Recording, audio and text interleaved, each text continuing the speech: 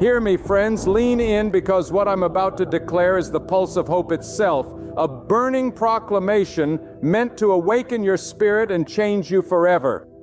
Right now, in this very instant, God is stirring things on your behalf. If you feel trapped, battered by life's tempests, weighed down by worry, or entangled in doubt, listen up. God is poised to turn every circumstance in your favor. This isn't vain optimism or hollow reassurance. It is a deep, eternal reality that shakes the heavens and humbles the earth. God's arm is not too short to save you. His might is undiminished, able to liberate you from every chain and lift you from every valley that threatens to swallow your hope. This is a living, urgent promise, streaming from the heart of eternity straight into your situation. A shift is coming, a reversal beyond natural explanation that will dismantle the barriers between you and the victory God intends for you. Do you feel this stirring? It is the wind of God's presence blowing into your situation, about to scatter every obstacle, about to tear down every stronghold of fear and frustration. You have endured long enough. You have prayed fervently, cried silently, even wondered if God heard your desperate cries. But believe this tonight: God has not forgotten you. Your story is not finished. Your breakthrough is not postponed. God's timing is perfect, and His plan surpasses the understanding of every human heart. The moment you have been waiting for is on the horizon, drawing near as the night yields to the dawn. This shift is not accidental. It is intentional, sovereign, and filled with divine purpose. Consider how relentless storms sometimes seem to rage against us, how dark the nights feel when the shadows deepen. Yet God's light never fails. Though the clouds cover the sun still shines behind them, ready to burst forth and illuminate the entire sky. So too, your trials are but temporary veils that God will lift with His mighty hand. He is the God of shifting circumstances, of turning what looks impossible into unmistakable victory. When you look back one day and see the valley you walked through, you will understand in a way that only faith can reveal the valley was the path for God's greater glory to move in your life. I want you to rise up with your eyes wide open, with a heart fully expectant, because God is not just rearranging things here and there. He is orchestrating a divine shift that will open doors no man can shut and close doors that must never be entered. This is the shift of divine favor, the floodgate of blessings, the miracle that defies logic and reason, because it is God Himself who moves on your behalf. You are not alone. In fact, God's eyes are running to and fro across the earth, searching for those whose hearts are fully committed, those who have not given up, those who are ready to receive His mighty deliverance. If that is you, then listen carefully. This moment demands faith. It requires that you stand firm on the promises of God, that you believe with more conviction than ever before, because what you believe will begin to form reality. You may have been betrayed, abandoned, misunderstood, and left in despair, but God's love does not fail. His love does not delay. God's love is the unshakable foundation upon which everything good is built. And when He decides to shift things in your favor, you will know it by the peace that surpasses all understanding, by the strength that rises within you that no enemy can overpower. You will see doors opening where walls stood, hear chains falling where bondage once ruled, and experience joy bubbling forth where there was once only sorrow. This is the power of God's favorite changes destinies. It rewrites history. It ushers in a new season of hope. Remember, God's shift is often quiet before it becomes loud. It is tender before it becomes triumphant, like the breaking of dawn that starts as a whisper of light before it bursts into brilliant day. God's work in your life begins in ways unseen but unmistakable to those who watch by faith. The waiting season is not wasted. It is the preparation ground for greatness. Every delay, every setback, every challenge is being used by God to perfect you, to refine your character, and to heighten your dependence on His unchanging power. Now listen carefully as I say this. No power in heaven or earth can stop the shift God is bringing. He is the Almighty One, the Eternal, the God of Abraham, Isaac, and Jacob. No circumstance, no opposition, no past failure can stand before His majesty. If you have trusted in Him, then you can boldly declare, God has turned my mourning into dancing. He will put off my sackcloth and clothe me with joy.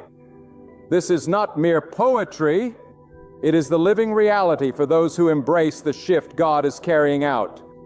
So, what must you do? Stand firm.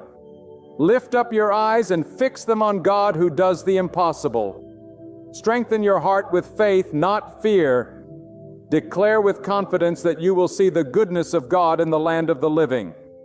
God is aligning circumstances, raising up helpers, pouring out wisdom and resources, all for your good.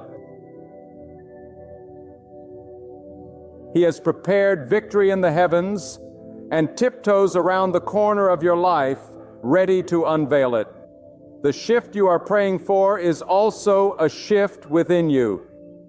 God will move in the depths of your soul, stirring courage where there was timidity, igniting passion where there was coldness, and rekindling hope where despair tried to set up camp.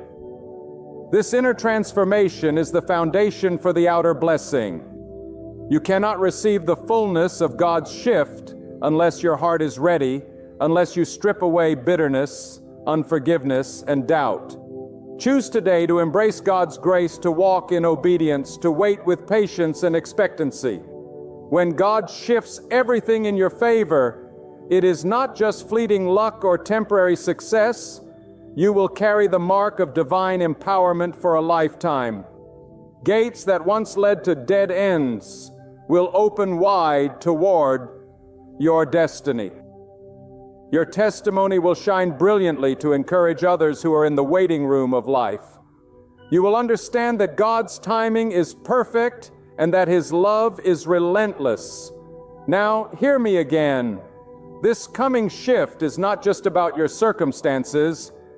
It is about God revealing His unmatched glory through your life. When God moves, He moves with a purpose far beyond our understanding. He is the master threading your trials and triumphs into an intricate tapestry of divine beauty.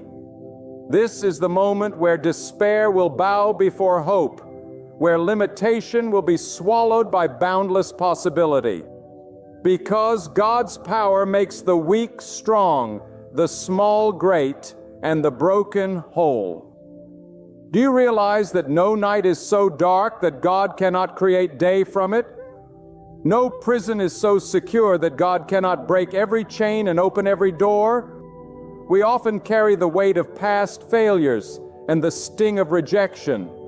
But God is about to change that narrative. He is the God who resurrects dry bones, who causes barren places to bloom, who breathes life where there was once only death. If your heart is weary, if your spirit feels crushed, know this. The God who created the stars and placed them in their courses is the very same God working on your behalf. He is a God of miracles and movement, not stagnation. When He decides to favor you, the heavens themselves will shift in alignment with His will for your life. Your breakthrough will be so profound, so undeniable, that even the forces opposing you will have to acknowledge the hand of God at work. You must be ready to receive this shift with an open and willing heart. It is not enough to hope quietly or to pray half-heartedly. God's favor demands that you rise up with boldness and courage. The Scripture declares in no uncertain terms that those who wait upon the Lord shall renew their strength. They shall mount up with wings like eagles. They shall run and not grow weary, and they shall walk and not faint. This promise is not meant for the passive. It is for those who are purposeful, those who refuse to sink under the weight of discouragement. So prepare yourself, dear soul, to rise like an eagle, for God's favor is lifting you higher than you have ever dared to imagine. There is another dimension to this shift. God is not only realigning the external, but also transforming the internal. Your heart will be purified like gold refined by fire. Doubts that once clouded your vision will be swept away by the fierce clarity of faith. God's shift will awaken within you a hunger for righteousness, a passion for truth, and a commitment to integrity that will shine as brightly as the sun. The world around you will recognize that this change is not merely luck or coincidence, but the undeniable work of the Almighty. Your character will be a testament to His faithfulness.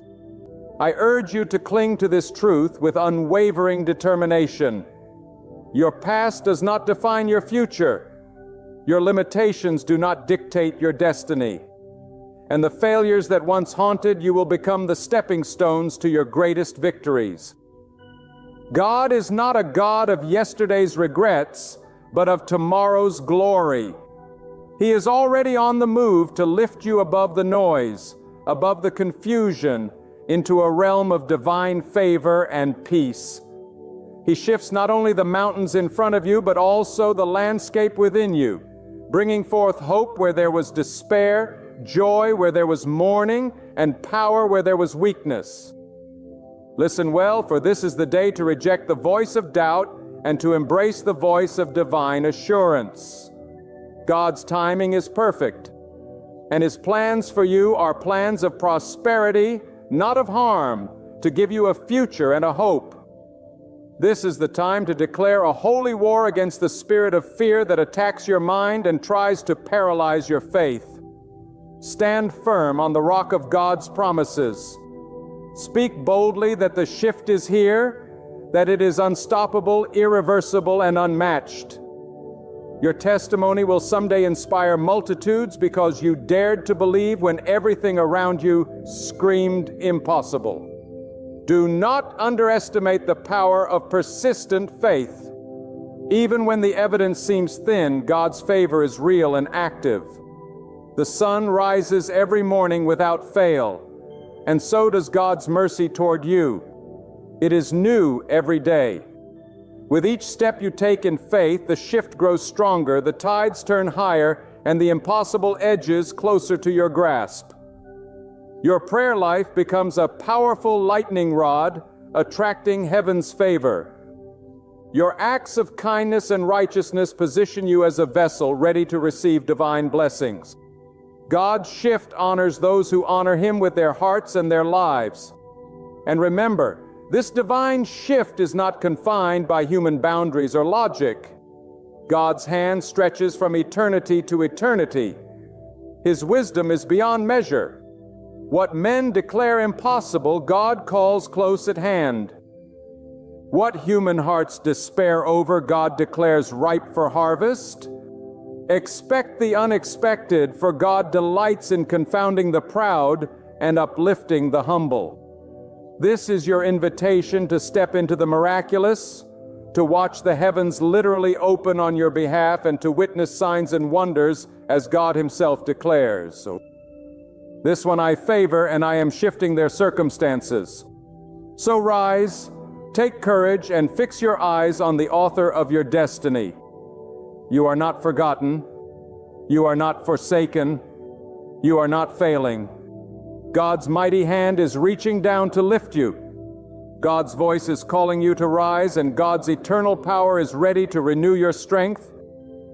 When you face the storm, declare that God's favor is the shield around you.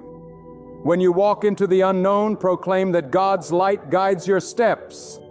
You are standing on the threshold of something great, something divine, something eternal. The shift in your favor will flood your life with blessings that cannot be measured.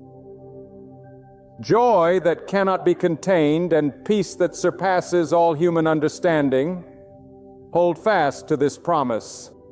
It is anchored in the unchanging nature of God, the one who holds the whole universe in his hands, the one who numbers every hair on your head and marks every tear you have shed. He is about to show forth his glory through you, and the world will see that there is a God who reigns, who moves mightily, and who always causes all things to work together for the good of those who love him. Let every part of your being awaken to this truth. When God moves to shift your life, he does so with unparalleled authority and wisdom. The winds of change that God brings are never random, never out of control. They are sovereign currents of purpose, sent to carry you far beyond what you ever dared imagine. God in infinite compassion sees not only your needs, but the hidden cries of your soul, the dreams yet spoken, the prayers yet uttered. God knows the depths of your longing more deeply than you do. In every season of waiting, every unanswered question, it is God who is preparing you for more than a mere answer.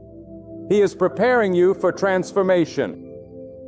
The story is far bigger than a change in fortune. It is about the transformation of your soul, the unearthing of gifts God has buried within you for such a time as this. Listen, the shift God brings into your life is not dependent on the approval of others or the logic of circumstance. God breaks the pattern, disrupts the cycle, and sets a new course where there was none. When the world says the door is shut, God says, I am making a way even through the wilderness. His promises are not empty gestures. They are contracts sealed by his eternal word. When you choose to trust in God's shift, you step out of the shadows of fear and into the radiant field of faith, a place where the impossible bends its knee and the ordinary becomes extraordinary under God's touch. You must understand that God's favor is not earned by perfection, but received by surrender. When you lay down your fears, your pride, and your disappointments before God, you make room for miracles. Every act of humility, every quiet moment of trust, is a seed that God waters and multiplies into a harvest of blessings. As you journey forward, let your prayers be bolder, your worship be truer, your hope be brighter.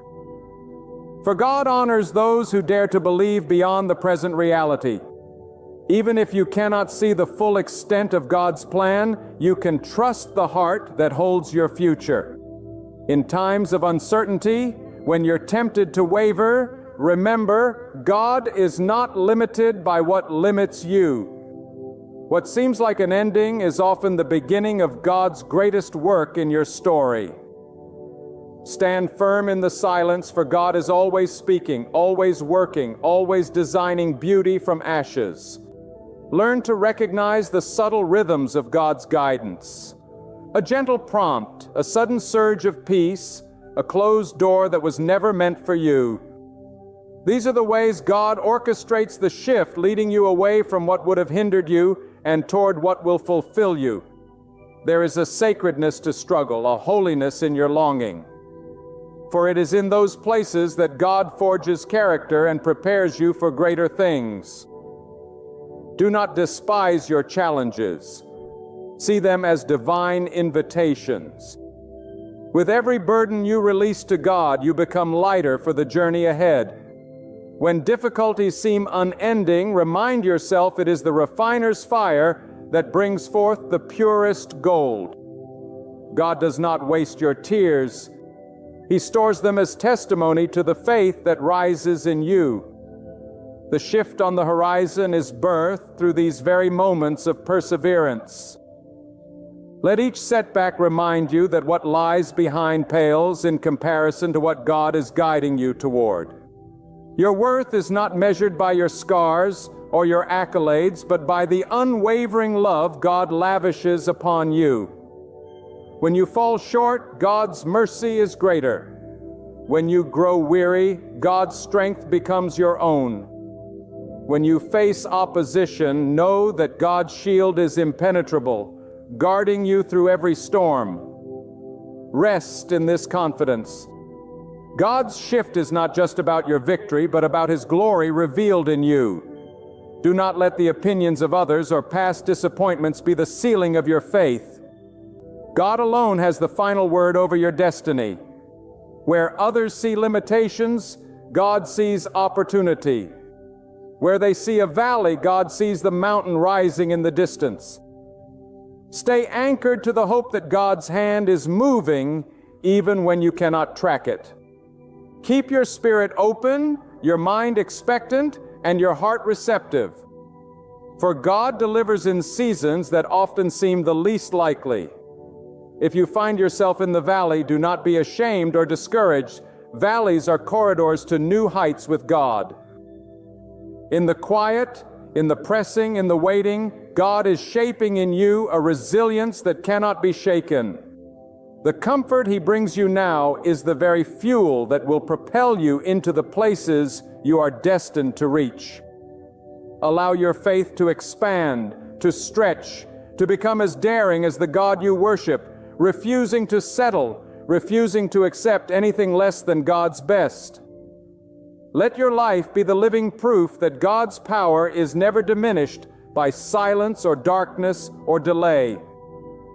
Your testimony will shine not in spite of your struggle, but because of it. The world will witness the shift and know it is God who has done it, who uplifted, who restored, who multiplied hope where hope was gone. All things, the seen and the unseen, bow to God's command. Trust boldly and walk freely. For when God shifts everything in your favor, you are both changed and empowered to become a beacon to all who still wait for their own day of deliverance. Let your soul be alert to this. There is a sacred urgency pulsing through your life. When God stands ready to shift the very ground beneath your feet, when God determines a turning point, nothing on earth or in the unseen realm can halt it. He orchestrates events with such wisdom that even delays become bridges. Setbacks morph into setups, and silence churns with the promise of coming thunder. God's favor does not arrive quietly. It moves with a majesty that leaves you and all who witness it struck.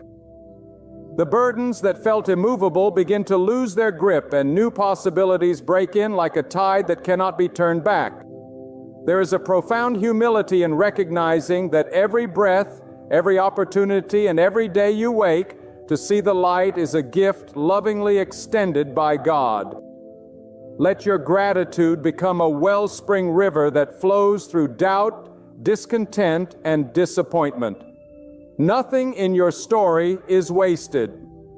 God uses every thread, every trial, every joy, and every tear to weave outcomes that far surpass human understanding. Rise in the confidence that even when the world discards or overlooks you, God's vision is vivid, God's plans precise, and His timing exact.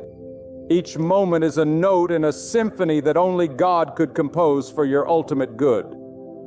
Allow yourself to be transformed by the patience God instills within you. It is in the waiting when answers seem distant and prayers return in echoes that your character grows and your faith gains muscle. God, who set the stars in their courses and commands the rain to fall in its season, teaches that trust endures not by sight, but by surrender. When shadows lengthen and hope feels faint, recall that God brings forth light out of darkness and harvest out of barrenness. His promises are as sure as the dawn. His word unbreakable as the mountains that stand through the ages. Let your mind be renewed by the certainty that God's will is never at the mercy of circumstance. He moves with purpose, stirring within you the assurance that your current season is not confinement and your future cannot be contained under His direction. God purifies you so that your life radiates the brilliance of His wisdom. Your light is meant to shine not only in victories, but also in the crucible of trials. The strength to keep moving forward even when the road is hidden is the clearest proof of God's hand securing your soul. When challenges rise or opposition gathers, remember that God's shield cannot be pierced. He surrounds those who rely on Him with favor that pushes back resistance and welcomes opportunity. Do not lose heart when doors close or companions drift away. For often separation is God's preparation, refining your circle until only what strengthens your purpose remains. What He delivers into your life, no power can remove. And what He takes away, trust that He is clearing the path for greater blessings ahead. Raise your vision higher.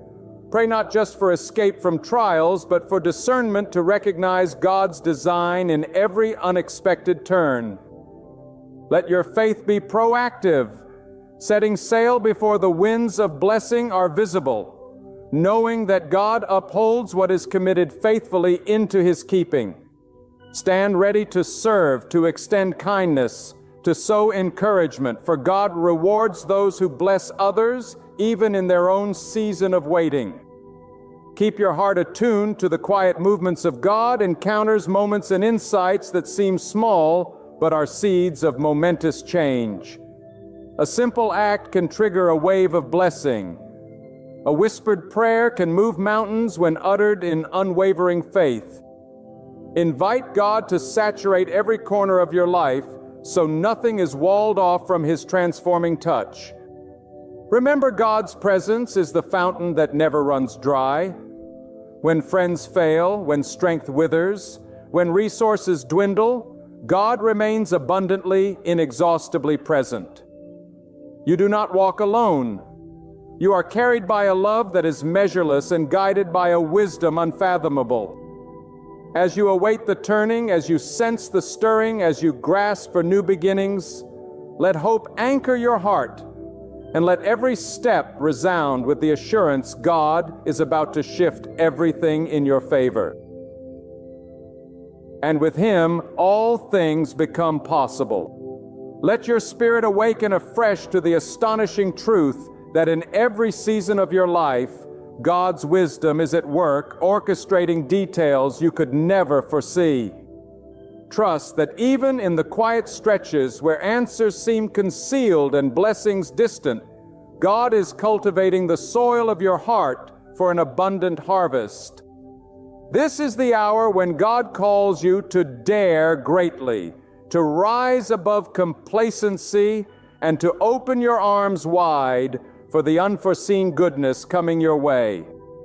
Cast away the notion that you must find your own way through the maze. God is the waymaker, the pathfinder, the one who draws straight lines through life's crooked places. There comes a point where you must choose. Will you settle for what you understand, or will you surrender to the magnitude of what God can do? The greatest shift begins not with the changing of your conditions, but with the expansion of your vision. God invites you to look past your limitations, past voices that sow doubt, past the wounds that tried to convince you to withdraw. Raise your expectations.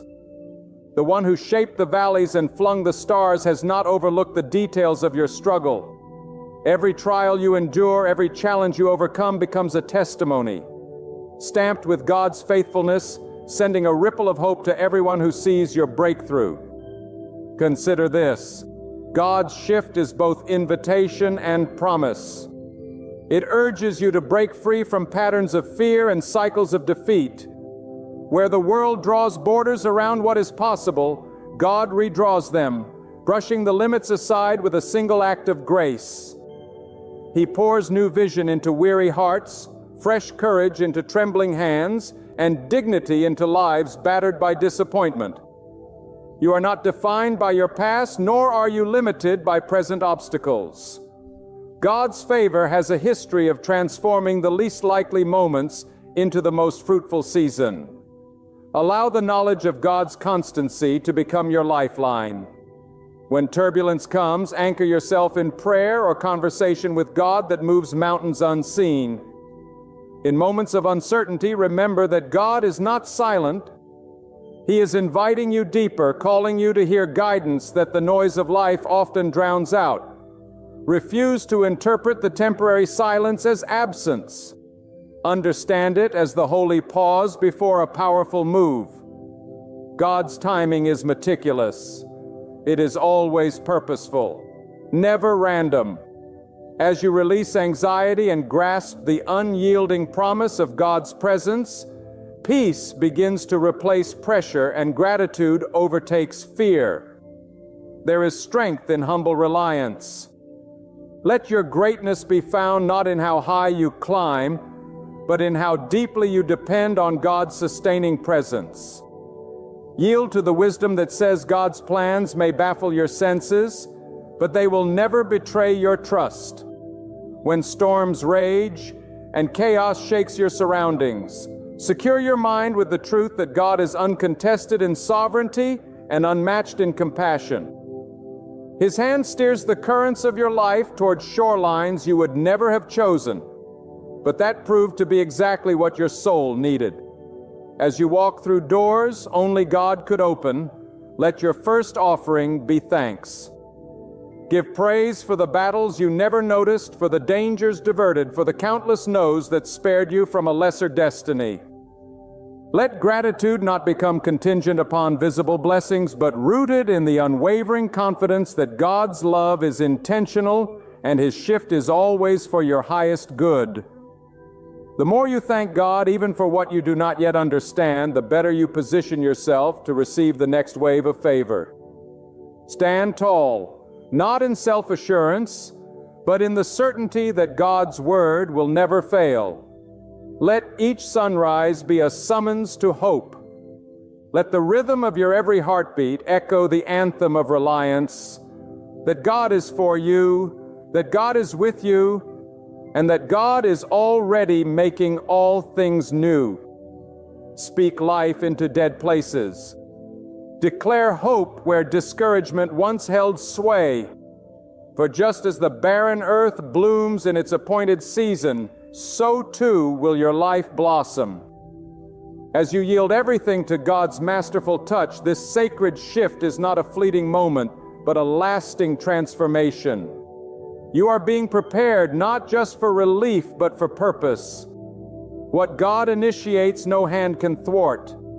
What God promises, no force can break. No valley is too deep and no summit too high for God's reach. As you press forward, carry this unwavering truth in your soul. God is never late, never outmatched, never lacking. The pages of your story are still being written by the author who delights in redeeming every chapter. Let this conviction saturate your days. God's favor is not a rumor, not a distant hope, but a present active force surrounding you right now. Open your eyes to the subtle signs. Attune your ears to the softest whispers. In time, every seed sown in faith will bear the fruit of a life changed by trust, courage, and unwavering surrender to the God who shifts everything in your favor. There is a sacred awakening that occurs when you finally realize that God's purpose runs deeper than fleeting comfort or the satisfaction of immediate wants. God does not simply remove obstacles. He transforms trials into teachers and detours into doorways. Every step you've taken, every valley crossed was preparation for the unveiling of extraordinary favor.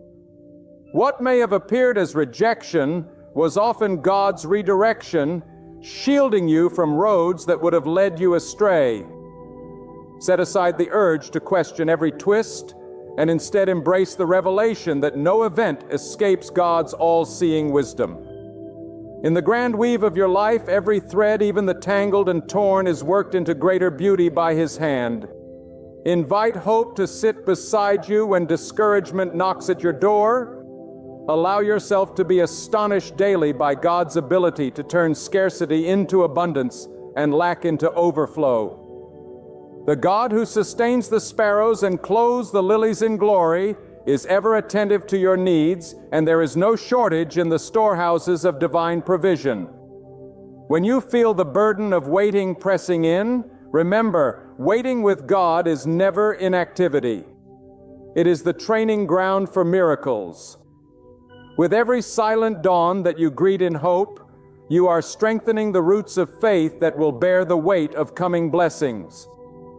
Open your heart wide and let expectations swell, not with arrogance, but with a humble recognition that God delights in the boldness of your trust. Let today be the day you risk believing in the sheer scale of God's generosity and the mystery of His timing. Speak affirmations of faith over your life. Let your lips declare the reality of the invisible. For God honors the courage to proclaim unseen blessings. Where logic draws boundaries, let faith leap beyond. Where cynicism sees futility, dare to declare fruitfulness. Remember, God's record is unblemished. There is not one promise left unfulfilled for those who anchor themselves in trust. Release the grip on all disappointments. Do not let what went wrong in the past harden your spirit. Instead, use every scar as proof of God's healing, every closed chapter as witness that endings only clear space for beginnings, orchestrated by one who knows your need before a word escapes your tongue. If you must look back, do so only to marvel at how far God has carried you. If you look ahead, do so with the unshakable assurance that the path is shaped by a hand both tender and mighty. Let the testimony of your life become an oasis for others, a living invitation to witness what God can do when faith outlasts fear. Seek not just personal advancement, but that your favor would spill over, quenching the thirst of those lost in their own deserts of doubt. In every act of kindness, every word of encouragement, let it be known that you serve a God whose abundance never narrows to self-interest, but overflows in rivers of compassion. As new opportunities emerge, resist the pull of worry. What is ordained for you cannot be snatched away. Ignore the murmur of voices that belittle your hope, for they do not know the intimacy of your journey with God.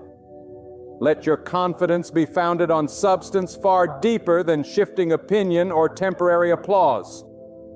It is rooted in the unchanging character of God who alone holds your destiny secure.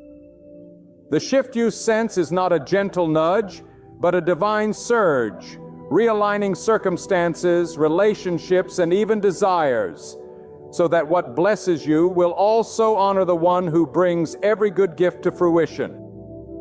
As courage rises within, as certainty displaces doubt, remember that your gratitude and obedience are the greatest offerings you bring to God. Respond generously to His generosity. Be faithful with small things, for God delights in trusting you with more. Persevere through delay, armed with the knowledge that God has not forgotten. He is refining, not denying. Stir your heart to gratitude before the answer comes. Giving thanks for the outcome you cannot yet see, but surely will. Use every waking hour as testimony to hope that stands tall against despair. Surround yourself with reminders of every victory, every moment when God's help arrived in the midnight hour, renewing your resolve and breathing new power into tired bones. Every morning, invite God's wisdom to go before you. Walk with quiet expectation. Speak words that encourage and choose actions that reflect the conviction that your life is being carefully shifted by God toward a purpose greater than your imagination can hold. Live as one who trusts not just with words, but with the radiant peace that marks those who know God's favor is both present and advancing. Peace so vibrant that it becomes a beacon through the storms of life to all who stand in the shadows waiting for dawn. Let the depths of your heart awaken to this. When God declares a new season, every limitation that wants to bind you must bow before His power. The dawn of transformation does not arrive with thunderous noise, but comes dressed in quiet conviction, whispering to your soul that there is more hope, more purpose, more grace than you have ever fathomed. God's presence is as close as the very breath in your lungs, never distant, never indifferent. He is attentive to every silent cry, every wordless longing, every hope deferred. Trust that God's attention to the smallest details of your life means nothing is random and nothing unnoticed. With the care of a master builder, God positions every stone and crafts every chapter, designing outcomes that astound even those most familiar with struggle. Do not let the storms intimidate you, for even furious winds must answer to God's command. Just as the mightiest mountains rise at His word, so will obstacles dissolve when their purpose is fulfilled. The comfort you seek is not escape from challenge, but the unshakable assurance that God walks with you through every fire. Release the demand for clarity and embrace the invitation to walk by faith where vision surrenders to trust, and trust grows stronger than understanding. God's wisdom is not bound by your urgency. His timing flows from a higher vantage, seeing the end from the beginning and weaving your deliverance before you are aware you need it. Lift your prayers higher and let your questions become altars, places where uncertainty is exchanged for holy expectancy. Be bold in your requests, not shrinking from the magnitude of what God is capable of doing in your life. As you yield your plans, watch God's greater design unfold beyond the limits of your past experience. The shift you await does not always announce itself with spectacle. Sometimes it blooms quietly within as newfound patience, peace, and wisdom, the fruits that prove the season has truly changed. When disappointment tries to settle in your soul, remember that God's record is flawless. Every promise made is a promise kept, though fulfillment may take a different path than you envision. The moments that feel like detours are sometimes the direct routes to deeper strength and unimagined blessings. Invite God to teach you the value of persistence, the beauty of hope, and the discipline of gratitude. Let these virtues become anchors that hold you steady until the full tide of God's favor washes over your life. Allow your spirit to celebrate not only the victories, but also the lessons learned in waiting. Know that every door closed by God is an act of mercy, every pause of provision, every delay a measure of protection. Look for the surprising ways God provides, how comfort arrives through a timely word, how direction emerges in quiet reflection, how strength multiplies as you lean not on your own understanding, but on God's infinite wisdom. There is a nobility in leaning on God, acknowledging that your strength was never meant to suffice and your knowledge never meant to supersede divine guidance. With each surrender, you step further from striving and closer to the assurance that God's goodness is your lifelong inheritance. Encourage yourself with memories of past deliverances and the quiet confidence that the same God who sustained you until now will be faithful to the end. Invite God to enlarge your vision, not for your own acclaim, but so the testimony of your life becomes a light on a hill, a message of hope for those watching your journey. Live generously, knowing that favor from God is not a possession to hoard, but a blessing to be shared. Be quick to forgive, slow to judge, eager to encourage, and steady in unwavering trust. These are the marks of those who have encountered the full power of God's shift. Let humility be your companion, and gratitude your anthem as the story unfolds. Each morning, remind yourself that today you stand on the verge of renewal. Each trial faced, each joy embraced becomes another page in the narrative God is authoring for eternity. Walk in the confidence that your steps are ordered, your needs known, and your destiny secure in God's hand. The shift is ongoing, the transformation real, and the favor undeniable for those whose hope is placed in the one who never fails.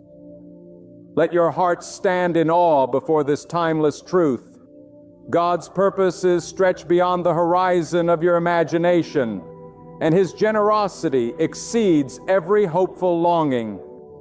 If doubt has lingered or fear whispered that you're forgotten, let assurance rise in your spirit. God never abandons those who wait in expectant faith. As the Creator breathes new life into tired dreams, receive this moment as an invitation to participate in the unfolding of a purpose much grander than you could devise. The shift you are sensing is not mere coincidence.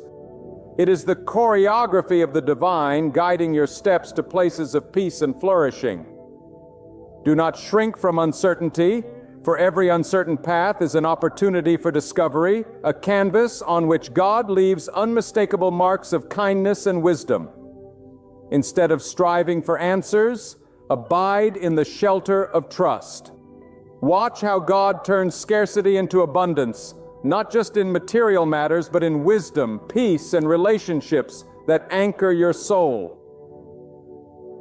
He is the restorer of what was lost and the multiplier of every seed sown in hardship. The valleys you feared to cross prepare you for mountaintop vision, strengthening character and gifting humility. Let your words become mirrors reflecting God's steadfastness into your circumstances and into the lives of those around you. Speak affirmations of hope into places where silence has reigned too long. Each declaration of faith is both a claim of territory and an invitation for God to reveal even greater wonders. Let the rhythm of prayer be your heartbeat. Make gratefulness your resting place. Ask boldly, not because of your worthiness, but because God's capacity to give knows no limit. At every crossroad, remember that God's guidance is a lamp that cannot be extinguished. Even as uncertainties swirl, trust that God sets the boundaries of the storm and determines when the sun will break through the clouds. What may begin as a test of endurance becomes an arena for God's faithfulness to shine. Where others predict defeat, God announces victory. Where the world points to endings, God crafts new beginnings brimming with potential. Embrace hardships as invitations, not to despair, but to deeper intimacy with the one who governs all things. Maintain integrity in moments unseen, for God honors the private battles as much as the public triumphs. When resentment or bitterness tempt you, release them, choosing the liberating path of forgiveness. For in doing so, you make more room in your soul for blessings yet to descend. Allow your perspective to widen, recognizing that the shift you receive is rarely meant for you alone. Each gift, each breakthrough, each act of favor bestows upon you the privilege to uplift others and reflect God's boundless compassion. Live generously with open hands and an open heart. Let your life become an echo of God's goodness in someone else's wilderness. If you wake some morning still heavy with questions, let hope be your anthem and persistence your companion. Remind yourself that God's resolve to do you good is steadfast and His timing impeccable. Be willing to let go of expectations that limit your faith. Trust instead the journey that is still unfolding, knowing that God's view is never obstructed. Draw comfort from the knowledge that what He ordains He provides for, and what He promises He brings to completion. As you press forward, guard your peace fiercely, nurture your joy, and continue to sow faith into your days. It is not only victory that signifies God's favor, but the peace that endures through trials, the hope that refuses to dim, and the willingness to love without conditions. These are the true marks of a life touched by God's hand. Final word. Let your spirit rise as you step into a new horizon, confident that God is at work even in the unseen places. Begin each morning clothed with courage, humility, and thankfulness. Remember, no challenge is too great, no delay without purpose, and no vision too large when entrusted to the hands of the Almighty. Hold fast to the truth that God is not only transforming what surrounds you, but also molding you into a vessel of hope, wisdom, and compassion for those around you. Stand unshaken in faith, open-handed in generosity, and unwavering in trust. For the one who has called you is forever faithful. His grace will always reach you. His wisdom will always direct your steps, and His love will never leave your side. The divine turning point is not simply approaching, it has already begun, weaving a tomorrow brighter than your imagination can hold. Stay steadfast, for when God moves, every force aligns in your favor. Friend, let me start with a truth that will rattle you to your core. You were never meant to live under the shadow of defeat. You were not fashioned to be crushed by fear, failure, or doubt. You were not set on this earth to scrape for moments of joy or bargain for fragments of peace. You were formed by God's own hand, molded in the quiet by the Almighty who breathed purpose into dust and called forth vision and destiny. And when God shaped you, He sowed within you a seed of success. Not the kind the world applauds, but the kind no person, no force, no circumstance can steal. A success born from obedience, a success that flows from surrender, a success that emerges when a heart fully, fearlessly, and faithfully lines up with God's will. If you're hunting for the secret to drawing in success, listen closely. Success isn't discovered by pushing harder. It is discovered by trusting deeper. The world will tell you to hustle, to grind, to outwork everyone in the room. And while discipline has its place, let me declare this truth to your spirit. Success begins on your knees. Success is attracted by surrender. Success runs toward the soul that refuses to move without God's guidance. You want to attract success? Then check the soil of your life. Because God will not plant greatness in corrupted ground. You must cleanse your heart, purify your intentions, rid yourself of bitterness, envy, pride, and fear. These are weeds that choke the seeds of God's favor. You can't harbor jealousy and expect peace. You can't curse others and expect blessing. You can't live two-faced and expect God to honor your part. God does not bless pretenders. He blesses the pure in heart. Those who are real, honest, broken before Him. Listen closely. The power to succeed is not in what you do, but in who you become under the weight of God's presence. When you begin to hunger for righteousness more than riches, when you long for purpose more than platforms, when you seek the face of God more than the praise of men, then success will chase you down. Doors will open that no man can shut. Opportunities will emerge in places others gave up on. You won't have to fight for attention because God will highlight your name in the places it matters most.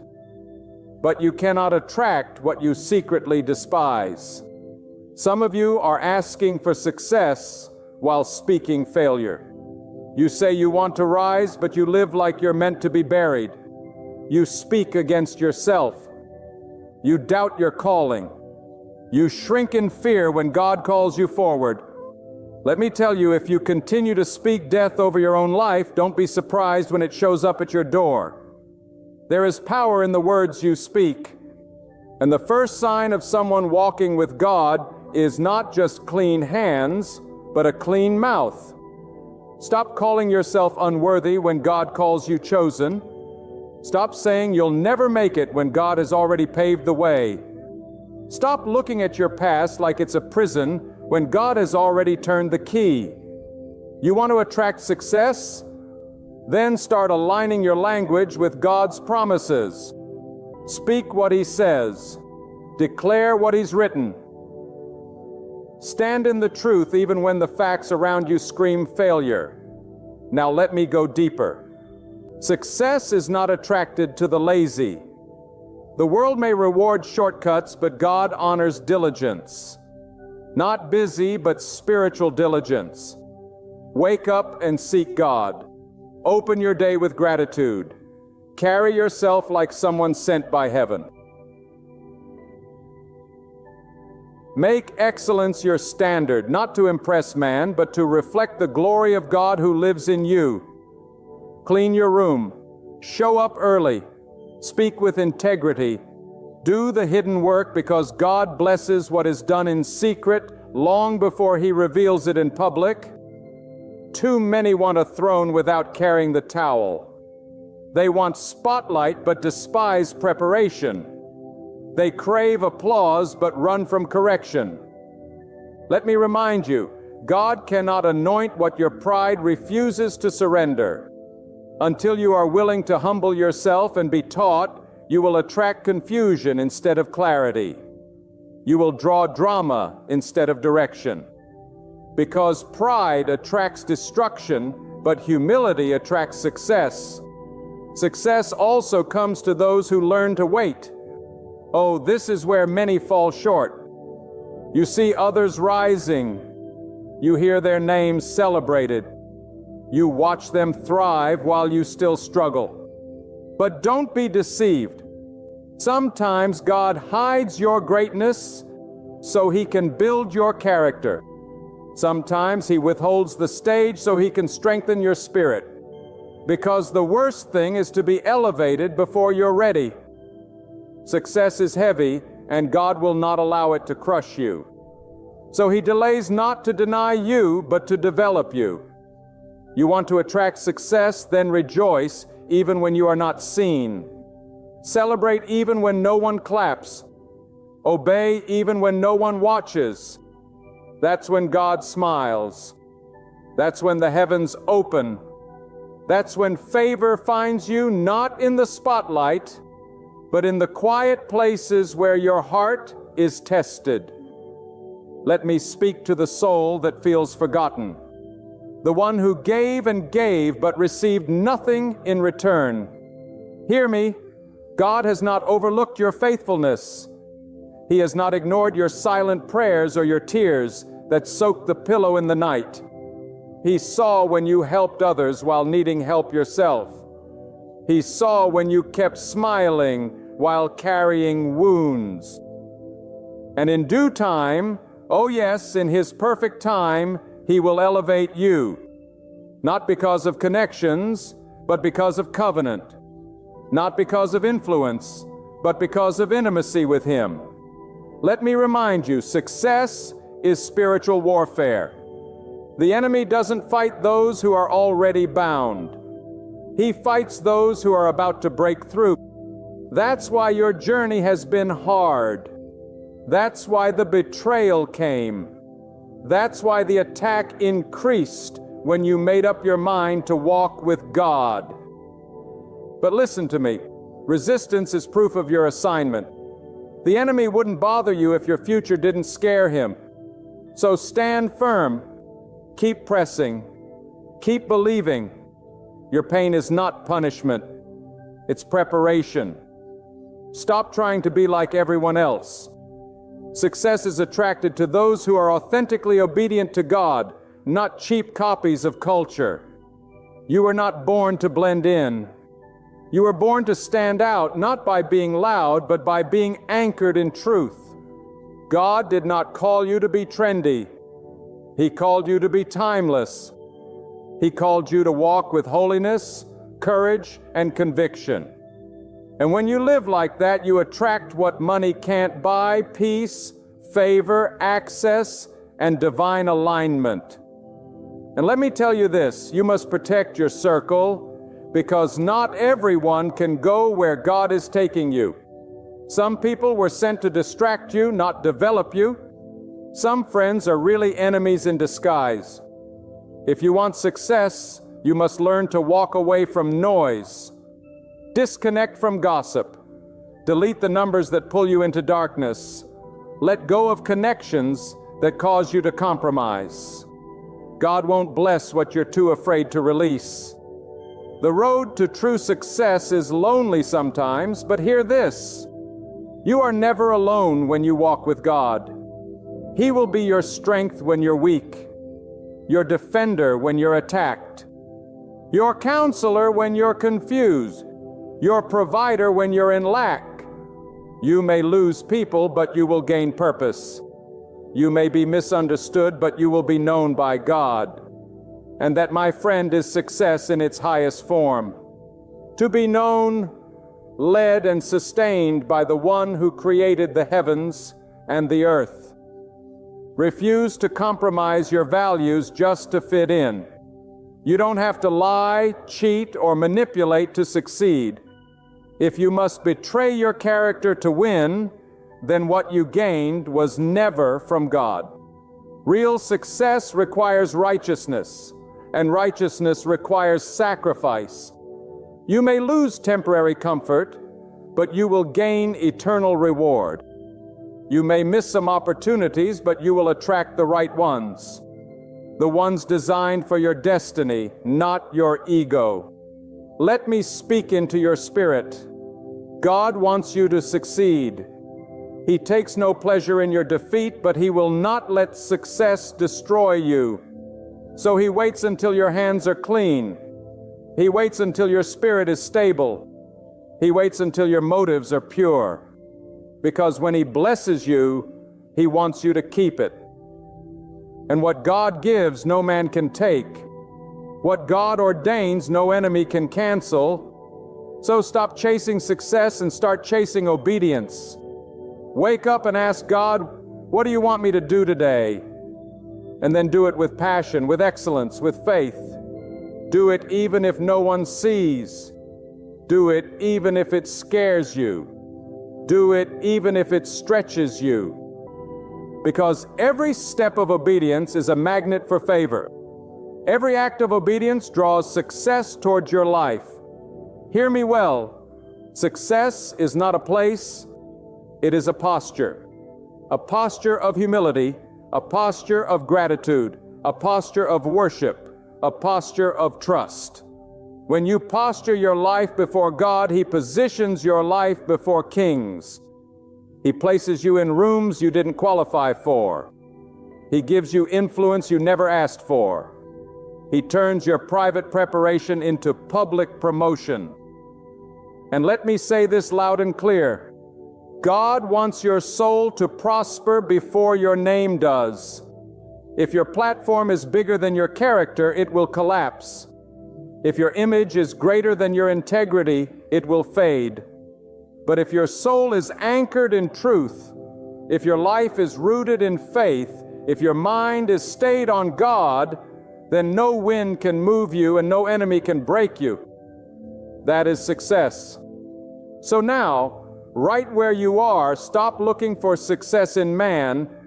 Stop chasing what the world calls making it. Real success is walking in alignment with God's will. It's hearing His voice and obeying without delay. It's being bold when others are silent. It's being still when others are anxious. It's rising when others give up. It's forgiving when you want revenge. It's being faithful when nothing makes sense. You attract success when you stop making fear your God. Too many have let anxiety rule their decisions. But fear is a liar. Fear is not from God. If you are waiting to feel brave before you obey, you'll wait forever. Courage is not the absence of fear.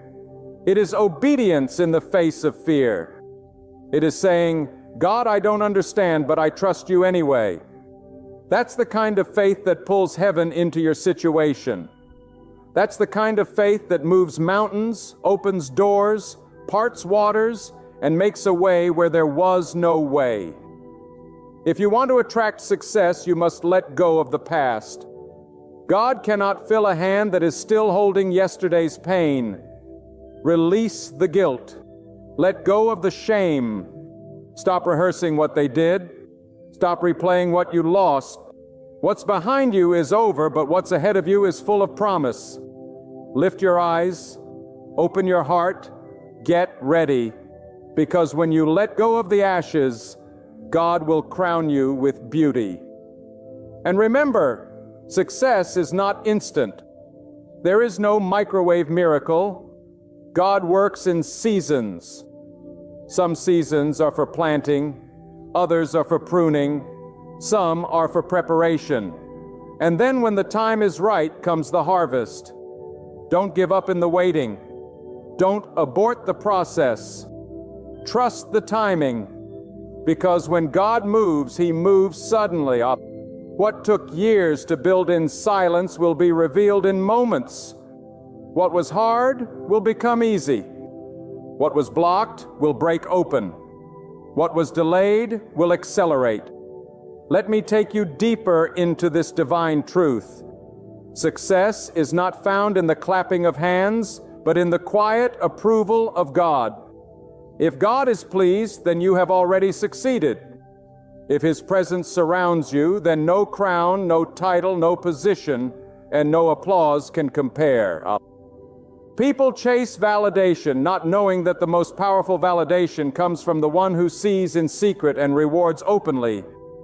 Stop asking the world to clap for what God already called good. The favor of God outweighs the approval of man 1,000 times over. God's yes is all you need to rise. Let me tell you something that will separate the average from the anointed. You must learn to be led by conviction, not by convenience. Success is not found in comfort zones. Success is born in the fire of testing, in the furnace of discipline, in the lonely nights of obedience. When your flesh says no, but your spirit says yes to God. That's when heaven takes notice. That's when the unseen realm begins to shift.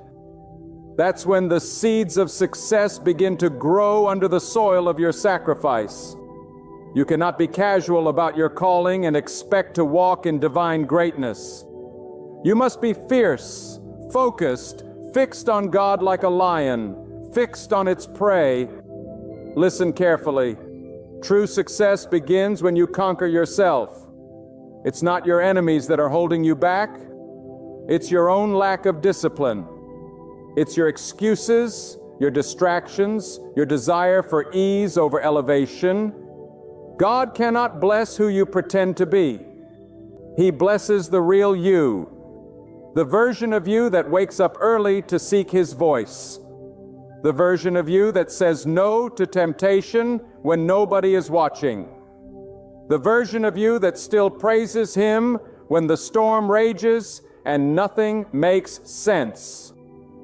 That version, that surrendered, sanctified spiritual virginess who God pours success into.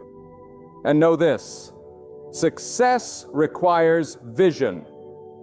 Not the kind you see with your eyes, but the kind that burns in your spirit. If you cannot see it in your soul, you will never hold it in your hand. Vision is the divine picture God paints on the walls of your heart, and it gives you direction when the path is dark.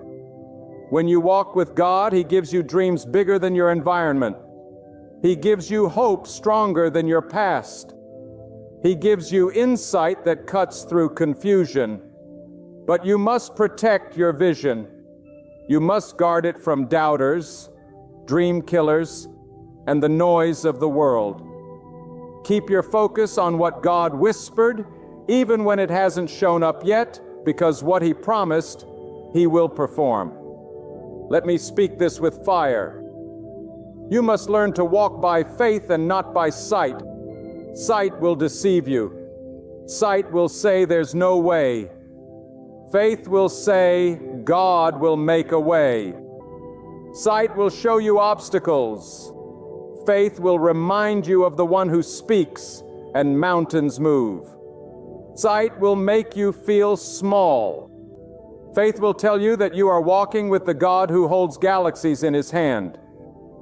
And when you live by faith, you begin to attract miracles. You begin to draw breakthroughs.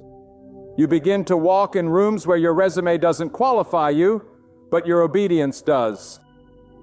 There is a power that comes when a person decides, I will not live by fear anymore. Fear paralyzes potential. Fear kills dreams before they're even born. But when you rise and say, I trust God with everything I am, you attract a realm of success that no school, no money, no man can offer. That success is divine. That success is holy. That success sets you apart. That success makes you a magnet for resources, for revelation, for righteousness. Because faith attracts the power of God like lightning to a mountaintop. But hear me, success also demands separation. You must learn to walk alone before you can walk in abundance. There are some heights you cannot reach with crowds around you. You must get away from those who drain your energy, distort your vision, and disrespect your calling. Stop trying to explain your growth to those who are committed to staying small. You don't need permission to rise. You don't need approval to obey. When God calls you higher, He often calls you away. Away from noise, away from compromise, away from distraction.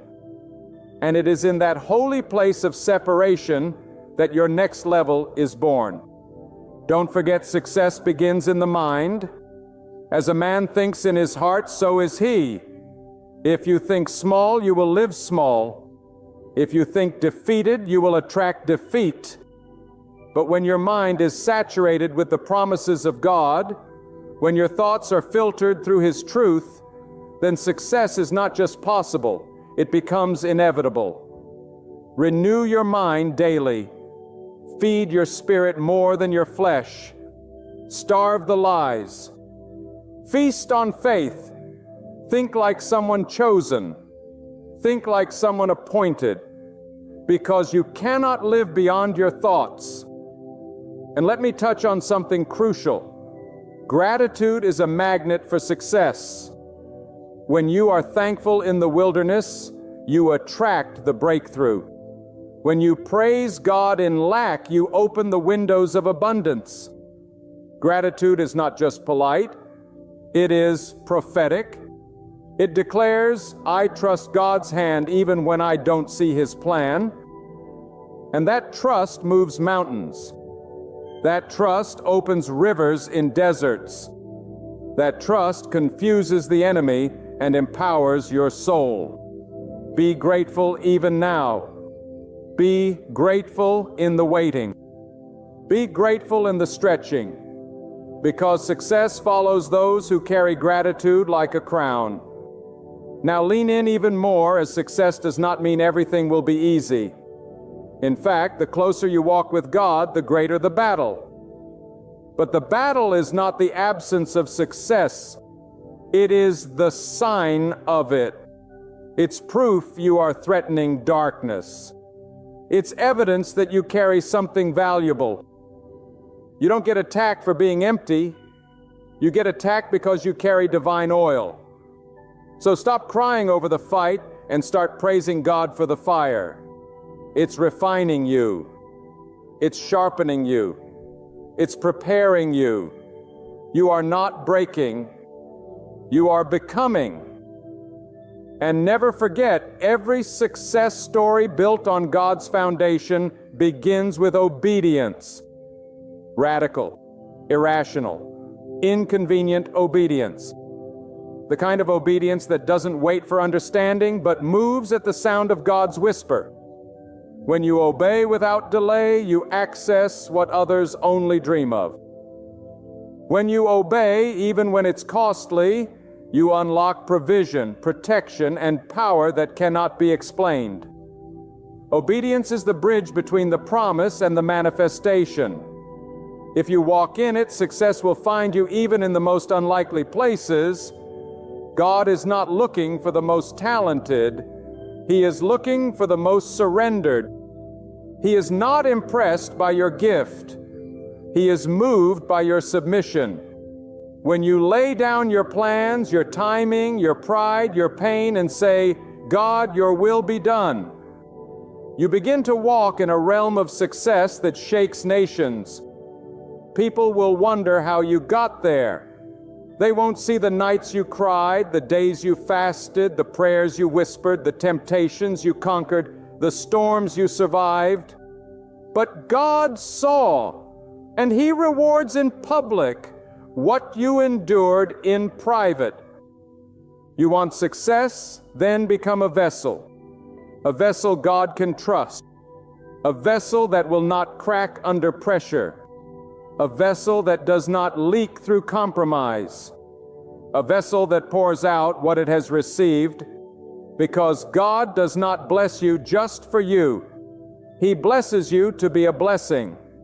When success flows through you, not just to you, God keeps refilling, but when you hoard the blessing, it dries up. Be generous, be kind, be a light, and you'll find that success follows those who give more than they take. Let me tell you plainly, success without God is a curse. You may have fame, but no rest, wealth, but no peace, applause, but no joy. Don't envy the godless who rise fast.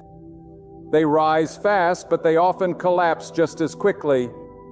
Yet when God is the one who builds you, He builds you to endure.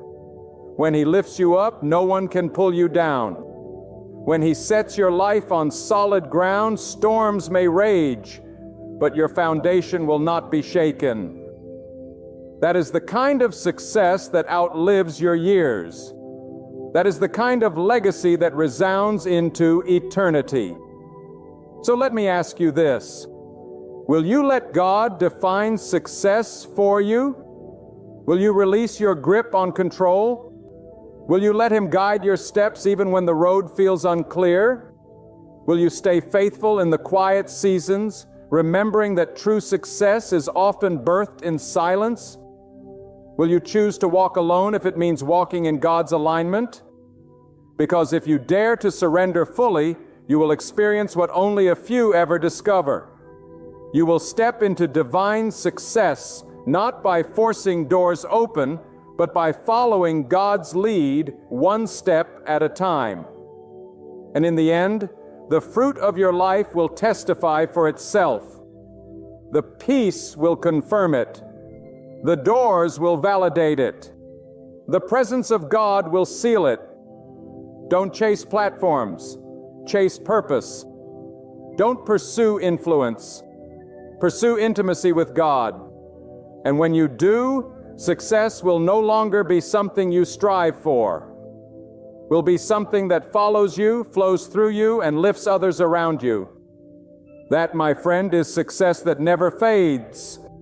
That is success rooted in eternity.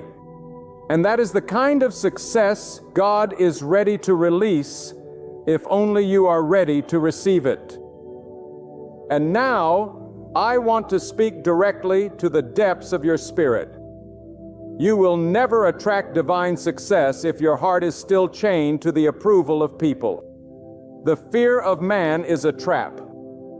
It will silence your courage, blur your vision, and rob your identity. When you are more concerned with what people think than what God has commanded, you forfeit the greatness He has placed within you. You cannot walk in God's power while bowing to human opinion. You must rise with holy confidence and declare, I will follow God even if I stand alone. Because true success is not popularity. It is purity. It is integrity. It is walking with God when no one else understands. There is something sacred about walking with unwavering focus. You cannot be easily moved by noise if you are deeply rooted in purpose. Many miss their moment because they are too distracted by what doesn't matter. They scroll for hours and pray for minutes. They feed the flesh and starve the soul. And then they wonder why success feels so far. Let me be clear. What you feed will grow, and what you starve will die. Feed your faith. Nourish your vision. Starve your doubts. Mute the voices that poison your peace. And above all, tune your ears to the voice of God. Because when He speaks, confusion clears, direction comes, and power flows. Listen closely. Every divine success is birthed through discipline. Not talent, not charisma, not luck. Discipline, the ability to say no to temptation, the strength to get up early and seek God, the power to control your emotions when everything within you wants to retaliate. Discipline is the altar where greatness is sacrifice and success is forged. God will not entrust influence to those who can't manage themselves. You must govern your appetite, your habits, your relationships. The hand of God rests upon those who are ruled not by impulse, but by conviction. If you master discipline, success will follow you like a shadow at noon. Let me remind you, success is not the absence of battles. It is the presence of God in the midst of them. If you think a successful life is a painless one, you've believed a lie.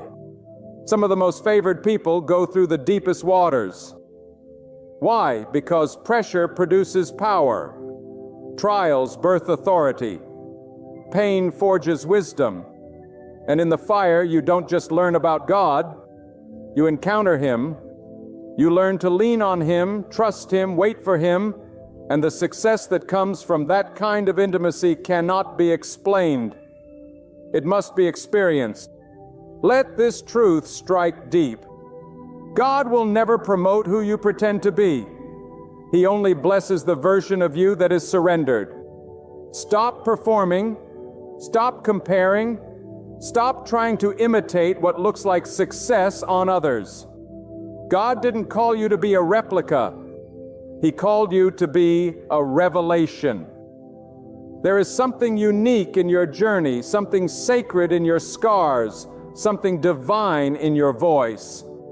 Don't hide it. Don't dilute it. Don't bury it. Rise up and walk in the fullness of who God designed you to be.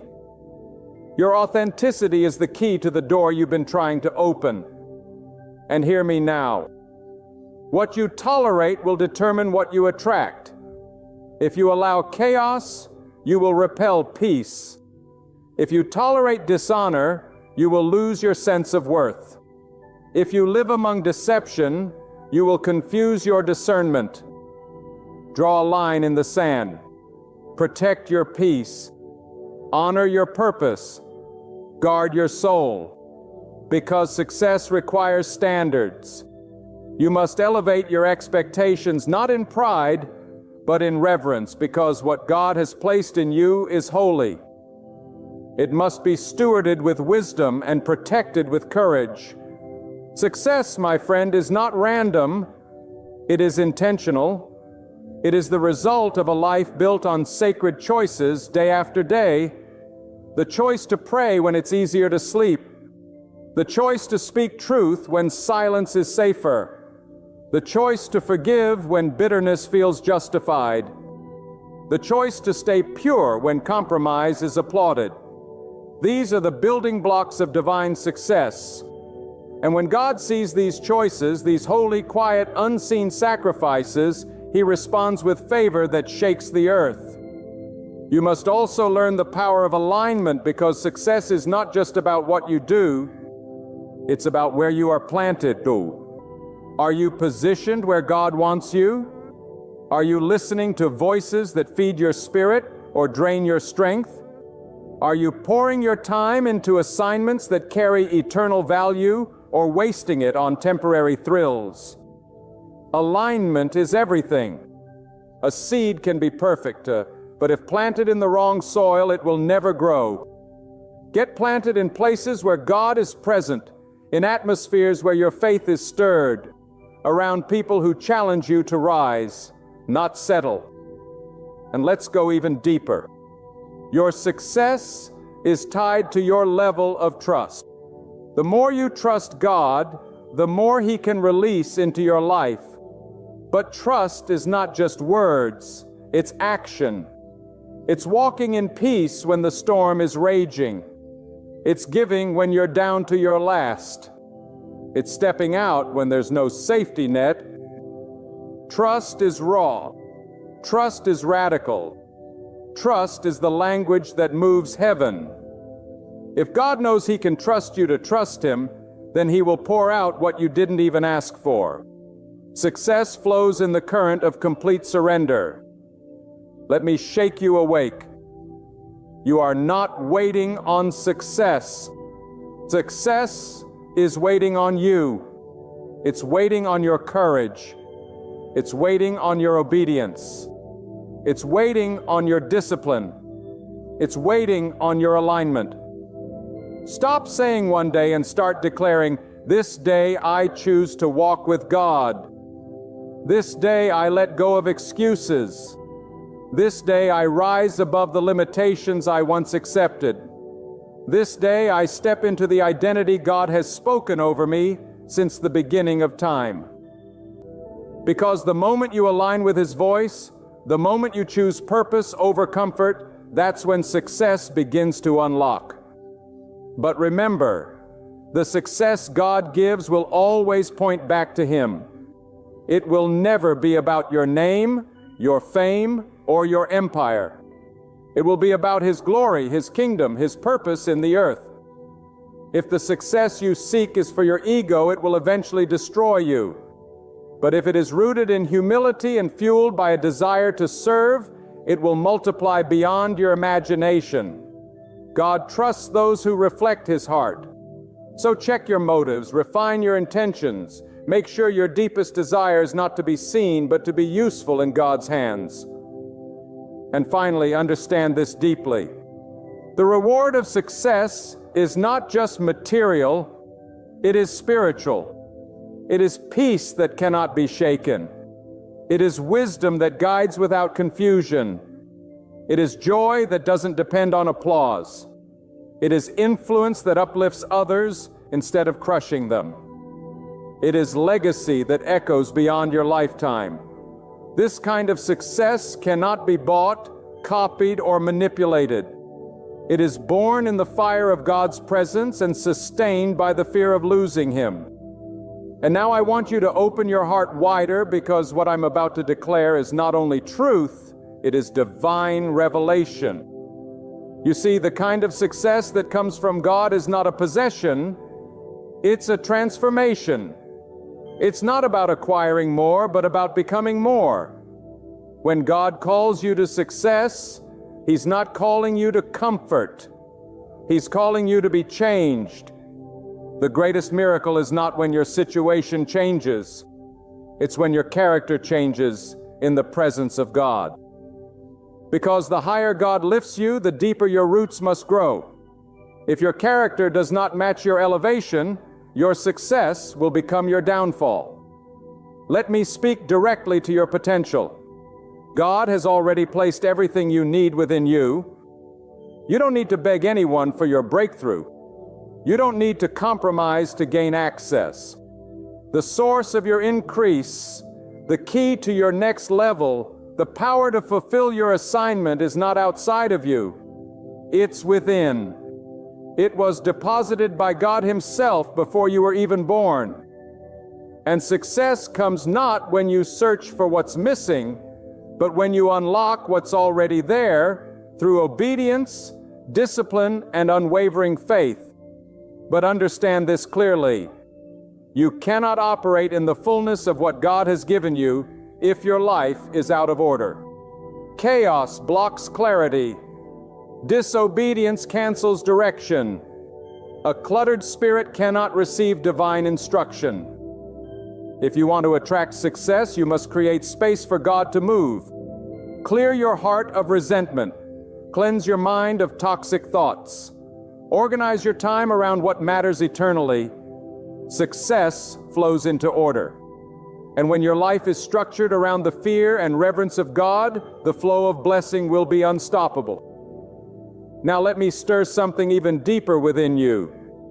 Success is not always loud. Sometimes the most powerful victories are silent. They happen in private battles no one sees. The success of turning away from temptation. The success of choosing silence over revenge. The success of staying consistent when no one claps for you.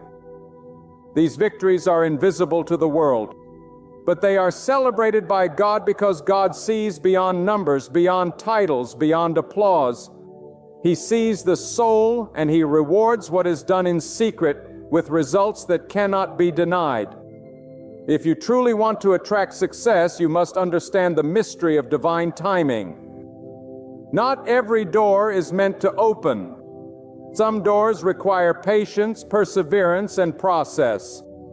Rushing will ruin what God is trying to prepare. Many fail not because they lack ability, but because they lack patience. They try to manufacture results instead of waiting for God to manifest them. But when you trust His timing, you will receive not just what you desire, but what is right.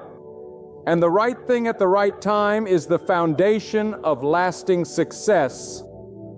And let me declare this boldly: your atmosphere matters. You cannot soar while surrounded by snakes. You cannot grow where gossip is normal and negativity is tolerated. The people you keep around you will either stir your spirit or suffocate your vision. You need voices that remind you of your calling. You need people who speak to your destiny, not your dysfunction. Stop entertaining company that makes you comfortable in compromise. Success requires you to be selective with your circle. God will bring the right people, but you must let go of the wrong ones. Let's talk about the foundation. If your definition of success does not begin and end with pleasing God, you are building on sand. You can gain the whole world, but if your spirit is empty, you have lost everything that matters. The world teaches you to chase recognition, but God teaches you to chase righteousness. The world promotes platforms, but God prepares you in secret. The world pushes you to be known, but God molds you to be aligned. And when you get your priorities in order, success begins to find you. Because God rewards those who put Him first, not just in word, but in lifestyle. And let me make this truth unshakable in your soul. God does not bless arrogance. You can have skill, but if pride is in your heart, success will turn against you. Humility is the foundation of divine promotion. Stay low in your spirit. Stay teachable. Stay grateful. Because the moment you think you've arrived, you disqualify yourself from going further. Success is safest in the hands of those who know they are nothing without God. And those who truly walk with God don't use success to boast. They use it to bless. They understand that favor is not for flaunting. It's for serving. Let me take you higher. True success leaves a legacy of light. It doesn't die when you do. It impacts generations. It outlives your name. It plants seeds of truth, integrity, and faith that flourish long after you're gone. What are you building? Are you building a tower to your own ego, or are you building an altar that glorifies God? Because towers fall, but altars draw heaven. The measure of your success is not in how high you climb, but in how deeply your impact roots itself in eternity. And you must also understand this: you cannot attract success while entertaining double-mindedness. You cannot walk in two directions and reach your destination. A divided heart cannot host the power of God. You must choose fully, faithfully, fearlessly. Either you trust God with all, or you trust Him with nothing. There is no in-between in the realm of divine success. Half-heartedness will delay what full obedience would have already delivered. Choose today to be all in. Choose to walk with a single purpose.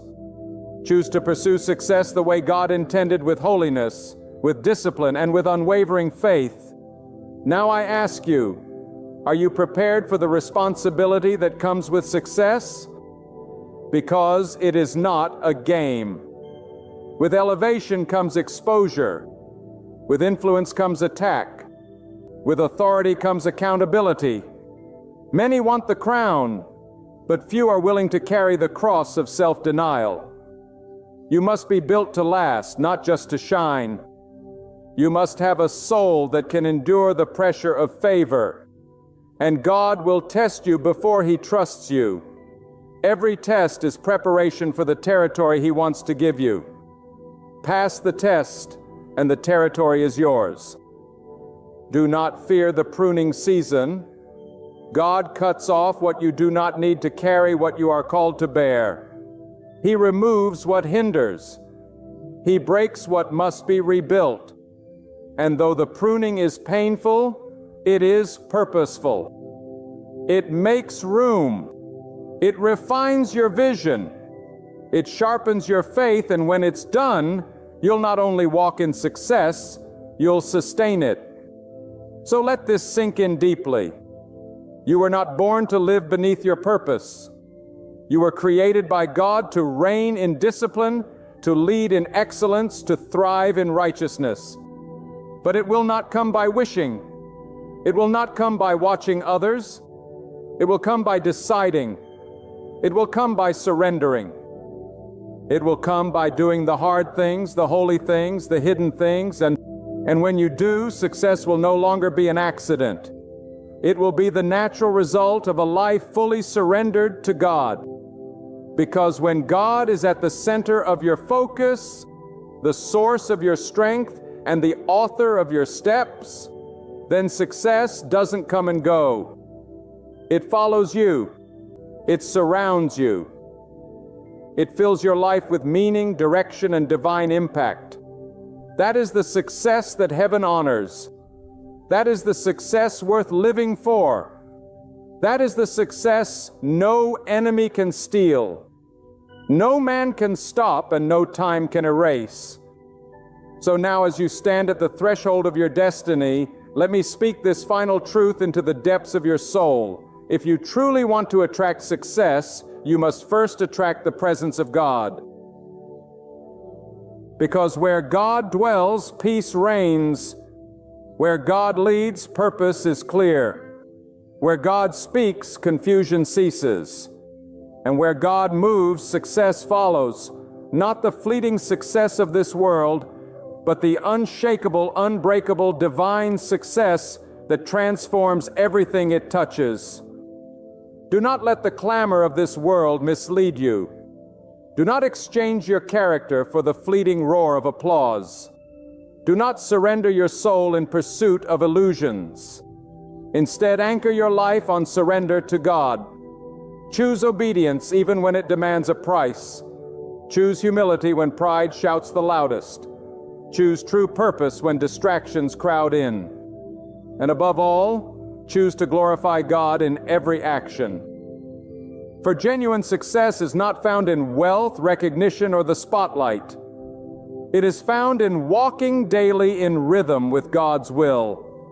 It is resting at night with the assurance that you have pleased the one who sees everything. It is awakening each morning with peace in your soul, strength in your spirit, and fire in your being.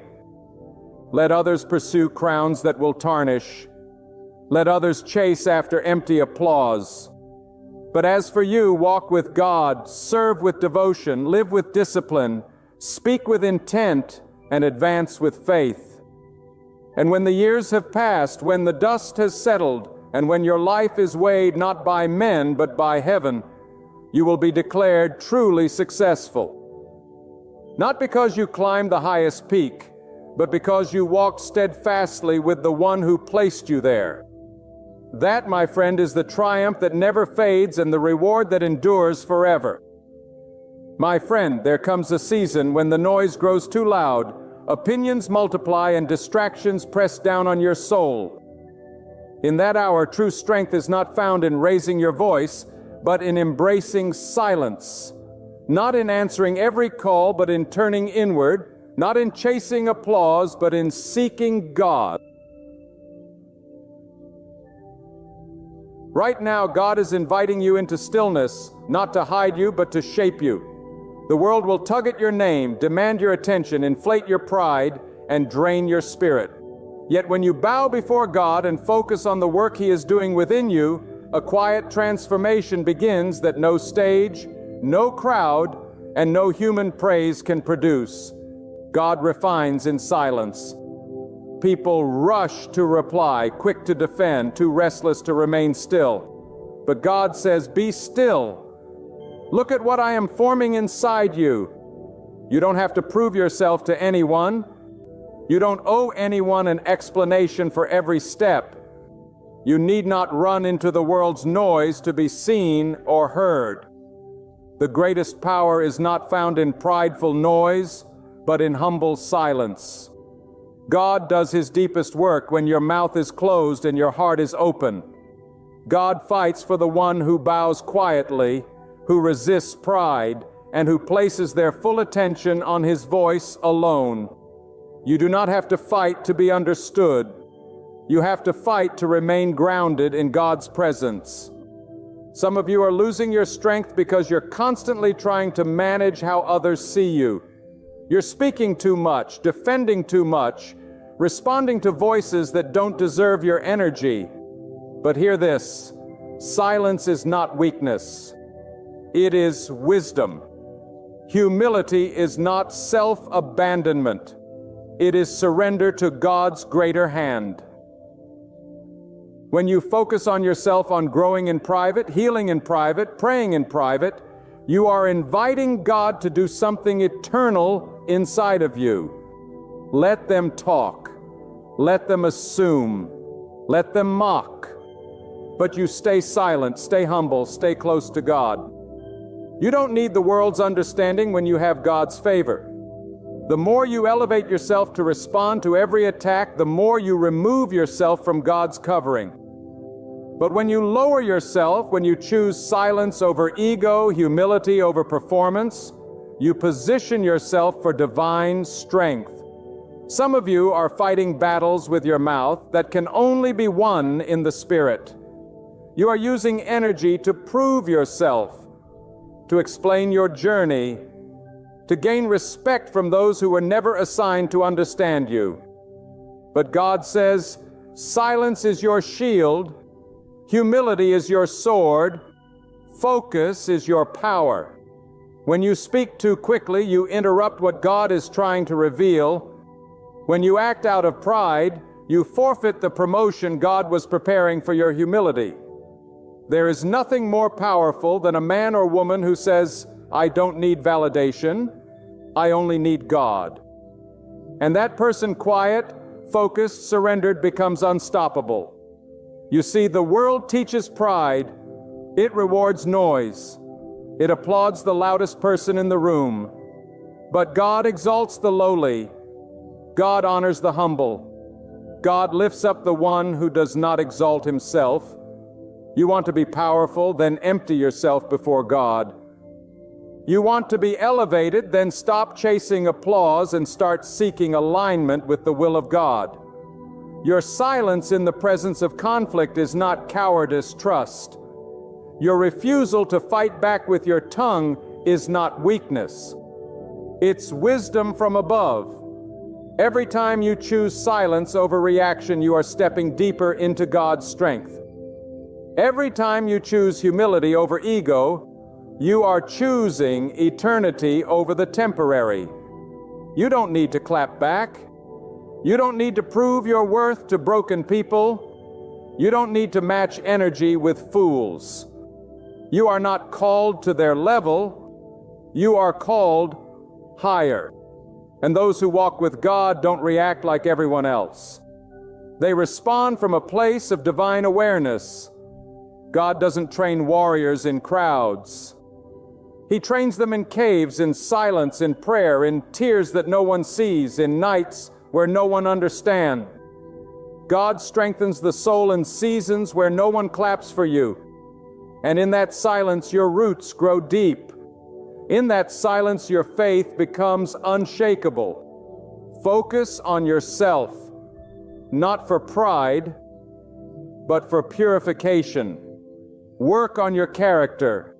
Cleanse your heart. Discipline your habits. Align your motives. Let God prune everything that does not bear fruit. When you stop looking outward and start looking inward, God will begin to reveal things inside of you that were blocking your destiny.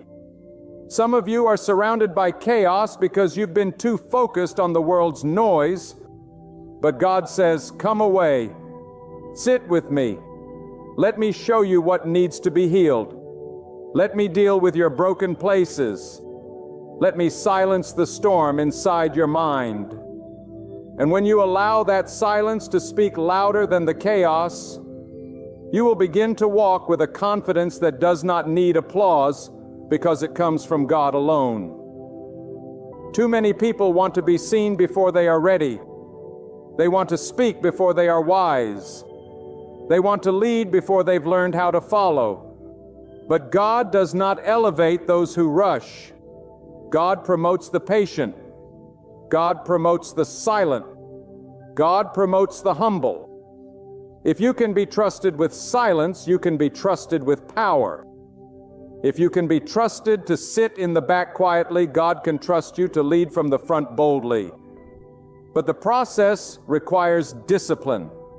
It requires you to bite your tongue, to walk away from pointless arguments, to humble your ego, to not respond even when you are right.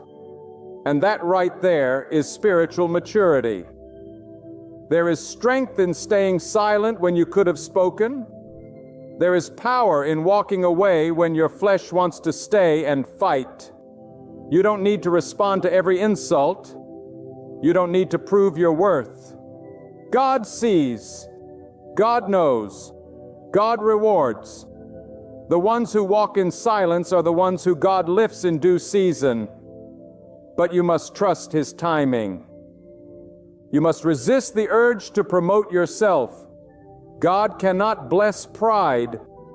God cannot anoint arrogance. God anoints the broken, the contrite, the lowly. And when you walk in humility, your silence becomes your strength, and your focus becomes your protection. The ones who go far in life are not the ones who shout the loudest. They are the ones who learn how to shut the door, get on their knees and do the inner work. They are the ones who understand that real transformation doesn't happen on the outside. It happens when no one is watching. God works in hidden places. He refines in the dark. He promotes in the quiet. And when you stop looking for the spotlight, you will start seeing the sunrise of God's presence in your life. Let the world race for applause. You be still. Let them run to be heard. You remain silent because while they are talking, God is preparing you. You may feel overlooked. You may feel forgotten. You may feel invisible. But listen to this. God does His greatest work in people who the world overlooks. You are not forgotten. You are being forged. You are not invisible. You are being preserved. You are not behind. You are being aligned. And this process requires silence. It requires humility. It requires you to stop defending yourself and start depending on God fully. The moment you release control is the moment you truly give God permission to lead. But that leadership will never begin until your pride ends. You don't need to share your every move. You don't need to explain your growth. You don't need to convince anyone of your journey. Just focus on yourself. Grow quietly. Heal deeply. Pray earnestly. Listen more than you speak. Seek wisdom more than you seek attention. And above all, Stay humble. The ones who kneel before God will stand before any giant. The ones who humble themselves will be honored by heaven. And the ones who stay silent in the fire will be remembered by God when the time for promotion comes. Focus on yourself and let God focus on your destiny. Humble yourself and God will raise you in due season. Stay silent and your silence will speak volumes. You are not called to noise. You are called to purpose, and purpose is refined in humility. There is a beauty in walking silently while everyone else is shouting. There is a strength in focusing inward while others chase outward validation. The soul that is anchored in God does not panic in storms because it has already found peace in the silence. The voice of pride is loud, but the whisper of God is soft. And if your soul is too noisy, you will miss it. God does not shout to compete with the world, He whispers to see if you're truly listening. So, quiet the noise, turn off the distractions, lower your voice, and let your heart be still. That's where you will hear Him. That's where He will give you direction. That's where He will begin to reveal things you never saw before. You've tried doing it your way. Now try surrendering. Try silence. Try humility. Let go of the pride. Let go of the fear. Let go of the pressure to perform. And just be still. Focus. Not on them, not on your enemies, not on the ones who betrayed you, not on those who laugh at your silence. Focus on yourself. Humble yourself. Stay silent. And in that silence, watch how God begins to move mountains on your behalf. Watch how He restores, elevates, and redeems. Watch how He answers the prayers you never spoke out loud. Watch how He brings peace into places you thought were permanently broken. Watch how He uses your silence as a weapon, not to destroy others, but to build you. The battle is not always won with a sword. It's won with stillness, not with a loud voice, but with a quiet soul, not with pride, but with humility. And when God sees that you are willing to stay hidden in His presence, rather than chase the world's praise, He will trust you with a purpose greater than anything you've imagined. Be still. Be lowly. Be quiet. Because in that place, God will do more for you than you could ever do for yourself. You may think that silence is weakness in a world that demands reaction. You may believe that humility makes you less than others. But listen closely. In the eyes of God, the humble are the strongest, and the silent are the wisest. The proud shout for recognition, but God lifts the one who bends low in sincerity. The loud push to the front, but God draws near to the one who quietly waits on Him. This is not about shrinking, it is about surrender. It is not about disappearing, it is about aligning. When you humble yourself, you are not stepping down. You are stepping into a deeper place of divine authority. God does not operate in ego. He works through brokenness, through humility, through quiet hearts that are yielded to His will.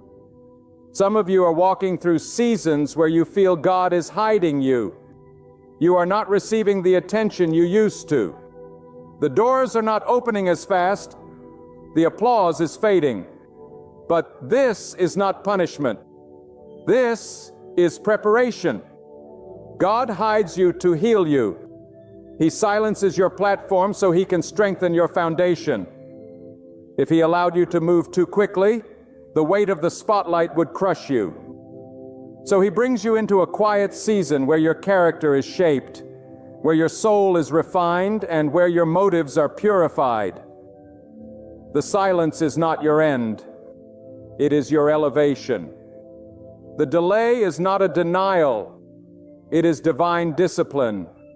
And when God is finished building you in the dark, He will reveal you in the light. but only if you let go of pride, only if you humble yourself and submit to the process. You see, pride demands progress now. It wants recognition without responsibility. It craves visibility without virtue. But God will never give you something that will destroy you. That is why He says, come away from the noise. Come away from the comparison. Come away from the competition. God wants to give you peace, not pressure, but peace is found in humility. Peace is born from silence. And the moment you choose to step back from chasing approval, God begins to show you who you truly are. Not what others think, not what your past says, not what the world demands, but who you are in the stillness where God alone speaks. The person who learns to sit with themselves in silence is the person who becomes a vessel for God's greatness. They do not need noise to feel significant. They do not need claps to feel valued. Their confidence is not built on the opinions of others. It is rooted in the truth that God is with them, even in the quietest valley. And that truth becomes a foundation so strong that no storm can shake it. But this kind of strength cannot be bought. It cannot be taught in a classroom. It cannot be inherited from others. It is earned in the fire of silence, in the crucible of humility, and in the daily discipline of focusing on what truly matters, your relationship with God. You must understand that not every battle is yours to fight. Not every argument deserves your words. Not every critic deserves your energy. Sometimes the greatest answer you can give is silence. Because when you remain silent, you allow God to speak. When you humble yourself, you allow God to move. And when God speaks on your behalf, no accusation, no slander, no betrayal can stand against His justice. You are not your defender. God is. You are not your Savior. God is. And the more you try to fight your own battles, the more you delay the victory that only comes through surrender. There is wisdom in knowing when to speak and when to be silent. And those who walk with God deeply are not impulsive with their words. They understand the weight of silence. They know the value of waiting. They trust that God will do more in one moment of divine intervention than they could do in a lifetime of striving. Silence becomes their weapon. Humility becomes their armor. And focus becomes their direction. These are not passive traits. They are powerful strategies. And when you embrace them, you will begin to walk with clarity, discernment, and strength that does not come from man, but from God Himself. Some of you have been so distracted trying to fix others that you've neglected your own soul. You've tried to correct everyone, explain everything, solve every conflict. But God is saying, focus on yourself, not in selfishness, but in sacred responsibility. Clean your heart, examine your intentions, repair your thinking, redirect your desires. There is work to be done inside of you that is more important than anything happening around you. And when you take that seriously, when you look inward with honesty and surrender, God will meet you there with transformation. Too many people are performing. Too many are pretending. But God is calling for authenticity. He's calling for realness. He's calling for those who would rather be right with Him than popular with people. He's calling for those who will choose silence over spectacle, purity over praise, humility over height. And in that secret place, in that quiet space where no one is watching, God will reward you openly for what you did in secret. The tears you cried in silence, He saw them. The forgiveness you gave without applause, He counted it. The self-control you showed when your flesh wanted revenge, He honors it. Nothing done in humility is wasted. Every seed you plant in silence will bear fruit in season. The wise are not those who talk the most. They are the ones who listen to God the deepest. They are not easily provoked. They are not easily shaken. They walk with a calm that confuses the proud. They respond to insults with peace. They turn away from drama. They guard their energy. They keep their focus because they know the price of distraction is too high. Every time you get caught in foolish arguments, you lose time. Every time you lower yourself to fight with prideful people, you lose focus. But when you stay silent, you keep your peace. And peace is more valuable than being right. Peace is not found in louder word, and it is found in deeper surrender. It is not the result of a perfect life, it is the reward of a humble spirit. God gives peace to those who let go. Let go of the need to be seen. Let go of the urge to respond. Let go of the pressure to perform. Humble yourself. Focus on what matters. Be still. And the same God who parted seas for the faithful, who calmed storms for the devoted, who raised up the lowly and cast down the proud, that same God will guide you, but you must let Him. Let the world chase platforms. You chase purity. Let the world chase relevance. You chase righteousness. Let the world chase popularity. You chase purpose. Because the ones who bow will be lifted high. The ones who walk quietly will be led boldly. And the ones who surrender fully will be blessed completely. But it begins with silence. It begins with humility. It begins with focus. You can't hear God clearly when pride is speaking louder than your faith. You can't see the path clearly when ego blocks your view. Strip it all away. Get quiet. Get low. Get focused. When you focus on yourself through the lens of God's truth, you begin to realize just how much work there is to be done inside. The hidden bitterness, the silent fears, the buried pains must be dealt with. Not on a stage, not in a crowd, but in the secret place where your soul meets God. And only a humble spirit is willing to face those places. Only a surrendered heart is willing to say, God, change me from the inside.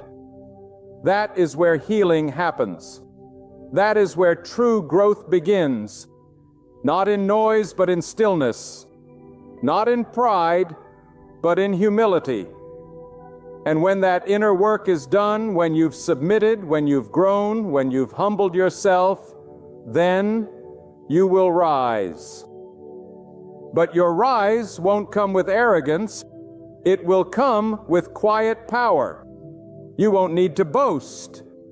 Your presence will carry authority. You won't need to demand attention. Your peace will draw it. And those who once looked down on you will ask, how did you become so strong? And you will know it was not by might, not by performance, not by force, but by staying silent, staying humble, and focusing fully on what God was doing within. When you walk with God, you begin to understand that power does not always look like thunder. Sometimes it looks like quiet obedience. Sometimes it looks like tears falling in prayer while no one is watching. Sometimes it looks like walking away from conflict, not because you are weak, but because you are strong enough to let God handle what your flesh wants to control. This world tells you to speak your truth, to assert yourself, to demand your place. But what the world doesn't understand is that those who walk with God do not need to prove anything to anyone. God's approval is enough. His wisdom is enough. His plan is perfect, and His timing cannot be rushed. There is something sacred about a person who chooses silence in a time of attack. There is something powerful about a person who chooses humility when they could choose revenge. That kind of strength cannot be imitated. It must be cultivated through time spent alone with God. It is in those hidden moments that your soul is forged. The outside world may not see it, but heaven sees everything. Every insult you ignore, every false accusation you endure without retaliation, every moment you choose peace instead of pride, God records it and He will not forget it. What is done in humility will be rewarded by God Himself. Maybe not today, maybe not in front of people, but in due time and in the perfect way. We live in a generation that thinks silence is weakness and humility is failure. But God works opposite to the world. What man praises, God often rejects. And what man overlooks, God chooses to elevate. You don't need to keep up with them. You don't need to match their pace or imitate their noise. All you need to do is stay grounded in the presence of God.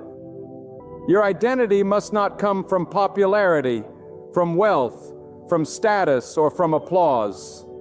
It must come from knowing that you belong to God, that you are known by Him, guided by Him, and covered by Him.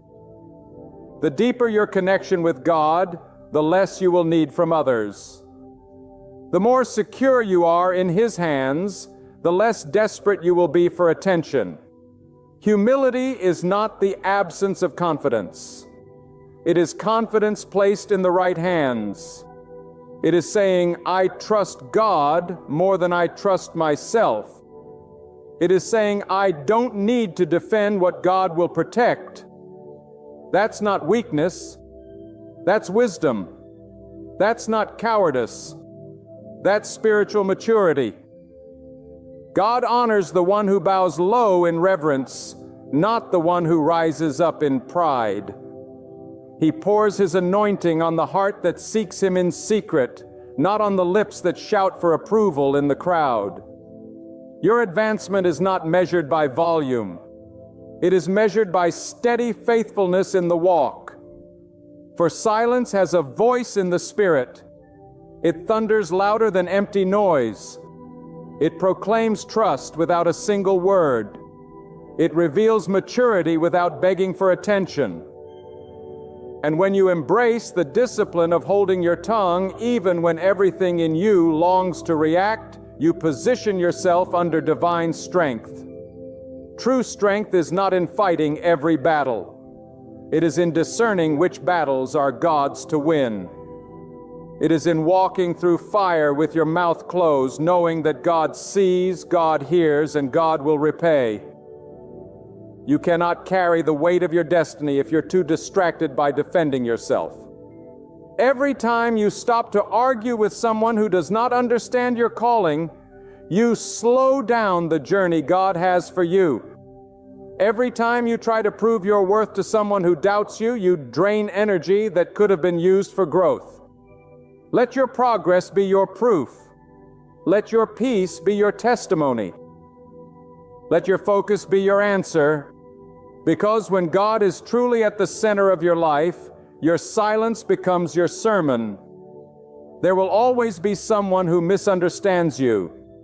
There will always be someone who doubts your motives. Let them talk. Let them assume. Let them believe whatever they choose. That is not your battle. Your only responsibility is to stay in alignment with God. When your motives are pure and your focus is clear, no amount of noise can derail what God has already written. The path of the humble is not free from hardship, but it is always guarded by God. And when you humble yourself, God becomes your shield. When you stay silent, God becomes your advocate. You don't need to shout to be powerful. You don't need to boast to be relevant. You don't need to advertise your goodness. If you truly walk with God, your life will speak without a word. Your actions will carry weight. Your peace will confuse those who expected you to break. And your humility will attract blessings that pride could never earn. Because God opposes the proud, but He lifts up the one who lowers himself. That's not just a lesson, it's a law. You cannot fake humility before God.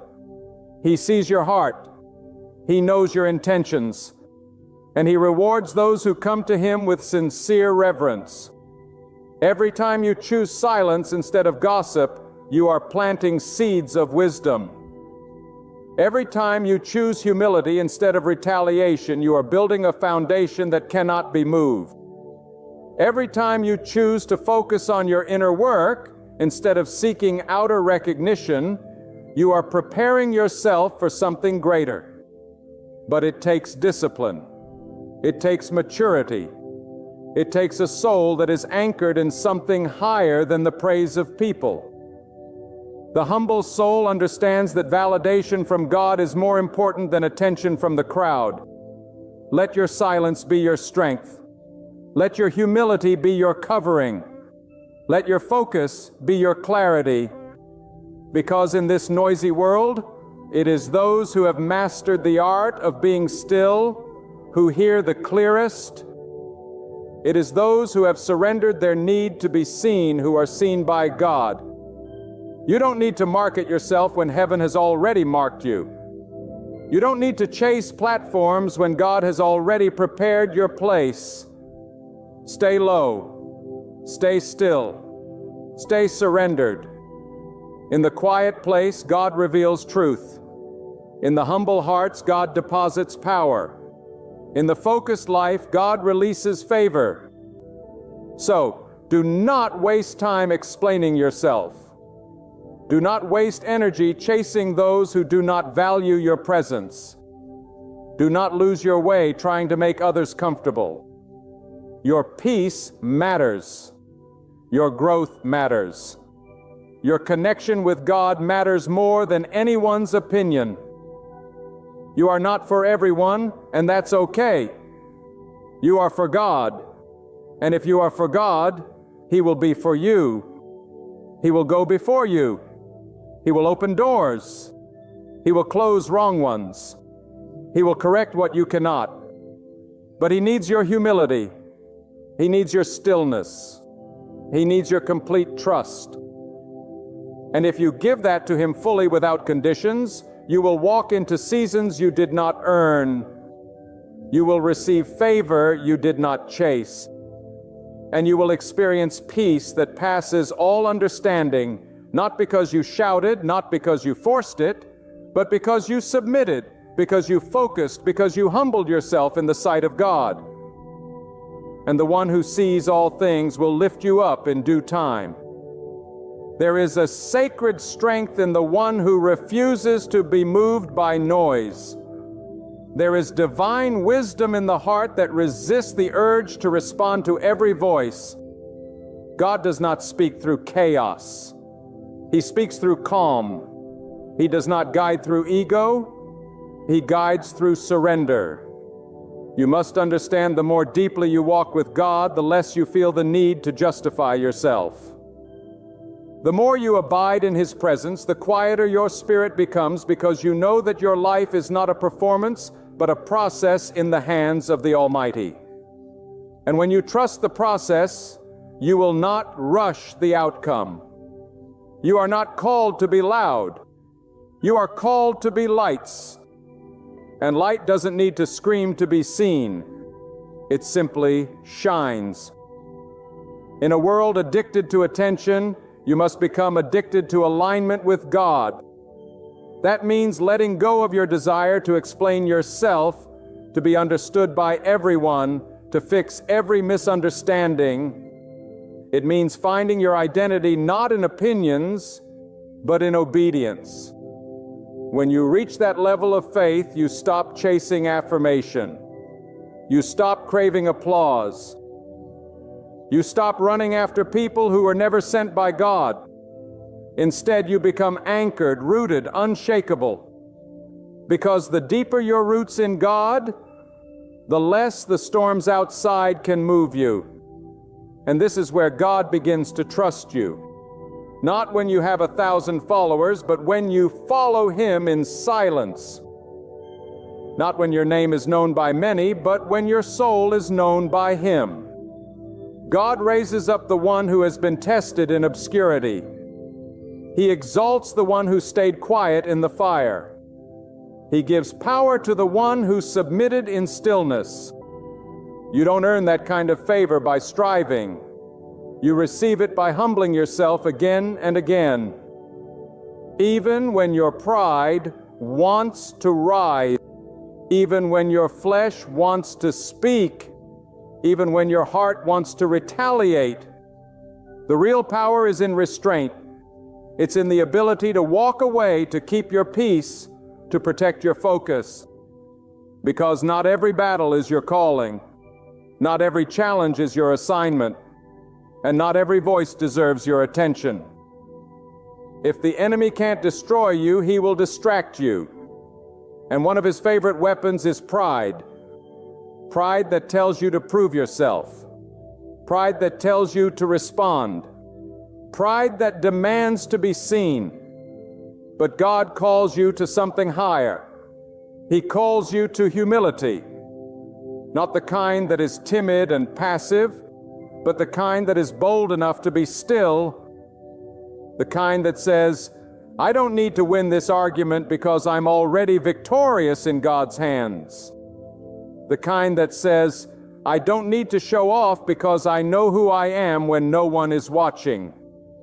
That kind of humility breaks chains. That kind of humility silences the enemy. That kind of humility invites God to fight for you in ways you never imagined. You cannot build a life of peace on a foundation of pride. You cannot build a future with God if your heart is consumed by the desire to be right, to be seen, to be praised. Let it go. Let the need to explain yourself die. Let the desire for approval be buried. God will not share His glory with your ego. And the more you cling to the opinions of people, the further you drift from the truth of God. But the moment you release it, the moment you say, God, you alone are my validation, that is when you begin to rise. Not in the world's eyes, but in God's divine favor. People may look at your silence and mistake it for weakness. They may interpret your humility as submission to them. Let them, because you are not serving people's perceptions. You are walking in alignment with a higher purpose. You are obeying God even when it costs you your pride. And obedience to God will always cost you something.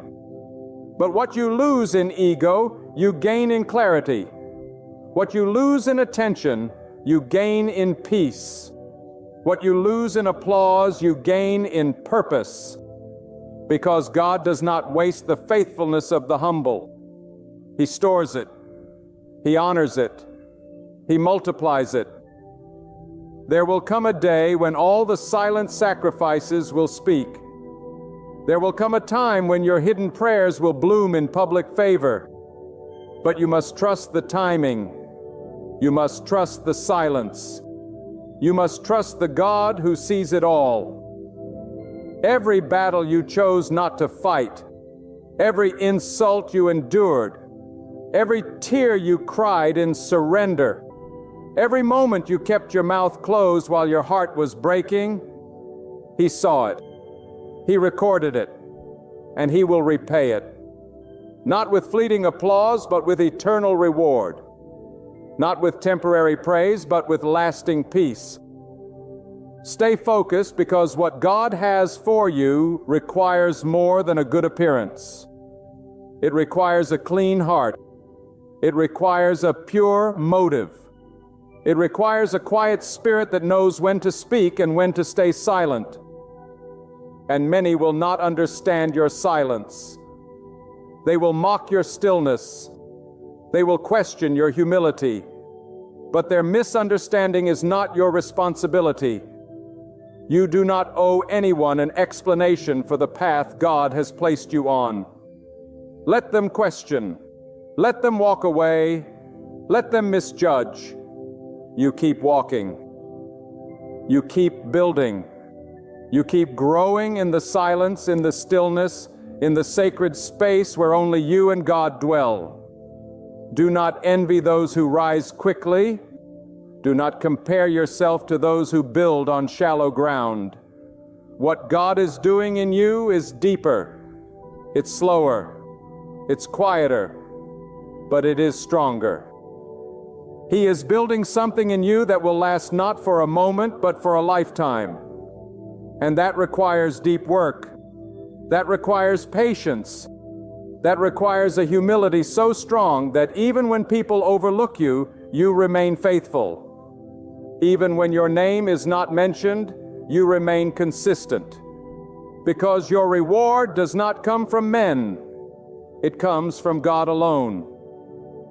When you choose humility, you step into alignment with the very nature of your Creator. God resists the proud, but He draws near to the humble. He lifts the lowly. He blesses the one who does not exalt themselves. And in a world that's obsessed with image, you must become obsessed with integrity. In a world that rewards performance, you must pursue authenticity. This walk with God is not about being impressive. It's about being surrendered. It's not about being popular. It's about being faithful. And if you can be faithful in silence, faithful in obscurity, faithful in humility, then you are ready to carry what God is preparing for you. There is a weight to what God is building in your life. It cannot be rushed. It cannot be microwaved. And it certainly cannot be built on pride. Lay your ego down. Lay your need for applause down. Lay your desire to respond to every voice down. And focus. Focus on what God is doing in you. Focus on who He is shaping you to become. Focus on the healing. Focus on the discipline. Focus on the refinement. Because that work, though hidden, though quiet, though painful at times, is the work that produces true strength. You are not behind. You are not forgotten. You are not invisible. You are in process. You are being prepared. You are being purified. And in due time, God's time, you will rise. And when you rise, it will not be because of your voice, but because of your silence. Not because of your pride, but because of your humility. Not because you forced your way in, but because God opened the door, and that is the kind of rise that lasts. That is the kind of promotion no one can take away. That is the result of a life fully surrendered to God. And now I tell you, if you desire to walk in true favor, then walk in the unseen. If you desire to carry real peace, then learn to carry it in silence. God does not anoint the loudest voice in the room, but the quietest spirit in the secret place. It is not the one who boasts of their strength, but the one who bows before the Almighty in humility, who becomes the vessel for something greater. You will never find lasting fulfillment in the eyes of people. People change, crowds shift, applause fades, but God remains. And when you are rooted in God, you are no longer shaken by human opinion. Let them say what they will. Let them mock your silence. Misunderstand your humility. Question your stillness. But you remain planted. You remain grounded. You remain focused. Because you are not walking for their praise. You are walking for God's approval. And His approval's not loud. It's steady. It's not always visible to others, but it is always powerful. It shows up in your peace, in your resilience, in your ability to endure what others crumble under. That strength comes from God, and it grows only in the garden of silence and humility. Every day you are faced with a choice: react or respond, retaliate or retreat, speak or be still. And your answer should always be guided by your submission to God, not your feelings, not your emotions, not your pride. Feelings change, emotions deceive, pride destroys, but God remains. When you pause before you speak and ask, "Is this pleasing to God?" that is the beginning of wisdom. When you choose to be still rather than to stir up chaos, that is the beginning of maturity. And when you humble yourself and say, "God, you lead and I will follow," that is the beginning of favor. This world is obsessed with proving, performing, achieving, and being noticed. But God is not impressed with performance. He's drawn to purity. He's drawn to authenticity. He's drawn to the one who quietly says, "Even if no one sees me, I will still honor you, God. Even if no one claps for me, I will still walk with integrity. Even if no one thanks me, I will still serve with a full heart." That kind of life is not wasted. That kind of life is watched by heaven, and God rewards it. Not always immediately, not always publicly, but always perfectly. Many people want the harvest, but are unwilling to go through the hidden season of planting. They want the crown, but resist the cross of humility. But listen, what God builds in secret is always stronger than what man builds in public. A tree that grows fast and tall but has shallow roots will topple when the wind comes.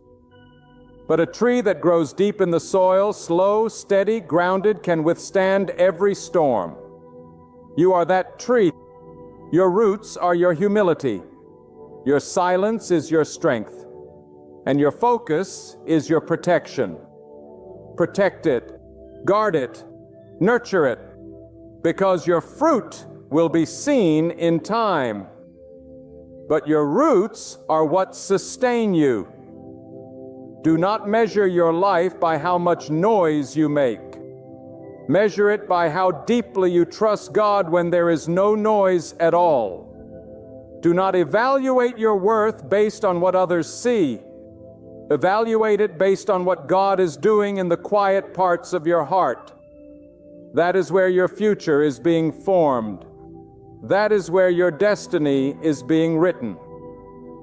And if you truly believe that God is the one who orders your steps, then you must also believe that He has a reason for the silence, a purpose for the delay, a blessing in the stillness. God is not rushed. He is not pressured. He is not insecure.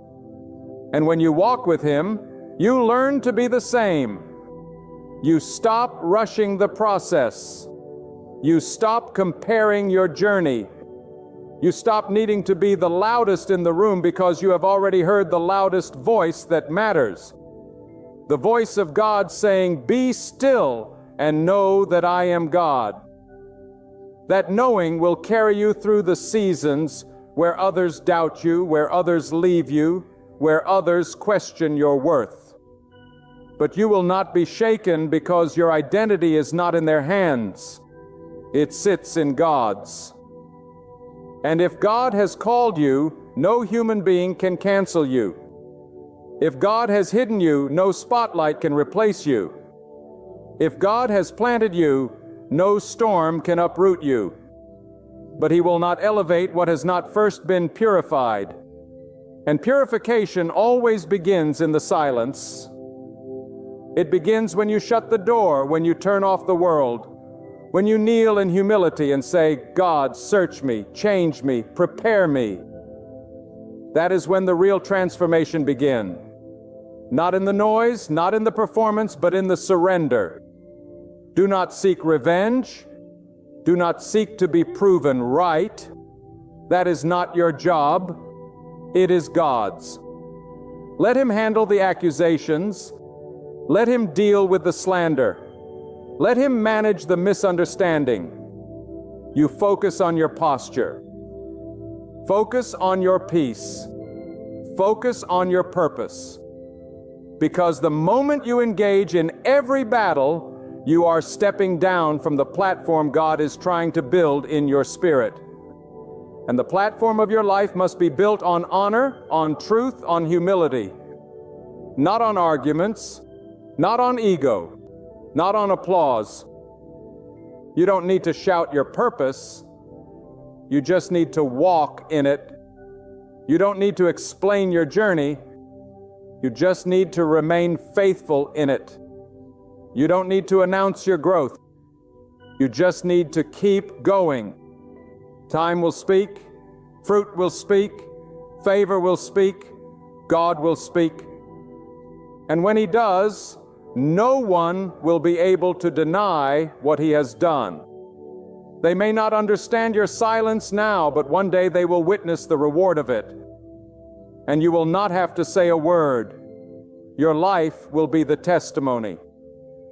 So keep walking, keep listening, keep growing. Let the pride fall off. Let the noise die down. Let the need for validation disappear. You are not here to be liked. You are here to be aligned. You're not here to dazzle. You're here to obey. You're not meant to be loud. You're called to shine with quiet faithfulness and humility. When you walk in that way, God will do what only He can do. He will lift you. He will carry you. He will surround you with favor as your shield.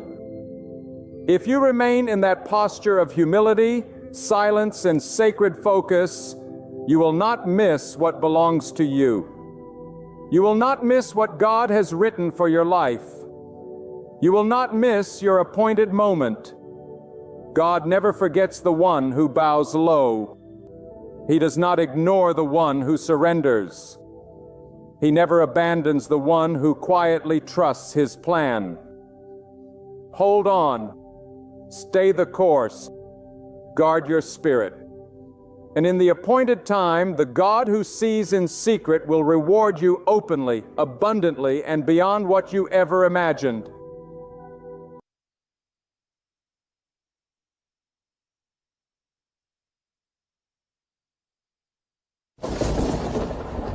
There comes a time when heaven's silence begins to carry a voice. A time when the storm that once roared is humbled by a gentle whisper. And I want you to catch it today. Not with your ears, but deep within your spirit. Because God is speaking to you right now. Words the enemy hopes you'll never hear. Truth your pain has tried to muffle. A message your circumstances have attempted to bury, but you must hear it clearly. God declares this is the end of your hardship. Not because you've earned it, not because you've achieved it, but because in His mercy He has spoken an end to your trial, for He still reigns on the throne, and nothing continues beyond the season. He ordains.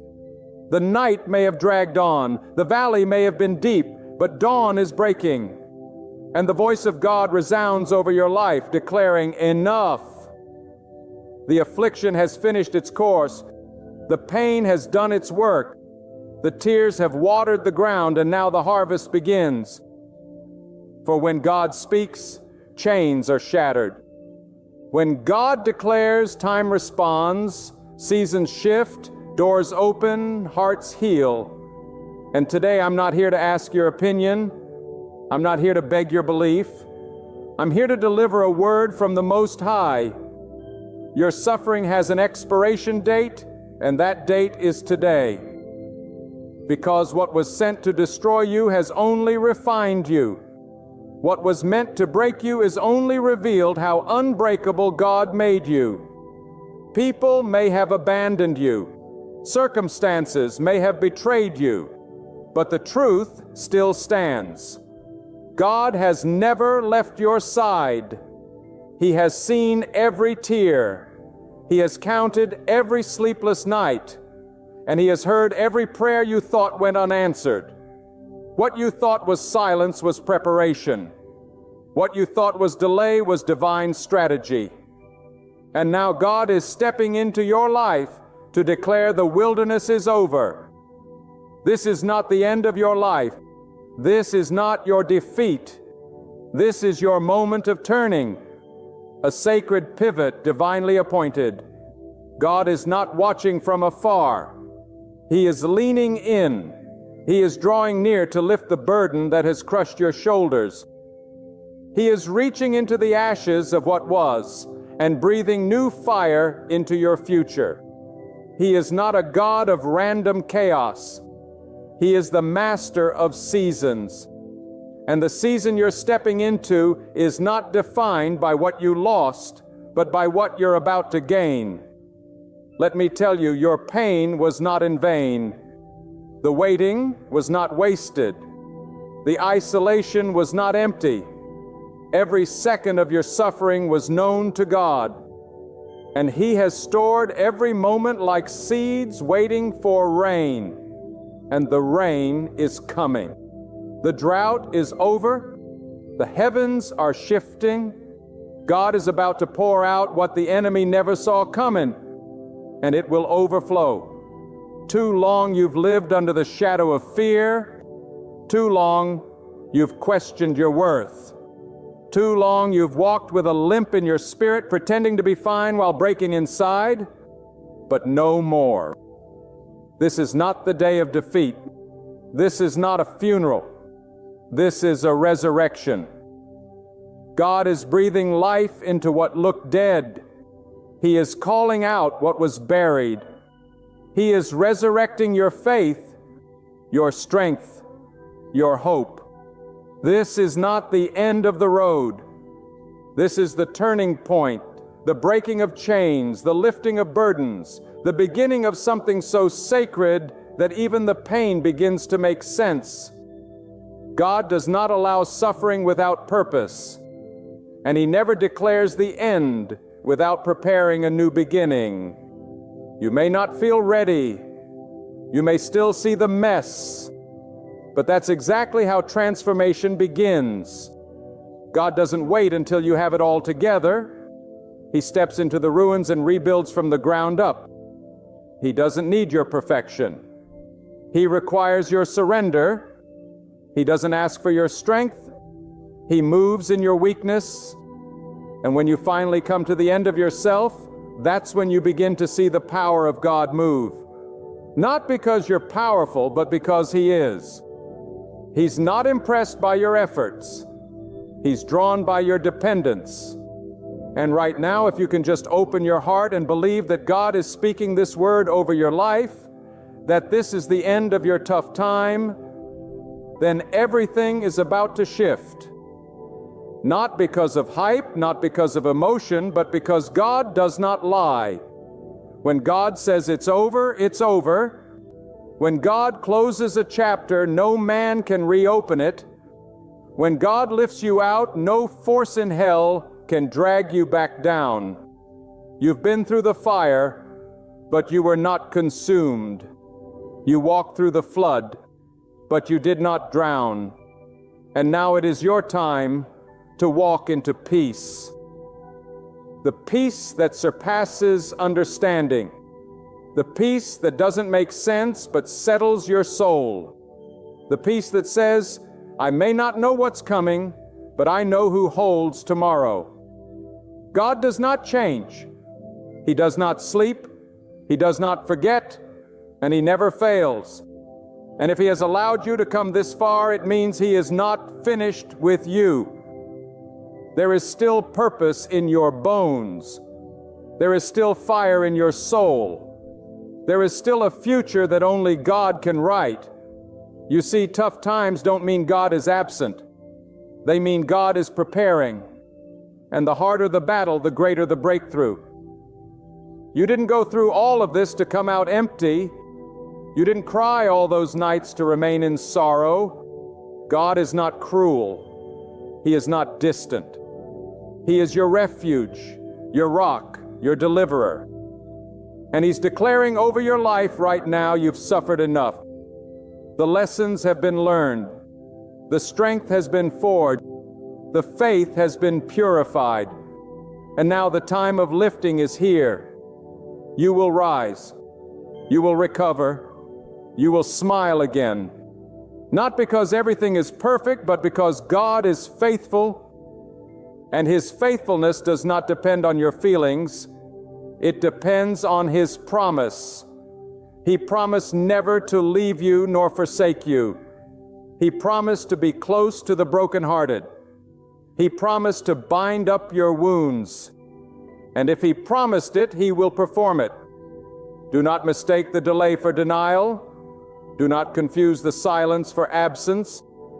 God has been working behind the curtain, and now He is about to reveal what He's been preparing. Some of you lost relationships. Some of you lost jobs. Some of you lost peace. But God says you are not empty. You are ready. Ready for the next level. Ready for what's been hidden. Ready for what eyes have not seen and ears have not heard. Because the tough time has been a training ground. And the warrior you've become was not built on the mountaintop. It was forged in the valley. And now that valley is behind you, you will look back and not even recognize the person you were.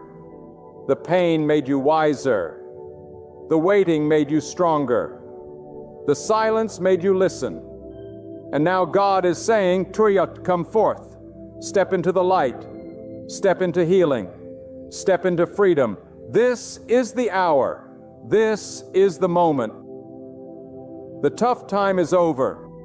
Not because you escaped it, but because you conquered it.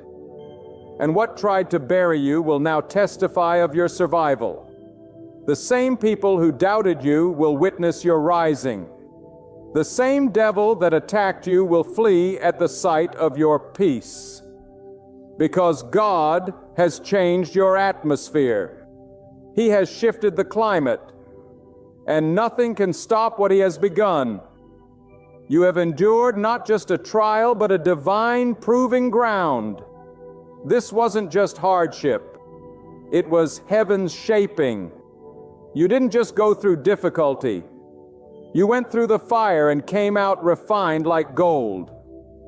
And what you didn't see during those long, weary nights was how God was working silently like a master craftsman behind the scenes. He was removing what couldn't go with you into your next chapter. He was pruning so that you would bear greater fruit. He was stretching your faith so that it could hold the weight of the blessings that are now approaching. You felt loss, but God saw preparation. You felt delay, but God saw development.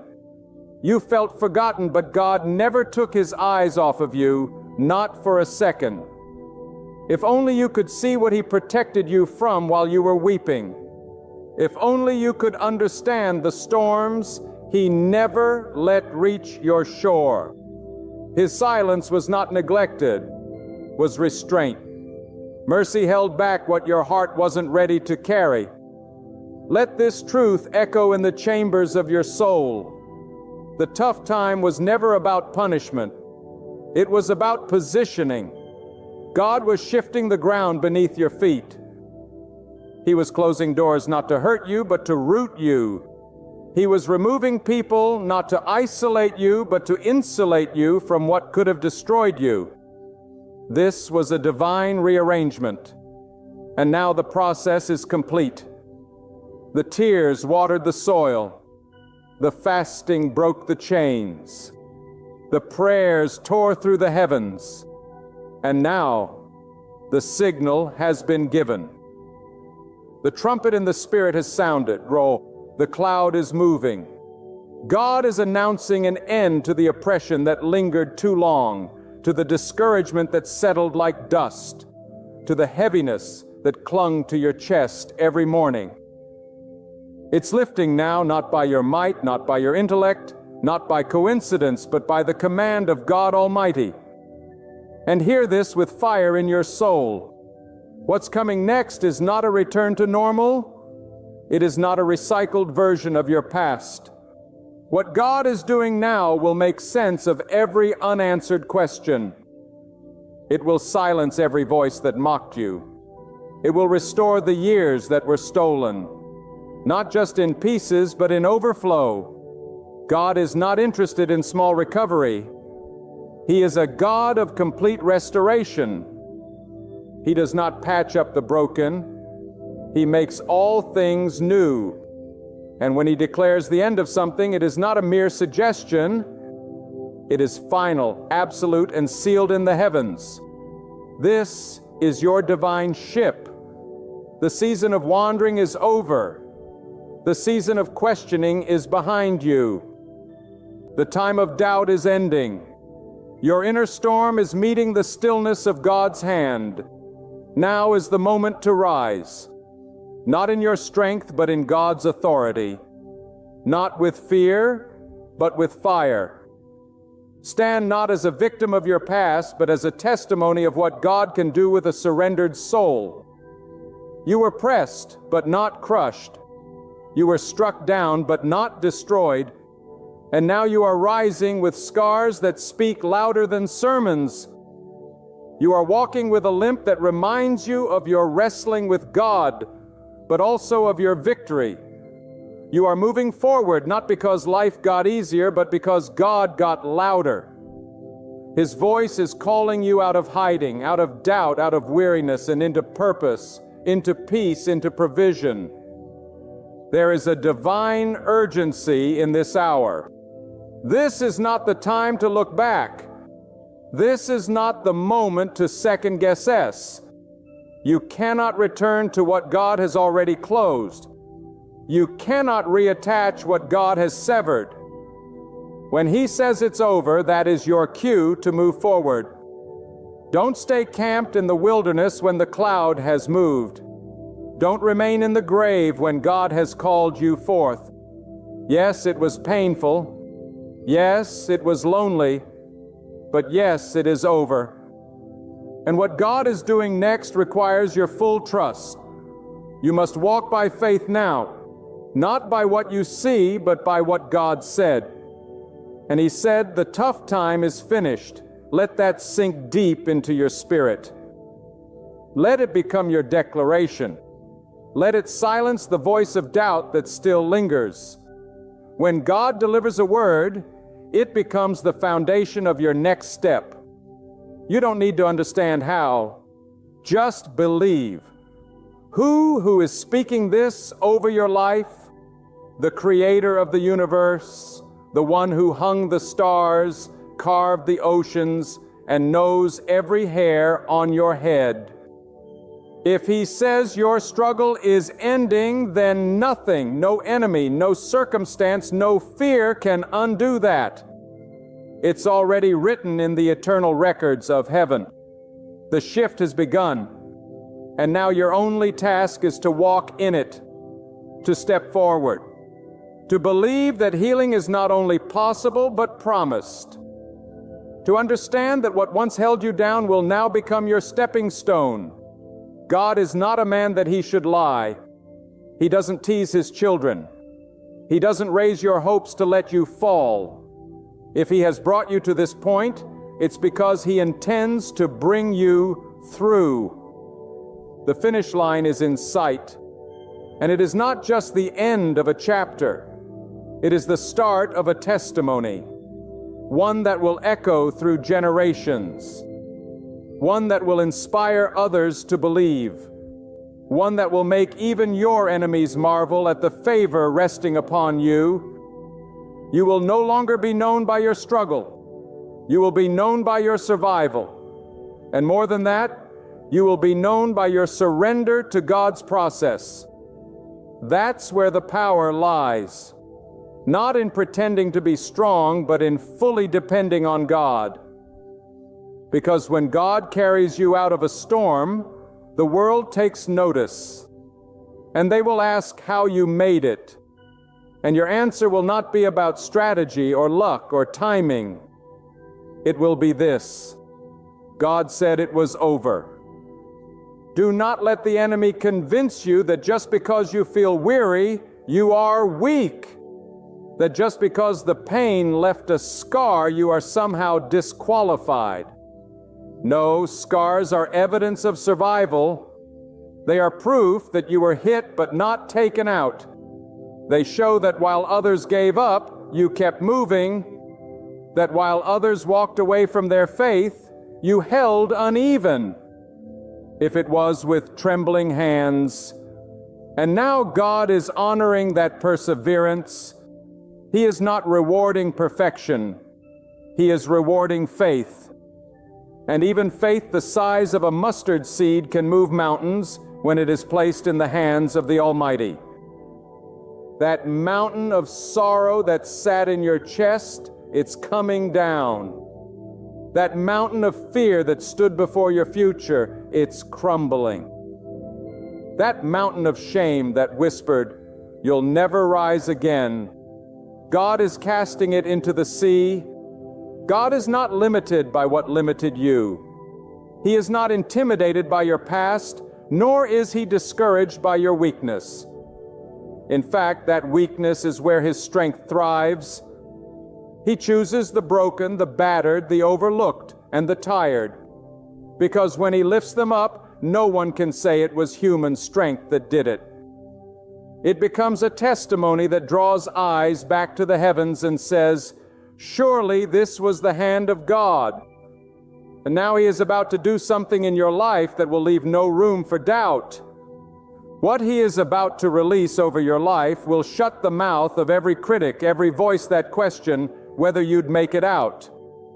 He is preparing to do exceedingly abundantly above all you can ask or imagine or not in the next life.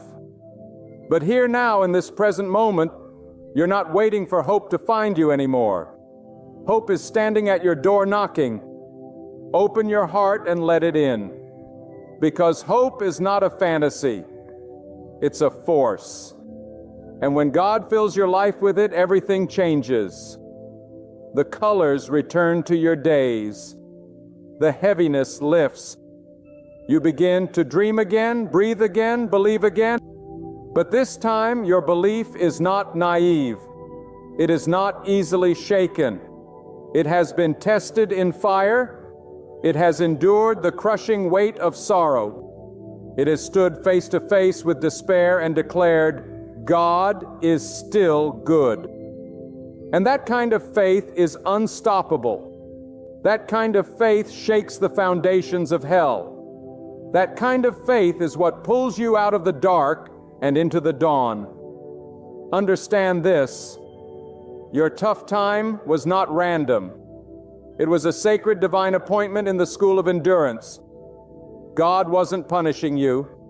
He was preparing you. Preparing you to carry more peace. Preparing you to speak with more authority. Preparing you to help others out of the very pit He pulled you from. He has entrusted you with experience, not just for yourself, but for someone else's deliverance. Because when you come out of this, and you will, you won't just be free, you'll be equipped, Mo. You'll have eyes that can see suffering and hands ready to lift. You'll carry wisdom wrapped in compassion. And your very presence will be proof that tough times don't last, but people anchored in God do. There are seasons where God hides you, not to reject you, but to protect what He's building in you. He had to take you out of certain places, not because you didn't belong, but because the environment was contaminating your growth. He had to cut off relationships, not because you were unlovable, but because the attachments were draining your spirit. You didn't lose those things. You were preserved. He separated you so that He could sanctify you, because what He's about to release in your life required space. And God will not pour new oil into old wineskins. This is a new day, a new measure, a new assignment. And the old can't go with you. So now you must make peace with what didn't work out. Forgive what you cannot understand. Release what you can no longer carry. The season has shifted. What you carry now is too heavy to drag old burdens with you. God is saying, let it go, lay it down. The battle is no longer yours, it's mine. That anxiety you've been wearing like armor, take it all. That self-doubt you've allowed to guide your decisions, tear it down. That guilt that keeps resurrecting your past, bury it for good. God is not calling the version of you that lived in survival mode. He's calling the version that is ready to live again. The one that knows peace can bloom even after pain. That knows restoration is not a fantasy, but a birthright in the presence of God. Listen closely now. Not with your ears, but with your spirit. You can almost feel it. The wind is changing. The air is lighter. The weight on your shoulders is starting to lift. That is the sound of divine movement. That is the breath of heaven signaling the end of your season of struggle. It won't always be like this. And for you right now, it no longer is like this. The line has been drawn in the spirit. The darkness has reached its limit. God has set the boundary and declared no more. No more torment. No more confusion. No more spiritual drought. The dry place is being flooded. The barren land is about to bloom. The time of mourning is being exchanged for dancing. And where there was once lack, there will be overflow. You may not see the full picture yet, but trust this. God never begins a work He does not intend to finish. He never starts writing a story only to leave it half-fold.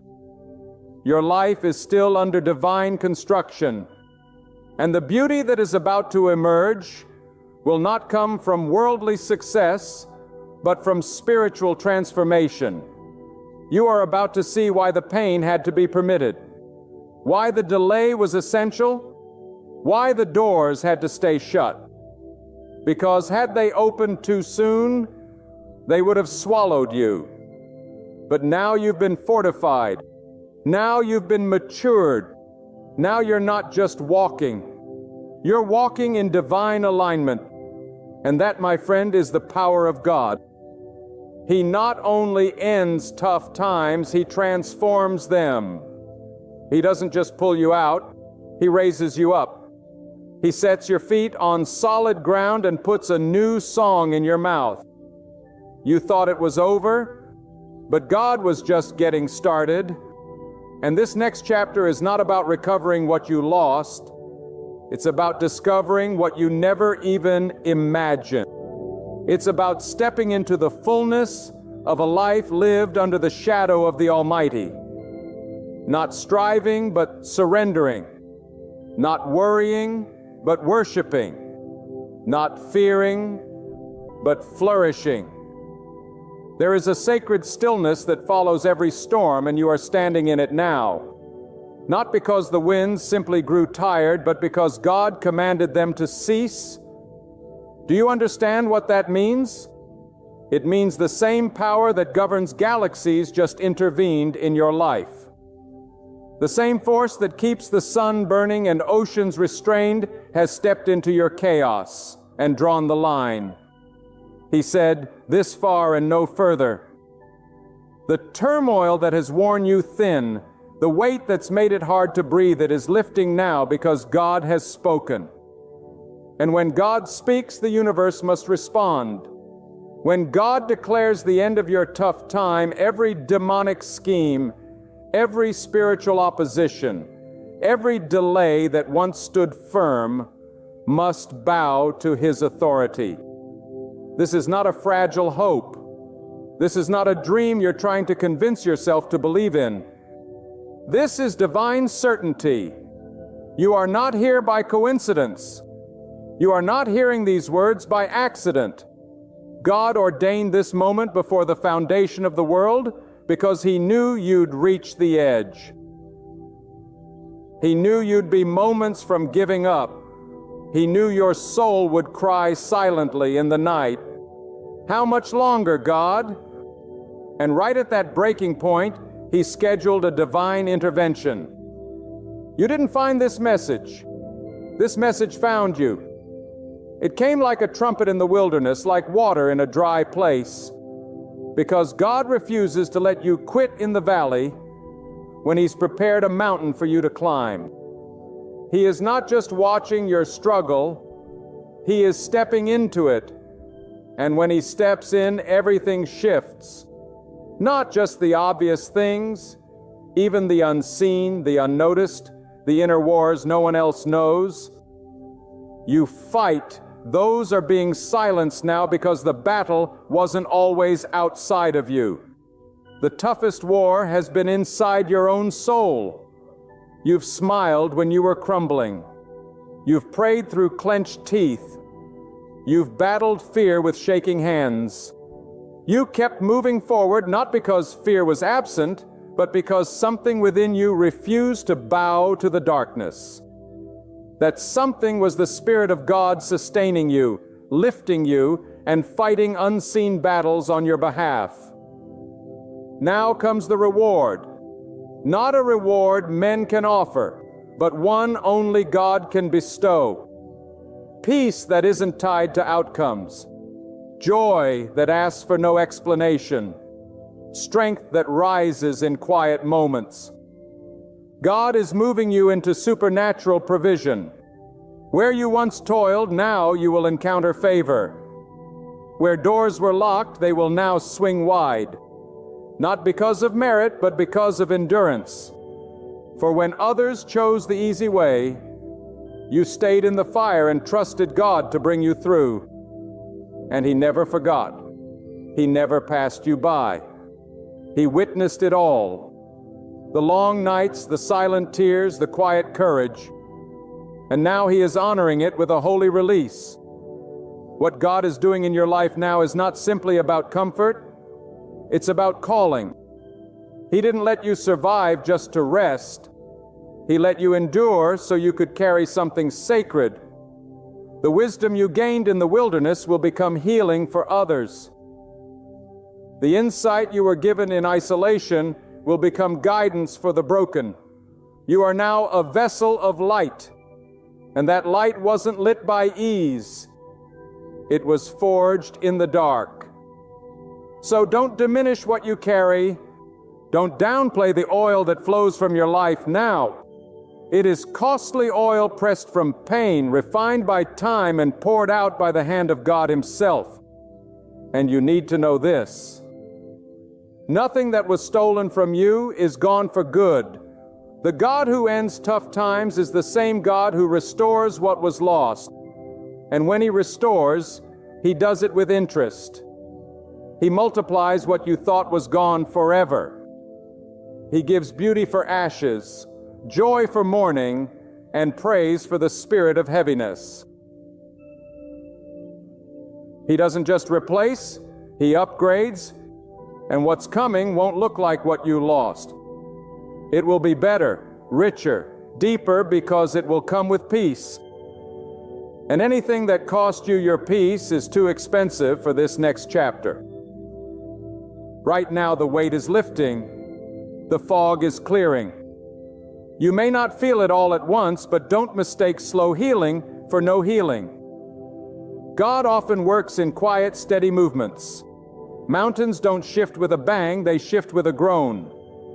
And your life is groaning into alignment. The ground beneath your feet is stabilizing. The noise of the past is fading, and the voice of God is growing clearer. He's not yelling, He's whispering. Because now that the storm has passed, He can speak in soft tones again. And what is He saying? Come forth, rise up, breathe again, smile again, dream again. Walk boldly into the new season because it has already begun. Let go of the guilt that says you don't deserve it. Let go of the shame that still tries to chain you to the past. Let go of the self-doubt that argues with your destiny. God has already judged you worthy not by your works, but by your endurance.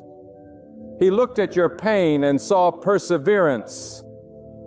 He saw faith, and faith moves mountains. Faith breaks chains.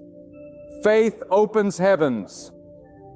You are not weak for feeling weary. You are mighty for not giving up. And now God is rewarding that tenacity with transformation, not just of your situation, but of your identity. You're not just someone who went through a storm. You are someone who emerged from it, clothed in strength, anointed by the struggle, and appointed for greater things. The pain you endured was not for nothing. The weight you carried wasn't wasted. God is too intentional to let your suffering be in vain. He is the master builder, and every brick of hardship was laid with precision. Every tear you cried was counted. Every night you spent staring at the ceiling, begging for answers, was heard. And now He's answering not with explanations, but with restoration, because when God answers, He doesn't always explain what He was doing. He shows you why it had to be done. You're about to walk into answers that don't come in words, but in wonders. You're about to live the reason for your season. The questions that once screamed in your soul will bow to the peace that comes when God shifts the atmosphere. You've been faithful over little, and now He is making you ruler over much, not to make you boastful, but to make you fruitful. Your survival wasn't for you alone. It was for the ones who will follow your footsteps, hoping someone can show them that the dark doesn't last forever. And you'll show them not with sermons, but with your scars, not with theory, but with the authority of experience. You've become a living message of God's mercy, a walking example that the fire may rage, but it cannot consume what God has preserved. You are not marked by what tried to kill you. You are marked by the hand that kept you alive. There were moments you almost broke, times you questioned if you had the strength to make it another day. But look at you now. You're still standing, and not by your own doing.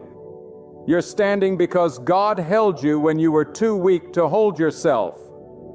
And now He is not just holding you. He is lifting you, elevating you, pushing you into the purpose that was buried beneath all the chaos. He's bringing it to the surface, now like treasure rising from the depth. And when God reveals purpose, no enemy can bury it again. No opposition can steal what He ordained. What you are walking into is not open for negotiation. It is sealed by divine decree. There is a spiritual momentum building in your favor. You may not feel it in the natural yet, but something is shifting in the unseen. God doesn't wait for perfect circumstances to move. He speaks things into existence long before you see the evidence. And today He is speaking acceleration over your life. You've crawled long enough. You've wept long enough. Now comes the season of swift progress, divine alignment, unexpected blessings. The people who rejected you will watch as you rise.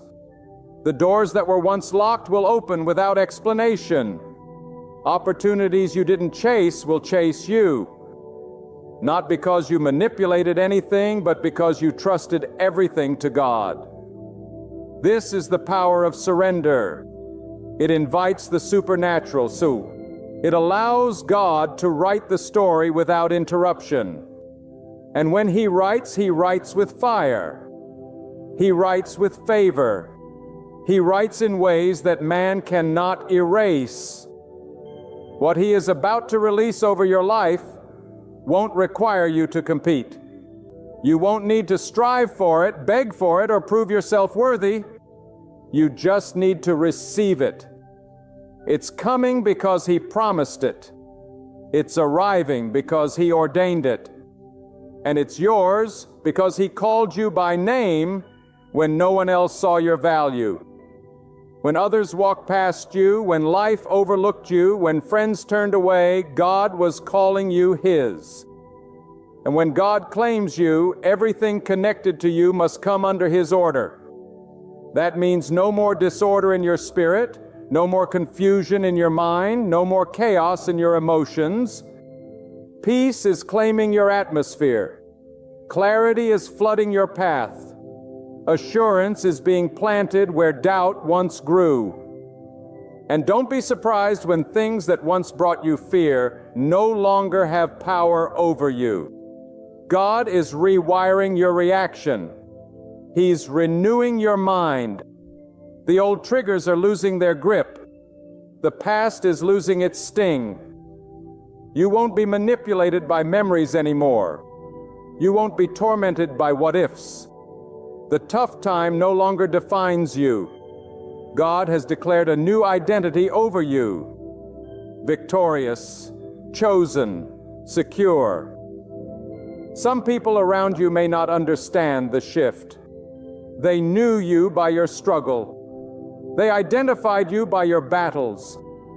But God is changing your name in the Spirit. No longer burdened, no longer forgotten, no longer broken. He is calling you redeemed, strengthened, restored. And when God names you, that name carries authority. It carries protection. It carries destiny. The labels that life stuck on you are falling off like dust. The words others spoke over you are being reversed in the courts of heaven. The curses are breaking. The cycles are ending. The generational patterns that tried to repeat themselves through you are being interrupted by the power of God's hand. This is your reset, a holy reset. God is not just delivering you. He is delivering your bloodline. He is cutting off what plagued your family for years. He is stopping the repetition of pain. You are the interruption. You are the shift. You are the proof that when God steps in, nothing stays the same. Your future will not mirror your past.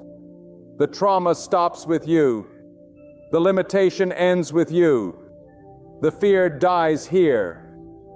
And from this day forward, a new legacy begins. One built not on survival, but on supernatural strength. One fueled not by fear, but by faith. And now as the dust settles and the fire of affliction fades behind you, you must understand this. You are stepping into a holy moment, divine, crossing over. The wilderness is behind you. The silence, the struggle, the shadows, they are no longer your portion. God is drawing a clear line in your life.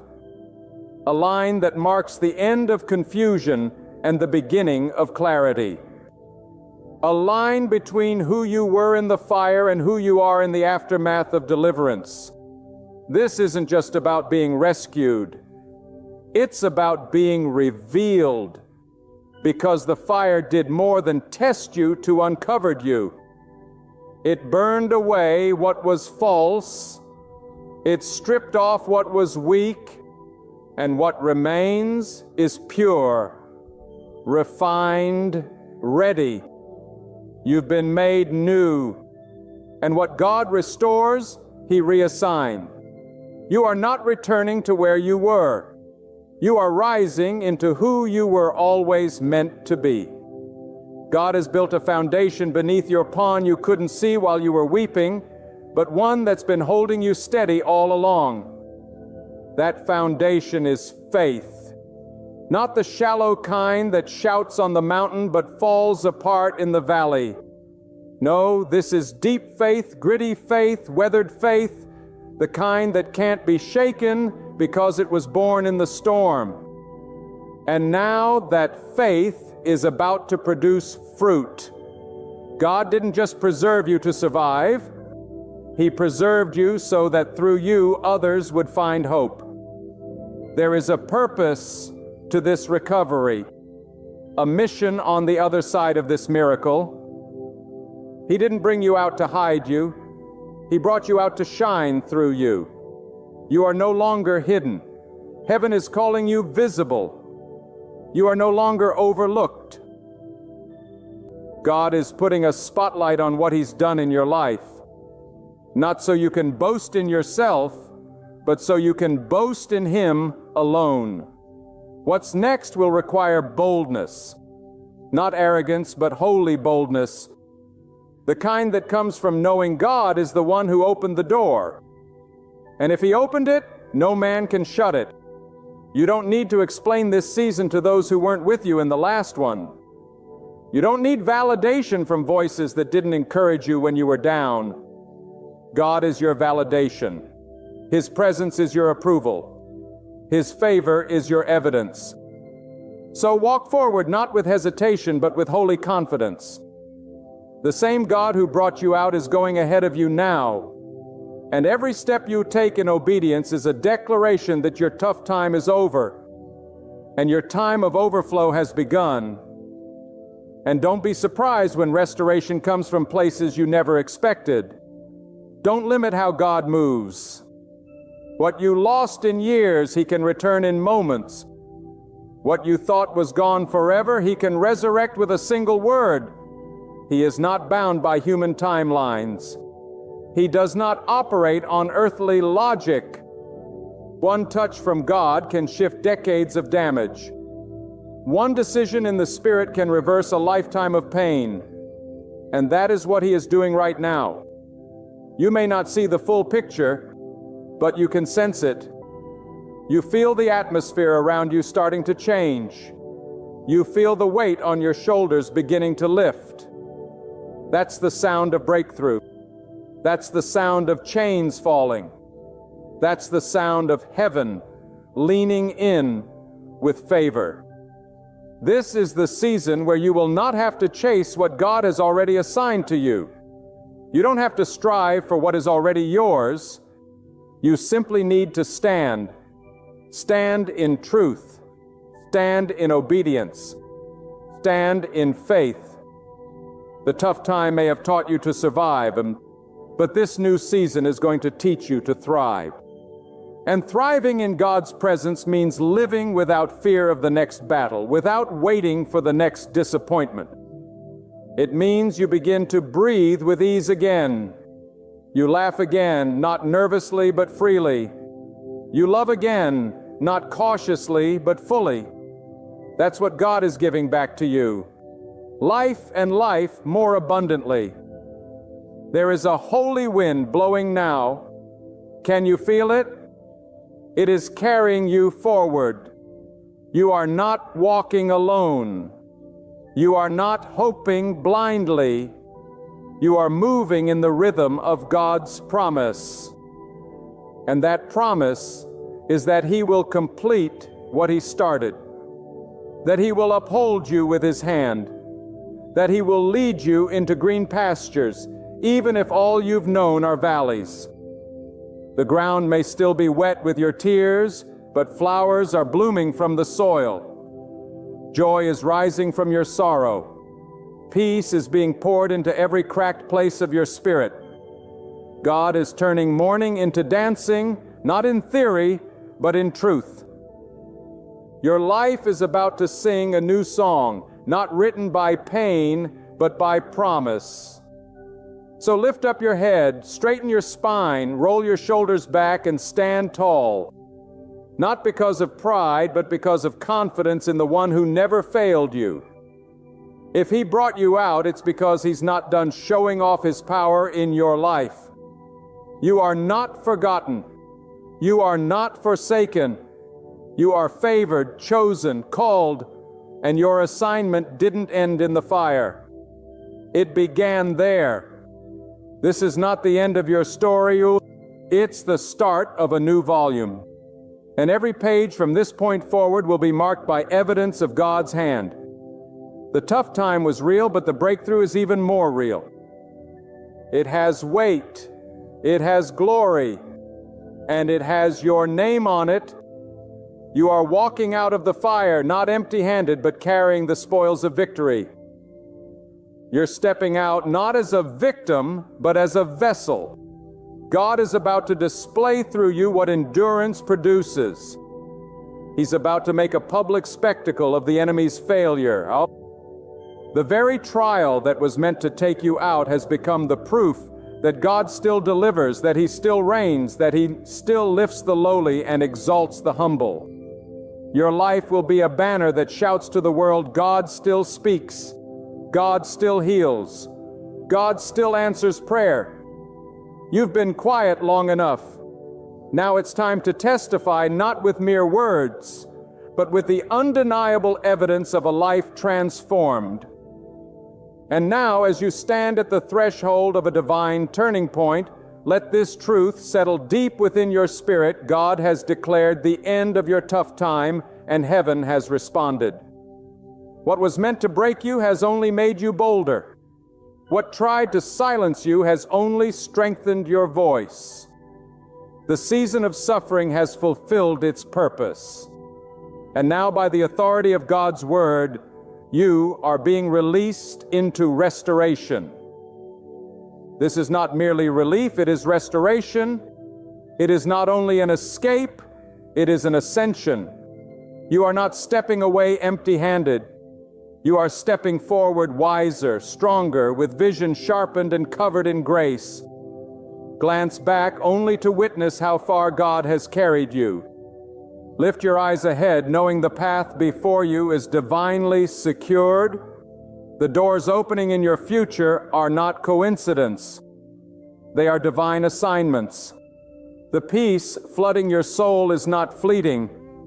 It is everlasting. You will no longer move in survival mode. You will walk in holy purpose.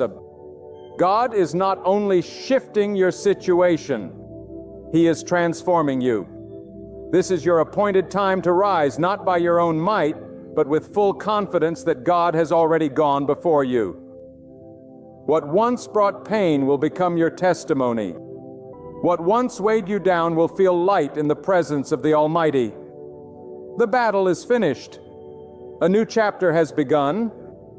God has declared it, and it stands firm. Listen carefully right now. A season will come when the clamor around you grows unbearable. The smiles seem endless, the words sound so kind, and the helping hands so ready that you start to assume everyone near you is on your side. But I need to speak the truth into your life today. Not everyone who stands beside you truly stands for you. Not every hand that reaches toward you intends to bless you. Not every voice that cheers is genuine. And not every presence in your circle is sent by God. Some people are positioned around you by the world. Others are placed there by God. One brings peace, the other brings only confusion. One leads to clarity, the other to chaos. Yet here is the miracle. God, in His perfect wisdom, will not let you walk blind forever. He will reveal the truth to you. He will reveal it sometimes with fire, sometimes with storms, with moments that rock your very soul to show you who truly belongs in your life.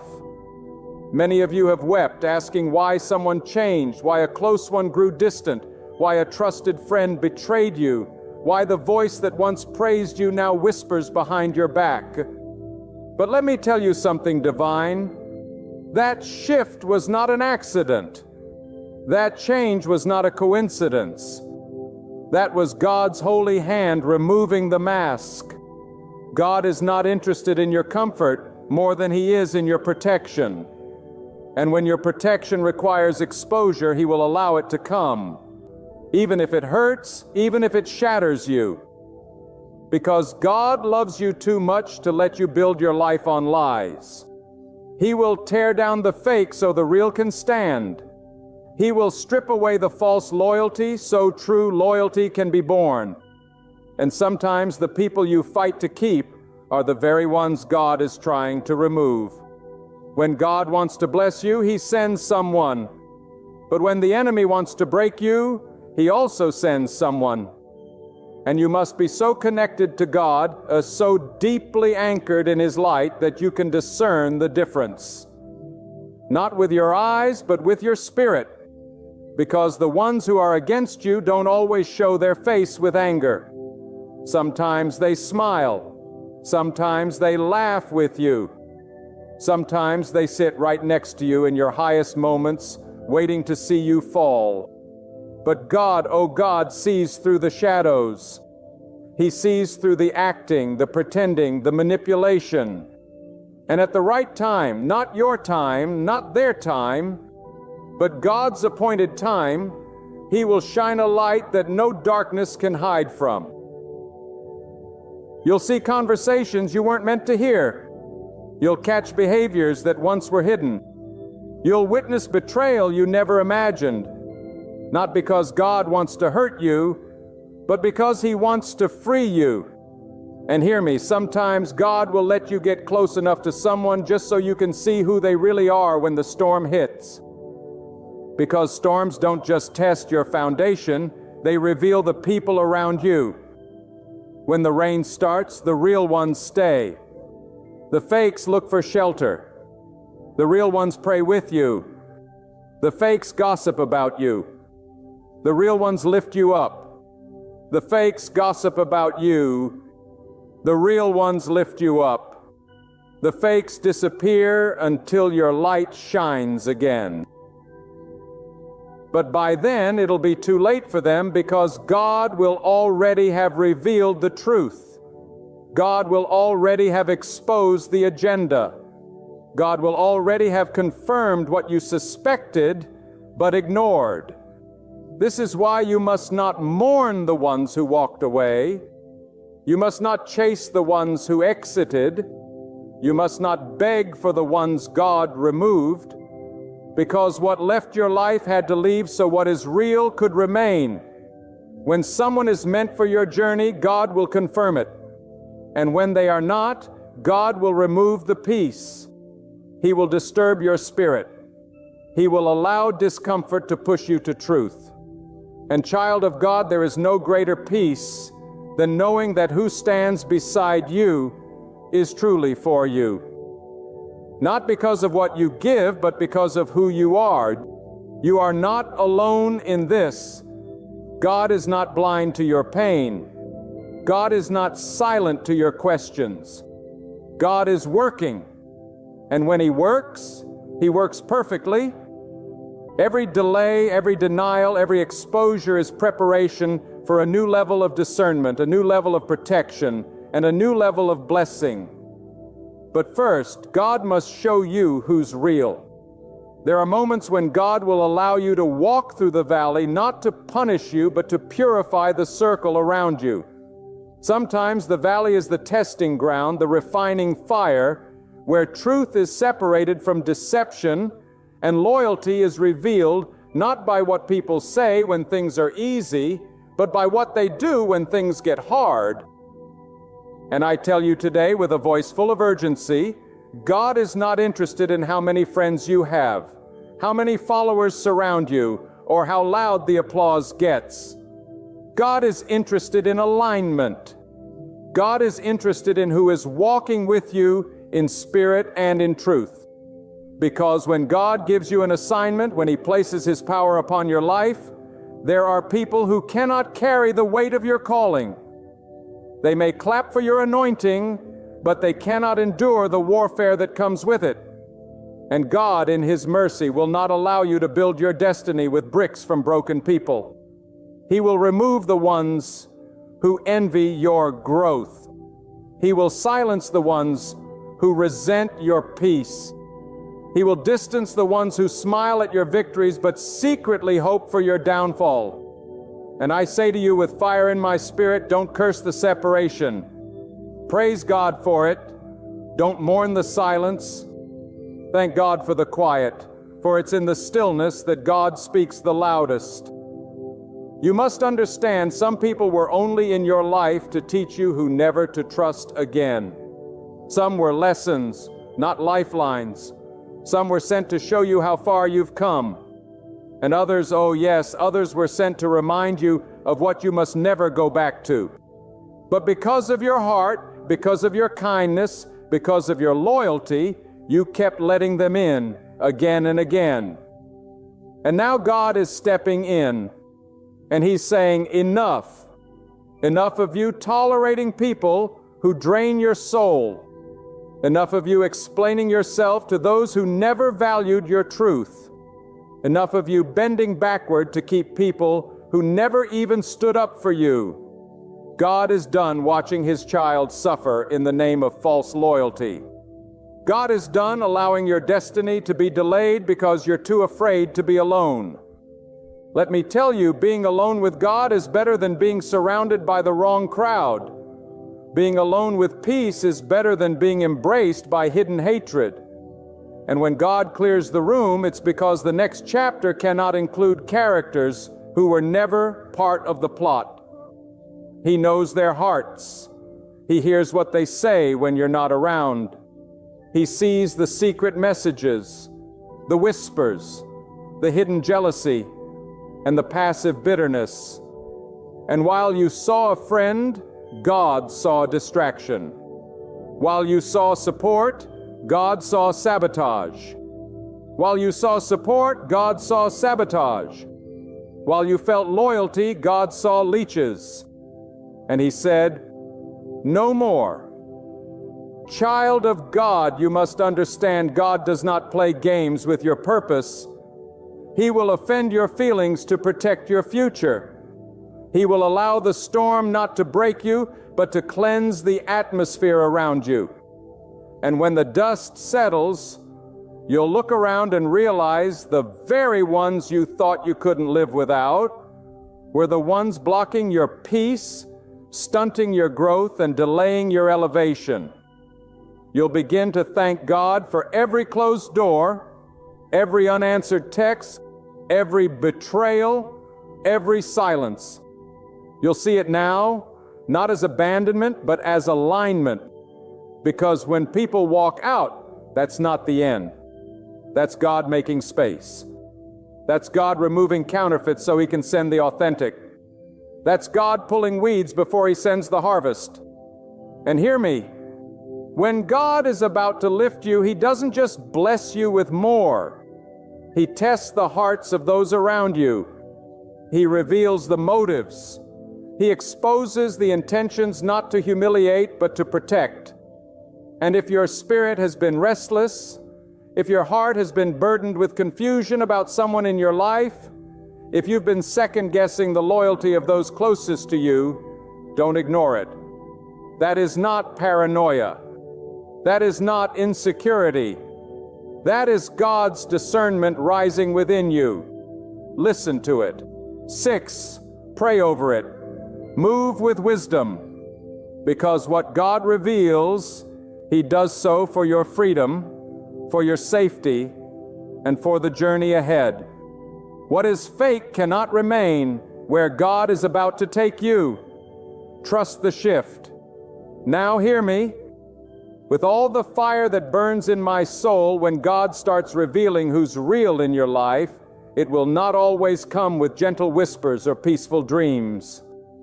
No, sometimes the truth hits like a hammer. It shatters illusions. It disrupts comfort. It wounds the pride. Because when God lifts the veil, it's not to entertain you, it's to awaken you. And make no mistake, awakening is never soft. It is a holy disruption. It is God shaking the ground beneath your feet so that anything not rooted in truth, anything not sent by Him, anything that does not serve your divine calling falls away. Some of you have been holding on to people that God has already removed in the Spirit. You're still trying to resurrect what God has buried. You're still trying to find light in what God has already declared as darkness. But hear this now. God does not partner with confusion. God does not bless what keeps you in bondage. God does not strengthen what keeps you weak. And when He reveals, it is a call to action, a call to release, a call to align your loyalty with Him, not with people who have proven again and again that they do not honor your worth. You see, loyalty is sacred. But blind loyalty is dangerous. There comes a time when your love for others must not outweigh your obedience to God. And obedience sometimes means walking away. Sometimes it means letting go. Not in bitterness, not in revenge, but in holy surrender. Because if God had to pull someone out of your life, it means He heard conversations you didn't hear. He saw traps being set. He saw intentions that your heart in all its purity could never detect. And even though it hurts, even though your heart bleeds from the loss, you must trust that God's hand is still sovereign. He doesn't just remove, He replaces. But first He must purify. And oh, how God purifies with fire. You may go through seasons of loneliness. You may sit in rooms that feel emptier than before, but don't confuse emptiness with abandonment. God has not abandoned you. He's isolating you for clarity, for revelation, for preparation. And the people you once leaned on, the ones you thought would walk with you forever, may become strangers overnight. Don't fight it. Don't chase what God is erasing. Let them go. Let the chapter close. Let the season end, because what God is preparing for you is not casual. It's consecrated. It's set apart, and it cannot be tainted by false alliances. Let me say this loud and clear. Real people, God-approved people, they won't compete with you. They won't manipulate you. They won't drain you, distract you, or deceive you. They will recognize your value. They will protect your name in rooms you're not even in. They will honor your journey even when you stumble. They will correct you with love and pray for you in silence. They don't need to be loud, flashy, or constant. They just need to be consistent, truthful, and God-sent. And until they arrive, walk with God alone. It's better to walk with truth in solitude than with deception in company. Because when you align with God fully, He aligns the people in your life accordingly. He filters, He sifts, He removes, He replaces, and He does it all with divine timing. So if the phone stopped ringing, if the invite stopped coming, if the love turned cold, don't panic. That's not rejection. That's redirection. That's God preserving you for the next level. And let me assure you, what's coming requires faith. It requires purity. It requires that only those who can handle your truth, your growth, your blessings, and your battles walk with you. And when they come, when God sends the real ones, you won't have to question it. Peace will surround the connection. Confirmation will follow the bond. No, there will be no striving, no chasing, no forcing, only flowing. Because when it's from God, it flows. So wipe your tears, straighten your shoulders, and lift your head. What you lost wasn't your foundation. It was just scaffolding. Temporary support for a season that has now passed. God is building something eternal in you. And the real ones, those who are destined to stand with you, will not just witness your rise, they will help carry the weight of your calling. There is a sacred reason why God allows exposure to come before elevation. Because if He elevated you with the wrong people by your side, your blessing would become your downfall. If He lifted you while you were still surrounded by hidden enemies, by those who clapped with one hand and cursed with the other, your peace would crumble, your progress would stall, and your purpose would be poisoned. So God, in His infinite mercy, begins the process of revealing. And this revelation doesn't always come through thunder or fire. Sometimes it comes through the quiet, through the sudden changes, through the disappointments that seem to come out of nowhere. One day you're laughing with someone, the next they're gone. One moment you're being praised, the next you're being falsely accused. But child of God, hear me. God is not in the business of confusion. He is in the business of clarity. What He allows to fall apart, He does so with purpose. What He allows to break off, He does so for protection. You may not understand it while it's happening. Your heart may wrestle with confusion. You may question yourself, replay conversations, blame your kindness. But the truth is, it's not about what you did wrong. It's about what God is making right. God is not just concerned with your comfort. He is focused on your calling. And when your calling becomes threatened by counterfeit connections, He steps in. He does not ask your permission. He does not consult your emotions because your destiny is too valuable to gamble with. He would rather see you cry now than see you crush later. And yes, you will cry. You will grieve what felt real. You will mourn the loss of those who once felt irreplaceable. But in time, you will see it was necessary. The betrayal was necessary. The silence was necessary. The distance was necessary. Because without it, you would have continued walking with blindfolds on, tethered to people who secretly hoped you would never rise above them. But God knows your worth even when others don't. He knows your heart, your effort, your sincerity, and He refuses to let you pour all of that into empty vessels. So He lets the cracks show. He lets the masks slip. He lets the truth surface. And yes, it's uncomfortable. Yes, it's painful. But it's also holy because there is no growth without separation. There is no next level without letting go. Some of you are on the verge of your breakthrough, and yet you feel like you're being broken. That's not punishment. That's preparation. You're being pruned so you can produce more. You're being refined so you can carry more. You're being emptied so God can fill you with what's pure. So don't curse the breaking. Don't fight the isolation.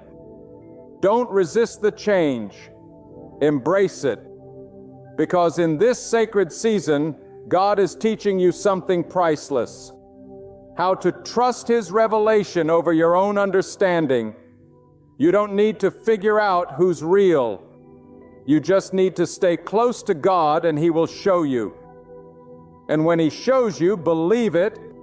Stop making excuses for people God has exposed. Stop repainting red flags just because your heart is attached. You cannot move forward with chains wrapped around your ankles. You cannot soar with dead weight tied to your spirit. And make no mistake, emotional weight is the heaviest kind. It will suffocate your clarity. It will drain your energy. It will sabotage your joy. That's why God is stripping it. That's why God is shaking everything around you.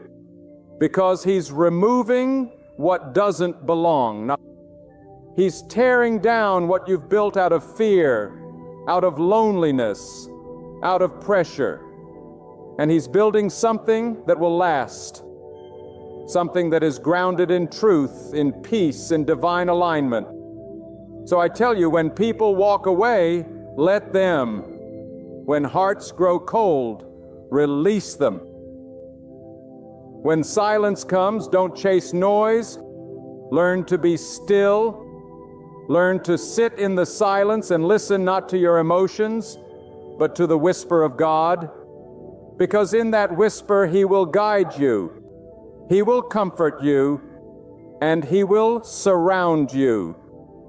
Not with many, but with the few who are real, the few who are chosen, the few who are sent not just to be around you, but to walk beside you in truth, in loyalty, and in purpose. Some of you listening right now are in the middle of that sacred exposure. You're watching the ones you trusted the most begin to reveal cracks in their character. You're witnessing inconsistencies, feeling unspoken tension, Sensing something is off, and you don't know whether to confront it, ignore it, or walk away.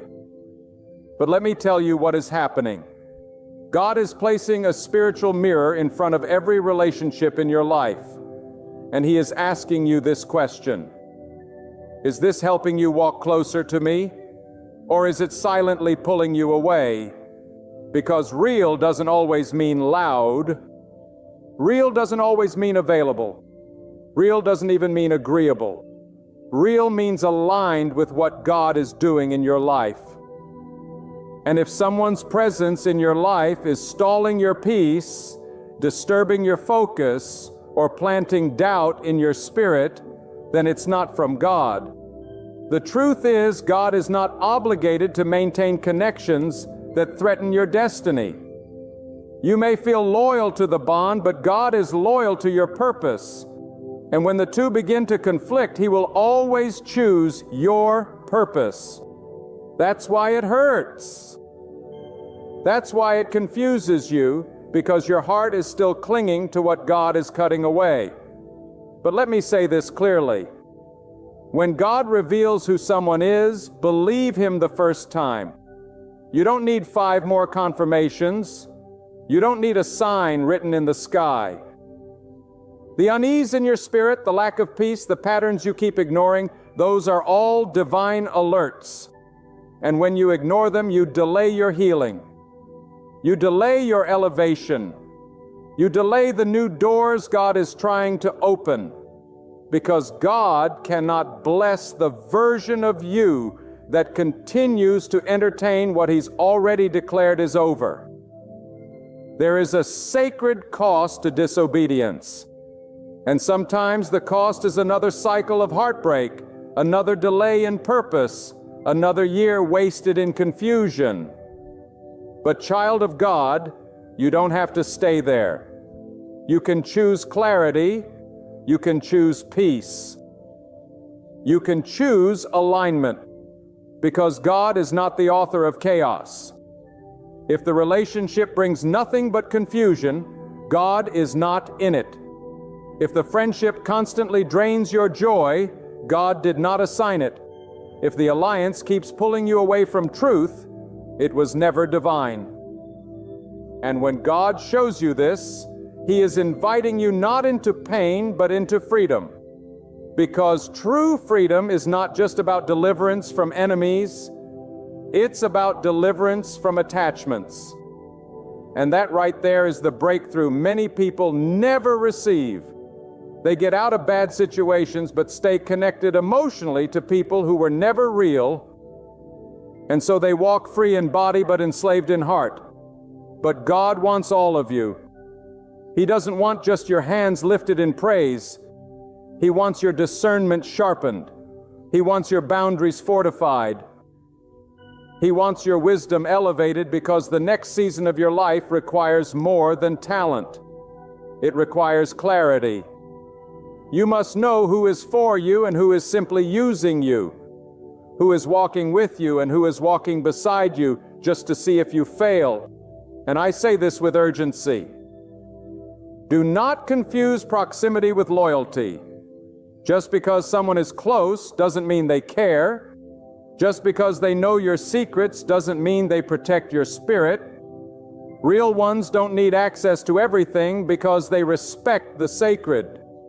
They don't just hear your struggles, they pray over them. They don't just show up when you shine, they stand when you're silent. They don't compete with your calling, they celebrate your favor. And until God brings those kinds of people into your life, don't settle for company that only loves you in comfort but abandons you in conflict. If they only love the version of you that pleases them, it's not love, it's control. And when God begins to break those chains, let Him. Because what's coming to your life will require purity of connection. God is going to send people who align with your spirit. They will be few, but they will be powerful. They will be quiet, but they will be steady. And they will not pull you from God. They will push you toward Him. That is how you will know. The real ones carry peace, not confusion, truth, not flattery, purpose, not pretense. And God will make sure you see it clearly. There is something holy that happens when God clears the room. At first, it feels like loss. It feels like heartbreak, like rejection, like the ground has been pulled from under you. But what you must understand is that God never removes without replacing. And when He replaces, He doesn't just give you people. He gives you pillars. He gives you those who will hold up your arms when you're weary, not just take from you when you're strong. He gives you truth tellers, not flatterers. He gives you people who know how to pray with you in silence, not just praise you in public. But before those pillars arrive, He must tear down the old walls. Walls that were built with weak bricks laid by those who smiled at you, but never truly stood with you. And sometimes the process hurts because God isn't only revealing others, He's uncovering your own pattern of putting up with too much.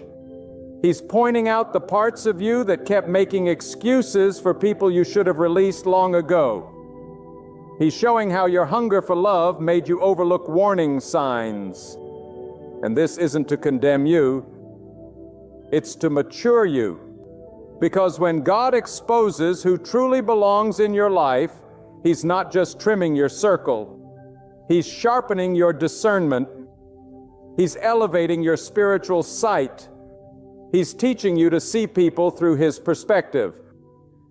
Not through the filter of longing, but through the filter of truth. Some people still linger in your life only because you haven't faced the truth. Deep down, you know they drain your strength. You know they talk about you when you're not there. You know they only appear when it serves them. And yet, you continue to open the door. But let this be the moment you close it. Let this be the season you choose peace over pity. Let this be the time you walk in the confidence that says, if God revealed it, I believe it. You cannot keep asking God for elevation while refusing to let go of dead weight. You cannot keep praying for peace while clinging to people who bring confusion.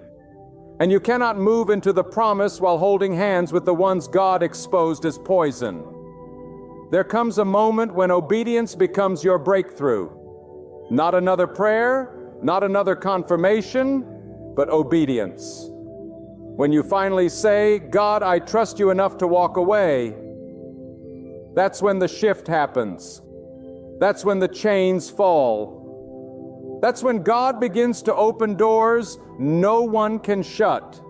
Because now He knows He can trust you, not just with blessings, but with boundaries.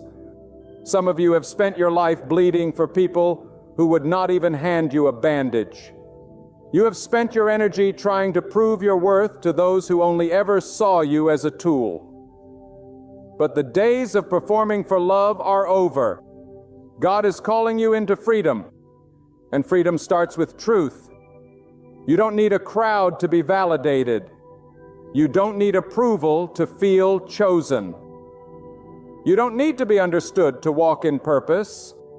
You need God. And when God becomes your source, you no longer chase validation. You rest in revelation. You no longer beg for loyalty. You wait for what's sent, and God will send it. Oh, He will send it. He will send real people, real friends, real supporters, real voices who carry His presence, not just opinions. And when they come, you will know. There will be no striving, no guessing, no pretending, just peace, just truth, just confirmation. But you must make room. You must be willing to unclutter your life from what God never said. And I promise you, when you do, you will not be left empty. You will be filled with something pure, deeper, stronger than anything you've ever had before. Because what God has for you is real. And before He releases it, He's making sure you can recognize it. You see, God is not in a hurry like we are. We want answers now. We want clarity now. We want to see who's real and who's not. The moment we sense something is wrong. But God is strategic. God is intentional. He doesn't just remove people quickly. He lets time expose them. He lets circumstances reveal hearts. He allows seasons to shift just enough that what was hidden under comfort now begins to rise to the surface. He waits until the moment when you're strong enough to see, wise enough to understand, and brave enough to walk away. Because truth without strength is dangerous. If God showed you the full truth while your heart was still too weak to let go, you'd fall into despair. So He strengthens you first. He lets you go through moments of confusion, not to punish you, but to prepare you for the day of clarity. And when that day comes, the mask falls. The true intentions become visible. The energy changes. The tone shifts. What used to feel easy begins to feel heavy. What once brought peace now stirs anxiety. And this is the part many people miss, because when that shift happens, they don't want to accept it. They remember the good times. They replay the memories. They talk themselves into staying. But God is not revealing these things for your memories. He's revealing them for your future.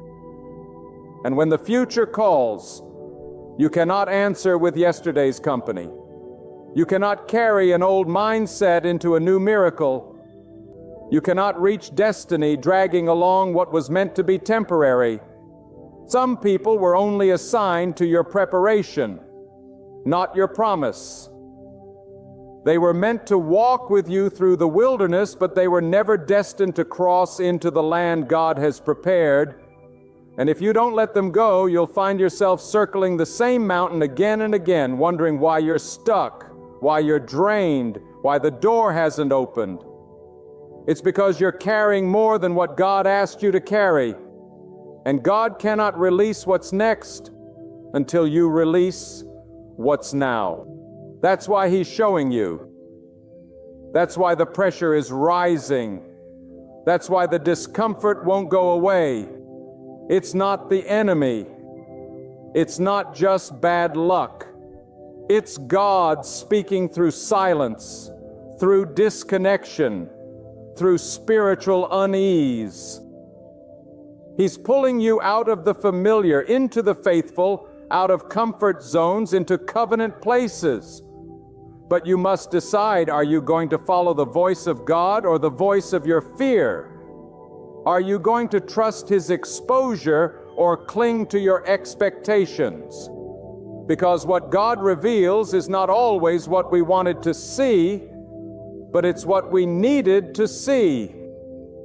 And if you ignore it, if you keep welcoming what God is trying to release, the pain will multiply.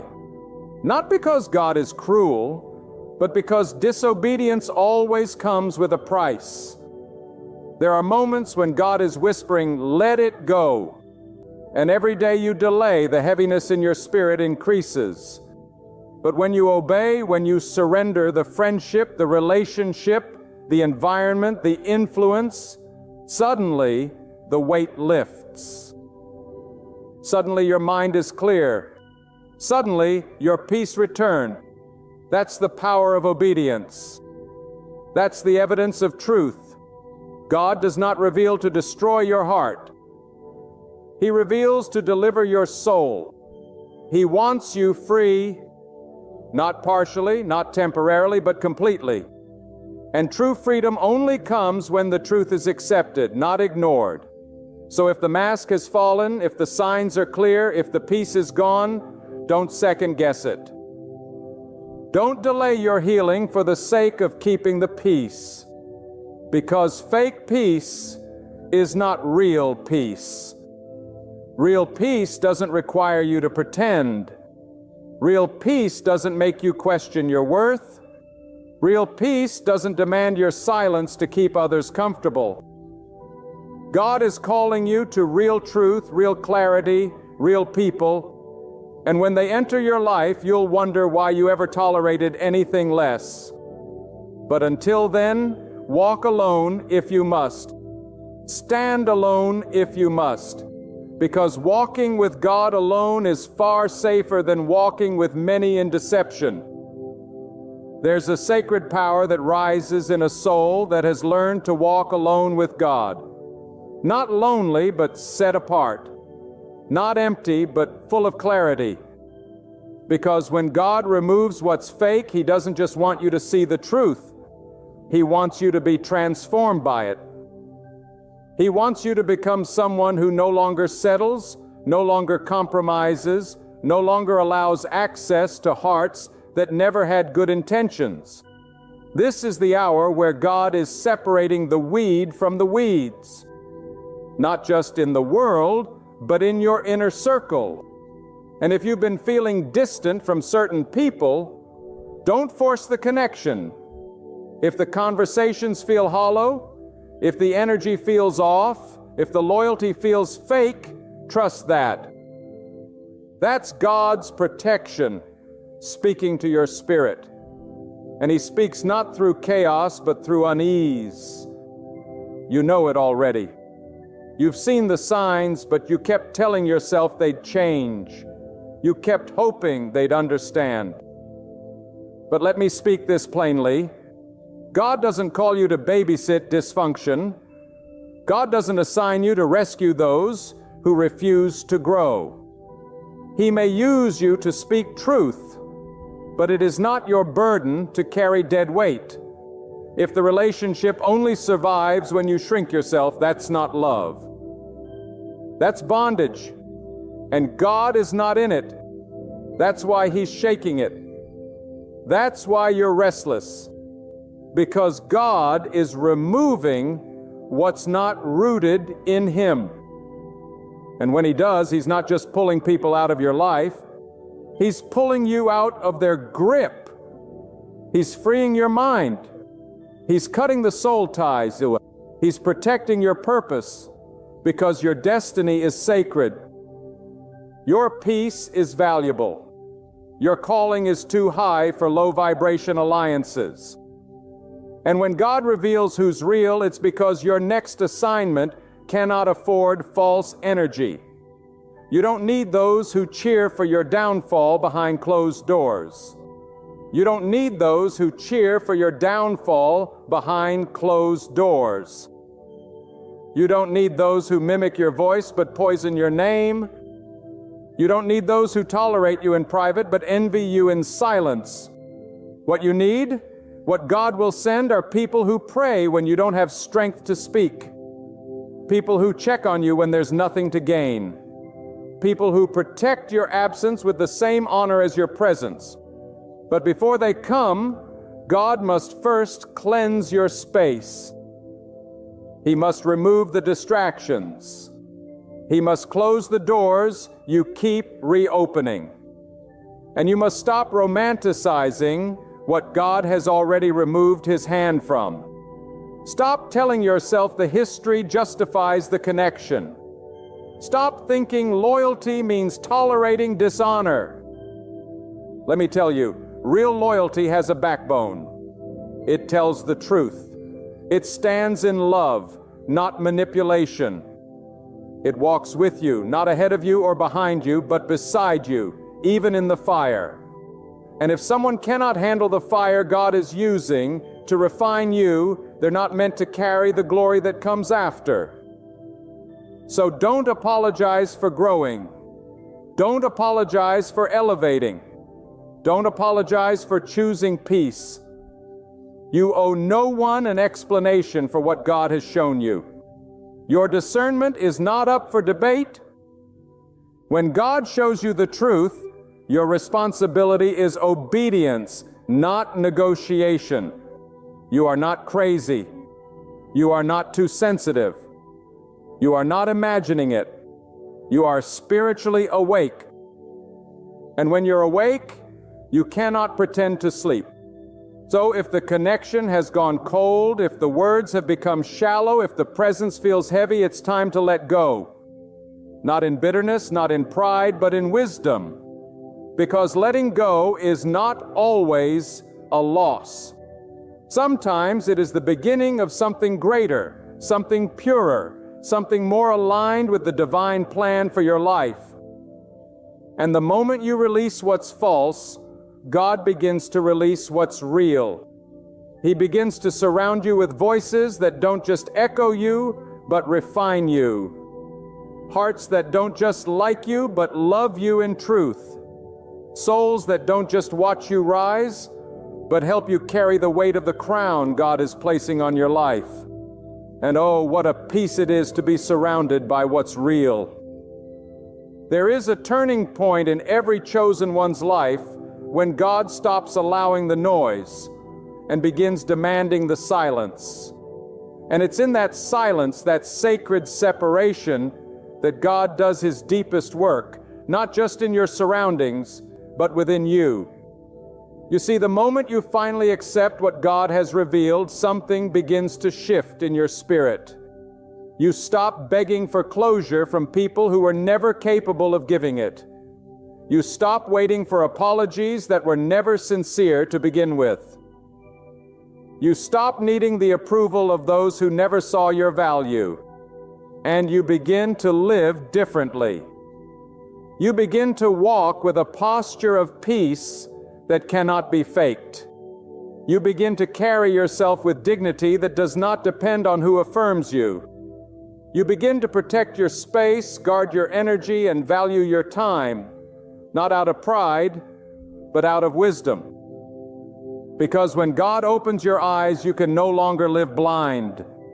And that new vision, spiritual sharp God breathed, makes you see everything clearly. You begin to recognize manipulation without them even speaking. You discern dishonor before it takes root. You sense deception in places that used to feel familiar. That's not you changing for the worse. That's God maturing your discernment. He's teaching you how to walk in truth without needing everyone's company. Because, let's be honest, some of you have stayed in circles that no longer fit who you're becoming. You've outgrown the conversations. You've outgrown the gossip. You've outgrown the patterns, the cycles, the mindsets that once felt normal. And now you feel it. That aching discomfort when you're around people who speak one way but live another. That deep knowing when someone's presence feels more like pressure than peace. That's not arrogance. That's alignment. God is realigning you. He's pulling your spirit into a new atmosphere. He's shifting your soul into a higher place. And not everyone is allowed to come. You must accept this. Elevation requires separation. God doesn't elevate with baggage still attached. If it doesn't fit the new season, He will shake it loose. And if you try to hold on, you'll feel it. You'll feel the weight, the warfare, the resistance, because God will not let you walk into the promise with polluted hands. He is purifying your circle. He is purging your relationships. And this time, He's not asking you, He's commanding you to let go. Not because He wants you alone forever, but because He wants you ready. Ready for the right people. Ready for the next assignment. Ready for the real ones who will not dilute your anointing, but defend your calling. But you cannot meet them while entertaining those who mock your growth. You cannot receive new oil while clinging to broken vessels. You cannot hold what's divine while chasing what's draining. Let them go. Let the silence come. Let the room be empty, because what God fills it with next will shock you. He's about to surround you with people who see you without needing explanation, who pray for you without being asked, who support you without conditions. But until then, honor the exposure. Honor the closing doors. Honor the discernment that won't let you rest in places that no longer carry God's presence. You're not crazy. You're being called higher. And the higher you go, the more quiet it gets. But that's where God speaks the clearest. That's where peace floods in like a river. That's where purpose wakes up and chains fall off. But you must go alone first. You must let Him show you what's real, who's real, and why He had to remove what He did. And when it all makes sense, and it will, you'll drop to your knees, not in sorrow, but in praise. Because what you thought was loss was actually God's protection. What you thought was rejection was actually redirection, and what you thought would break you was the very thing that brought you closer to the truth that changes everything. God will always show you who's real. And when He does, it's your job to believe Him. And now you stand at the edge of a new season, one shaped not by what others have done to you, but by what God is doing in you. You have seen things you cannot unsee. You have felt shifts that you can no longer deny. And though your heart may still ache from the weight of exposure, your soul is lighter than ever. Because what God has lifted off of you, oh, it was never meant to stay. Those connections that faded, they were never real. Those voices that once praised you but now ignore you, they were never sent by God. The silence, the distance, the rejection, it was never about your lack of worth. It was about the abundance of your calling, and now you're beginning to see it. God didn't let them stay because they couldn't handle the next version of you. The healed you, the focused you, the called and consecrated you. You are not who you used to be. And that's a miracle. You're no longer seeking validation from empty wells. You're no longer giving explanations to people who never valued your voice. You're no longer stretching yourself thin to be understood by those who never cared to listen. Because now you understand not everyone was supposed to come. Not everyone was assigned to your future. Not everyone was built for the altitude God is lifting you to. And that's okay. You are not less for walking alone. You are not broken because they left. You are not cursed because the door closed. You are covered. You are protected. You are chosen. And what God removes, He removes with holy intention. Every disappointment you endured, He saw it. Every betrayal that broke you, He witnessed it. Every tear you cried when no one was watching, He caught it, and He did not forget. He used it. He turned it into fuel. He turned it into wisdom. He turned it into fire in your bones, so that now when you speak with power. Now when you move with authority. Now when you love from discernment, not desperation. This is the shift. This is the awakening. This is the moment when everything changes. Not because the world got better, but because your eyes opened. You now know who you are. You now know what peace feels like. You now know what real love looks like. It looks like consistency, not convenience. It looks like truth, not performance. It looks like presence, not pressure.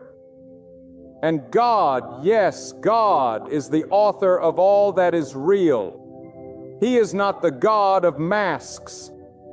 He is not the God of hidden motives. He is not the God of manipulation. He is the God of light, the God who exposes every shadow. And in His light there is no shadow that can remain hidden. So the next time someone shows you who they are, believe it the first time, And when God pulls back the curtain, don't close it again. Don't argue with the truth. Don't trade discernment for nostalgia. Don't let loneliness drag you back into bondage. You're free now, and freedom comes with a new walk, a new sound, a new circle, a new fire. Let them call you cold. Let them call you distant. Let them say you've changed, because yes, you have. You've changed into who God always intended you to be.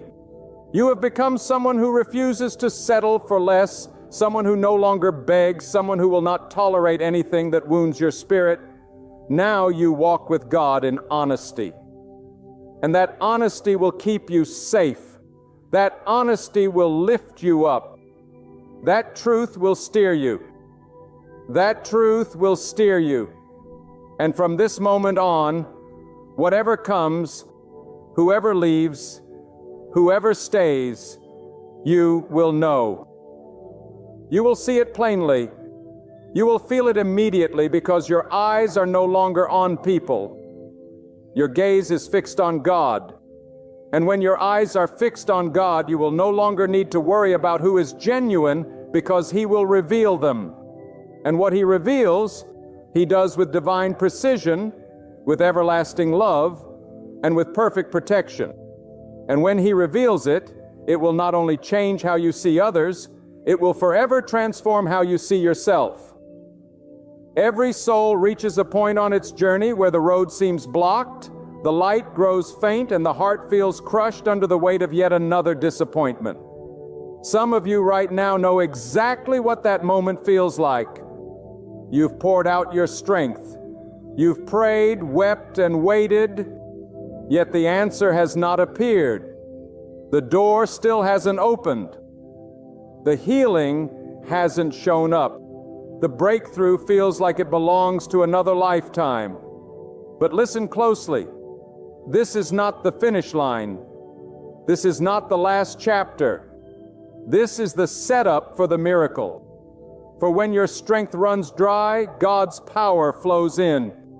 When people insist there is no way, God speaks, "Watch me make a way." The world may urge you to quit. Voices around you may whisper it's already too late. Your own mind may battle with doubt, fear, and confusion. But your life is not meant to be guided by human verdicts. You are called to trust in the Almighty, the one who splits seas wide open, who draws water from stone, who breathes life into dry bones. You are not abandoned. You are not overlooked. God sees you. God hears you. And God will make a way where there seems to be none. Miracles are not myths. They are not ancient stories reserved for the past. Miracles are real. They are alive. They are happening right now. The very breath you're taking is a miracle. The fact that you're still standing after all you've been through is proof that God is not done with you. There is a reason you didn't break. There is a reason you're still here.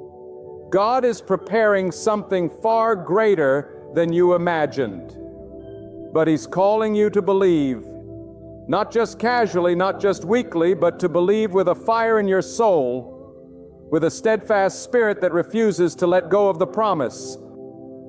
There's something holy about holding on when everyone else lets go. There's something powerful about believing when it looks impossible, because that's when God steps in. That's when the impossible becomes possible. That's when the Red Sea parts. That's when the chains break. That's when the walls fall down without a touch. It is not your job to figure out how God will do it. It is only your job to believe that He will.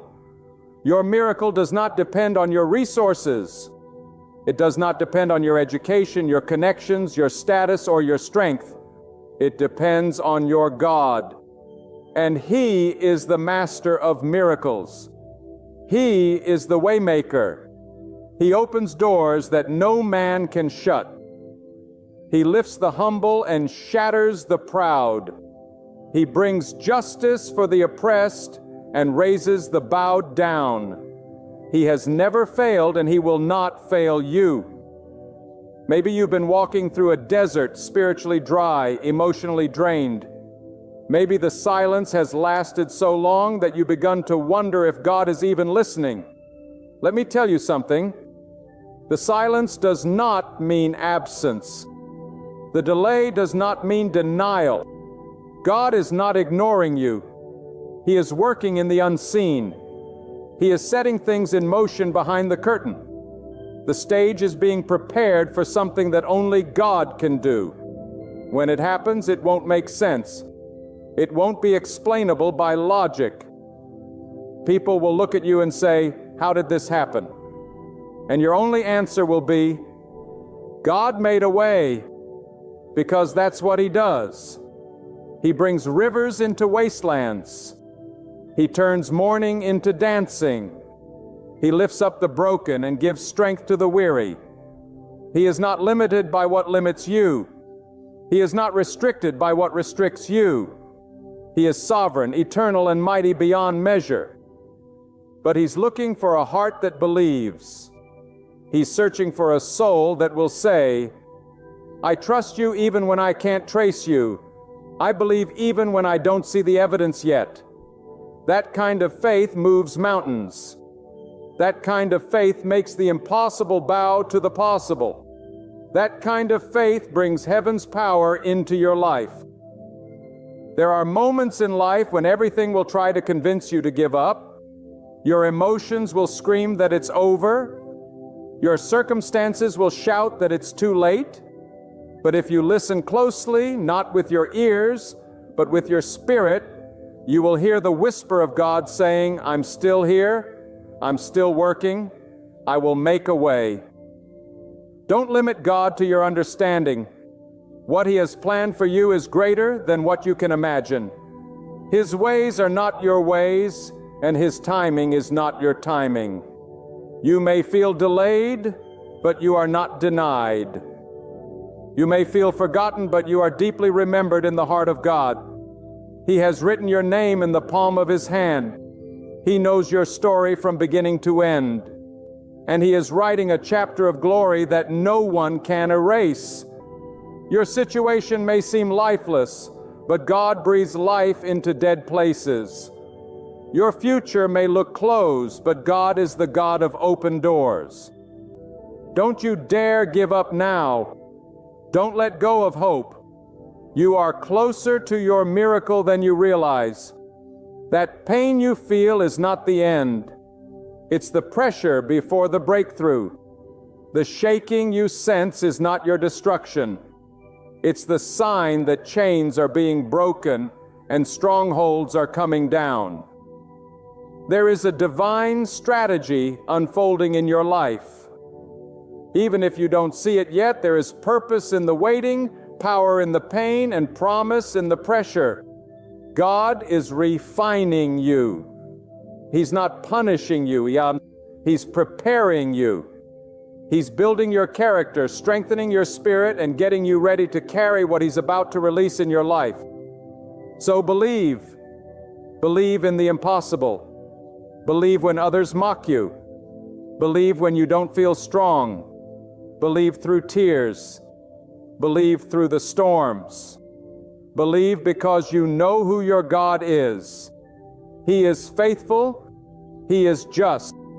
He is powerful. And He will not abandon you in the wilderness. He will lead you out with a strong hand and an outstretched arm.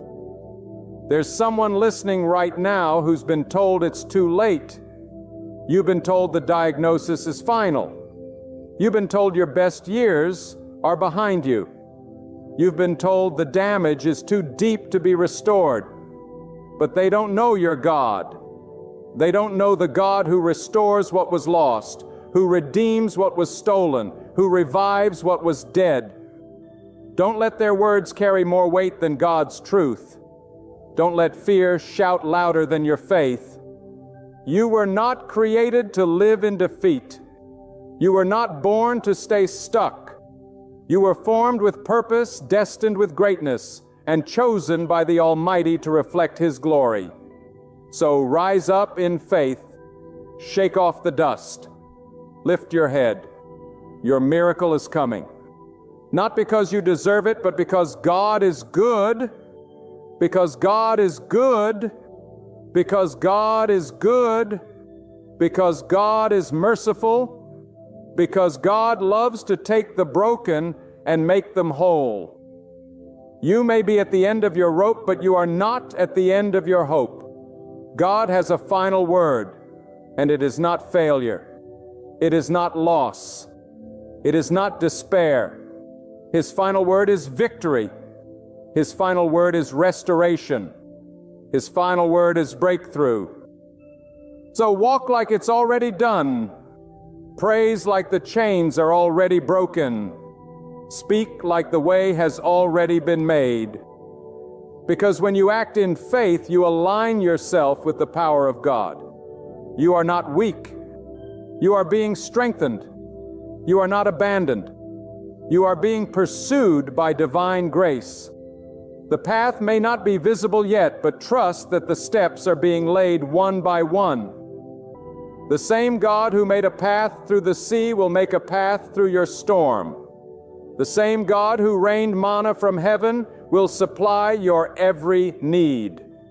The same God who delivered from the fire will walk with you through the flames. And when He brings you through it, and He will bring you through it, don't forget who did it. Don't forget the nights you cried and the moments you almost quit. Don't forget the faith it took to stand.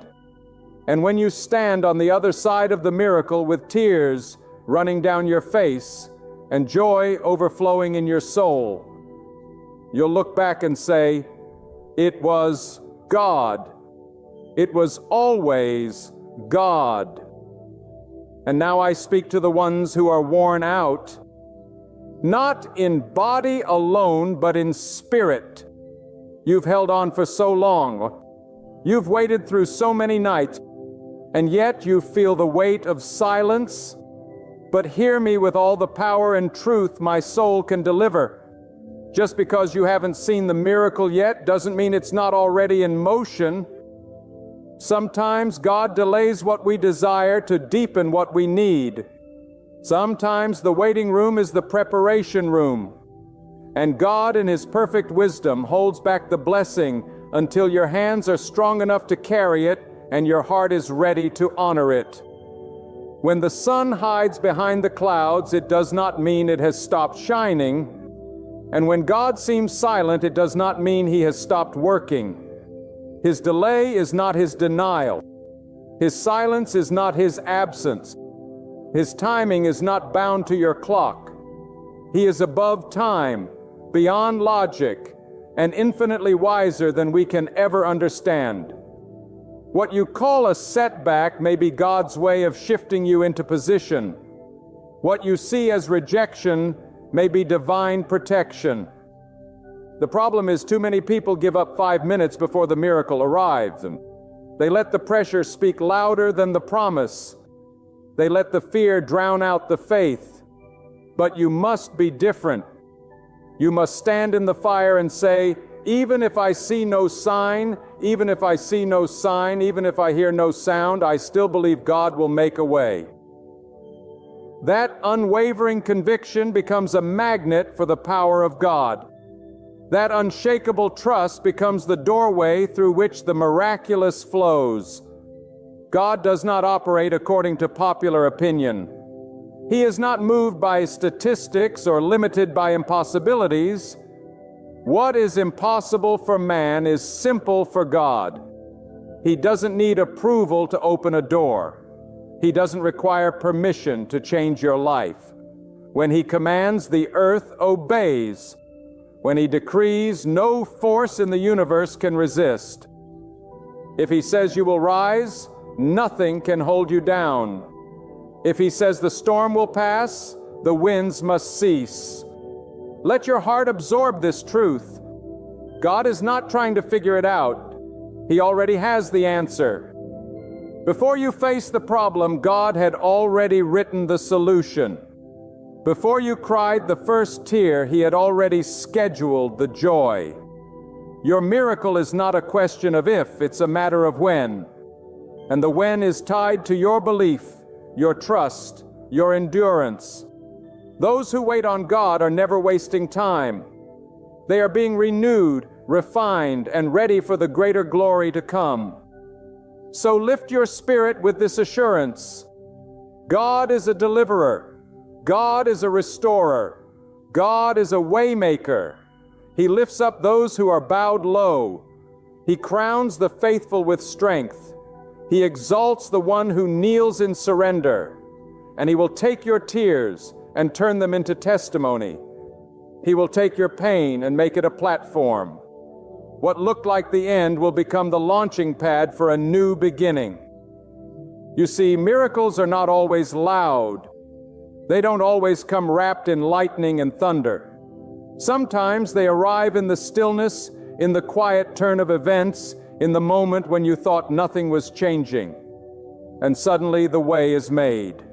Suddenly the opportunity appears. Suddenly the answer comes.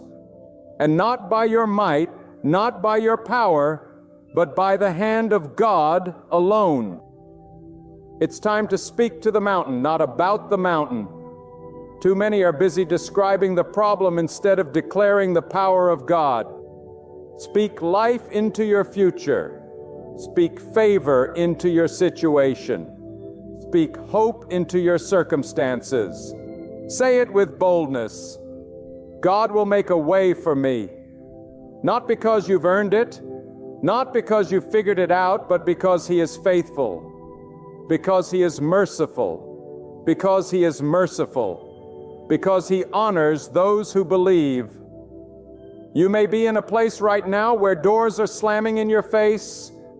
You may feel like every step forward pushes you 3 steps back, but the door that God opens is the only one that matters. The opportunity that God sends is the one that will lead to lasting peace. Man may delay it, people may try to block it, but when God's hand moves, no one can stop it. He doesn't just open doors, He creates doors where there were none. He doesn't just make a way, He becomes the way in the middle of your wilderness. And don't underestimate the value of the process. Don't curse the path that shaped you.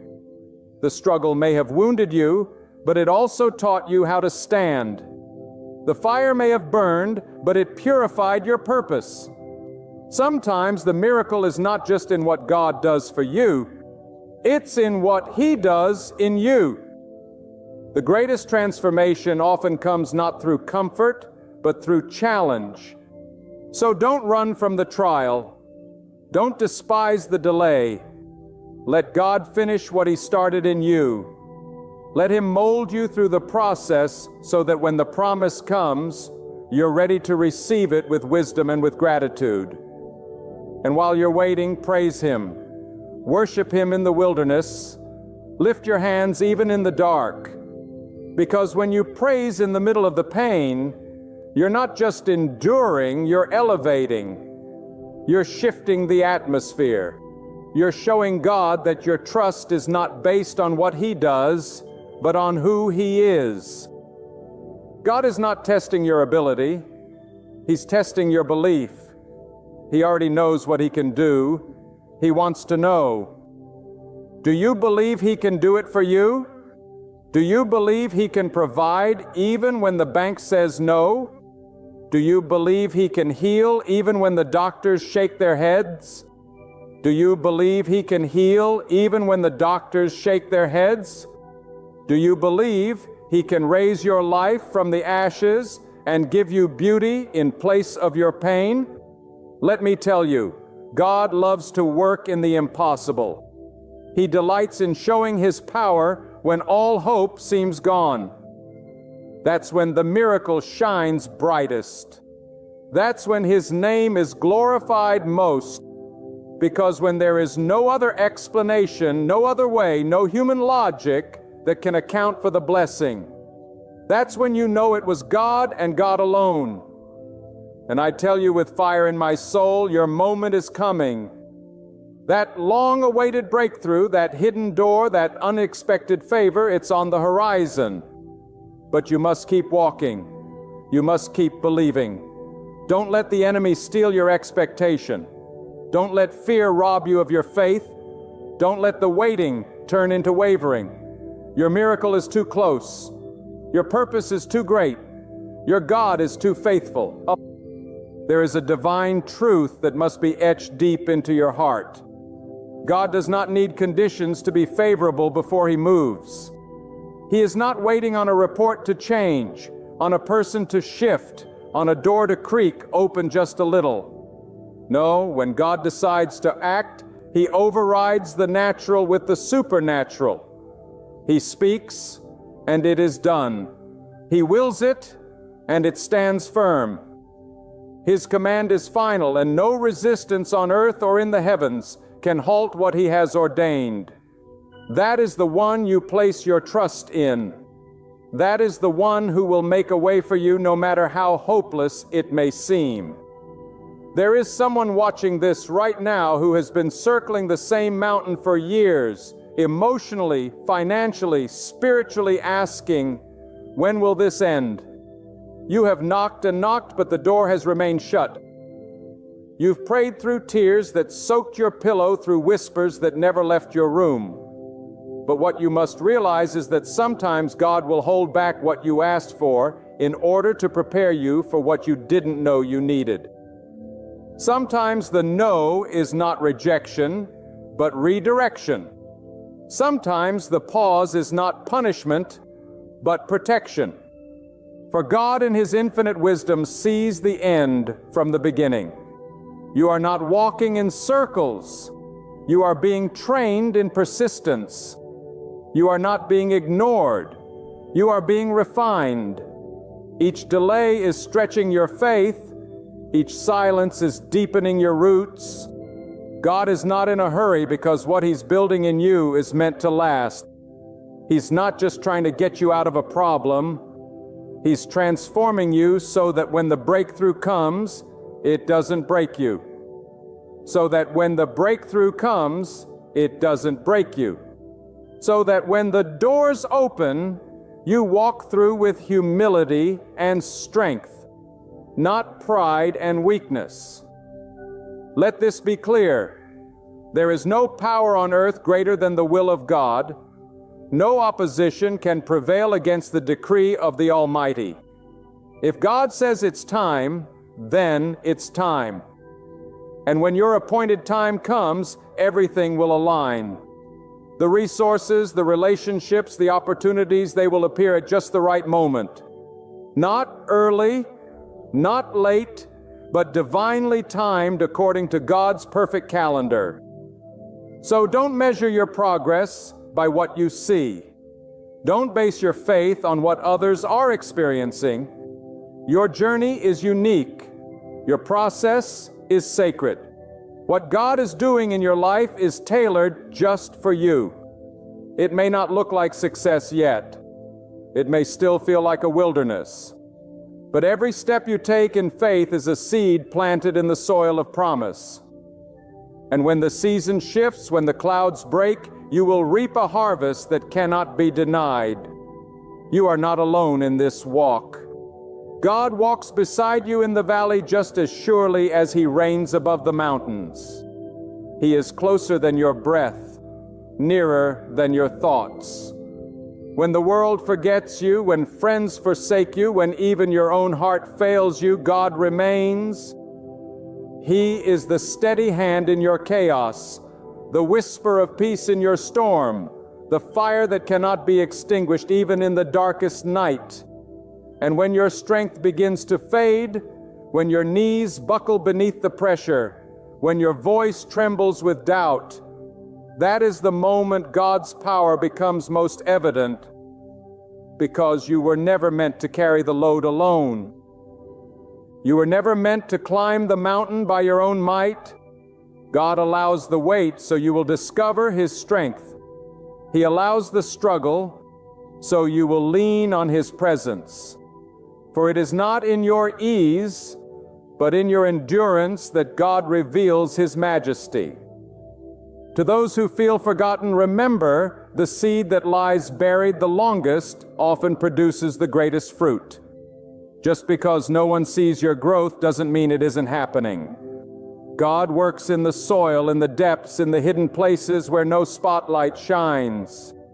And when He chooses to bring you forth, the world will see what He has been cultivating in silence. Let your faith rise, not because everything makes sense, but because you trust the One who holds all things together. Let your hope be stubborn. Let your belief be loud in the face of discouragement. Speak to the future with boldness. Say it before you see it. God will make a way. Not might, not maybe. He will. Even if the facts say it's too late. Even if the doors have been closed for years. Even if your heart has grown weary from waiting. God is still able. His power does not diminish with time. His promise does not expire with delays. What He spoke into your life remains intact. His word will not return void. It will accomplish what He sent it to do. Not a single syllable will fall to the ground unfulfilled. All He asks is that you believe. And belief is not passive. It is a force. It is a force. It is a fire. True belief pushes back against fear, against doubt, against every lie that says it's over. True belief says, even now, even here, even in this, I believe God will move. And that belief, my friend, activates the power of the unseen. It invites God's hand to intervene. It welcomes the miraculous into the mess. It calls what is not as though it were. Do not let circumstances define your expectation. Let God's character define your confidence. He is not like man. He does not grow tired. He does not forget His promises. He does not tease your hope. If He said He will make a way, then He will make a way through the fire, through the flood, through the impossible. You may not understand the method, but trust the outcome. You may not see the next step, but trust the guide. You may not have the strength to carry on, but trust the sustainer. He has brought you this far, not to leave you now. He has invested too much in your journey to abandon you before the promise.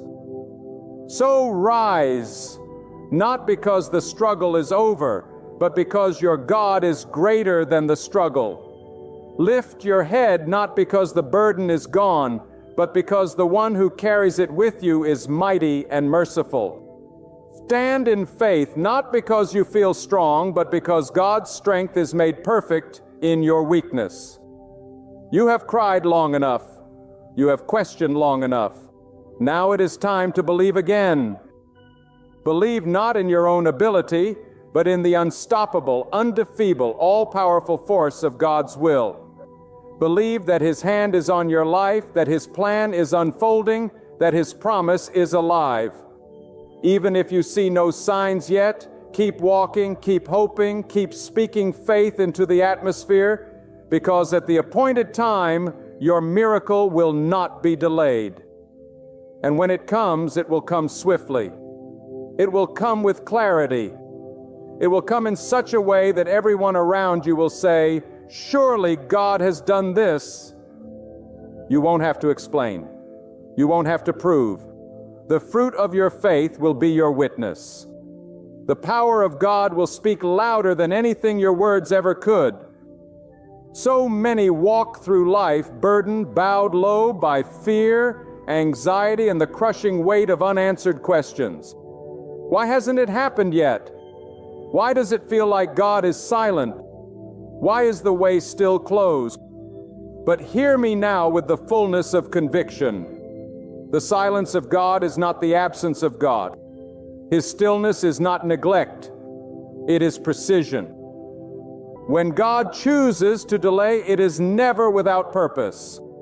His pauses are strategic. They are divine interludes designed not to frustrate you, but to prepare you for the very thing you've been praying for. You must understand this. Before every miracle, there is a testing. Before every breakthrough, there is a moment of uncertainty. Before the way is made, there is often a wall. But what separates those who witness the power of God from those who miss it is not luck, not chance, not human effort. It is the refusal to stop believing. It is the decision to hold on to faith when everything in the natural tells you to let go. There will be seasons where God strips away the noise, the comforts, the crutches you once leaned on, not to leave you empty, but to remind you of what truly sustains you, Him alone. He will lead you into a place where only His voice can guide you, where only His hand can provide, where only His power can bring you through. That is not punishment.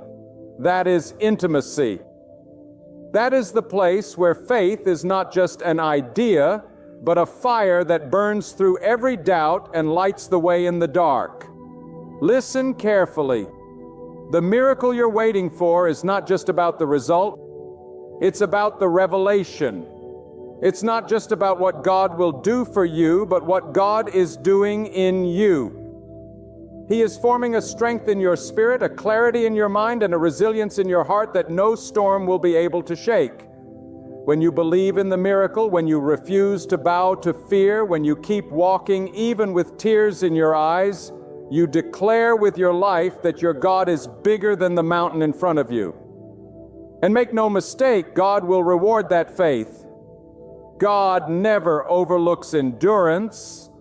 He hears the quietest prayer whispered in the stillness of midnight when no one else knows.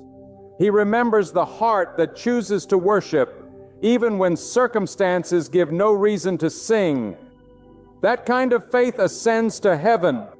That kind of trust echoes into eternity. That is the faith that moves the very hand of God. Stop focusing on the height of the mountain before you. Fix your eyes on the greatness of your God. Do not enlarge your problems.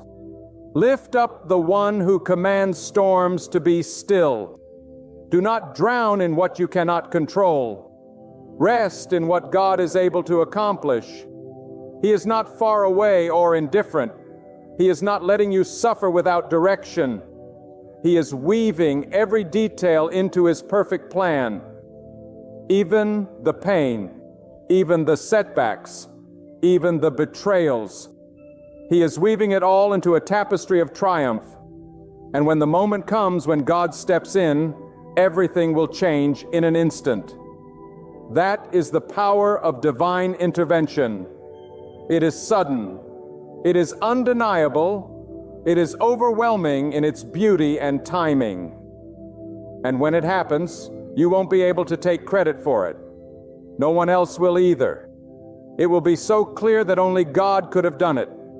That is how God moves so that all glory returns to Him.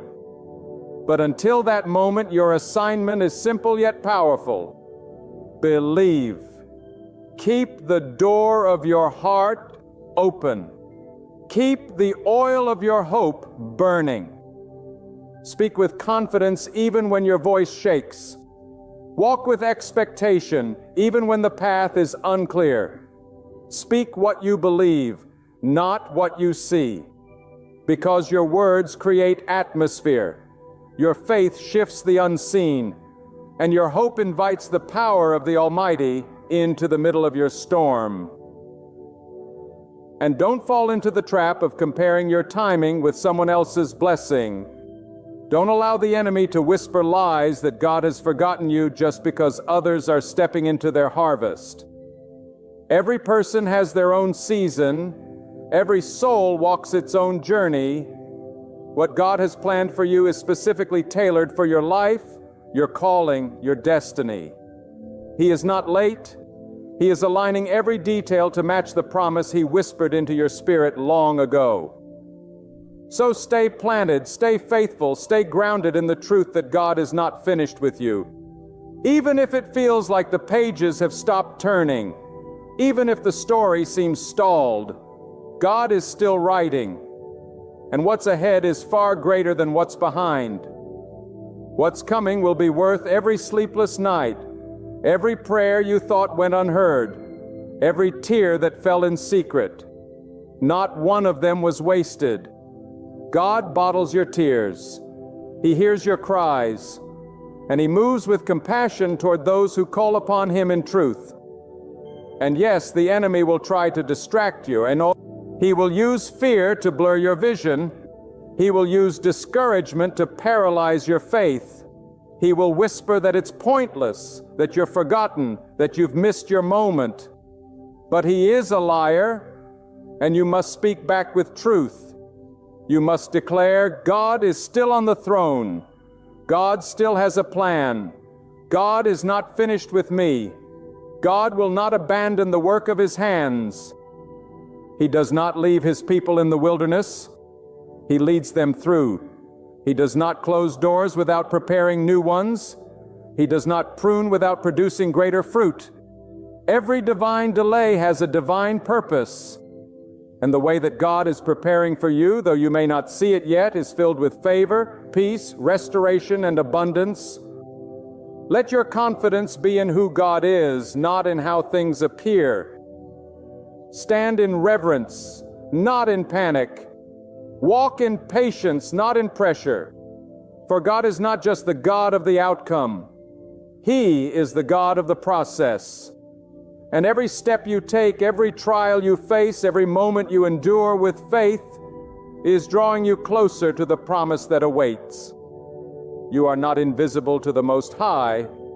Your voice echoes in His courts. Your name is known in the heavens. And what He has spoken over you, what He has declared into the very fabric of your existence, will come to pass. He is not a man that He should lie. His word is sure. His will is unstoppable. His timing is perfect.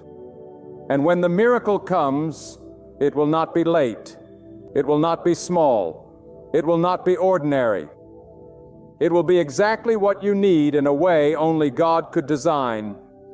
There is a truth the world has forgotten. But you must remember, when you walk with God, you are never walking toward defeat. You are walking through it.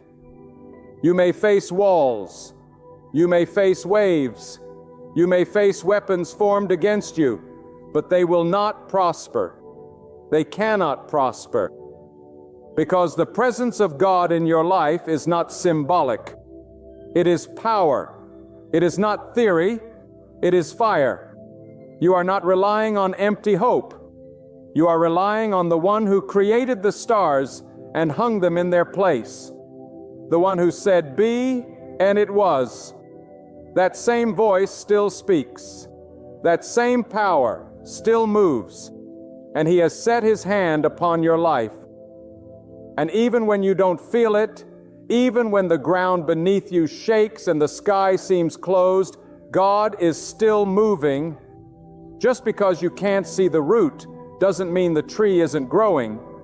Just because you can't hear the answer doesn't mean the command hasn't already gone forth. You must stop judging your progress by your senses. Faith is not built on what you can measure, and it is built on what you believe. It is the inner fire that declares, my circumstances are not my destiny. My situation is not my sentence. My God has the final say.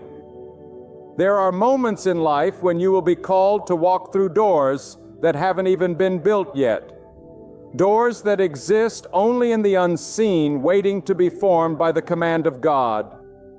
And when others laugh at your faith, when they question your vision, when they doubt your path, you stand firm and speak with confidence. I walk not by what I see, but by what I know, and I know that God is making a way. That is the kind of faith that moves mountains. That is the kind of belief that makes the impossible bow to the will of the Almighty. You must understand, God does not need anything outside Himself to bring your miracle to pass. He is not waiting for conditions to become ideal. He does not consult with your enemies, your family, or your history before blessing you. When He says yes, no one can say no. And if he closes a door, it is not to harm you. It is to protect you from what was never meant for you. His no is as holy as his yes. His delay is as merciful as his breakthrough. Do not be disheartened when others seem to rise while you wait. Do not envy those who seem to run while you can barely crawl. Their timeline is not your truth. Their pace is not your promise. You are not late. You are not behind. You are on God's schedule. And His timing is never rushed, never reactive. It is perfect, purposeful, and precise. When He blesses, it will not be a drop. It will be a downpour. Not a portion, but an overflow. Not a survival, but a testimony. God does not build with speed. He builds with substance. And while you feel hidden, He is developing your roots. While you feel delayed, He is increasing your capacity. You are not waiting in vain. You are being prepared to receive something so divine, so glorious, so heavy with meaning, that it requires a stronger version of you to carry it. That's why the waiting hurts. That's why the process feels endless. Because what is coming is greater than what you can currently handle. And here is something even deeper. Sometimes God withholds the visible miracle to preserve the eternal lesson. Because if He gave it too soon, you might forget the journey. If He released it too easily, you might overlook His hand. But when you've been through the fire, when you've walked through the flood, when you've survived what others didn't, then you'll know without a shadow of a doubt that it was God, only God. Let your spirit rest in this unshakable truth. You are not fighting for a miracle. You are walking toward the one that is already written into your destiny. It's not up for negotiation. Well, it's not dependent on man's permission. Well, it's already signed and sealed by the will of God. And when the time is right, it will manifest not because of your strength, but because of God's sovereignty. And while you wait, protect your thoughts. Guard your mouth. Speak only what aligns with faith. The words you speak shape the atmosphere around you. If you speak defeat, you empower fear. If you speak doubt, you invite delay. But if you speak the truth of God, if you declare life where there is death, healing where there is pain, breakthrough where there is bondage, you become a vessel for divine power. Your voice becomes a trumpet of victory, echoing the sound of trust in the face of impossibility. And I tell you again with all the authority of conviction, God has not forgotten you. The battle has not disqualified you. The silence has not erased your name from His plan. In fact, you are closer now than you've ever been. Closer to the open door. Closer to the moment when everything will shift. And when it does, it will happen so fast, so powerfully, that all the years of waiting will collapse into a single moment of fulfillment. And you will stand there overwhelmed not just by the miracle, but by the faithfulness of the one who brought you through. You will not just rejoice in the blessing. You will rejoice in the wisdom of the waiting. You will not just celebrate the door. You will celebrate the path that led you there, no matter how painful it was. Because you will see with clarity, you've never known that God's plan was always better. His way was always higher. His timing was always right. This is not the end. This is the proving ground. This is the sacred space where your faith is forged, your character refined, your soul anchored. And when the way is revealed, and it will be, you will walk through it not as a beggar, but as one who trusted the King of all creation. Not as a survivor, but as a conqueror. Not as one who hoped vaguely, but as one who believed fiercely. There are moments in life when all you have left is a whisper, just a flicker of strength, a fragment of hope, a quiet breath in the midst of chaos. But if that whisper is anchored in belief, if that breath is directed toward God, then it carries more power than 1,000 shouts of doubt. Because when your spirit reaches for God, even in weakness, His strength rushes in. When your faith clings to Him, even in silence, His mercy flows. When your faith clings to Him, even in silence, His mercy flows. When your heart refuses to quit, even when the world says you should, that is where miracles begin to stir. That is the sacred place where impossibility begins to bow. You must understand that God doesn't look at your circumstances the way you do. He doesn't see what's blocking you. He sees what's beyond them. He doesn't focus on what's missing. He sees what's about to arrive. While you measure your life in problems and timelines, God operates in purpose and eternity. What looks like delay to you is a setup to Him. What feels like rejection is often His redirection. And when God redirects, it's not to harm you, it's to preserve you. It's to bring you to the exact place where His power can be displayed in full. Do not let your heart be seduced by the illusion of permanence. Nothing in this world is final unless God declares it so. A closed door is not the end. A failed opportunity is not the conclusion. A broken heart is not your destiny. These are not stopping points. They are transitions.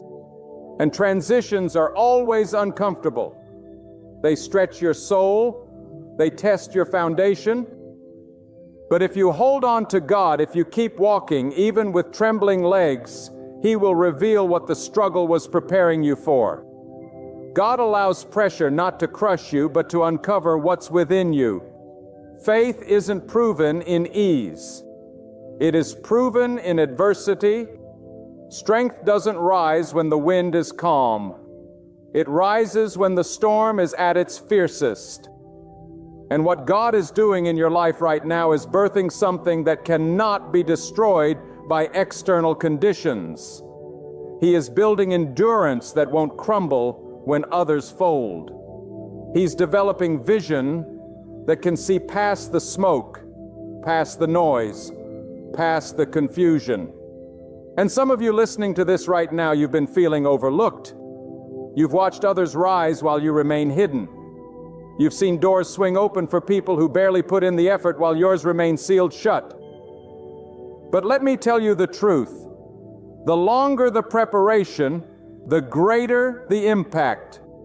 When God hides you, it's not because you are forgotten. It's because you are being fortified.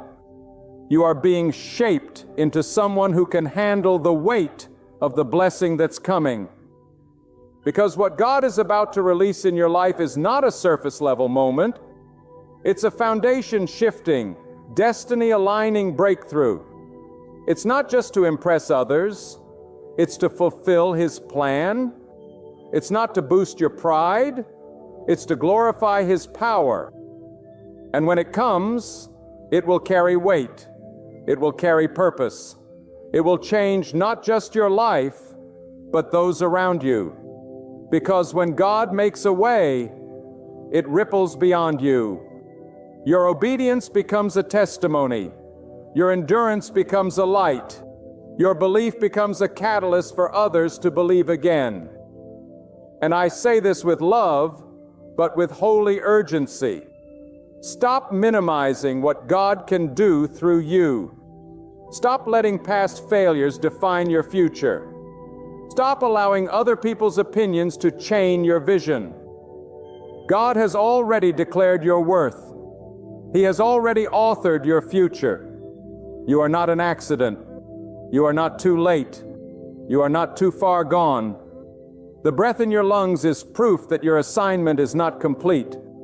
And if God is still writing, who are you to close the book? God does not consult your history, to determine your destiny. His power is not limited by your past. He specializes in using the unlikely. He chooses the underestimated. He elevates the quiet ones because when it's all said and done, only God can get the glory. When no one believed in you but God lifted you, then it's undeniable. When every odd was against you but you rose anyway, then it's clear that it was God alone who made the way. So open your eyes not to what's going wrong, but to what is still possible. Open your ears not to the noise of the doubters, but to the whisper of God's promise. Open your heart not to fear, but to faith, because God is not done. He is still working. He is still moving. He is still moving. He is still turning dry seasons into rivers, dead ends into exits, ashes into crowns. And when it comes, when the miracle arrives, when the way is finally open, you'll see that every delay had a purpose. You'll realize that what you thought was unanswered was actually being orchestrated behind the scenes. Every tear was watering the soil. Every prayer was setting the atmosphere. Every step of obedience, even when you didn't understand, it was building a path straight to your breakthrough. And in that moment, you will weep, not out of sorrow, but out of awe. You'll say, "Now I see, now I understand." It was never just about the miracle. It was about the journey. It was about the shaping. It was about knowing my God, not just through blessings, but through fire, through pressure, through surrender. So press on. Don't stop. Don't back down. Don't curse the process. Don't let go of the promise. God's word will not return void. His hand will not falter. His plan will not fail. The way is being made, not by your might, not by your logic, not by your connections, but by the power of the Almighty.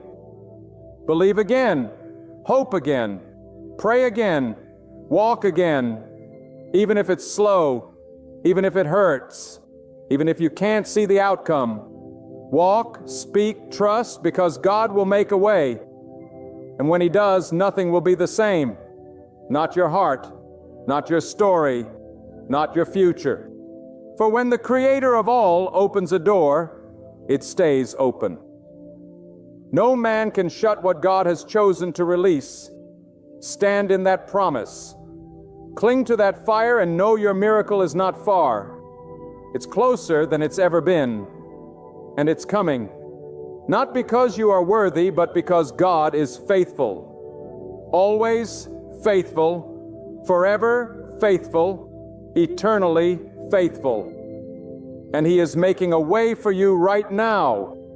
So now, as you stand at the edge of all you've been through with the weight of waiting heavy and the questions still echoing in your soul, let this truth burn like a fire within you. God will make a way.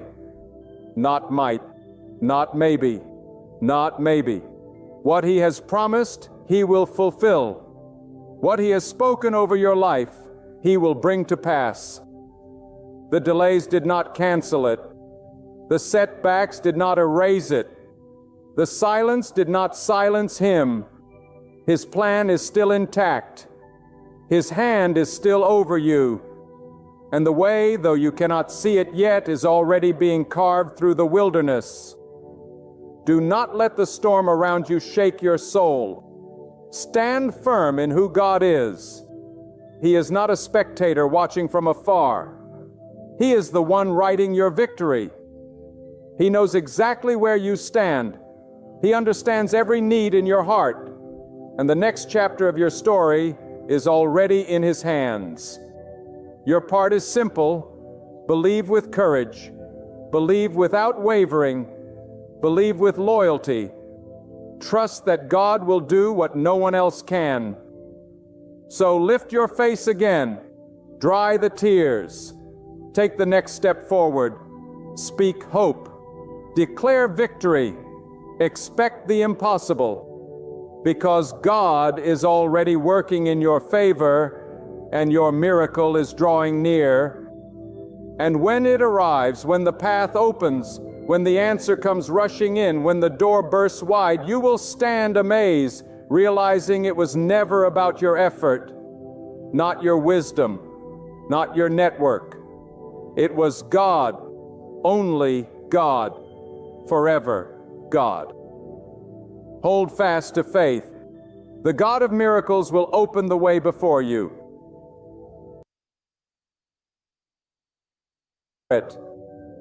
When God is about to open a door, He may cause your current resources to dry up. What once sustained you may suddenly become unreliable. The job that brought you comfort may begin to feel unstable. The people who supported you may grow distant. Even your physical strength may feel diminished. But this isn't abandonment. It's divine strategy. God knows that as long as you depend on the brook, you will not move toward the river. As long as your needs are being met in the old place, you won't seek the new place.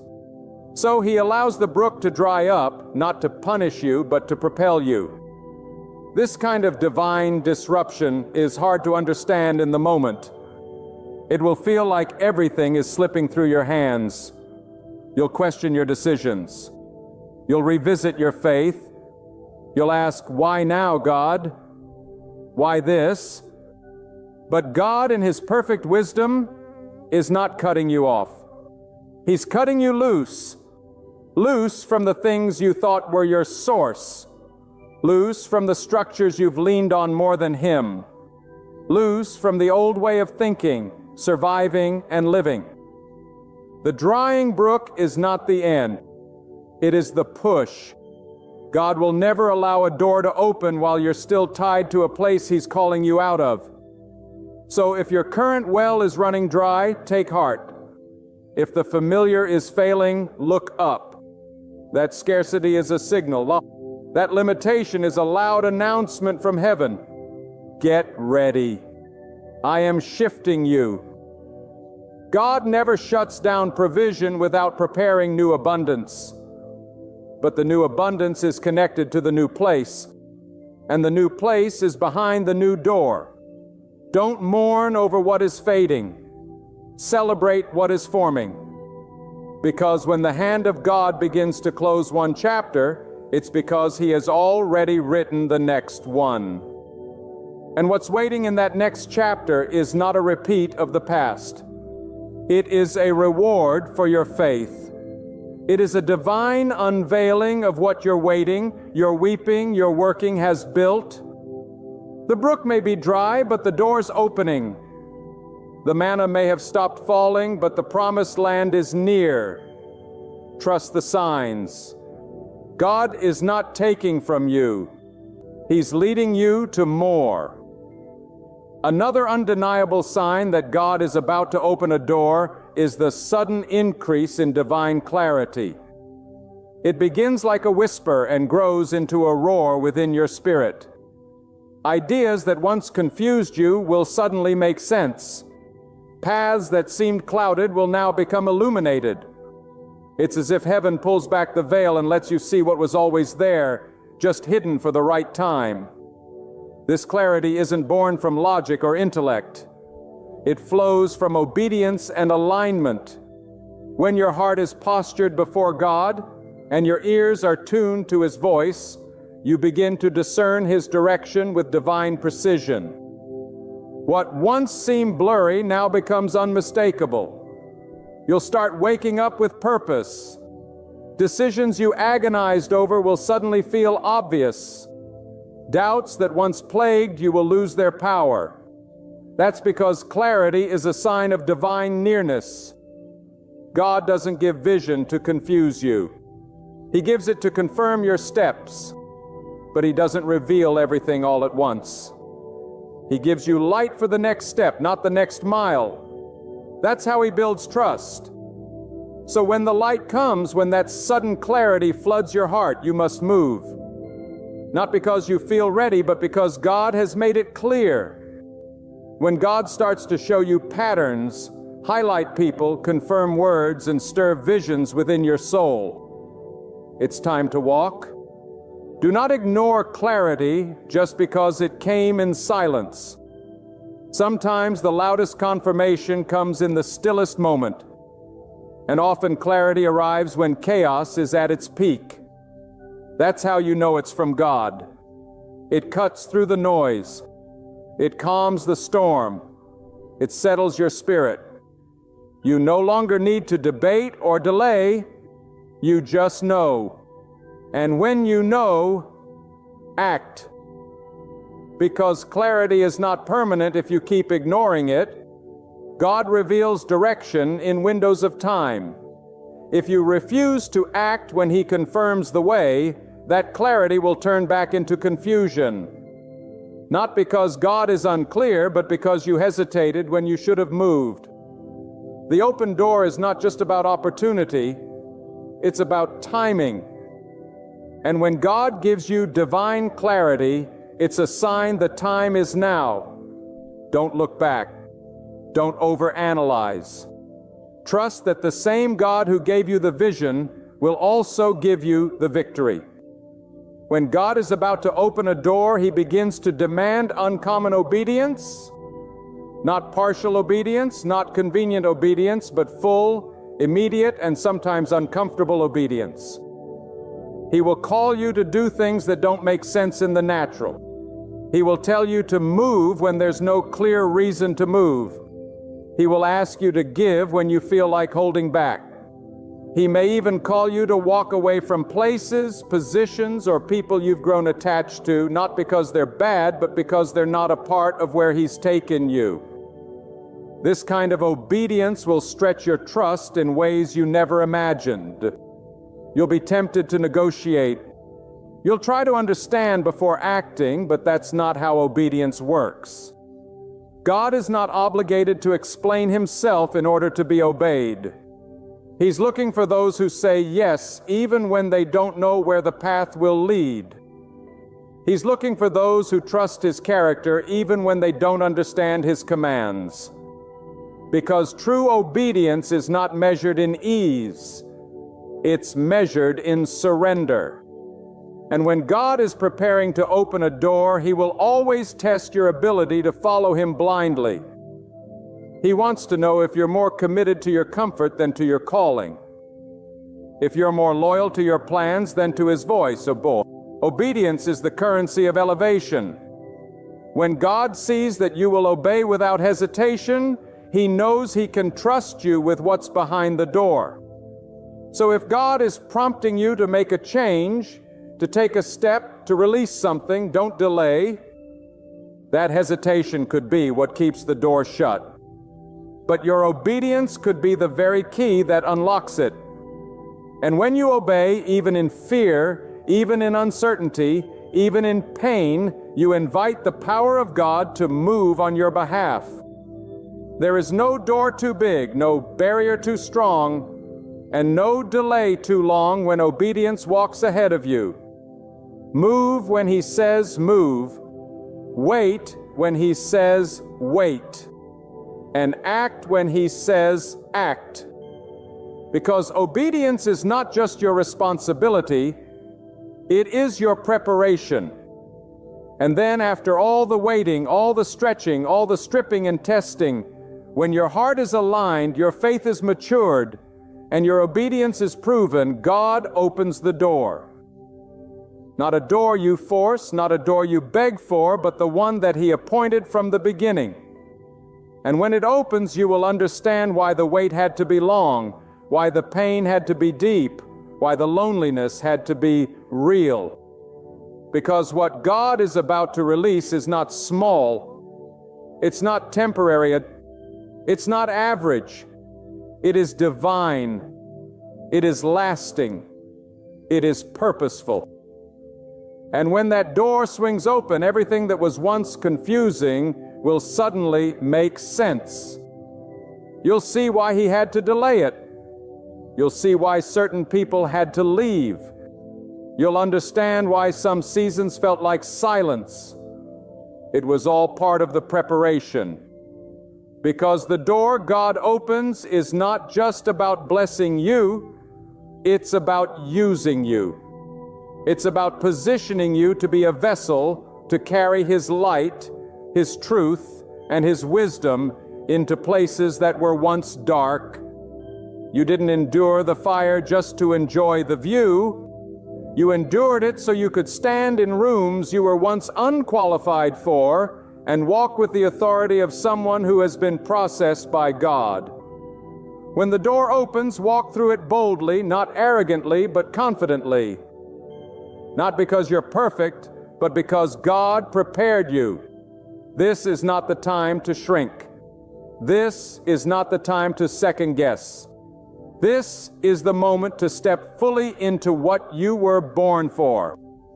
And know this, the God who opens the door will also sustain you behind it.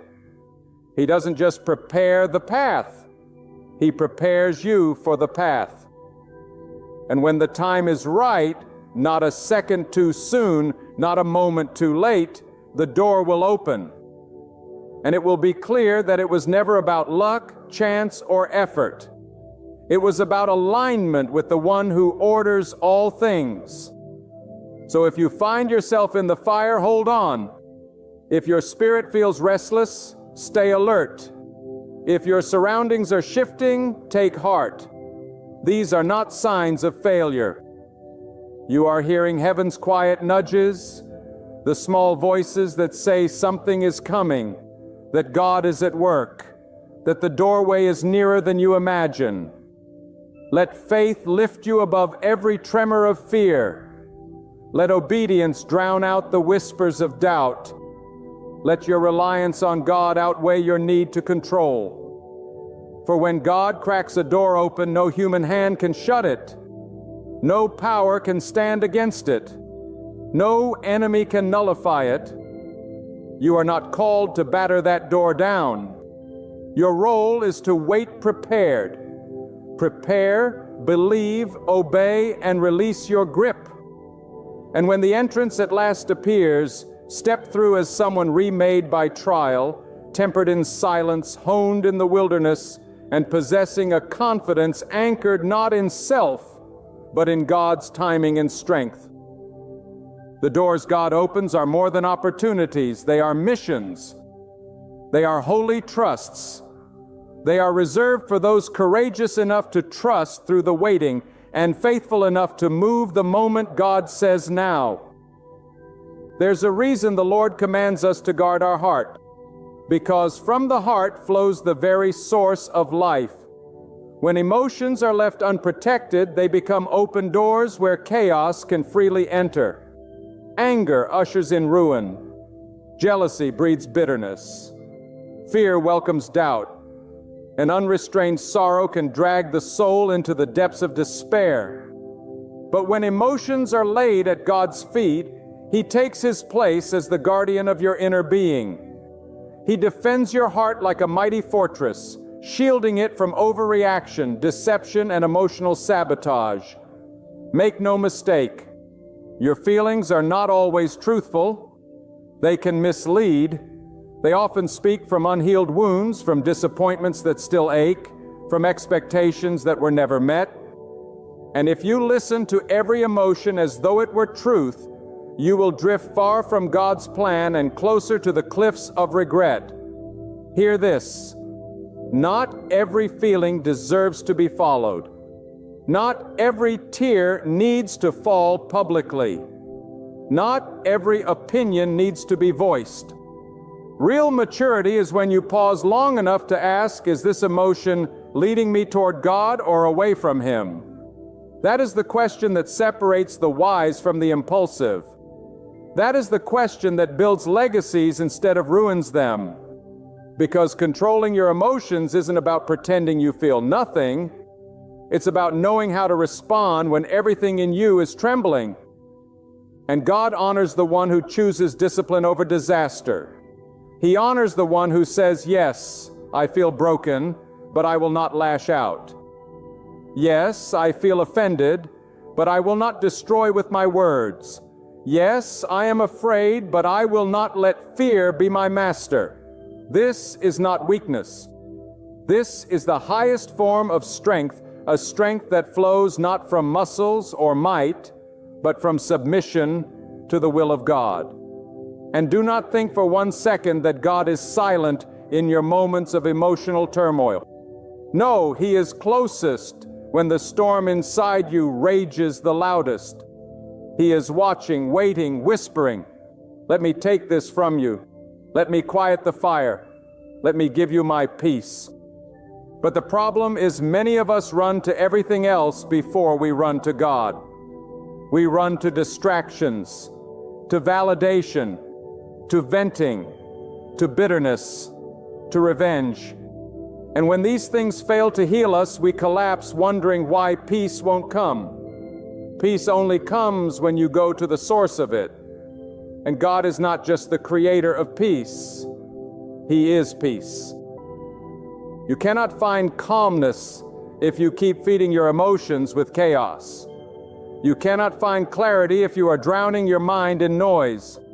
You cannot be free if you are always reacting. So stop reacting and start reflecting. Before you speak, reflect.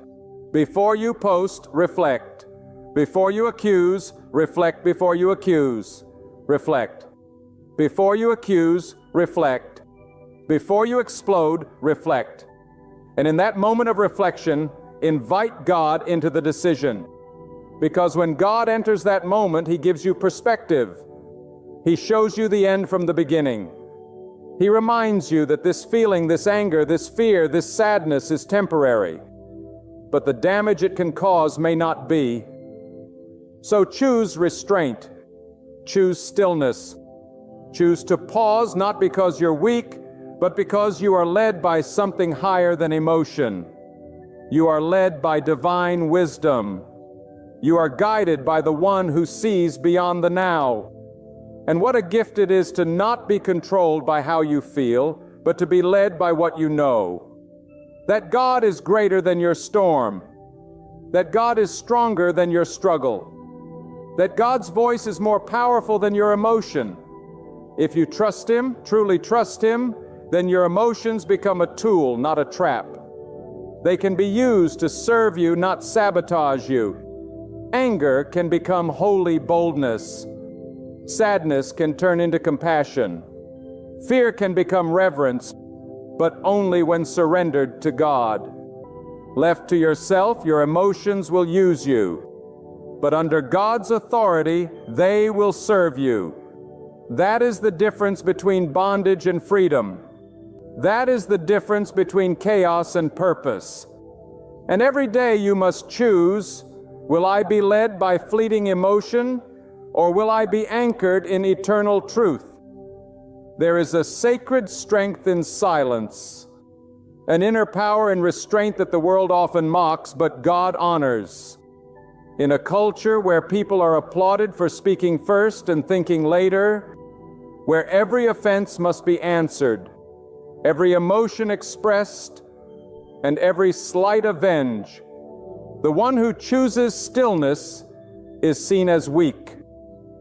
But in truth, it is far more powerful to hold your peace than to lose your temper. God never created you to be reactive like a leaf tossed by the wind. You were created to be rooted like a tree planted by the waters, unshaken, unmoved, steady. Emotions come and go like storms, but your faith must be constant. And that constancy can only come when you hand your emotions over to the one who knows the depths of your soul. He knows why you feel the way you feel. He sees the history behind your triggers.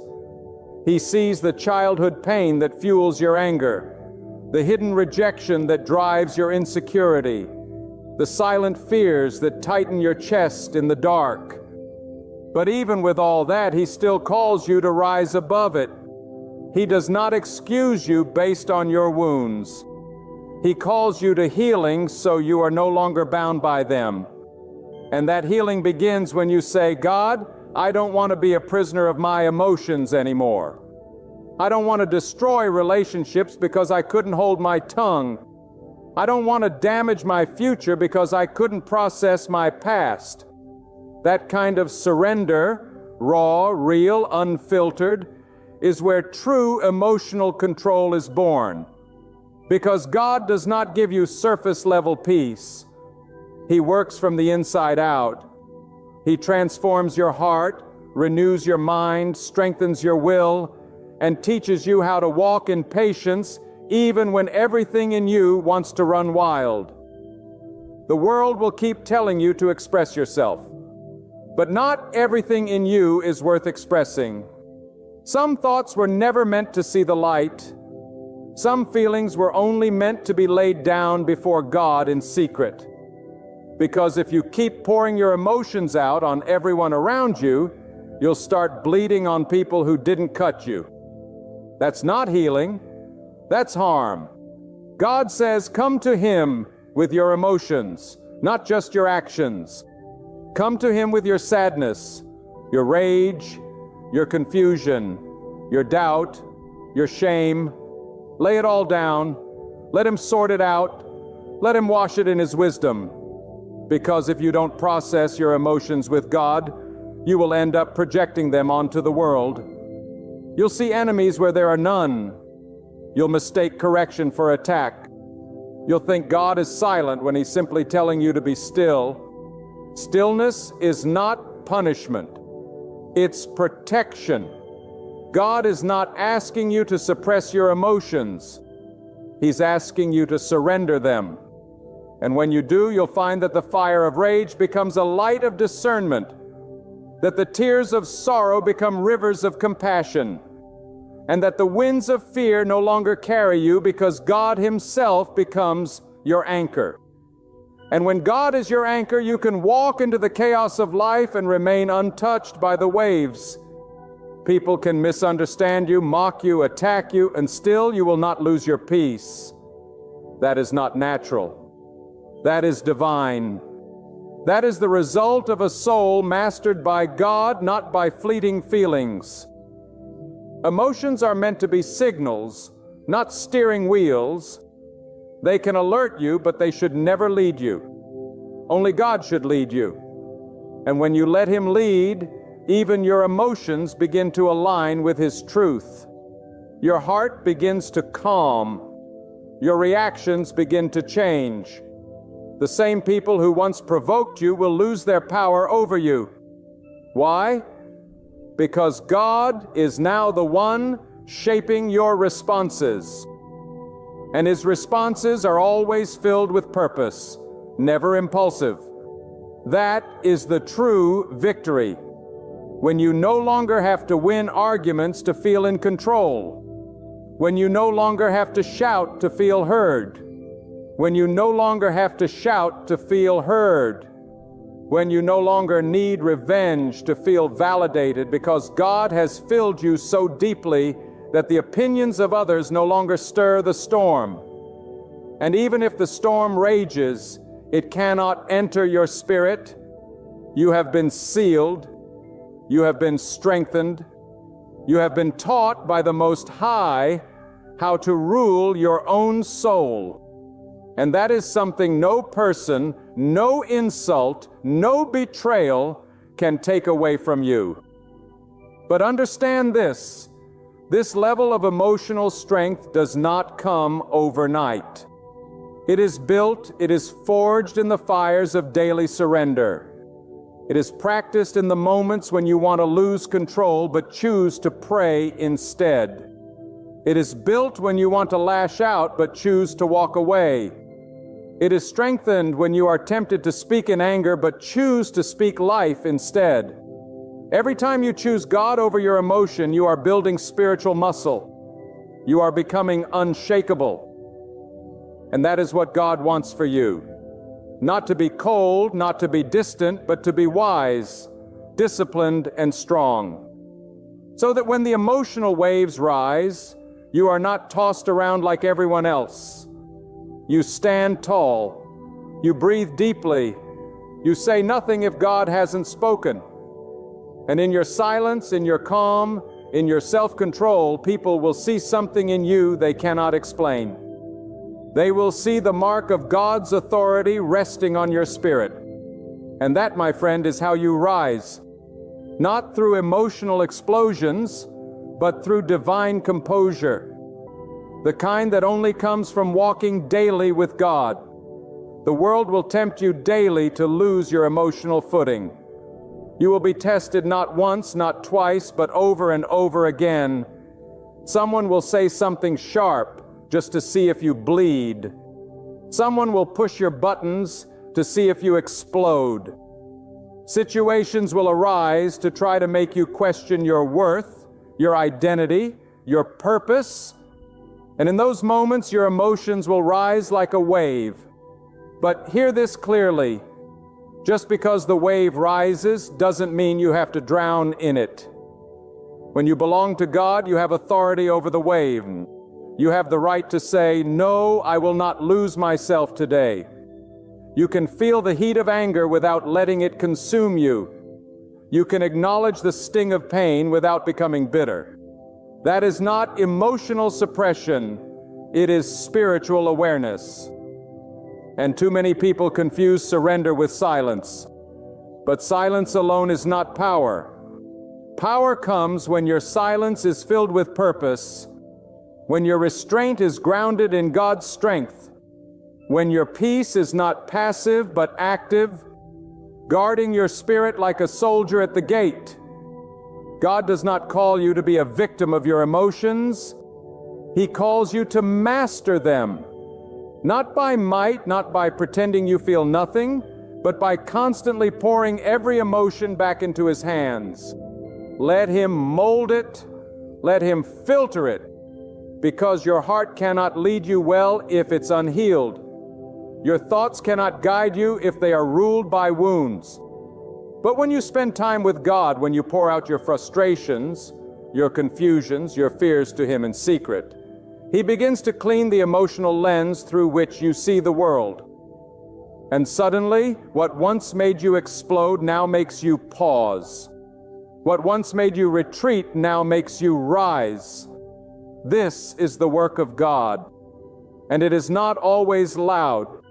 Sometimes it's in the quiet transformation of a soul that no longer bends to chaos. You start noticing it in the way you carry yourself, in the way you no longer explain yourself to everyone. You no longer react to every opinion, every criticism, every mood swing of others.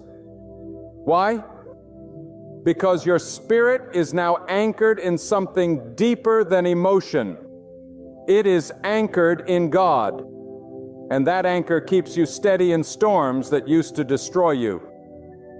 Make no mistake, emotional maturity is not a personality trait.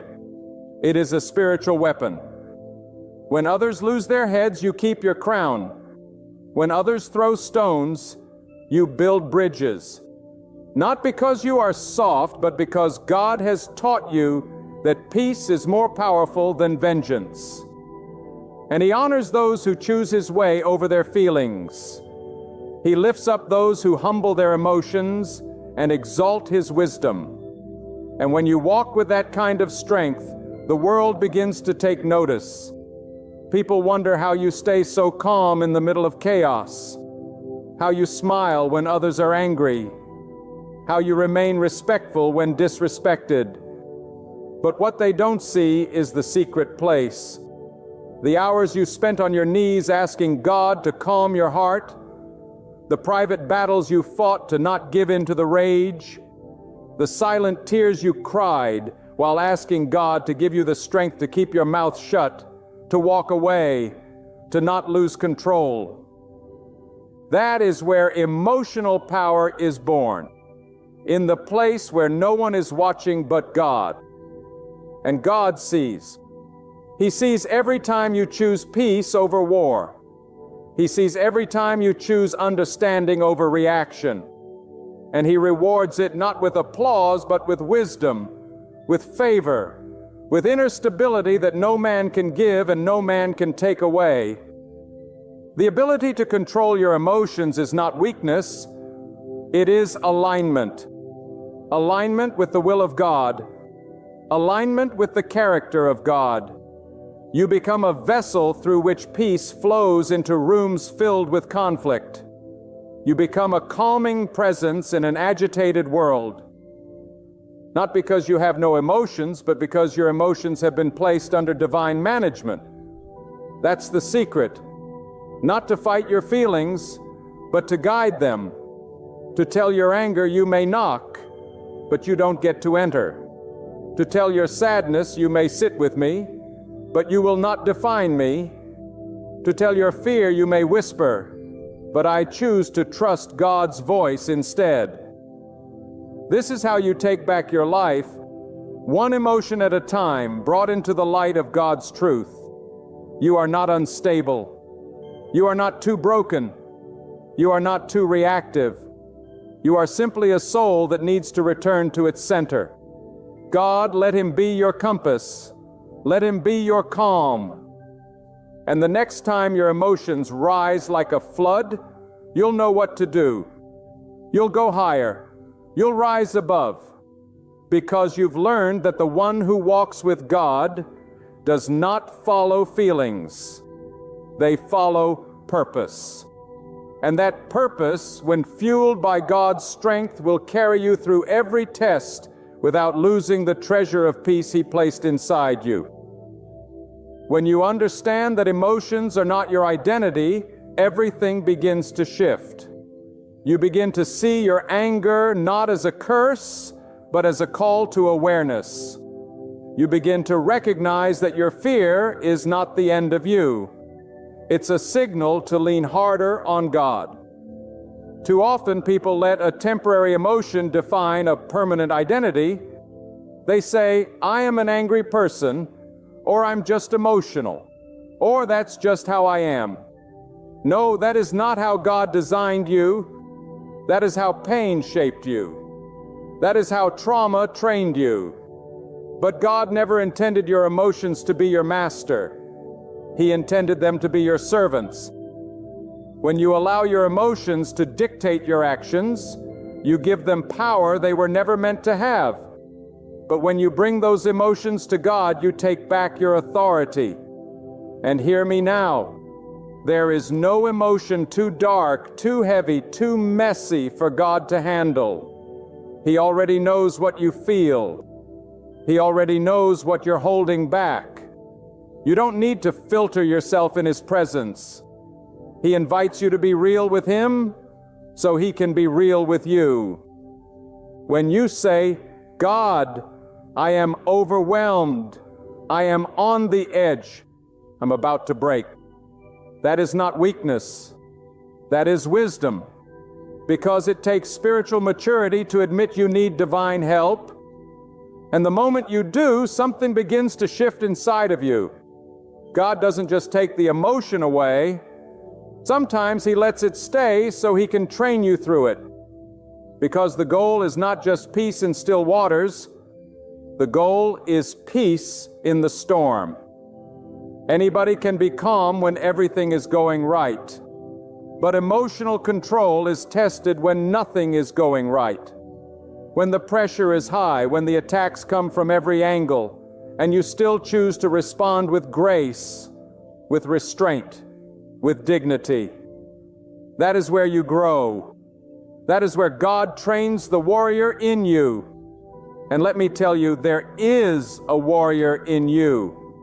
Not a warrior of noise, but a warrior of wisdom.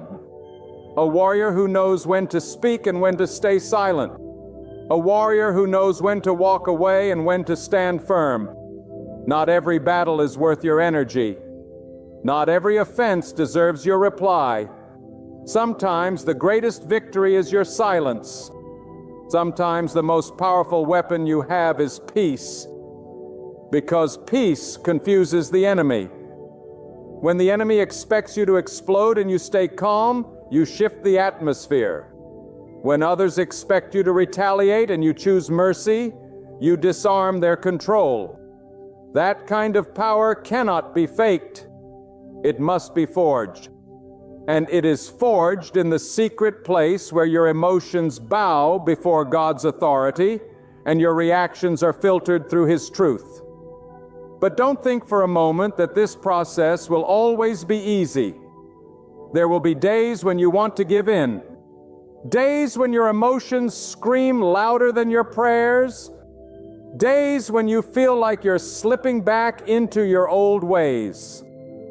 And in those moments, you must remind yourself you are not who you used to be. You may feel the old emotions rising, but you don't have to let them rule you. You may feel the urge to snap, to vent, to explode, but you have a choice now. You have the wisdom of God planted deep inside you, and it is stronger than your impulses. Emotions are quick, they want resolution now. But God is patient. God works over time. And the more you trust Him with your emotional responses, the more your spirit becomes disciplined. Discipline doesn't mean you don't feel. It means you don't bow. It means you acknowledge the feeling but refuse to let it rule. And this kind of strength isn't always loud. Sometimes it's found in a whisper, in a breath, in the decision to say, God, take over. That quiet moment of surrender is more powerful than any outburst. Because in that moment, you're not just avoiding conflict. You're building character. You're laying the foundation for future peace. You're protecting the version of yourself that God is shaping. Because every time you choose emotional control, you are preserving your purpose. You are guarding your anointing. You are maintaining your clarity.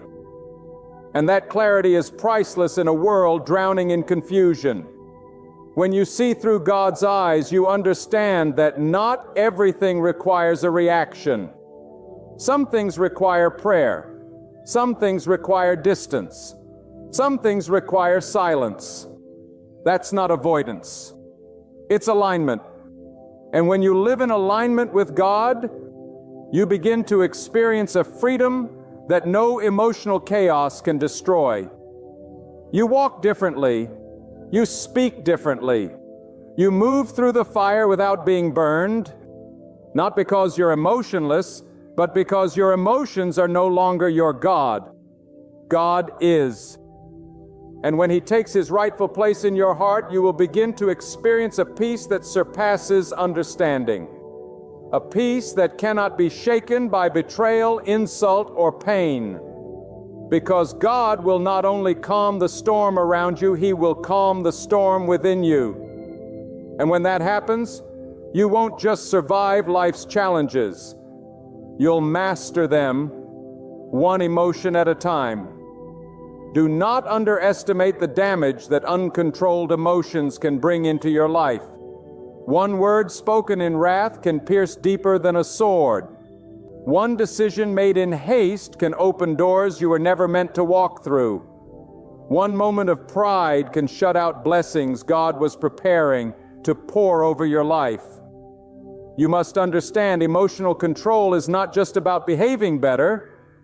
It is about protecting your destiny. It is about building a spiritual shield around what God has placed inside you. Because when the enemy can't steal your faith, he'll come after your peace.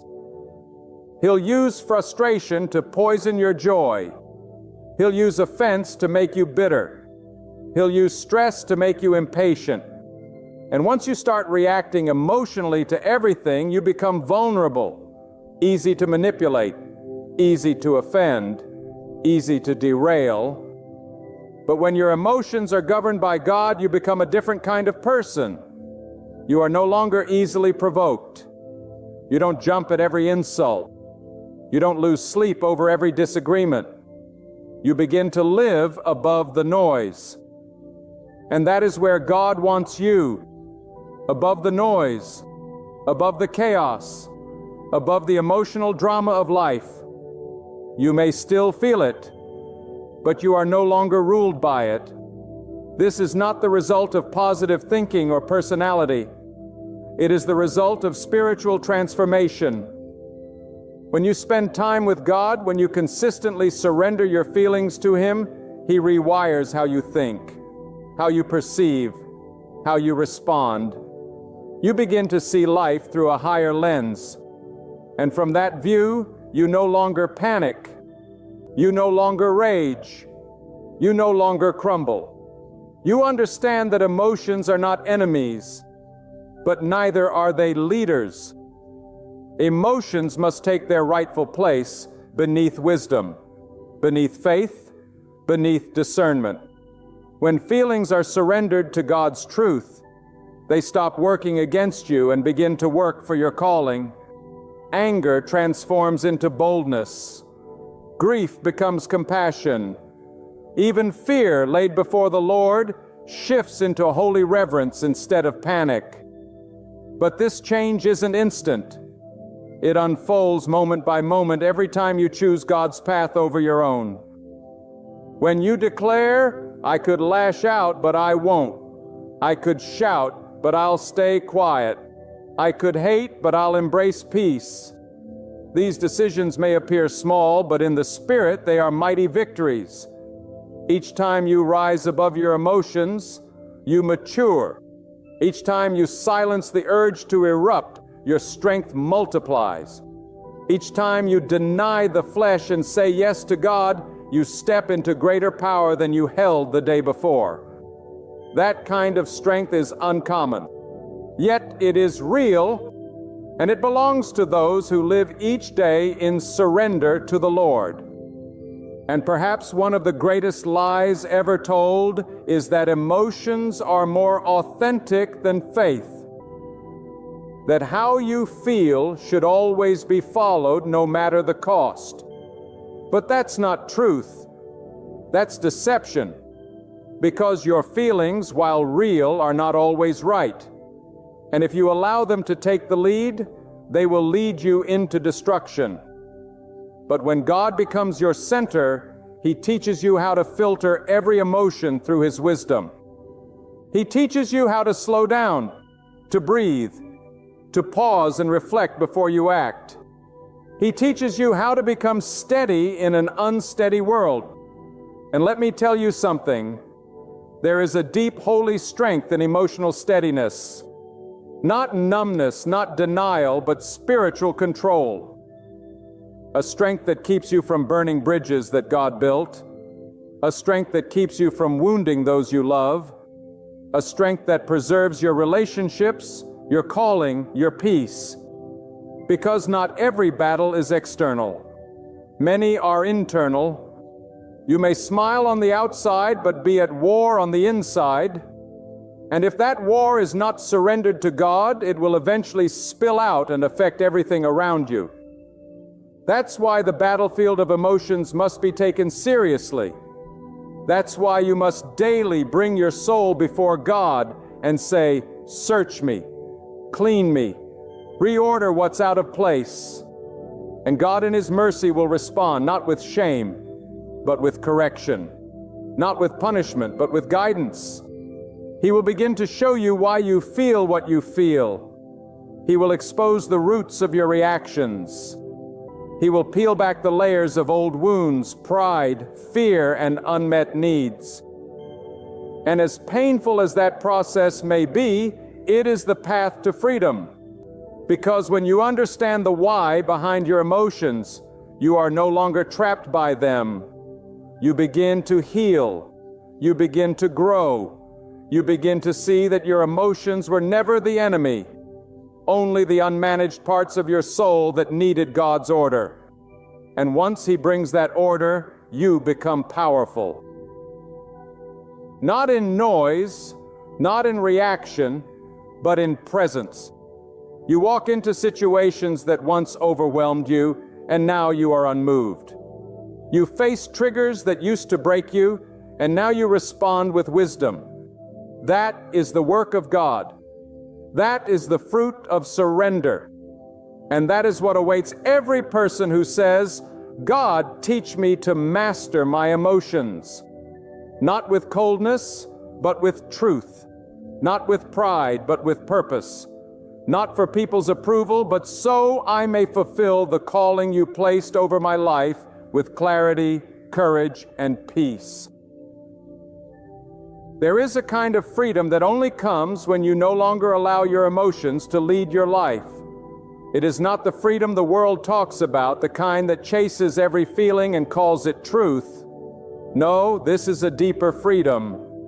A freedom that comes when your emotions are placed under the authority of God and not the authority of your mood or your environment. You begin to see things differently. You begin to respond from wisdom instead of impulse. And that shift, that inner transformation, begins to create peace, not just around you, but within you. You no longer need to defend yourself every time you're misunderstood because you know that God sees your heart. You no longer have to control every outcome because you trust that God is working even when you don't see it. You no longer have to exhaust yourself trying to prove your point because you have learned that some things are better handled in silence and prayer. You stop feeding arguments that were designed to pull you out of your peace. You stop fighting battles that God never assigned to you. You begin to let go, not because you're giving up, but because you are growing up. And spiritual growth looks like restraint. It looks like holding back when everything in you wants to retaliate. It looks like lifting your hands in prayer instead of using them to harm. It looks like crying in God's presence instead of screaming in someone else's face. That kind of emotional control is not weakness. It is strength at its highest form. It is the strength of a person who knows where their help comes from. It is the strength of someone who trusts that God will defend them, vindicate them, heal them, and fight for them. It is the power of one who no longer needs to be right to be at peace. Because peace is not found in victory over people. It is found in victory over your own spirit. And when you learn to master your emotions through God, you become unshakable.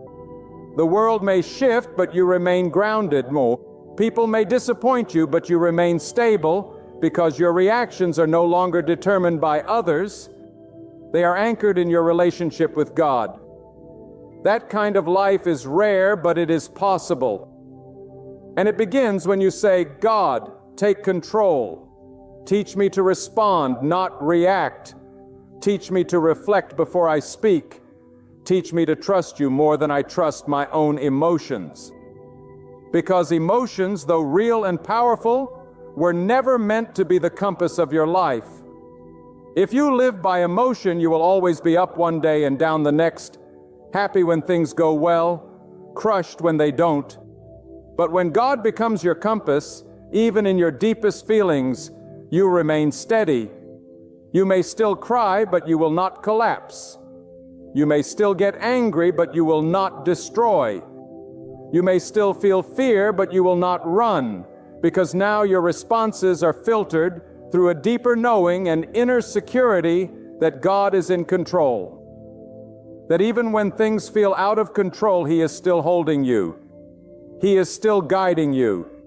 He is still teaching you how to carry your emotions without letting them carry you away. And this is where your greatest growth will take place. Not in the moments of applause, but in the moments of pressure. When your emotions press hard against your peace, and you choose peace anyway. When the urge to lash out rises like fire, but you extinguish it with prayer. When your heart breaks, but you keep walking in purpose. That is strength. That is faith. That is obedience. And obedience brings reward, not always immediately, but deeply. God begins to entrust you with more influence, more clarity, more spiritual authority, because He knows you are not led by your emotions. You are led by Him, and He can trust those who are emotionally mature with greater responsibility. But this isn't just about blessings. It's about becoming the person God envisioned when He formed you. Not ruled by emotions, not reactive, not tossed around by every wind of offense or storm of conflict, but mature, disciplined, discerning, steady-rooted. That is what God is building in you. And that's why He allows tests, not to break you, but to reveal you, to show you where you still need to grow, to show you what still triggers you, to show you what still needs healing. And when you see it, don't run, don't suppress it, don't ignore it. Bring it to God. Say, "Here it is, God. This anger, this pain, this fear, this pride, I lay it before you. Change me." And He will. Not always in a flash, but steadily, powerfully, quietly, from the inside out. Until one day you realize you no longer respond the way you used to. You no longer fall apart the way you once did. You've been transformed not by willpower, but by surrender. Not by performance, but by God's power working in your soul. There comes a point in your journey where you begin to realize that mastering your emotions is not just about protecting yourself. It's about preserving your purpose. Your calling is too great to be constantly derailed by emotional reactions.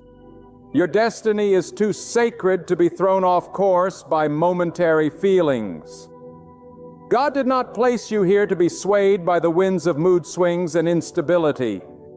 He placed you here to carry something eternal. And anything eternal must be protected. Emotional discipline is not just self-help. It is soul preservation. When you keep losing your temper, you delay your progress. When you keep giving in to offense, you distance yourself from growth. When you act out of insecurity, you stop short of the confidence that God is trying to build in you. But when you stand still and let God rule your reactions, the ground beneath your feet begins to solidify. Suddenly, the things that used to shake you don't anymore. The people who used to provoke you can't anymore. The situations that used to drain you fade into silence because you've changed. You no longer give your power away to people who didn't create you. You no longer hand your peace to situations that have no eternal weight, because now you've tasted something better. You've experienced what it feels like to walk in God's composure, to live from the inside out, not the outside in. And that shift changes everything. You begin to pray more than you speak. You begin to think more than you react. You begin to love more deeply because your love is no longer conditional on how others treat you. You are not living based on feelings. You are living based on God's truth. And that truth grounds you, holds you, lifts you. You become the kind of person who brings calm into chaos, who speaks life when others curse, who builds where others destroy.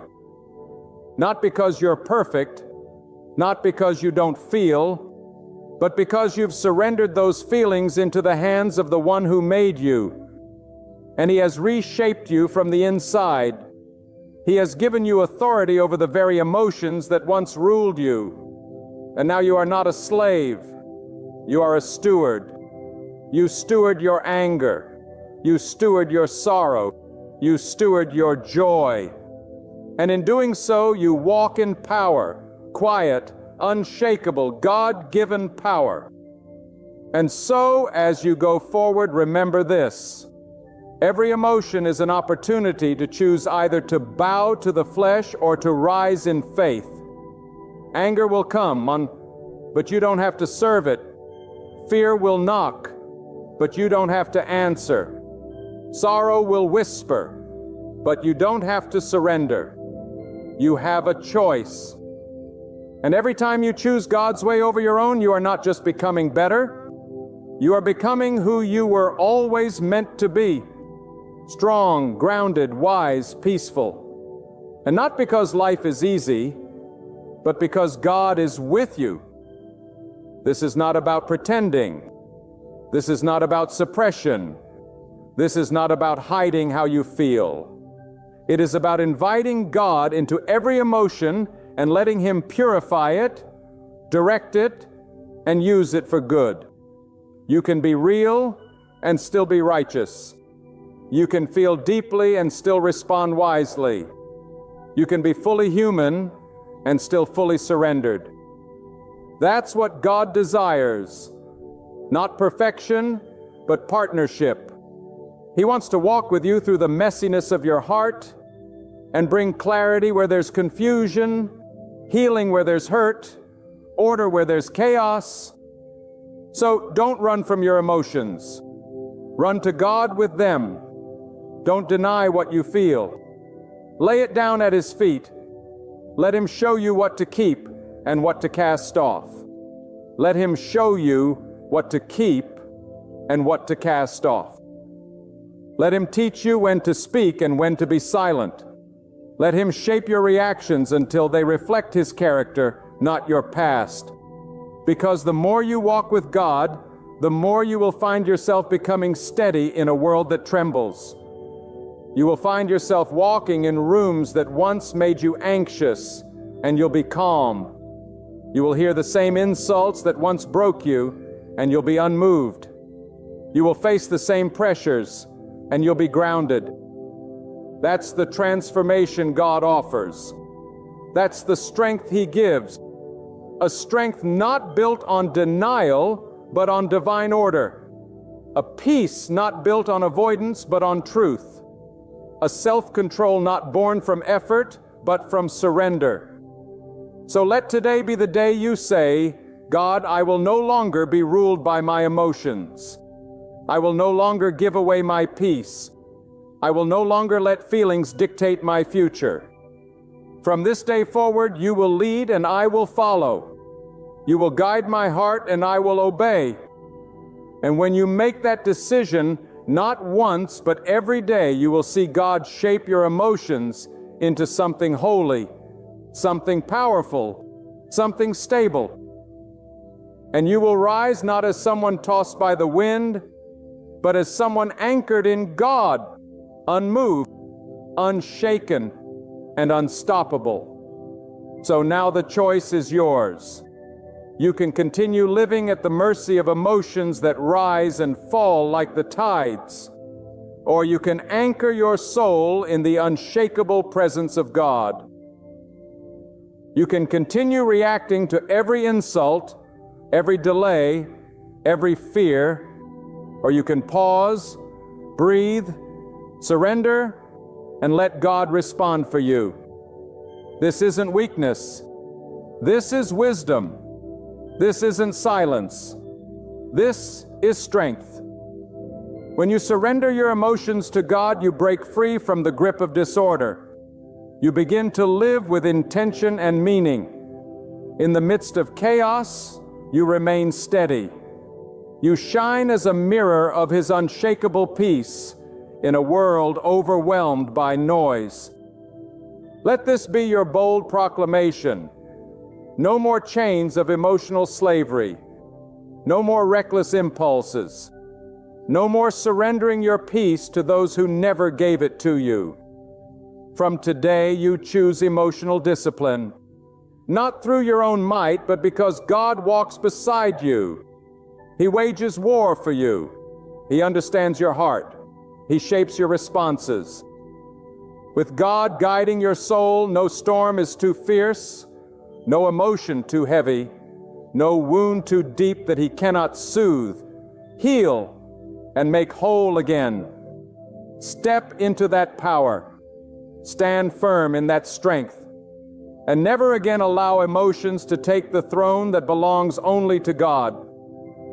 You may be pacing the floor, whispering desperate prayers through clenched teeth, eyes fixed on the clock, wondering when your breakthrough will finally appear.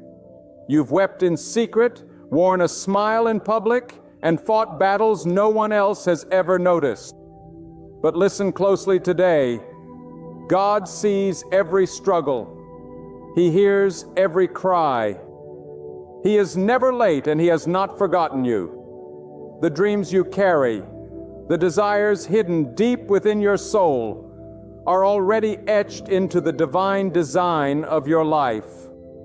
They are coming. They are on the way, but not according to your timetable, according to His.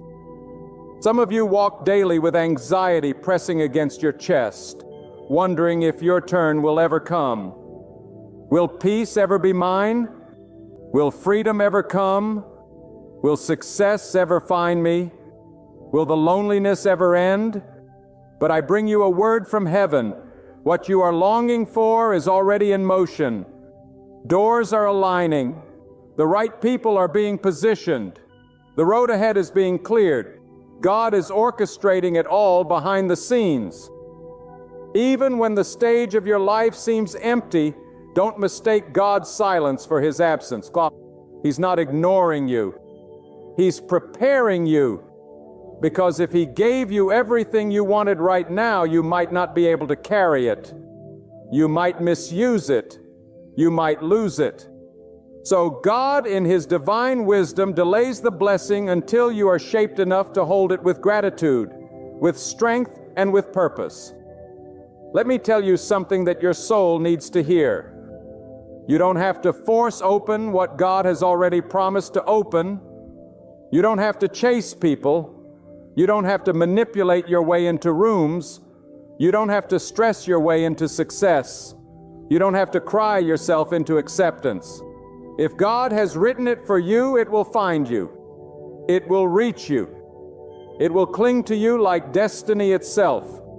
Some of you are exhausted, not just physically, but spiritually. You are tired of pretending, tired of waiting, tired of trying to hold it all together. But I want to speak life into you right now. God is not looking for your perfection. He's looking for your surrender. He's not asking you to carry the weight of the world. He's asking you to release your grip, to breathe, to trust, to relax, because what is meant for you cannot be taken, delayed, or denied, not when God has spoken it. You see, in this world, we've been taught that everything good must be chased, that we must hustle, push, compete. But God's way is different. God doesn't operate on chaos. He operates on peace. God leads through calmness, not confusion. When God is in control, you don't have to scream to be heard. You don't have to fight to be seen. When God is in control, you don't have to scream to be heard. You don't have to fight to be seen. When God has authored your story, no one can rewrite it. No enemy can steal it. No delay can destroy it.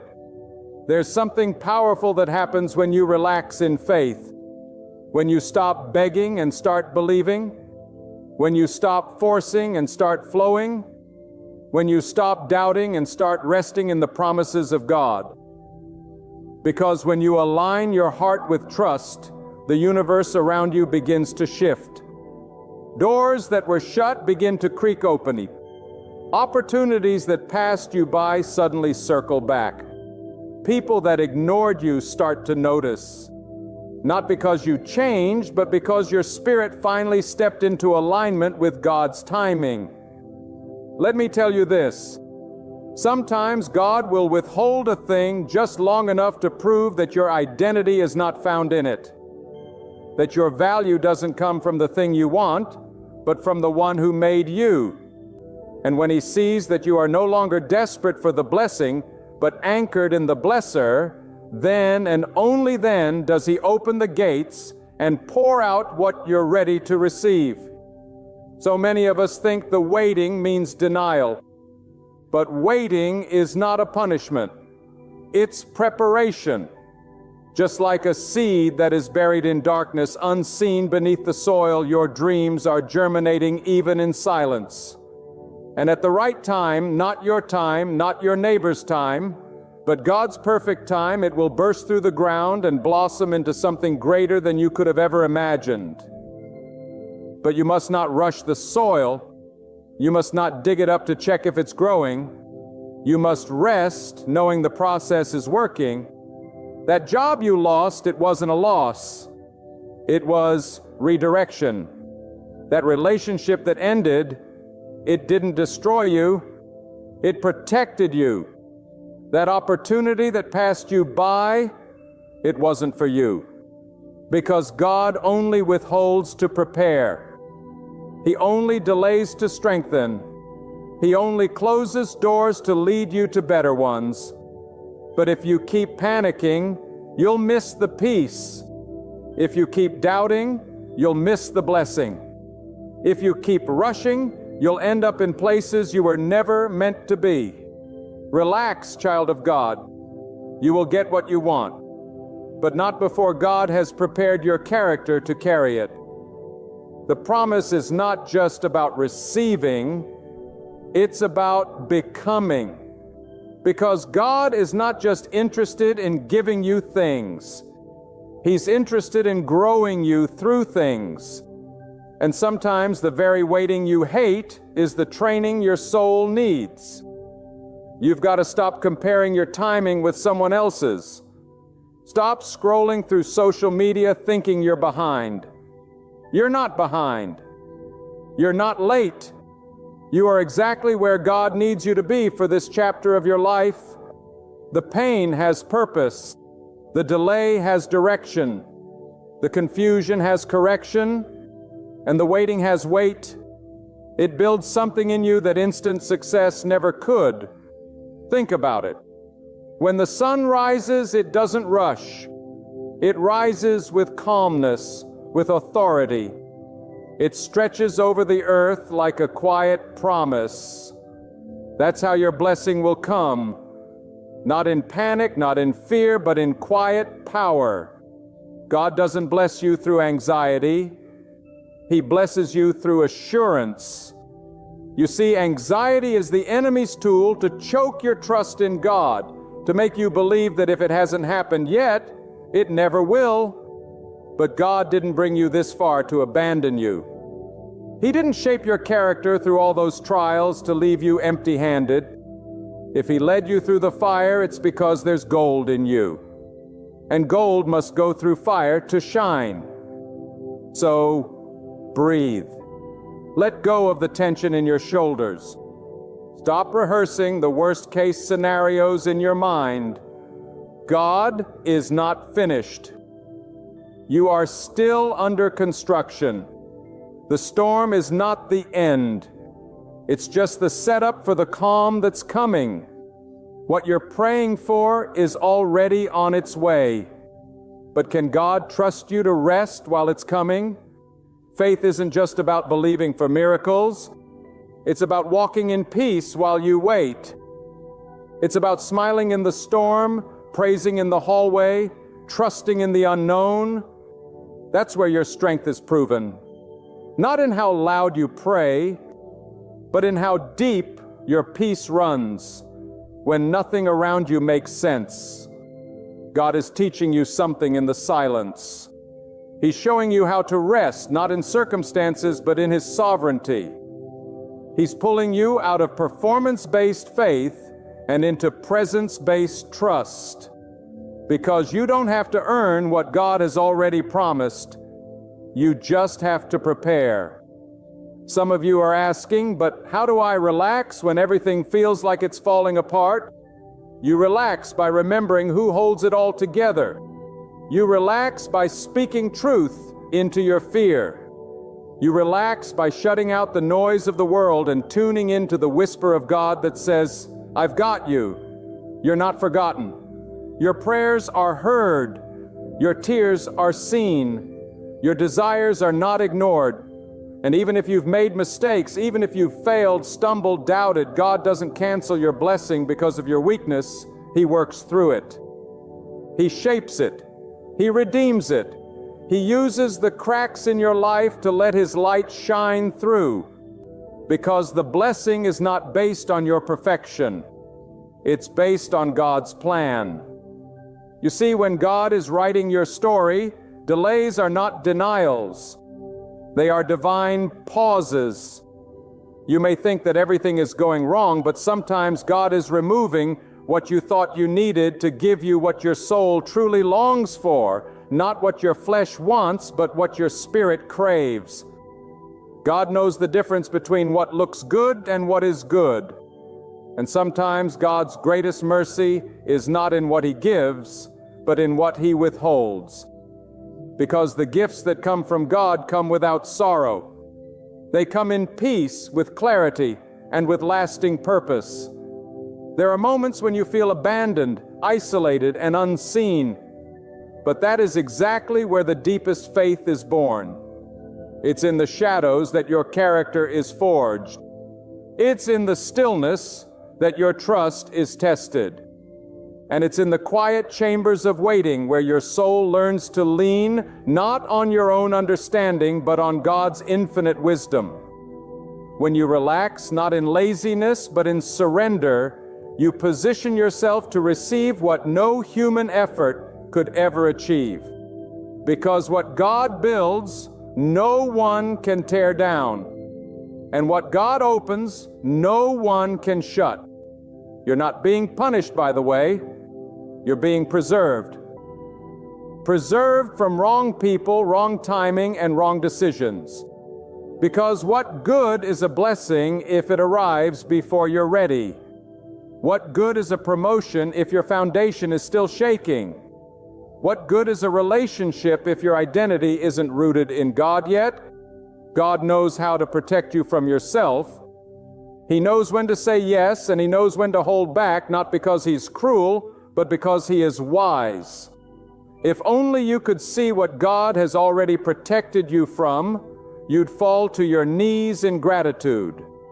The opportunities you thought you lost were never meant to elevate you. They would have broken you. The people who left were not meant to go where you were going. The doors that slammed shut were not rejection. They were redirection. Because when God closes one path, it's because there's a better one He has ordained. And you, child of God, are being led by divine hands. Not chance, not fate, but purposeful, sovereign hands that see the end from the beginning. So relax. Stop thinking you are behind. Stop thinking time is slipping through your fingers. Time belongs to God. And when you walk with God, you are never out of season. He can accelerate your destiny in a moment. He can restore lost years in a breath. He can do in one day what human efforts couldn't accomplish in a decade. But He's not looking at your timeline. He's looking at your trust. Can you trust God when there's no visible sign? Can you walk with confidence when there's no confirmation? Can you sleep at night knowing the answer hasn't arrived, but the author is still writing? Listen to me. Desperation doesn't move God. Faith does. God responds to the heart that says, even if I don't see it yet, I believe you're working. That's when the atmosphere shifts. That's when chains fall. That's when provision comes. Not because you begged for it, but because you believed for it. There's a peace that surpasses logic. When you truly believe that God is in control, you start to walk differently, talk differently. You don't compete. You don't chase. You wait, you rest, you prepare. And preparation is never passive. Preparation is obedience in the quiet. It's showing up even when nothing is moving.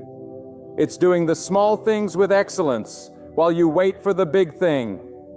It's trusting that even the mundane is sacred when done in faith. That's what separates the anxious from the anchored. The understanding that the waiting room is not wasted time. It's the workshop of destiny. It's where God shapes your patience, molds your attitude, and refines your intentions. Many cry out, God, when will you do it? But the deeper question is, God, what are you doing in me while I wait? Because every promise has a process. Every dream has a desert. Every breakthrough has a battle. And God is not just trying to get you to the blessing. He's trying to make sure you don't lose your soul when you get it. So if you're in a waiting season, thank God. That means He's still preparing you. That means He's still preparing you.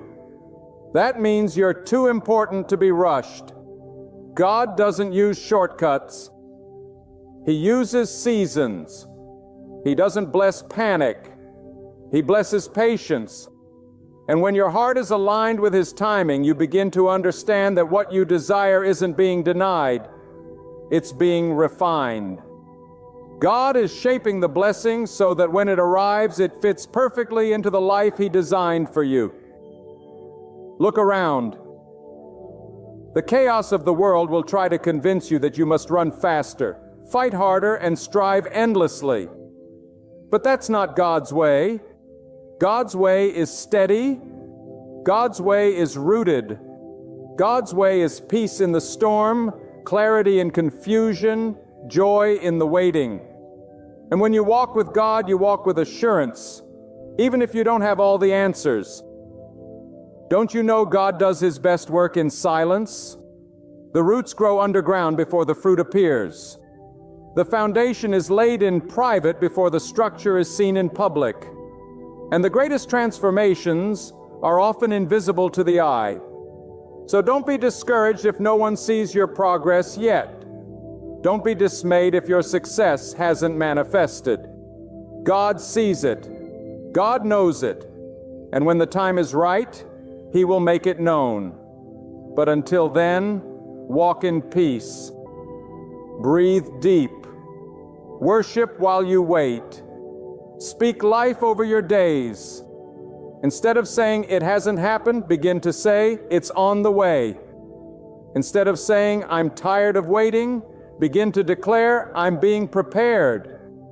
That shift in your words is a shift in your spirit. And that's where transformation begins. Not in the external, but in the internal realm where your faith connects with God's plan. And hear this clearly. No amount of worrying will make it happen faster. You can worry yourself sick and it still won't change what God is doing. But one moment of peace, one moment of surrender can open doors you couldn't have pried open in your strength. There's a rhythm to God's timing. And once you learn to flow in that rhythm, you no longer fear missing out because you know that what is meant for you won't miss you. You must let go of the illusion of control. Let go of the fear that you're not enough. Let go of the panic that you'll be left behind. God doesn't operate through fear. He operates through purpose. And your purpose is still intact. Even if the path looks unclear, relax. Not because it's easy, but because God is trustworthy. Relax, not because the situation is light, but because your burden is being carried by the one who has never failed. And I say to you again, do not let your heart be troubled by the timing of things. God's ways are not our ways, and His timing is not our clock. When you place your full trust in God, you surrender the illusion of control and step into the river of His will, which flows with precision and purpose. You may not understand why certain things are taking longer than expected, why certain doors remain closed, or why silence fills your prayers. But understand this: delay is not neglect. Silence is not abandonment. When God seems still, He is often working the most. God is not reacting. He is orchestrating. He is not figuring things out as they go. He already knows the end from the beginning. And when God moves, He moves in fullness. You do not serve a God of half measures. You serve the one who gives good measure, pressed down, shaken together, and running over. But in order to receive that abundance, you must first be positioned by trust. You must unclench your fists, release your anxieties, and let peace be your posture. That is the language God responds to, faith in stillness. Your weariness does not go unnoticed. Your silent tears are seen by the one who created your soul. You've been fighting battles that no one understands, carrying burdens that no one can see, but God knows. And not one moment of pain will be wasted. Not 1 second of your waiting will be empty. For every sleepless night, God is storing up a harvest of peace. For every denied request, He is preparing a better yes. For every lonely moment, He is writing a story of deeper intimacy between you and Him. So hold your ground in the stillness. Don't move out of panic. Don't compromise your principles because the path seems slow. When you trust God, you begin to see that what you are waiting for is not just about an outcome. It's about shaping who you are in the process. This is not punishment. This is divine craftsmanship. You are being carved, refined, and shaped into a vessel that can carry not just blessing, but legacy, wisdom, and divine authority. Some of the greatest gifts from God come wrapped in patience. Let your spirit be settled in this truth. Everything meant for you is already under God's command. You do not have to chase what's yours. You only need to walk faithfully and stay connected to God's guidance. He will bring the right opportunity at the right time. He will align the right voices, the right relationships, the right breakthrough. And when it comes, you will not have to fight to keep it. Because what God gives, no man can take away. That is the difference between worldly striving and godly waiting. One is full of pressure, the other is full of peace. Some are striving for recognition, others are hungry for status. But the one who trusts God seeks alignment, not attention. You don't need the spotlight to validate your worth. You don't need applause to affirm your direction. When God's approval rests upon you, it outweighs every human opinion. Your assignment is not to be famous, but to be faithful. Fame fades. Trends change.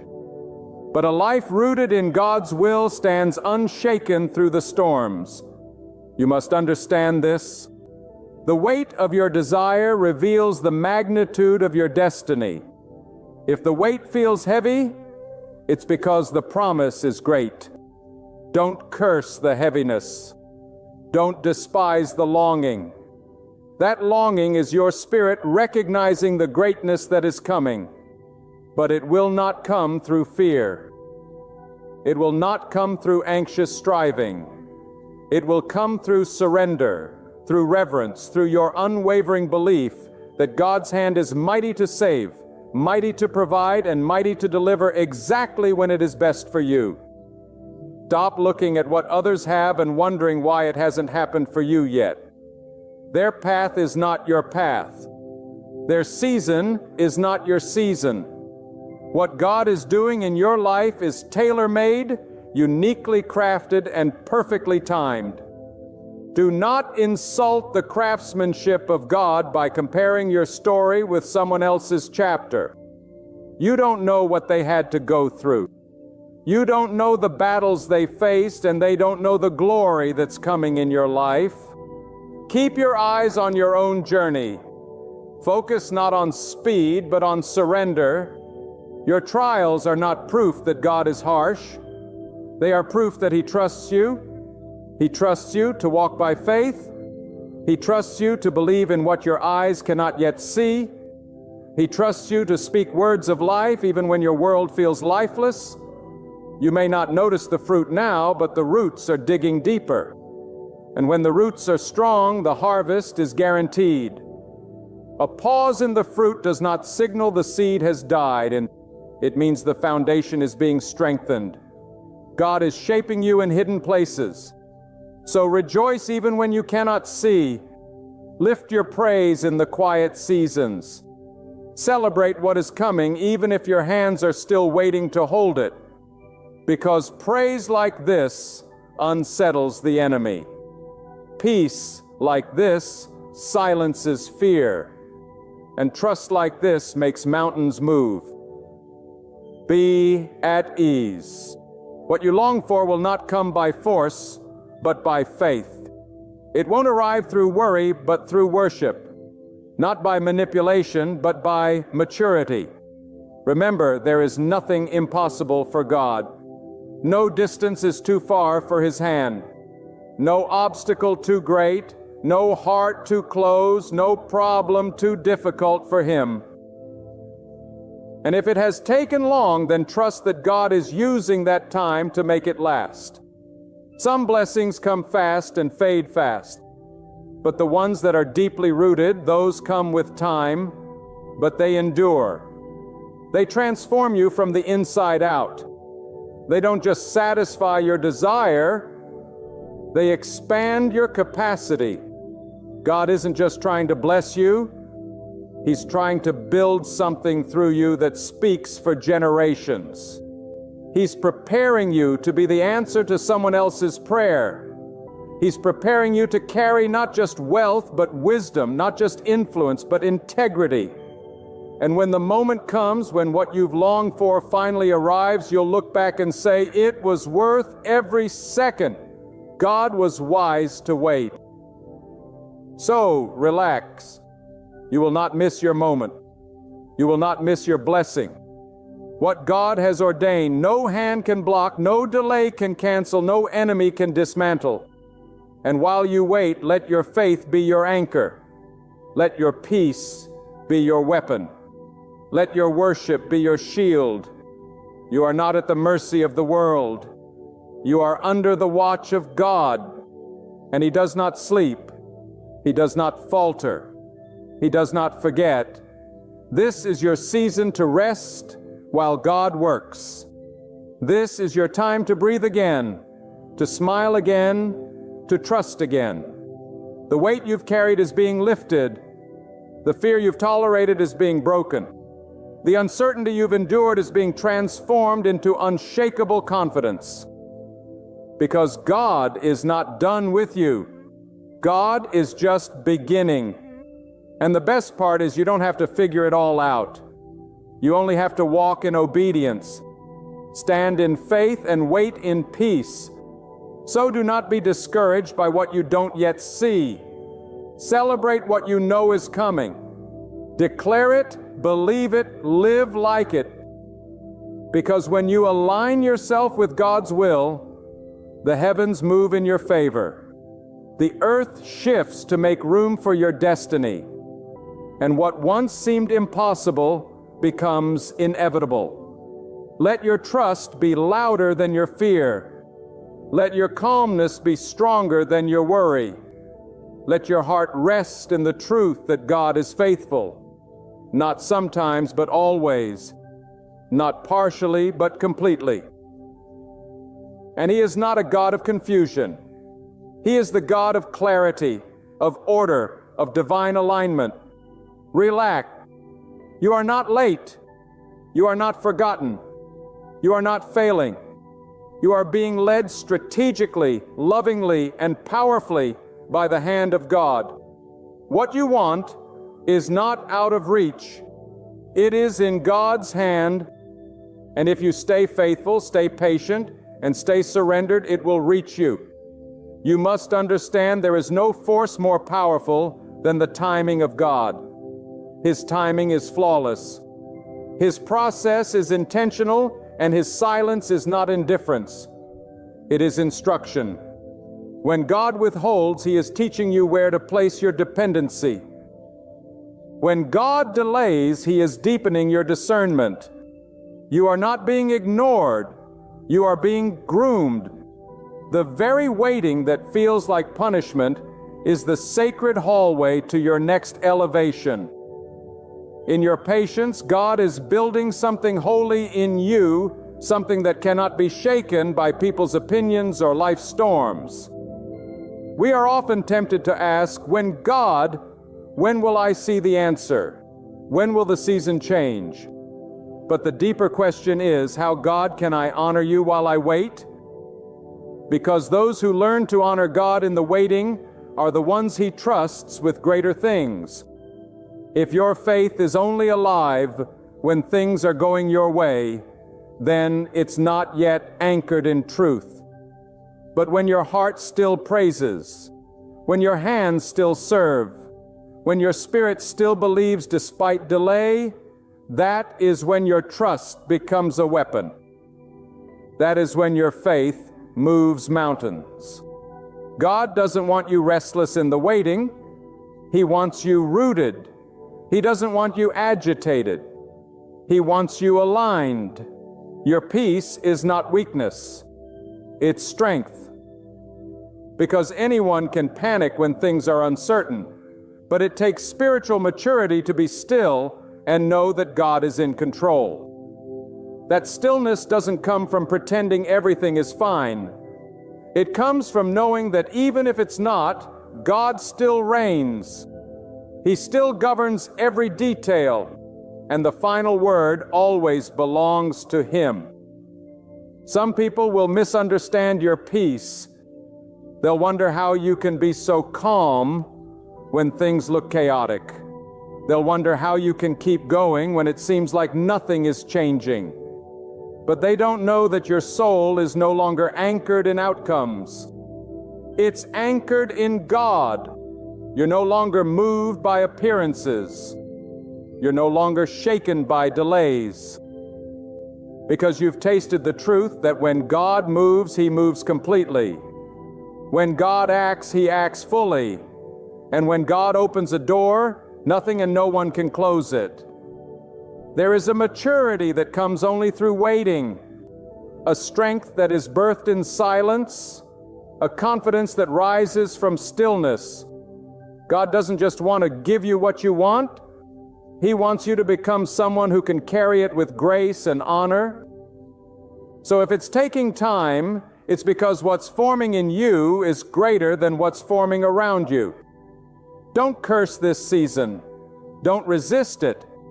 Embrace it as sacred. Every day of waiting is a day of preparation. Every moment of surrender is a moment of shaping.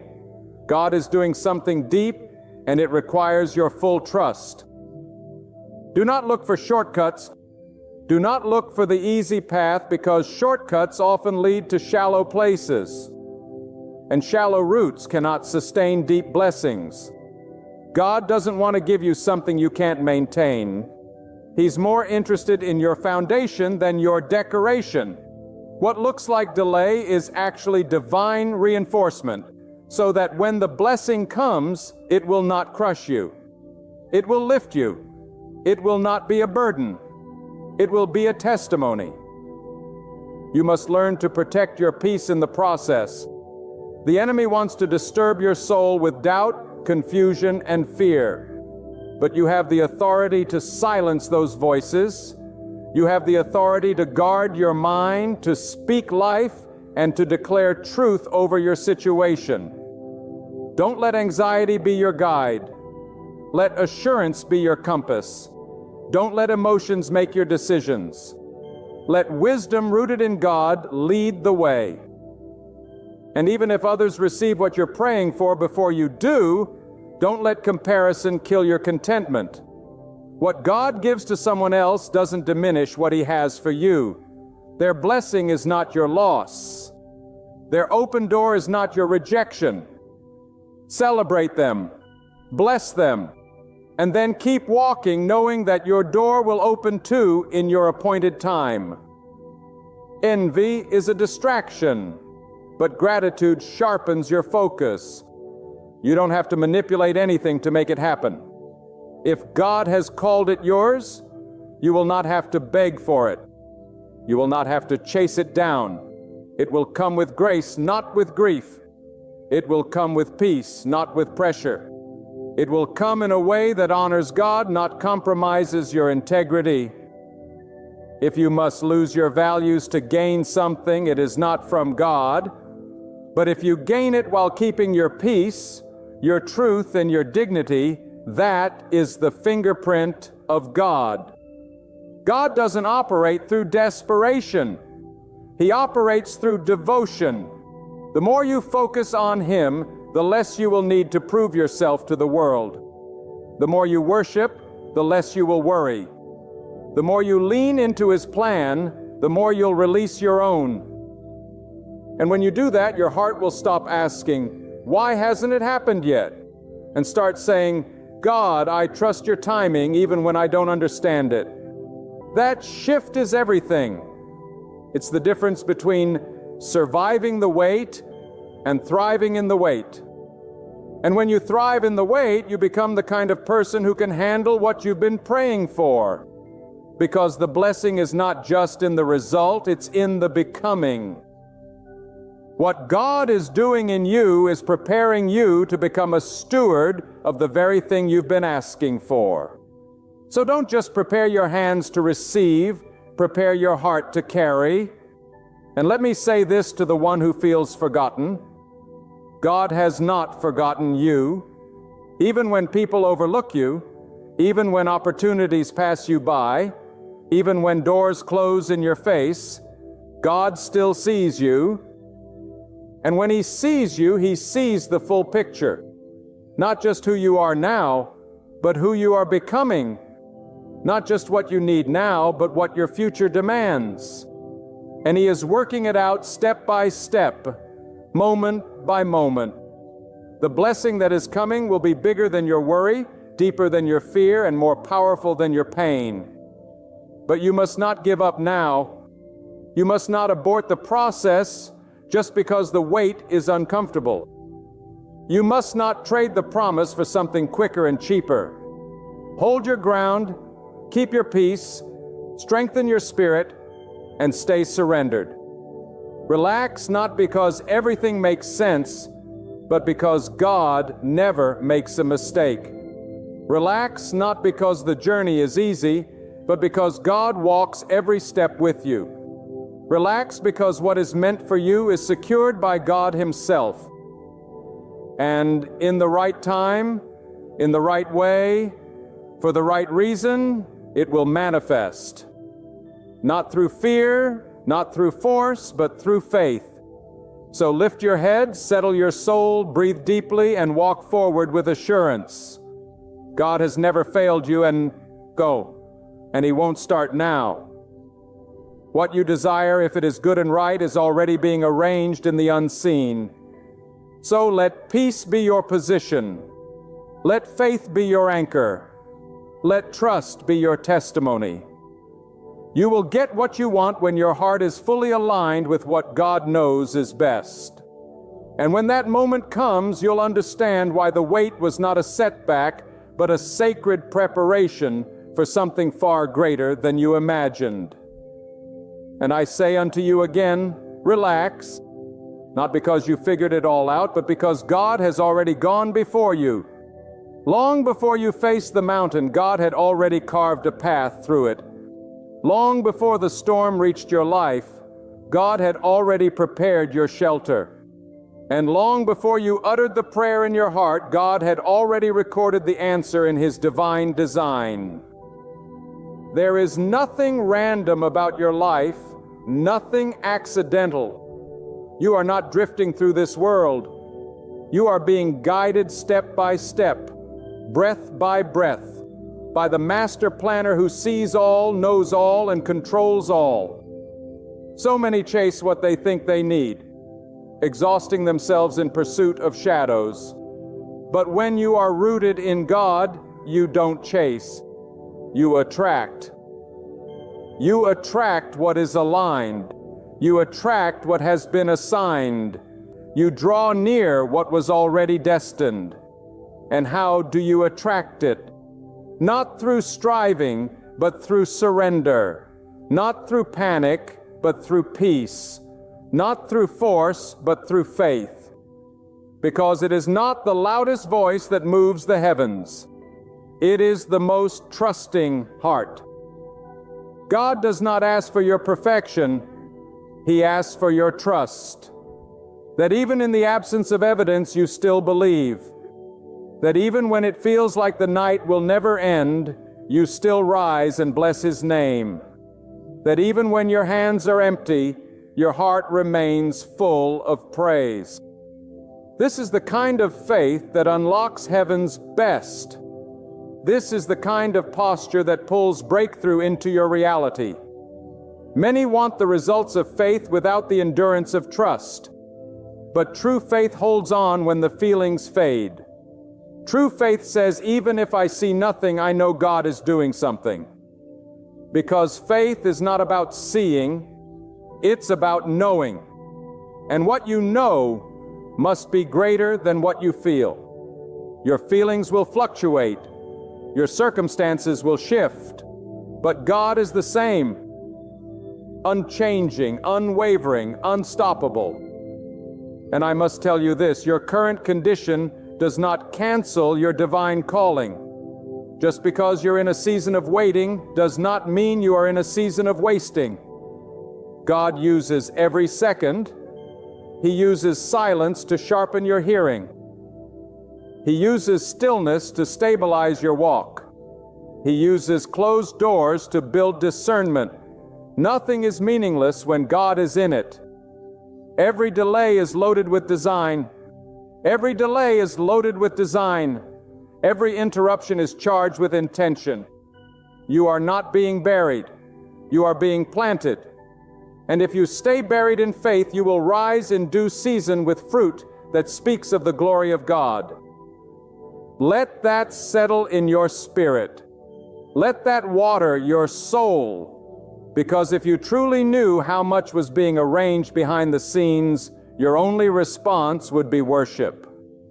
If you could see the divine blueprint being written for your life, you wouldn't question the timing. You would praise in anticipation. But God is not obligated to show you the entire map. He gives you light for the next step. That's how trust is built. Not by knowing everything, but by trusting in the one who does. And when you walk by that kind of trust, your confidence no longer comes from outcomes, but from obedience. You say, whether it happens now or later, I trust that God knows the right time, the right place, and the right way. That kind of trust creates a quiet strength that nothing and no one can shake. Stop measuring your progress by what the world celebrates. God is not building you for applause. He is building you for purpose. He is not grooming you for popularity. He is shaping you for power. And that shaping often happens in solitude, in struggle, in silence. So don't despise the hidden seasons. Don't curse the invisible work. God does His deepest work in places that others never see. You may not be where you want to be, but you are exactly where God wants to meet you. You may not feel qualified, but God has already marked you. You may not have the resources yet, but God is the source. Everything you need is already in His hand. Your provision, your healing, your breakthrough, your open door. It is not found in hustle, but in holiness. It is not found in pressure, but in posture. A posture of surrender, a posture of peace, a posture of surrender, a posture of peace. A posture that says, God, I may not see it, but I still trust you. And that trust, beloved, becomes your weapon. When others are panicking, you'll be standing. When the winds rage, you'll be rooted. When people give up, you'll endure. Because your foundation is not built on changing seasons. It is built on the eternal presence of God who never changes. And that presence will carry you when your strength fails. It will sustain you when your hope flickers. It will uphold you when everything around you feels like sinking sand. Let this be your declaration. I will not let fear make decisions for me. I will not let doubt define my destiny. I will not let impatience push me outside of God's will. That's how you win. That's how you stay in alignment. That's how you protect what God is doing in your life, because there is nothing more dangerous than stepping outside of divine timing. What comes prematurely can crush what God meant to bless.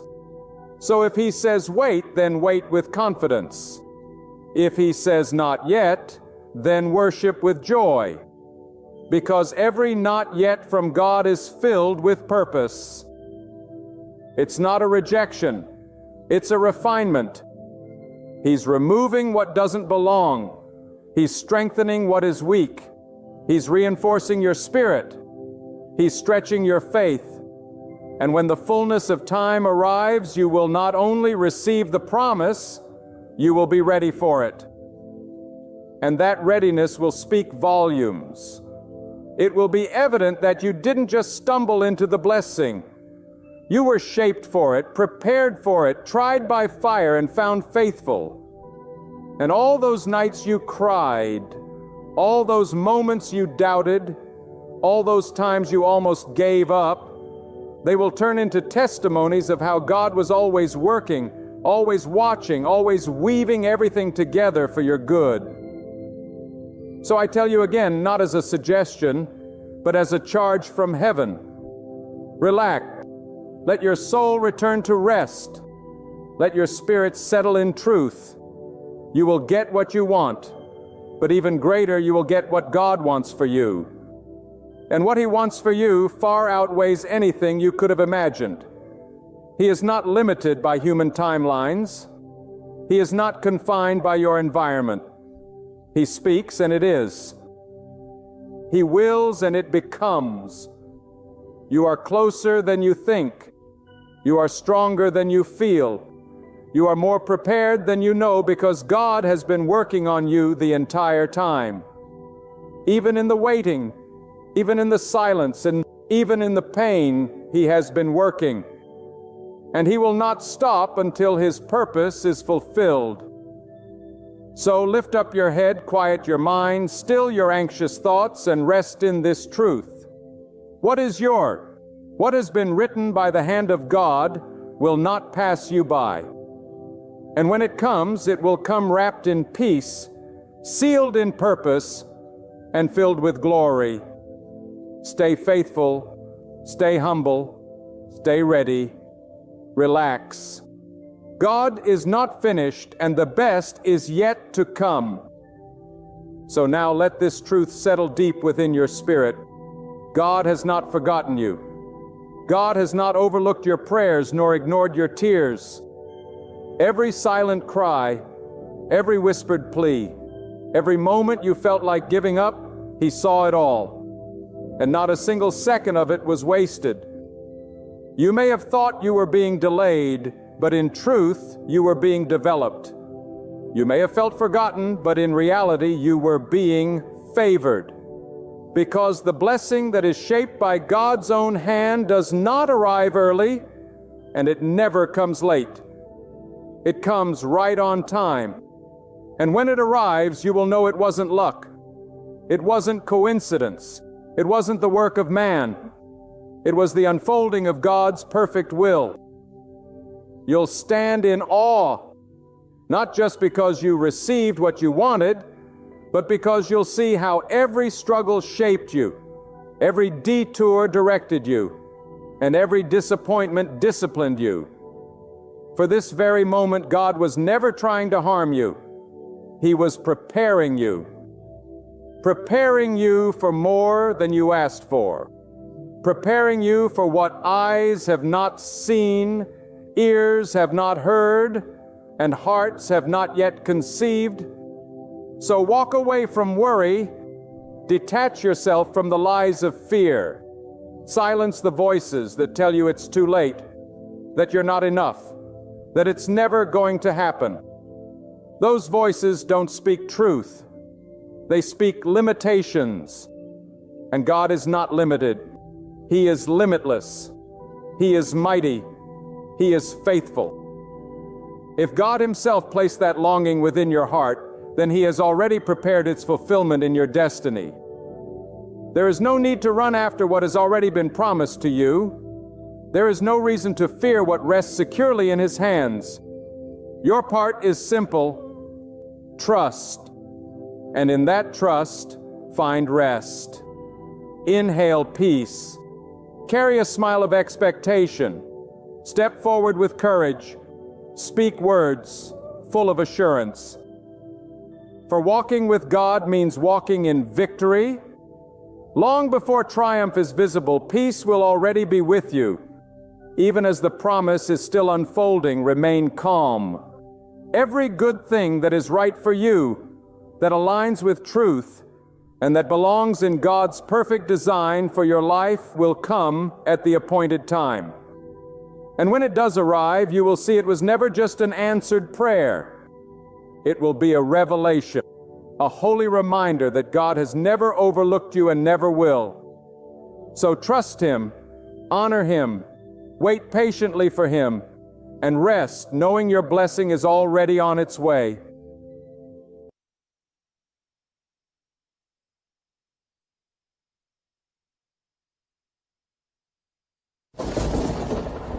At times, the heaviest loss becomes the very foundation for divine elevation. Do not mistake your pain for punishment. What appears to be defeat in the natural is often God making room for something far greater. God never removes without reason. He never subtracts without divine intention. When the storm rises, it does not always come to ruin you. It comes to reveal what cannot remain as you step into your next season. When people walk out, when doors close, when what you thought was essential slips away, do not lose heart. That very loss may be the greatest act of mercy God has ever given you. That setback may be the chosen path God is using to prepare you for more than you could ever imagine. You may be left asking, why me? Why did this have to happen? Why did I lose what I prayed so desperately for? But hear this. Sometimes God allows you to release what you believed was everything so He can place in your hands the everything He truly designed for you. What slipped away was never the blessing itself. What's coming is God doesn't restore back to the way things were. God multiplies, God increases, God expands. And when He brings restoration, it is not just equal, it is greater. But you must recognize the signs. You must stay alert, because when God is about to give you more than you lost, the enemy will increase the pressure. The spiritual warfare will intensify. The confusion will deepen. But that is your cue. It is evidence that breakthrough is close. Look around. What has fallen apart in your life? What has dried up? What doors have closed so violently it left you breathless? Those are signs that God is about to do something mighty. When God is about to restore, He first allows everything that is not built on His foundation to collapse. He removes the shaky structures. He tears down what was built on pride, on fear, on false confidence. He allows the hidden rot to surface so that you can no longer ignore it. And though it feels like punishment, it is mercy, it is love, it is preparation. Because God never blesses what is unstable. He builds upon strength. And if you've been through the fire, if you've been through the loss, then know this: you've been refined. There are things you prayed for in your past that God didn't give you, not because you weren't worthy, but because He was protecting you from small blessings that would limit your growth. You were thinking in inches, but God was preparing you for miles. You were asking for enough to survive, but God is about to give you enough to thrive. But He had to first break the idol of self-dependence. He had to shatter your limited vision so you could receive His unlimited provision. If you feel empty, that is good, because God cannot fill what is already full. He cannot pour new oil into an old wineskin. The loss created room for abundance. And let me tell you, when God is about to bless you, things will not make sense. People will distance themselves. The very ones you thought would celebrate you will fall silent. You will be surrounded by silence, confusion, and opposition. But do not be discouraged. This is your test. This is your proving ground. When God is about to open the floodgates of blessing, He first tests your endurance. He sees if you will still praise Him in the drought. He watches to see if you will still worship when nothing is going your way, because what is coming is weighty, and God will not place His abundance into hands that cannot carry the responsibility. Some of you are in that waiting room of life. You've cried the prayers. You've endured the betrayal. You've stood alone while everyone else moved forward. But hear me, delay is not denial. God is never late. What He promised He will fulfill, but He will not give you what you cannot handle. And if you feel like you've lost everything, then lift up your eyes, because God is about to give you more than you lost. Your tears were not in vain. Your prayers did not fall to the ground. Heaven has recorded every sacrifice, every heartbreak, every sleepless night, and the reward is coming. But it will come God's way, in God's time, for God's purpose. When you are about to receive more than you lost, God will begin to stir discomfort in places you used to find comfort. You'll no longer be satisfied with what once gave you joy. Old friendships will feel distant. Familiar routines will lose their flavor. Why? Because God is making you uncomfortable in the old, so you will not resist the new. He is calling you out. He is pulling you away from small thinking, from toxic environments, from patterns that limit His blessing. And though it may feel like loneliness, it is sacred separation. It is divine distancing. God is isolating you to elevate you. If your surroundings feel unfamiliar, if your heart feels restless, if your life feels like it's in transition but you can't see where it's going, rejoice. Because when God is about to give you more than you lost, He doesn't just change your situation. He changes you. He upgrades your thinking. He purifies your motives. He stretches your faith. Because what He's about to give you requires a different version of you. You can't walk into the next blessing with the same mindset that lost the last one. You must grow. You must transform. And that transformation often comes through fire. Do not despise the fire. The fire is not there to destroy you. It is there to reveal what is eternal. When you pass through the fire of loss, the fire of rejection, the fire of delay, you will come out refined, not ruined. You will come out stronger, not weaker. You will come out wiser, not bitter, because God uses what was meant to harm you to elevate you. That is how He operates. That is His way. He allows the enemy to play his part only to reverse the weapon and turn it into a testimony. What was meant to bury you will be the very platform God uses to bless you.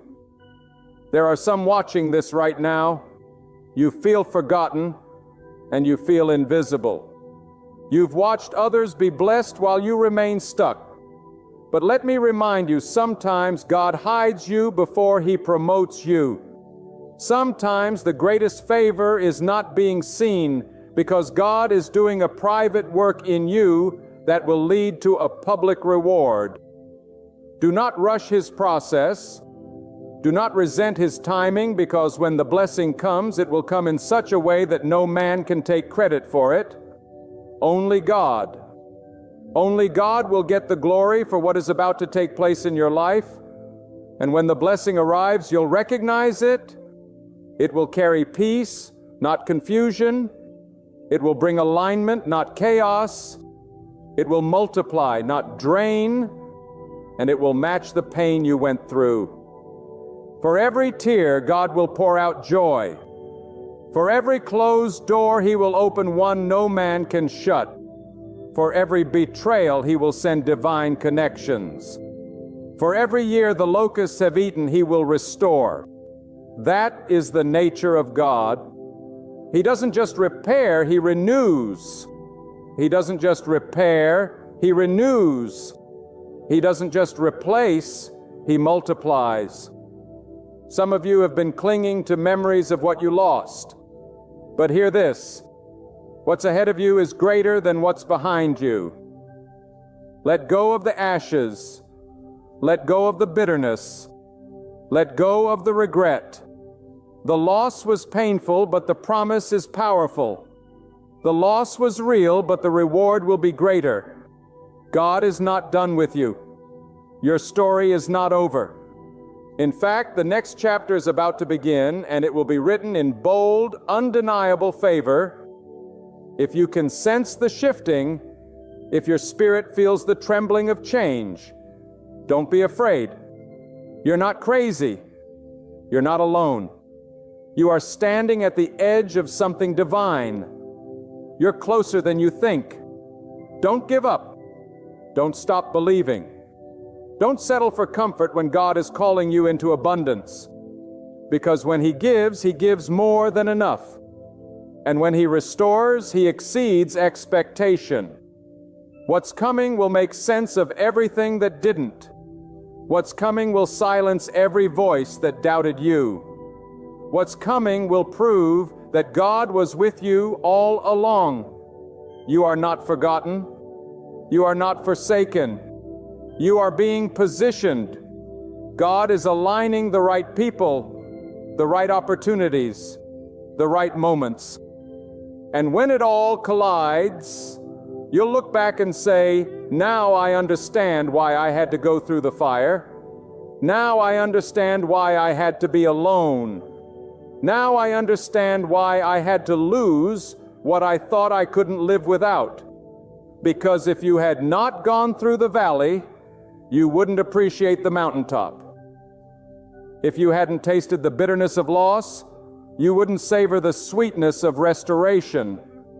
When everything is stripped away, when the people you trusted have walked out, when the doors you prayed would open slam shut, when your strength is dried up and your heart is shattered in silence, listen closely, because this is the sound of God preparing to give you more than you lost. This is not the end, my friend. This is the beginning of divine restoration. This is the threshold of a blessing that is far greater than the pain you endured. And if you can open your spiritual eyes, you will begin to see the signs that God is about to repay you.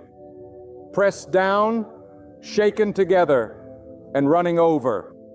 Sometimes the deepest loss is the greatest setup for divine elevation. Do not misinterpret your suffering. What looks like defeat in the physical realm is often God's way of clearing space for something greater. God doesn't take without purpose. God doesn't subtract without intention. When the storm hits, it is not always to destroy you. It is to expose what cannot go with you into your next season. When friends walk away, when opportunities fall apart, when you lose what you thought you couldn't live without, do not despair. That loss may be the greatest mercy you've ever received. That setback may be the exact path God is using to prepare you for more than you ever imagined. You may be looking around and asking, why me? Why did I have to go through this? Why did I lose what I prayed so hard for? But I say to you, sometimes God allows you to lose what you thought was everything, so He can give you everything He truly intended for you. What you lost was not the blessing. What's coming is. God doesn't restore back to the way things were. God multiplies. God increases. God expands. And when He brings restoration, it is not just equal. It is greater. But you must recognize the sign. You must stay alert. Because when God is about to give you more than you lost, the enemy will increase the pressure. The spiritual warfare will intensify. The confusion will deepen. But that is your cue. It is evidence that breakthrough is close. Look around. What has fallen apart in your life? What has dried up? What doors have closed so violently it left you breathless? Those are signs that God is about to do something mighty. When God is about to restore, He first allows everything that is not built on His foundation to collapse. He removes the shaky structures. He tears down what was built on pride, on fear, on false confidence. He allows the hidden rot to surface so that you can no longer ignore it. And though it feels like punishment, it is mercy. It is love. It is preparation. Because God never blesses what is unstable. He builds upon strength. And if you've been through the fire, if you've been through the loss, then know this: you've been refined.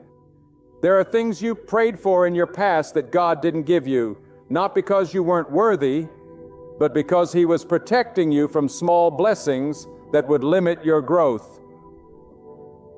You were thinking in inches, but God was preparing you for miles. You were asking for enough to survive, but God is about to give you enough to thrive. But He had to first break the idol of self-dependence.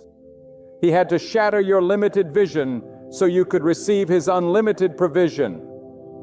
If you feel empty, that is good, because God cannot fill what is already full. He cannot pour new oil into an old wineskin. The loss created room for abundance. And let me tell you, when God is about to bless you, things will not make sense. People will distance themselves. The very ones you thought would celebrate you will fall silent. You will be surrounded by silence, confusion, and opposition. But do not be discouraged. This is your test. This is your proving ground. When God is about to open the floodgates of blessing, He first tests your endurance. He sees if you will still praise Him in the drought. He watches to see if you will still worship when nothing is going your way. Because what is coming is waiting. And God will not place His abundance into hands that cannot carry the responsibility. Some of you are in that waiting room of life. You've cried the prayers. You've endured the betrayal. You've stood alone while everyone else moved forward. But hear me. Delay is not denial. God is never late. What He promised, He will fulfill. But He will not give you what you cannot handle. And if you feel like you've lost everything, then lift up your eyes, because God is about to give you more than you lost. Your tears were not in vain. Your prayers did not fall to the ground. Heaven has recorded every sacrifice, every heartbreak, every sleepless night, and the reward is coming. But it will come God's way in God's time for God's purpose. When you are about to receive more than you lost, God will begin to stir discomfort in places you use to find comfort. You'll no longer be satisfied with what once gave you joy. Old friendships will feel distant. Familiar routines will lose their flavor. Why?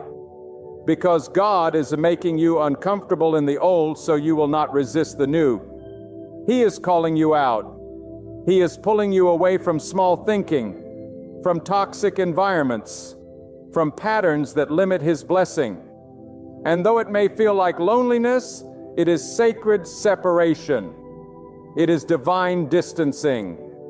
God is isolating you to elevate you. If your surroundings feel unfamiliar, if your heart feels restless, if your life feels like it's in transition, but you can't see where it's going, rejoice. Because when God is about to give you more than you lost, He doesn't just change your situation, He changes you. He upgrades your thinking. He purifies your motives.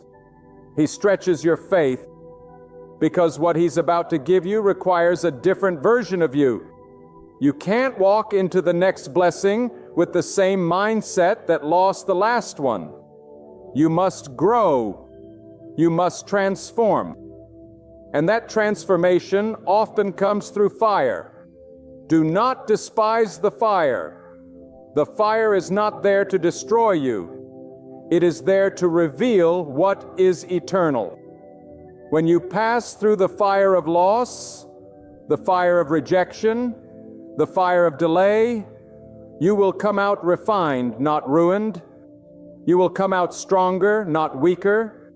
You will come out wiser, not bitter, because God uses what was meant to harm you to elevate you. That is how He operates. That is His way. He allows the enemy to play his part only to reverse the weapon and turn it into a testimony. What was meant to bury you will be the very platform God uses to bless you. There are some watching this right now. You feel forgotten. You feel invisible. You've watched others be blessed while you remain stuck. But let me remind you, sometimes God hides you before He promotes you. Sometimes the greatest favor is not being seen because God is doing a private work in you that will lead to a public reward. Do not rush His process. Do not resent His timing, because when the blessing comes, it will come in such a way that no man can take credit for it. Only God will get the glory for what is about to take place in your life. And when the blessing arrives, you'll recognize it. No, it will carry peace, not confusion. It will bring alignment, not chaos. It will multiply, not drain. And it will match the pain you went through. For every tear, God will pour out joy. For every closed door, He will open one no man can shut. For every betrayal, He will send divine connections. For every year the locusts have eaten, He will restore. That is the nature of God. He doesn't just repair, He renews. He doesn't just replace, He multiplies. Some of you have been clinging to memories of what you lost. But hear this: what's ahead of you is greater than what's behind you. Let go of the ashes. Let go of the bitterness. Let go of the regret. The loss was painful, but the promise is powerful. The loss was real, but the reward will be greater. God is not done with you. Your story is not over. In fact, the next chapter is about to begin, and it will be written in bold, undeniable favor. If you can sense the shifting, if your spirit feels the trembling of change, don't be afraid. You're not crazy. You're not alone. You are standing at the edge of something divine. You're closer than you think. Don't give up. Don't stop believing. Don't settle for comfort when God is calling you into abundance. Because when He gives more than enough. And when He restores, He exceeds expectation. What's coming will make sense of everything that didn't. What's coming will silence every voice that doubted you. What's coming will prove that God was with you all along. You are not forgotten. You are not forsaken. You are being positioned. God is aligning the right people, the right opportunities, the right moments. And when it all collides, you'll look back and say, now I understand why I had to go through the fire. Now I understand why I had to be alone. Now I understand why I had to lose what I thought I couldn't live without. Because if you had not gone through the valley, you wouldn't appreciate the mountaintop. If you hadn't tasted the bitterness of loss, you wouldn't savor the sweetness of restoration. And now hear this with every fiber of your soul. When God is about to give you more than you lost, the environment around you begins to shift. People will misread you. Some will question your silence, while others will resent your growth. But do not be distracted. No, do not be pulled into battles God never asked you to fight. When God is preparing to elevate you, He will often separate you. This separation is sacred. It is strategic. It is not rejection. It is redirection. God removes noise from your life so you can better hear His voice. He allows the counterfeit to walk away so the authentic can find you. He closes doors not to punish you, but to protect the miracle that is coming. You may not feel strong right now. You may feel bruised, tired, and stretched beyond what you can bear. But listen, the presence of pain does not mean the absence of God. Sometimes the pain is proof that God is working on the deepest levels of your life. He is breaking cycles. He is disrupting generational pattern. He is rebuilding you from the inside out.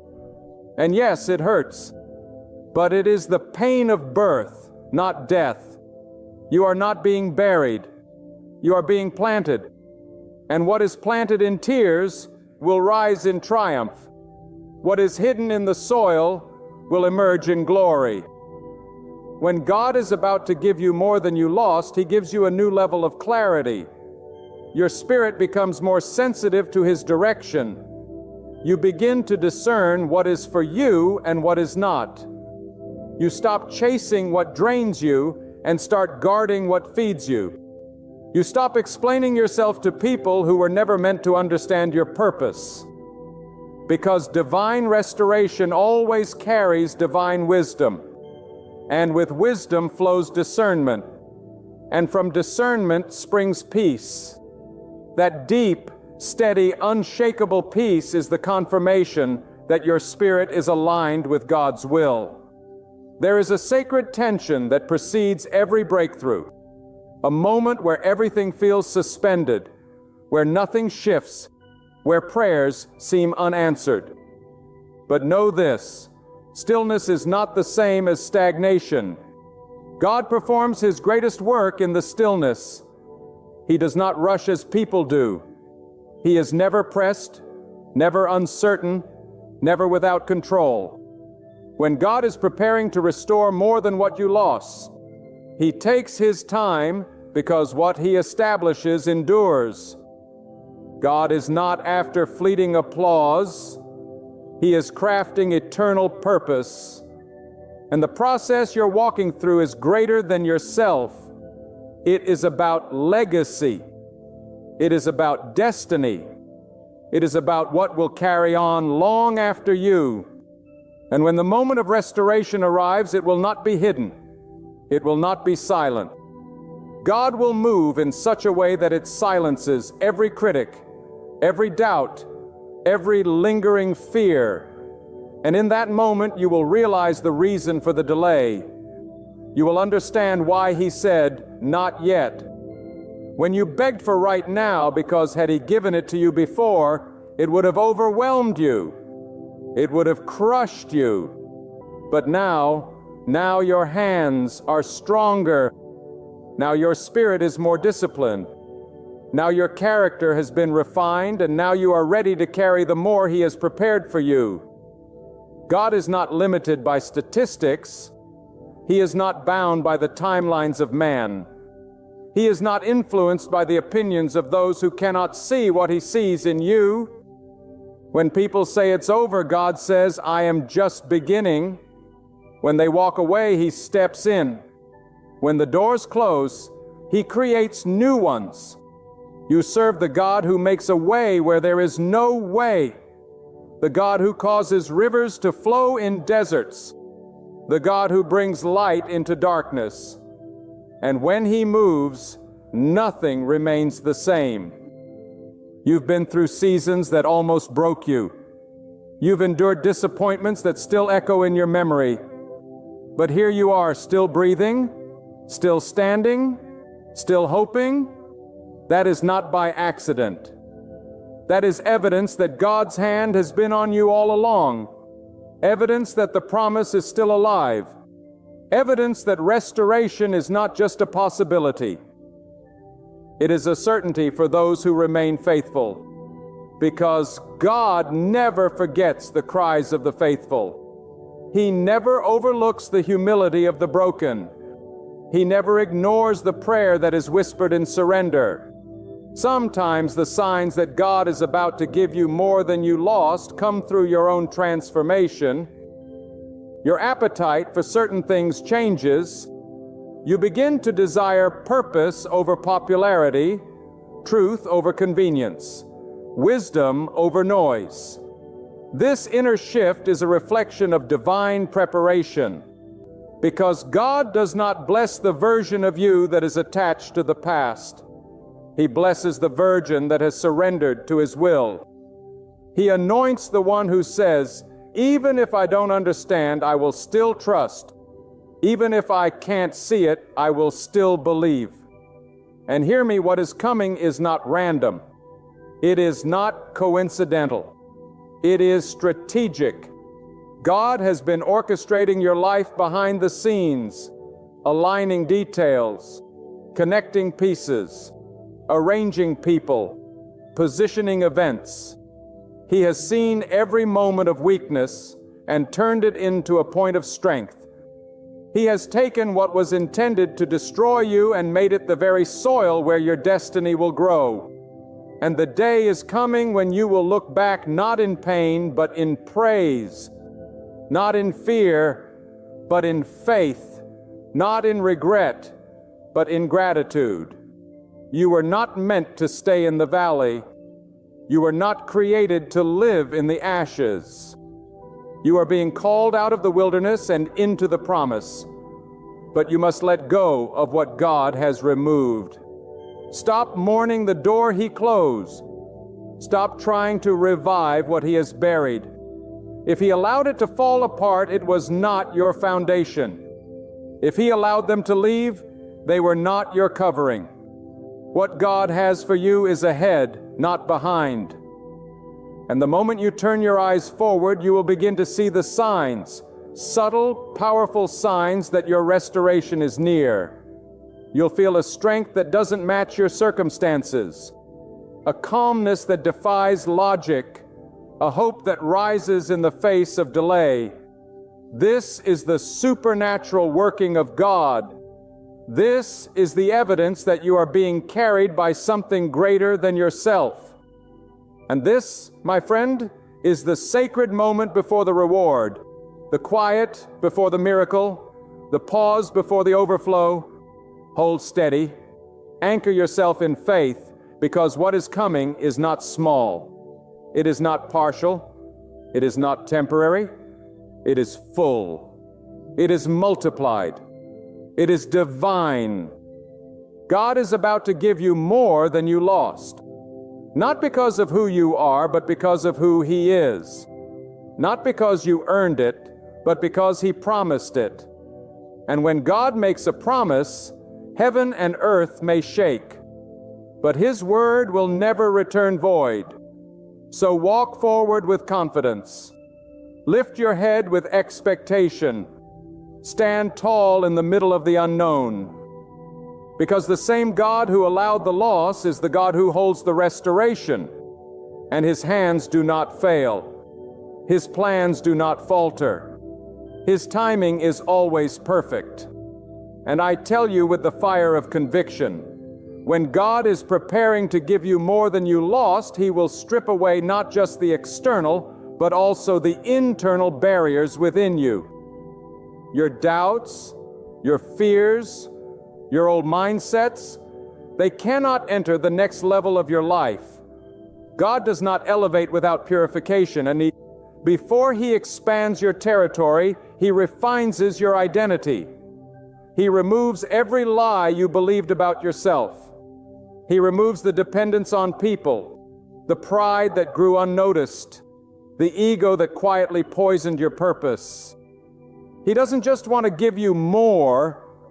He wants to make sure you're someone who can carry more without being crushed by it. And understand this, divine increase is not simply about possessions or positions. It is about power. It is about the power of clarity, the power of contentment, the power of knowing who you are and who God is. Many pray for more, but what God desires is that your soul becomes rooted. Because what does it profit to gain abundance and lose yourself in the noise? So God in His mercy often slows down the blessing until your inner foundation is unshakable, until your joy is no longer dependent on applause, until your peace is not tied to outcomes, until your value is not determined by validation, that is when He gives you more, when you no longer need it to feel worthy. When God is about to reward you, He will often ask you to walk through places that look like the opposite of what you prayed for. You will be called to stand in faith in a season of famine. You will be asked to praise while surrounded by pressure. You will be commanded to believe even when all evidence points to delay. But this is not punishment. It is divine testing. Because reward that comes without the shaping of your soul will become your downfall. But reward that follows obedience becomes your testimony. When you choose to trust God despite how it looks, despite how it feels, despite what others say, that is the faith that moves mountains. Let me tell you, when God begins to restore, He doesn't ask for permission. He doesn't follow the rules of man. He doesn't need consensus. What God has declared over your life will come to pass. Not by might, not by connections, not by force, but by His decree. And no amount of delay can cancel what God has already destined. No betrayal can block it. No hardship can destroy it. The Word of God stands above every situation. And when He commands the blessing, it will locate you. Even in the desert, even in exile, even in the lowest pit, the blessing will find you because it is attached to your name, not your location. There are moments when you will feel like the silence is too long, that the wait is too painful, that the prayers are bouncing off the ceiling. But God is not deaf. He is not distant. He is deeply involved in every detail of your life. And sometimes His silence is the space in which He watches your faith grow. It is in that silence that your roots dig deep. It is in that waiting that your heart is tested for loyalty. Will you worship when there is no sign of a blessing? Will you trust when the answer is not yet? That is where God separates the shallow from the surrendered. That is where God finds the vessel He can fill to overflow.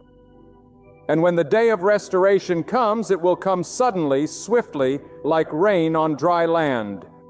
What was barren will bloom. What was dormant will awaken. What was dormant will awaken. What was forgotten will rise with power. God will open doors that have been shut for years. He will resurrect dreams you buried in disappointment. He will shine light on the path you thought was closed forever.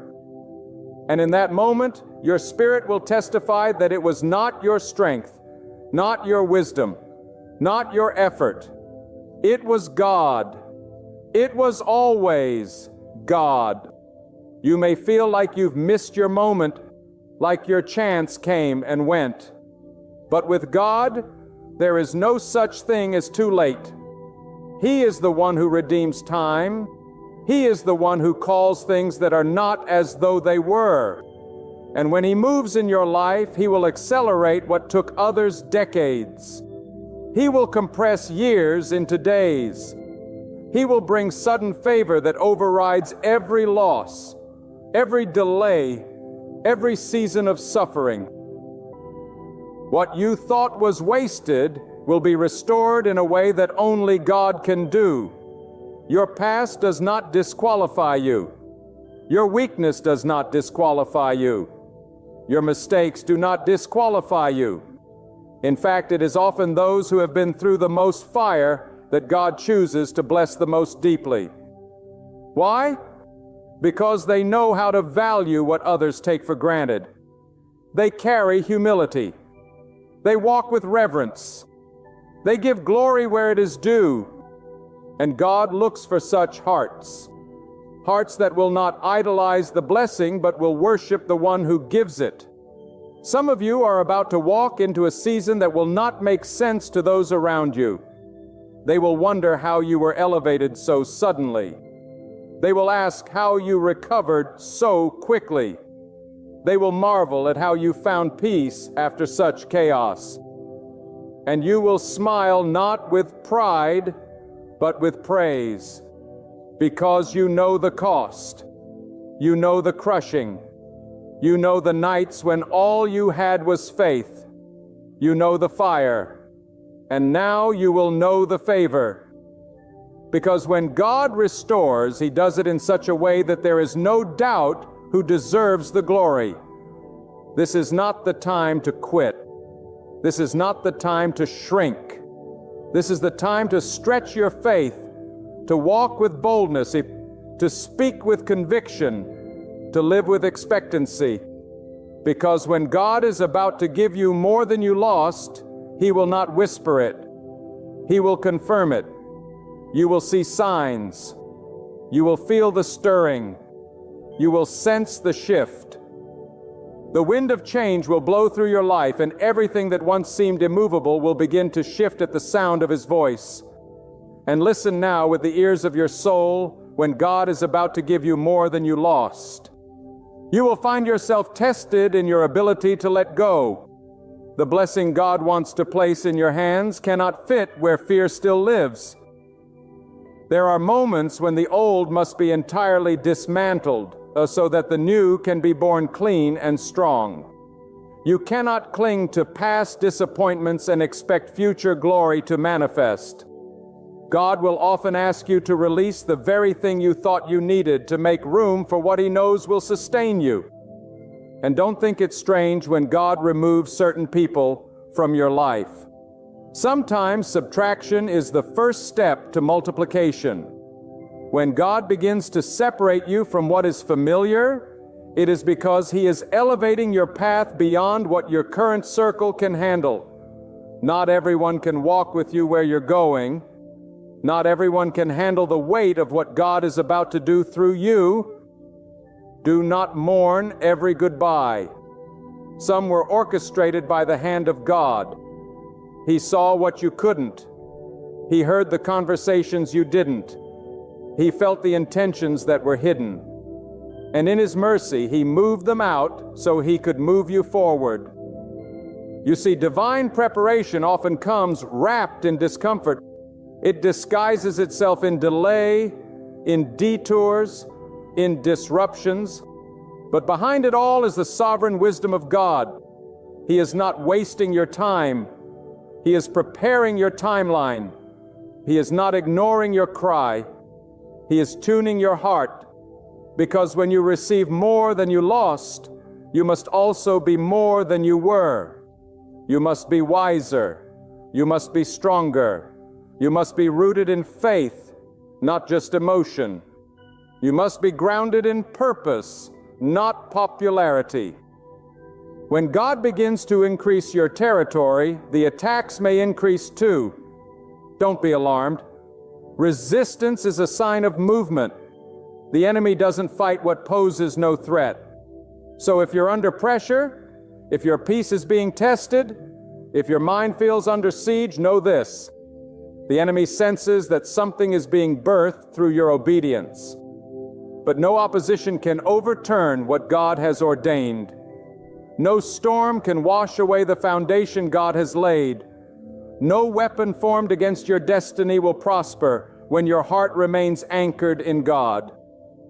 And while the world chases after recognition, after applause, after worldly elevation, God is looking for those who seek righteousness, those who seek His pleasure over people's approval, those who would rather be hidden in His presence than famous in the eyes of the crowd. These are the ones He trusts with overflow because they will not use the blessing to boast. They will use it to build. They will not turn the miracle into a monument. They will turn it into a message of hope, of perseverance, of divine reward. The moment you stop depending on what you can see and start relying on what God has spoken, the shift begins. You are no longer limited by natural circumstances. You begin to operate in a different realm. a realm where faith is the currency and obedience is the path. And in this place, losses are not final. They are divine transactions. What was taken was making room for what would be eternal. What was delayed was increasing your capacity. What looked like rejection was actually redirection to something greater. And when that moment of increase arrives, it will not be subtle. God does not do small things when He is proving a point. Your restoration will be loud, undeniable, and overflowing. The very ones who thought you were finished will watch in awe as God raises you higher. Not so that you can say, "Look at me," but so you can say, "Look at what God has done." The blessing will not just lift you, it will bless those connected to you. It will break generational limits. It will birth something that outlives you. Because when God restores, He doesn't just restore things, He restores purpose. And hear this deeply. What God is about to give you is not just about healing your past, it's about aligning your future. It's about placing you exactly where you need to be so that others may be blessed through your obedience. You may think your pain was pointless, but God is using it as a bridge for others to walk across, a bridge that shows them that God still moves, still heals, still restores, still elevates. Do not despise your waiting season. It may feel like silence, but it is saturated with the presence of God. Heaven does its deepest work when the earth seems still. God is not inactive. He is intentional. He is preparing the hearts of those who will bless you. He is aligning divine connections. He is arranging the right time, the right place, the right opportunities. And when everything aligns, the favor will fall like rain. So keep walking with courage. Keep standing with integrity. Keep sowing in tears, because you will reap in joy. Keep trusting when nothing makes sense, because your endurance is the soil where the blessing is taking root. Your patience is proof that you are ready for what God has in store. Your humility is the container that will hold the glory when it arrives. The doors that are opening in front of you are not random. They are designed by the hand of God, and no man can close them. No system can block them. No delay can cancel them. What God has spoken over your life cannot be erased. Not by failure, not by fear, not by what you've been through. The promise still stands. The covenant is still active. The vision is still alive. And God is still faithful. And you will know, oh yes, you will know when it happens. There will be no confusion, no striving, no manipulation. It will flow. It will fit. It will align with such precision that you'll have no choice but to say only God. And that is the point of it all, that your life would reflect His greatness, that your story would shout His mercy, that your testimony would echo His power. So now, as you stand at the threshold of what God is about to do in your life, take a deep breath, not of fear, but of faith. Let every loss you've endured remind you that God has not forgotten you. Let every delay become your confirmation that preparation was taking place in realms you couldn't see. Let every closed door be a symbol that what's ahead is tailor-made for the new you, stronger, wiser, refined by fire, and ready to carry the weight of divine abundance. What you thought was the end was never your ending. It was the divine pause before the promise. It was the moment God stepped in to realign, to redirect, to rebuild. And now God is about to pour into your life, not just what was taken, but more. More peace than the pain, more clarity than the confusion, more favor than the failure, more reward than the rejection. What is coming will silence every doubt and every fear. It will shout one thing loud and clear: God kept you for this moment. Lift your head, set your gaze on God, and move forward with courage. The season of scarcity has ended, making way for abundance. Tears lasted through the night, but now joy flows like a mighty river. You are not going back. You are not returning to what once broke you. You are stepping into healing, into elevation, into the divine increase God prepared, long before you even realized how broken things had become. You did not fail. God was pruning.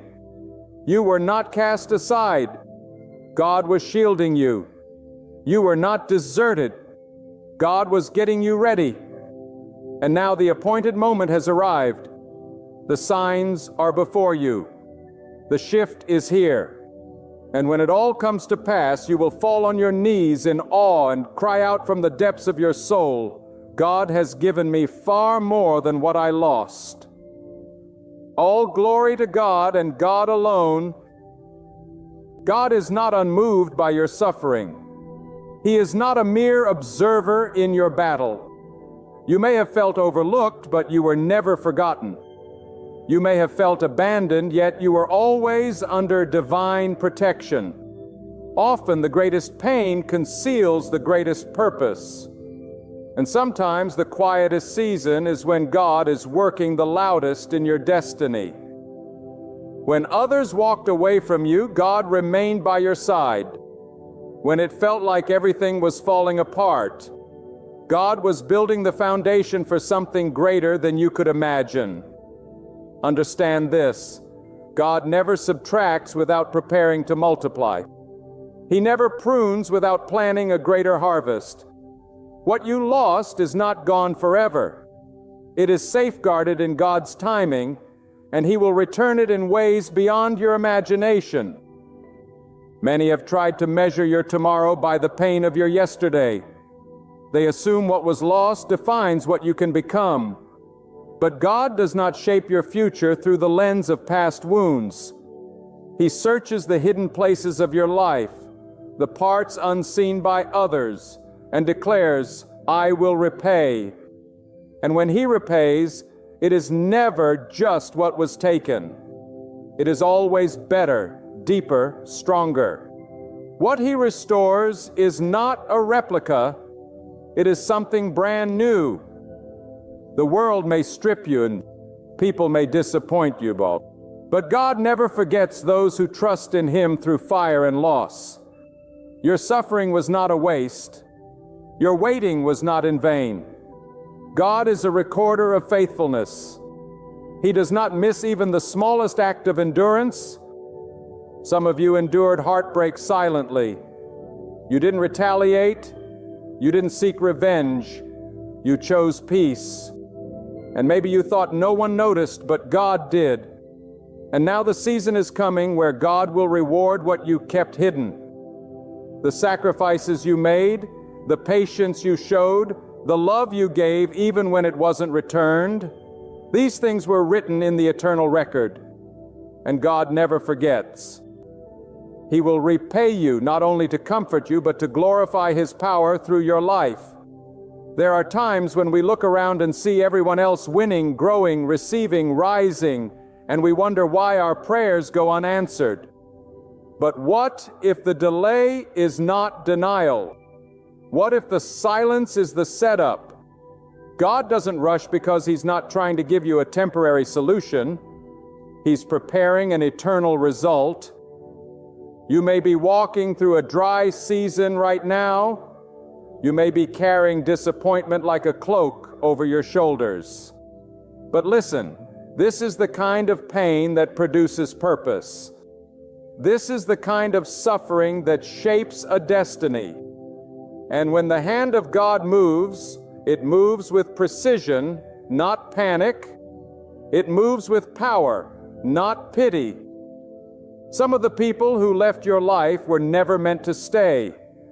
Some of the things that crumbled were never built to last. God removed what would have poisoned your future. God blocked what would have broken you later. You cried when it happened. But one day, you will thank Him. You will look back and understand that the loss made room for the blessing, that the closed door was protection, that the silence was sacred, that the emptiness created space for something eternal. And here is what must be known. When God repays, it will come at a time when you least expect it. You won't have to chase it. You won't have to beg for it. The repayment of God is not earned. It is received by those who endure. It is for those who kept walking when everything told them to stop. It is for those who believed even when there was no evidence. That's who God rewards. Not the strongest, not the loudest, but the faithful. Those who said, "I don't understand, but I will keep trusting." That kind of heart touches the throne of heaven. If you've lost years to pain, to trauma, to injustice, God can restore in one moment what was taken in 10 years.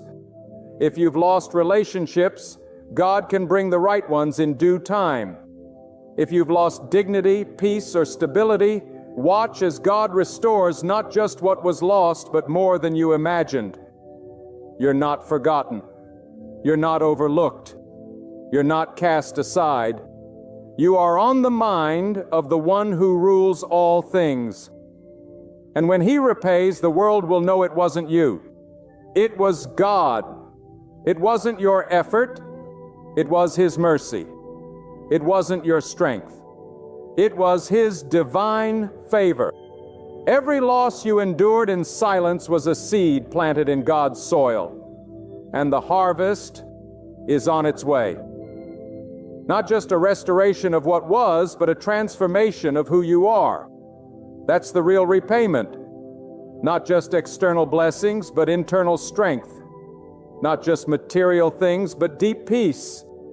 Not just reputation, but wisdom that cannot be stolen. And once you receive that kind of reward, no one can take it away because it didn't come from people. It didn't come from people. It didn't come from the world. It came from God, and it belongs to you. You may have been broken, but you are not defeated. You may have been emptied, but you are not finished. The greater the loss, the greater the glory that follows when God repays. So don't shrink back. Don't lower your expectations. Don't bury your hope. Lift your eyes. Raise your voice. Strengthen your soul. Because repayment is coming, and it is not small. It is pressed down, shaken together, running over. It is divine repayment measured not by your pain, but by God's purpose. Those who tried to destroy you didn't realize they were pushing you into the arms of the one who holds all power. Those who mocked your loss will witness your elevation, not because you fought back, but because you trusted God. And now, God will fight for you. You don't need to prove yourself.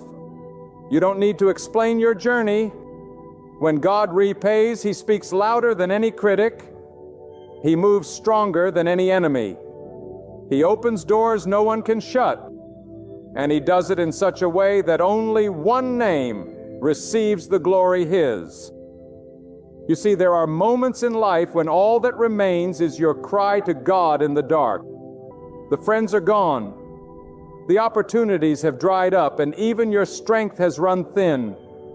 And it's in that sacred space when the world goes silent that God's voice begins to thunder in your soul. God speaks most clearly when everything else has been stripped away.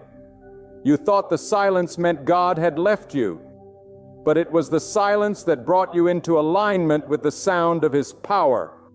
It was in the quiet that you became unshakable. It was in the emptiness that your faith was purified, not polluted by the noise of men, but refined by the fire of divine testing. Do not let the weight of what you lost convince you that it was for nothing. Every closed door, every betrayal, every loss has a divine fingerprint on it. God doesn't just allow suffering, He transforms it.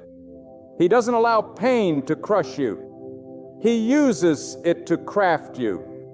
The wound was real, but it was never the final word. What others meant to destroy you, God used to develop you. The very storm that tried to drown you will become the testimony that lifts others out of their own floods. And this is not just hope, it's divine reality.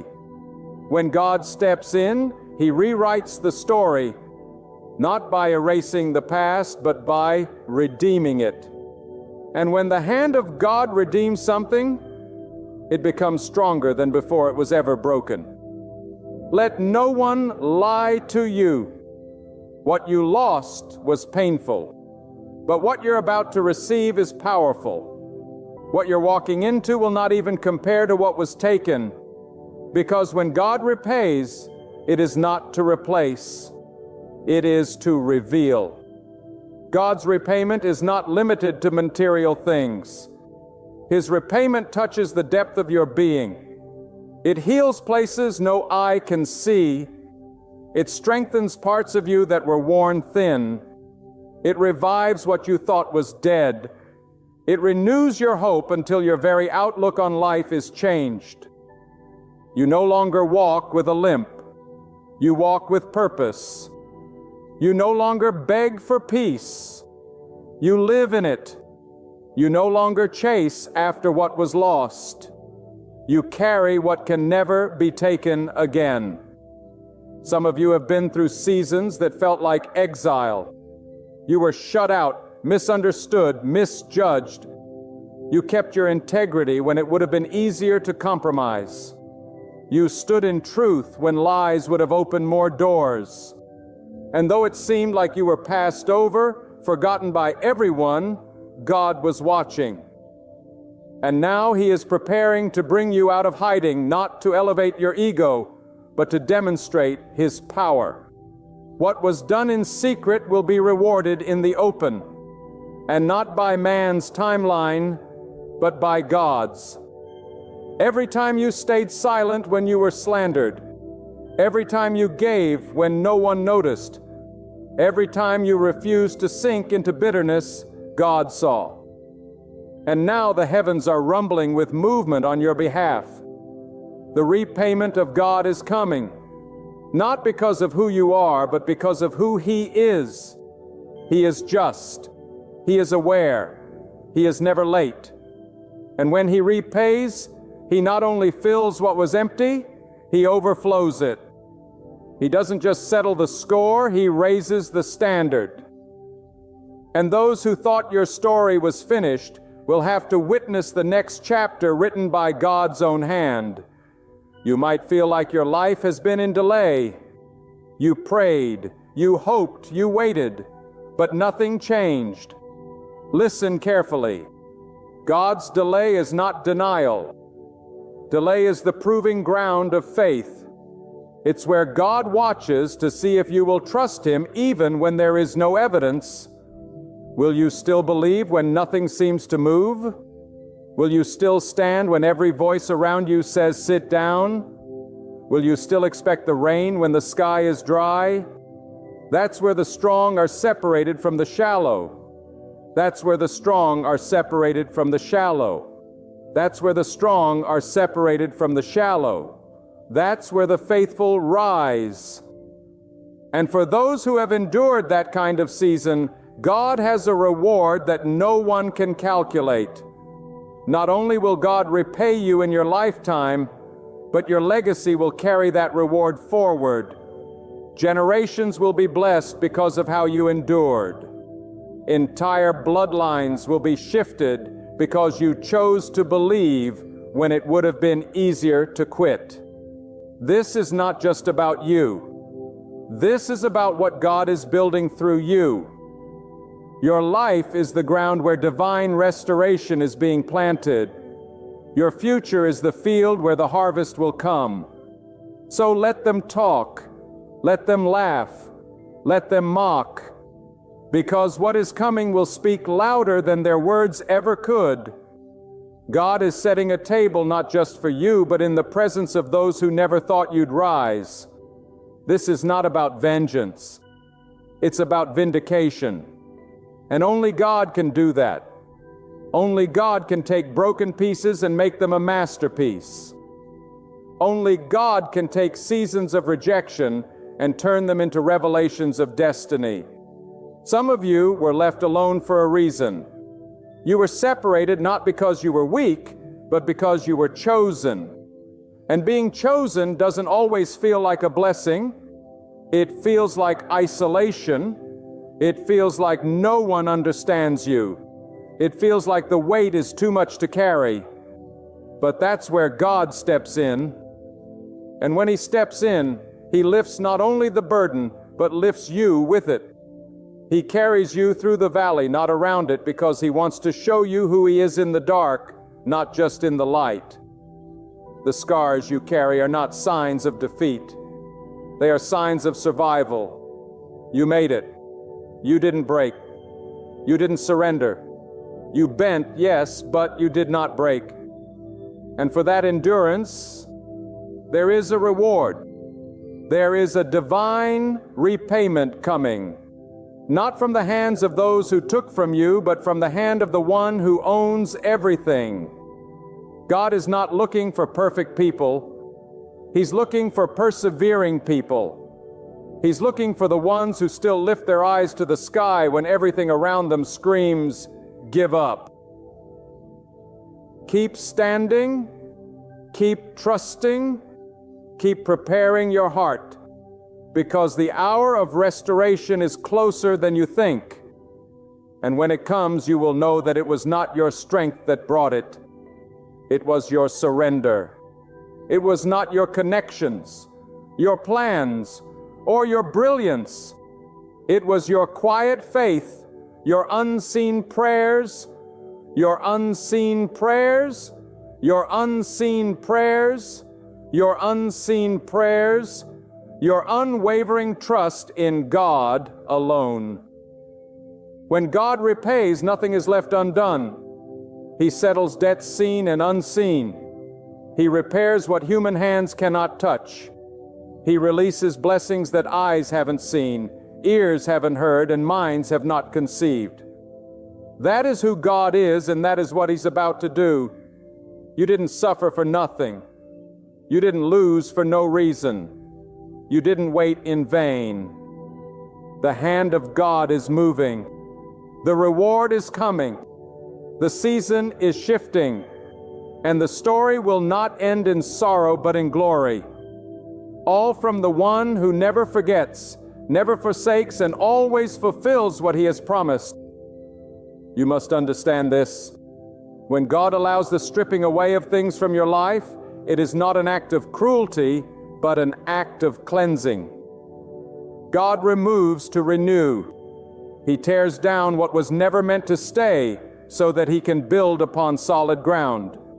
Many of the things you lost were not stolen. They were surrendered by divine design. They were allowed to exit your life because they could not go with you to where God is taking you. And what God is preparing for you requires space. It requires clarity. It requires a deeper trust in Him alone. Because if your faith is still anchored in what people say, in what your eyes see, or in what your hands can hold, then it's not yet anchored in God. There is a kind of peace that only comes after the storm. There is a kind of wisdom that is born from waiting. There is a strength that only rises when you've been brought low. And that's why some of you had to go through the pain, the loss, the confusion, so that what you now carry is not shallow belief, but unshakable conviction. God is not interested in surface-level faith. He desires a heart that knows Him in the valley as deeply as it does on the mountain. He desires a soul that doesn't need applause to keep going, that doesn't need affirmation to keep believing. God wants you to know Him as your source, your sustainer, your rewarder. You see, when people repay you, they pay you back with the same measure you gave. But when God repays, He adds purpose to the pain, beauty to the ashes, and eternal value to what was temporary suffering. You're not just receiving compensation, you're being crowned with wisdom, with dignity, with a story that no one can take from you. People can take positions, they can take recognition, they can even try to steal your voice, but they cannot take what God has deposited in your spirit. And when that spirit is built upon trust in the Almighty, nothing on this earth can uproot it. You didn't walk through fire for nothing. You didn't weep in the shadows for no reason. God has a way of taking what looked like defeat and turning it into distinction. He has a way of putting favor on the faithful in such a way that it confounds logic. And when it happens, no one will be able to explain it. They will try to find a reason. They will search for a cause. But all they will find is the evidence of God's hand at work. Let them wonder. Let them ask how you made it. Let them ask how you survived what should have crushed you. And let the only answer be this: God did it. Not talent, not timing, not opportunity, but God. God lifted. God restored. God opened the way. And God repaid. This is not theory. This is truth. And you're not just hearing it. You're about to live it. There are things you lost that you haven't even grieved properly because life moved on too fast. But God doesn't forget what your soul remembers. He knows the weight you carry in silence. And His repayment comes not just to replace, but to redeem. He doesn't return things as they were. He transforms them into what they were always meant to be. That broken relationship you cried over, that opportunity that slipped through your fingers, that time you feel you wasted, none of it was meaningless. In God's hands, even regret becomes a tool for renewal. Some of you are carrying the pressure of proving yourself. You feel like you have to succeed just to silence the voices of doubt around you. But listen carefully. Your worth does not come from proving others wrong. It comes from knowing that God is always right. And when He says He will repay, that's all you need to stand on. Don't waste your energy on revenge. Don't waste your heart on bitterness. Don't waste your future trying to make sense of why it happened. Instead, focus on who God is and what He's still going to do. You haven't missed your moment. You haven't gone too far. You haven't failed too deeply. What you lost may have shaped your past, but it cannot define your future unless you let it. And when God repays, He doesn't consult your past to determine your blessing. He consults your faith. He looks at your heart. He looks at what no one else sees. And from that hidden place, He brings forth public restoration.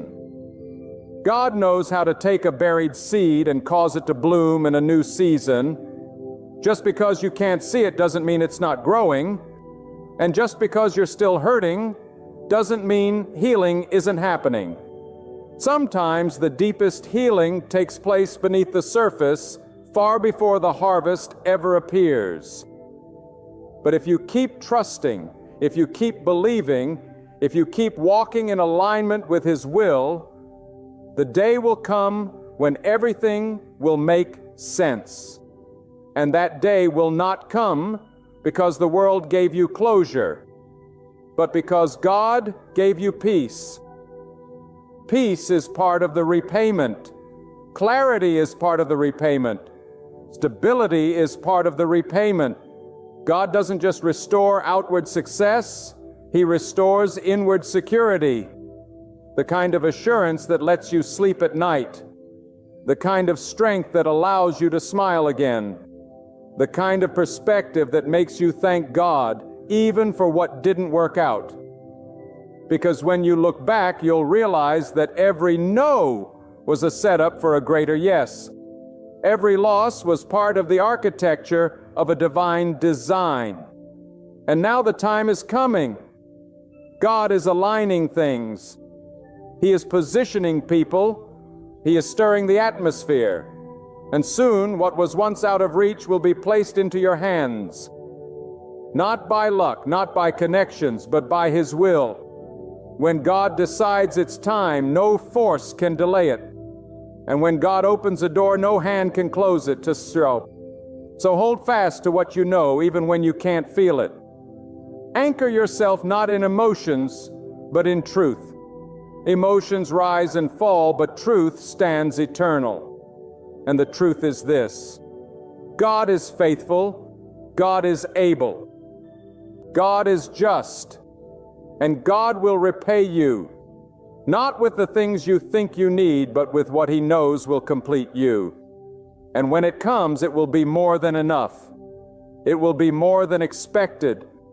It will be more than you can contain, because that's how God repays, pressed down, shaken together, and overflowing.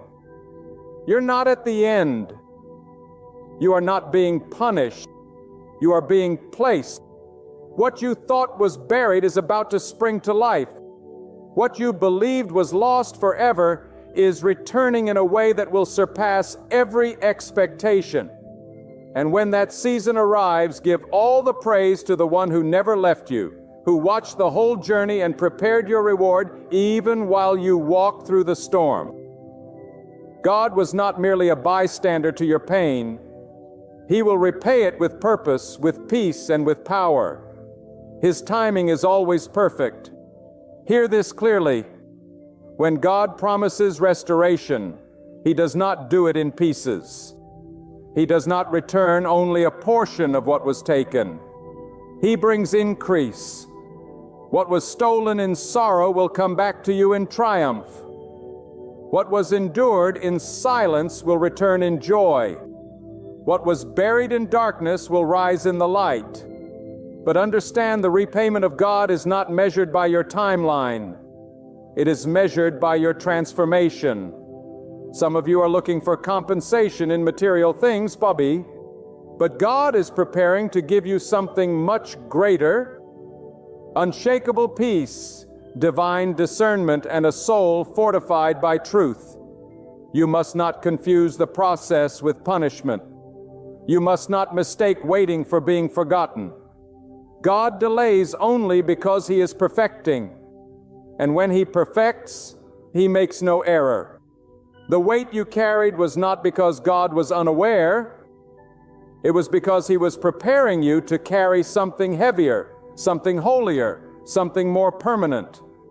It takes strength to receive a blessing and not be crushed by it. And God is wise enough to build the vessel before He pours in the oil. What you call delay, God calls design. And the day is coming when you will understand why it couldn't happen sooner, why it had to fall apart first, why they had to leave, why the door had to close. Because when the divine answer finally comes, it will not come to the old version of you. It will come to the version that pain prepared. Let the world chase quick gain. Let them celebrate temporary victories. But as for those who trust in God, we are anchored in something far deeper. Our blessing is not in the rush. It's in the root. God does not raise people for applause. He raises them for purpose. And when He lifts you, no voice can silence you. No hand can pull you down.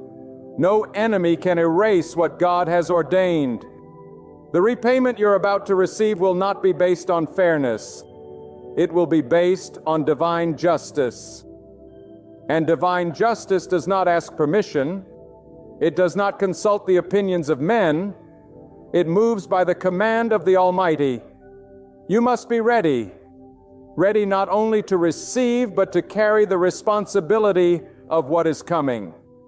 For with every blessing comes a new level of vision, a higher level of clarity, and a greater level of accountability. This is not about restoring what was convenient. This is about walking into what is consecrated.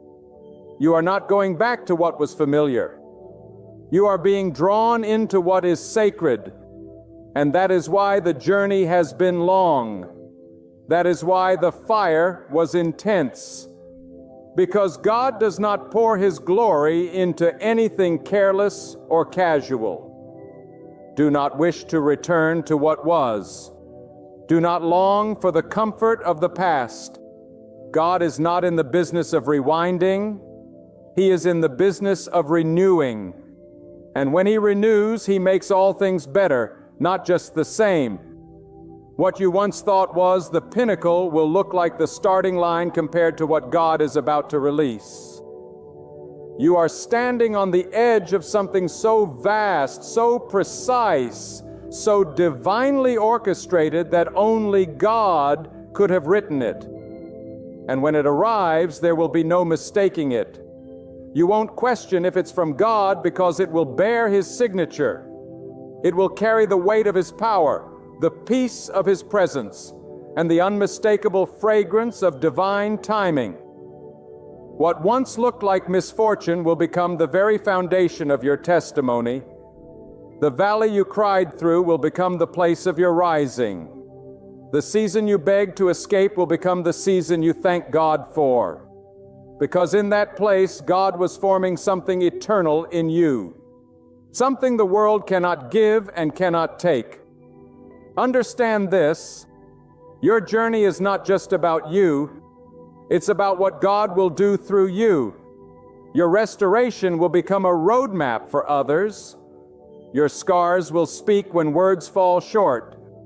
Your endurance will inspire those who feel forgotten, and all of it will point to God, not to your strength, but to His faithfulness. When people see your rising, they will ask, "How did this happen?" And your answer will be simple and unshakable. God did it. There is a shifting taking place. Heaven is not idle.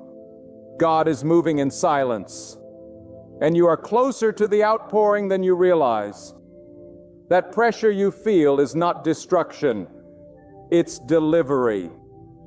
You are birthing a new chapter, a higher season, a deeper understanding. And when it arrives, you won't have to apologize for it. You won't have to explain it. Because those who knew your pain will recognize your glory. And those who doubted your endurance will witness your elevation. Let your faith rise. Let your hope stand tall. Let your spirit awaken. Because the time for mourning is passing, and the time for rejoicing is drawing near. Your weeping endured for the night, but morning is approaching. A morning not defined by the sun, but by the light of God's intervention. A morning where the weight is lifted, the promise is revealed, and the heart finally breathes again. God has seen every step. He has counted every sacrifice. He has recorded every moment of obedience. And now the storehouses of heaven are opening, not because you are perfect, but because you are prepared. When the hand of God moves, it is never by accident. It does not tremble. It does not hesitate. It moves with power, with perfection, and with purpose. You must understand that God is not working on your life based on convenience. He is working based on covenant. He made no mistake when He allowed you to walk through loss. He made no error when He permitted the storm, because through it all He was shaping your soul to carry the very reward He prepared for you long before the pain ever touched your life. God's plan for your restoration didn't begin after the loss. It was already in motion before the first tear ever fell. There are some seasons where you feel invisible, not because you are insignificant, but because God has hidden you in His protection. God does not expose what He values prematurely. You weren't rejected. You were preserved. You weren't discarded. You were hidden. When others couldn't see your worth, it wasn't because you had none. It was because God was keeping you from the wrong hands. He was concealing what He intended to reveal in the fullness of time. And when the time is right, not even your enemies will be able to deny the work of God in your life. Every delay, every detour, every disappointment was building something within you that could not be developed in comfort. God trains those He intends to trust with something greater. You were not abandoned in the dark. You were anointed in the dark. And now the season of revealing is coming. Not because you forced it, not because you earned it, but because God decided it was time to repay. You see, God's repayment doesn't arrive as a reward for doing everything right. It arrives because you stayed faithful when things went wrong. Because you didn't give up when you were confused, because you held on to hope when everything around you shouted despair. The reward of God is not just what He gives you, it's what He makes you. His greatest repayment is not gold or silver. It's wisdom, maturity, peace that doesn't waver, joy that can't be stolen, strength that doesn't collapse under pressure. He is creating within you the kind of character that can carry favor without being destroyed by it. God will not place greatness in fragile hands. So if your journey has been heavy, it's because the blessing that's coming will be weighty. And what is weighty must be carried by those who have been forged in fire. And here is the truth that must be declared when God decides to honor your endurance. He does not need your enemies to agree. He does not need your critics to understand. He does not need your circumstances to be ideal. When God repays, He shifts things suddenly. What was closed will open. What was blocked will be released. What was denied will be delivered. And when that shift comes, you won't need to knock on doors.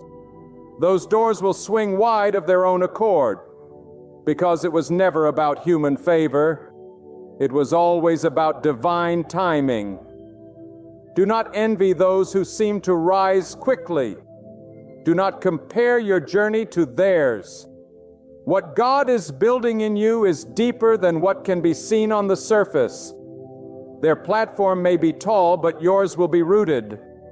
And anything rooted in God cannot be shaken. While others build fast and fall hard, you are being grounded, established, and fortified by divine hands. And when the time comes, what God has for you will last. Because what He plants, He waters. What He raises, He defends. What He blesses, He protects. So do not be anxious about how long it has taken. The blessing that comes too soon can crush the unprepared, but the blessing that comes after the pressing, that is the blessing that builds legacies. That is the blessing that touches generations. And that is the blessing God is preparing for you. Your story will not end in lack. It will not conclude in silence. It will crescendo with glory that belongs to God alone. There is a clarity that comes after chaos. There is a focus that comes after the fire. You are not who you were when you began. You have been changed. You have been refined. And now what God is about to release will not only restore what was taken, it will redefine your entire future. You are being aligned not just with opportunity, but with purpose. God is not blessing you with a replacement. He is rewarding you with destiny. You thought you were chasing healing, but God was preparing wholeness. You thought you were asking for survival, but He is delivering victory. And when it arrives, you will no longer carry the wounds of your past.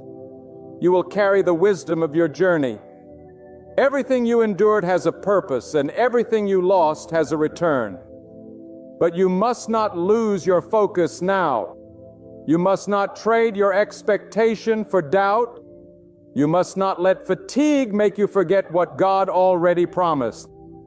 Stand tall. Speak life.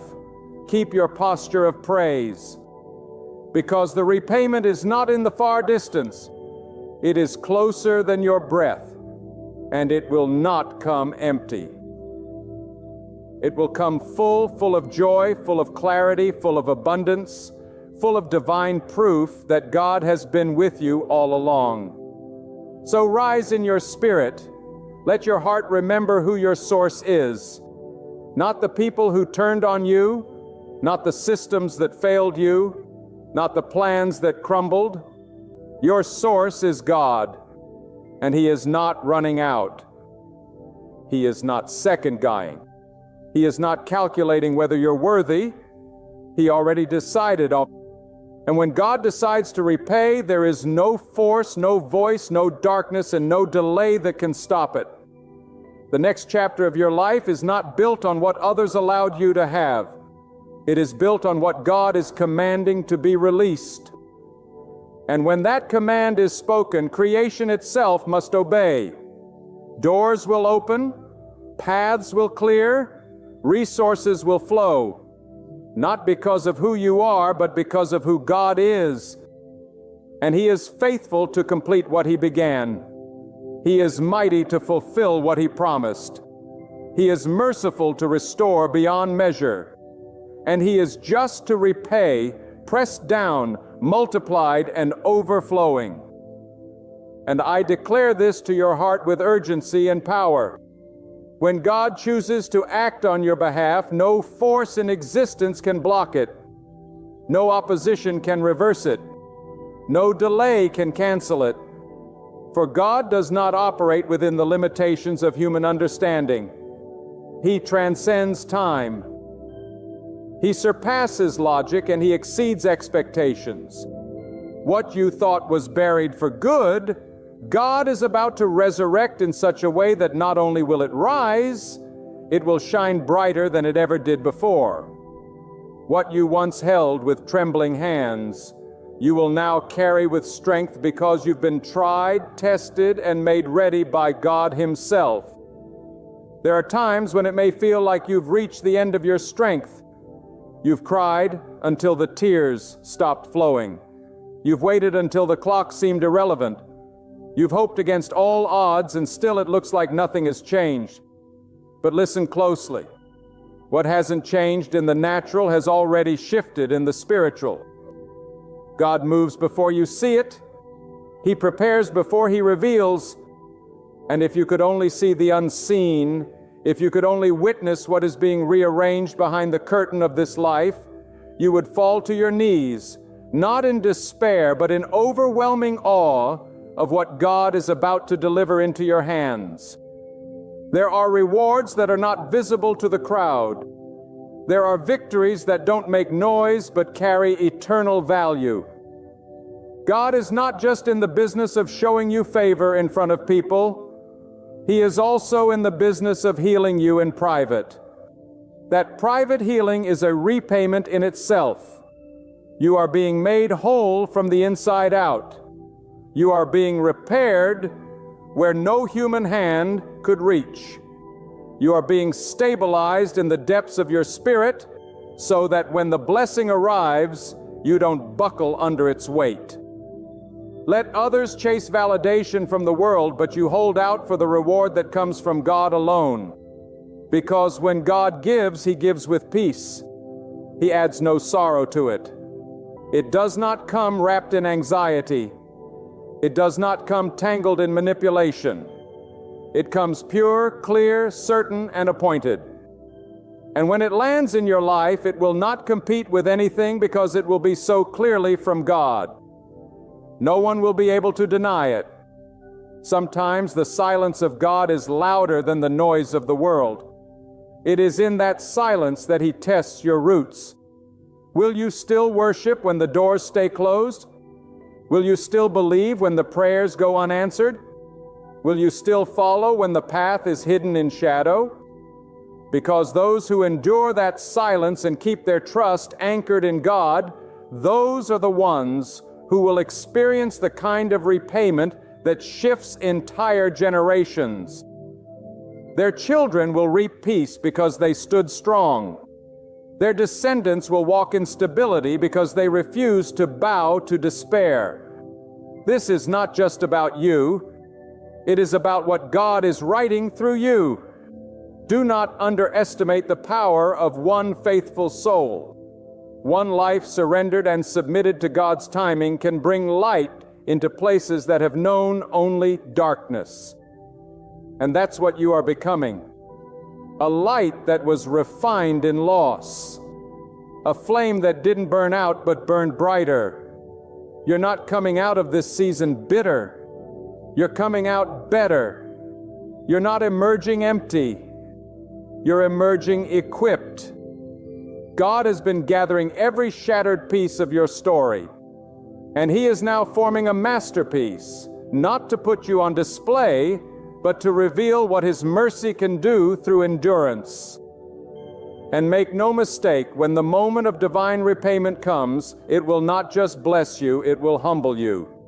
It will leave you breathless, not because of its magnitude, but because of its mercy. You will weep not out of sorrow, but out of reverence, because you'll remember the nights you wanted to give up. You'll remember the days you walked in silence, misunderstood, overlooked, and abandoned. And then suddenly the very same life you once tried to escape will be overflowing with purpose. Not because you figured it out, but because God stepped in. Yes, there is coming a time when your hands will no longer be empty. Your heart will no longer be heavy. Your mind will no longer be at war. That time is being crafted by the one who holds time in his palm. And when he opens his hand, what you lost will look small compared to what is given. Or because God does not merely return what was taken, He multiplies it, He enriches it, He elevates it, and He sanctifies it for something greater. You may be thinking, but I lost so much. Yes, you did. But what you gain will speak louder than what you lost. Your story is not going to end with a list of things taken. It will conclude with a testimony of what God restored, refined, and repaid. And this time, what you receive will last. It will not decay. It will not be taken. It will not be temporary because it was built in God's presence. And anything built in His presence is built for eternity. And now, as this word settles into your heart, let this truth never leave your soul. What you went through was not the end. It was the beginning. What you lost was not wasted. It was a seed. What felt like a postponement was actually God arranging the exact scene for something far bigger than you could have pictured. You have not been overlooked. You are not finished yet. You are not abandoned. God has witnessed every tear, heard each silent plea, and carried every bit of pain that had no voice. In His perfect wisdom, He has appointed a season not merely for healing, but for full restoration. Hold fast. The season of divine recompense is approaching. What arrives will bring clarity to all that once made no sense. What is being lifted up will quiet every lingering doubt.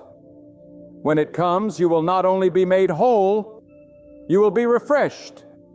You will rise not as someone defeated by loss, but as a vessel of purpose, a living witness to God's righteous restoration, and proof that the Most High repays with abundance, overflowing beyond measure. Move forward now, not with fear, but with faith. The one who allowed the loss is the same one who will restore it, pressed down, shaken together, and lifted in glory. And when it unfolds, let every eye that sees it know this was the work of God alone. Have you ever walked through a season where every part of you wanted to argue, to defend, to prove your point, yet God whispered, "Be silent," not because you lost the battle, but because He was preparing to move in such a powerful way that your words would only interfere? This silence is not defeat. It is the pause before the downpour of blessings.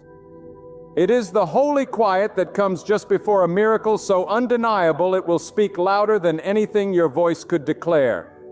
God does not require noise. What He requires is your trust. And sometimes the greatest proclamation of faith is to remain silent. Be still. That is the decree that flows not from man, but from the throne of heaven itself. Be still, not because you lack strength, not because you doubt, not because you lack direction, but because in the silence, God is accomplishing what words could never explain. There is a moment in every believer's life when God says, be quiet, wait, trust, don't announce it, don't fight it, just be silent until I bring the miracle. And in that moment, your obedience in silence becomes your loudest declaration of faith. You see, the world teaches us to speak up, to defend ourselves, to react, to make our voices heard. But God works differently. God says, I will fight for you. You need only to be still. When God is preparing a miracle, He often demands your silence. Why? Because some blessings are too sacred to be exposed to human interference. Because what God is about to do in your life will not require your explanation, your announcement, or your defense. It will speak for itself. There are moments when the storm rages and you want to shout your pain, you want to cry out your confusion, you want to scream your disappointment, but God whispers, hush, hold your peace, I am working behind the curtain. And those who obey, those who choose silence in the middle of chaos, are the ones who witness the glory of God in full measure. Because silence is not weakness, silence is reverence, silence is trust, silence is the language of those who know that God is still on the throne. Think of it. When a seed is planted in the earth, no sound is heard. No trumpet sounds when the roots take hold. No announcement is made when the first sprout pushes through the soil. But beneath the silence, something is growing, something is shifting, something is becoming. So it is with your life. While the world sees stillness, God sees preparation. While others see nothing, God is nurturing a miracle beneath the surface of your silence.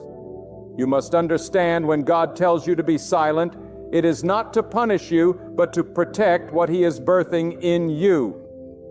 There are spiritual enemies who feed on your word. There are people in your life who would destroy your dream if they heard even a whisper of it. That's why God silences you, not to stop your destiny, but to preserve it. Some miracles require privacy. Some victories must begin in the quiet place, where only God sees and only God knows. There is a holy power in being silent when everything inside you wants to speak. When they lie about you, God says, be silent. When they misunderstand your heart, God says, be silent. When they walk away and you're tempted to chase after them, God says, be silent.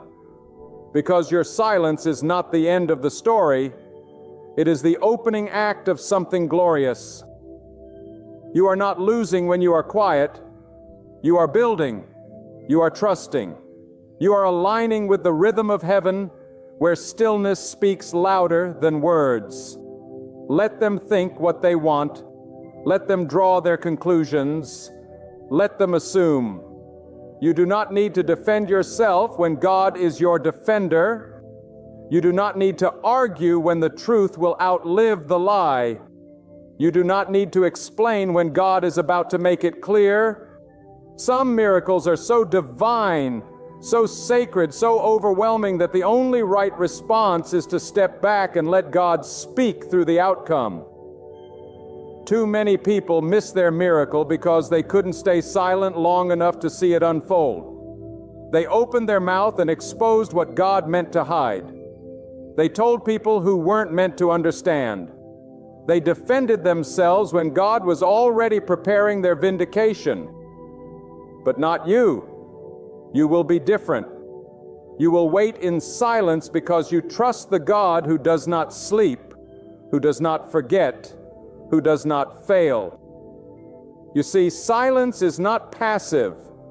It is powerful.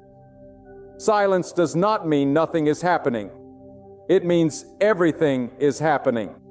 But under divine management, the most powerful moments in your life may come not when you shout, but when you are silent and let God move. Your silence becomes a sanctuary. It becomes a testimony. It becomes a holy space where God says, "Now I can work without interference." When God tells you to be silent, He is inviting you into a sacred partnership.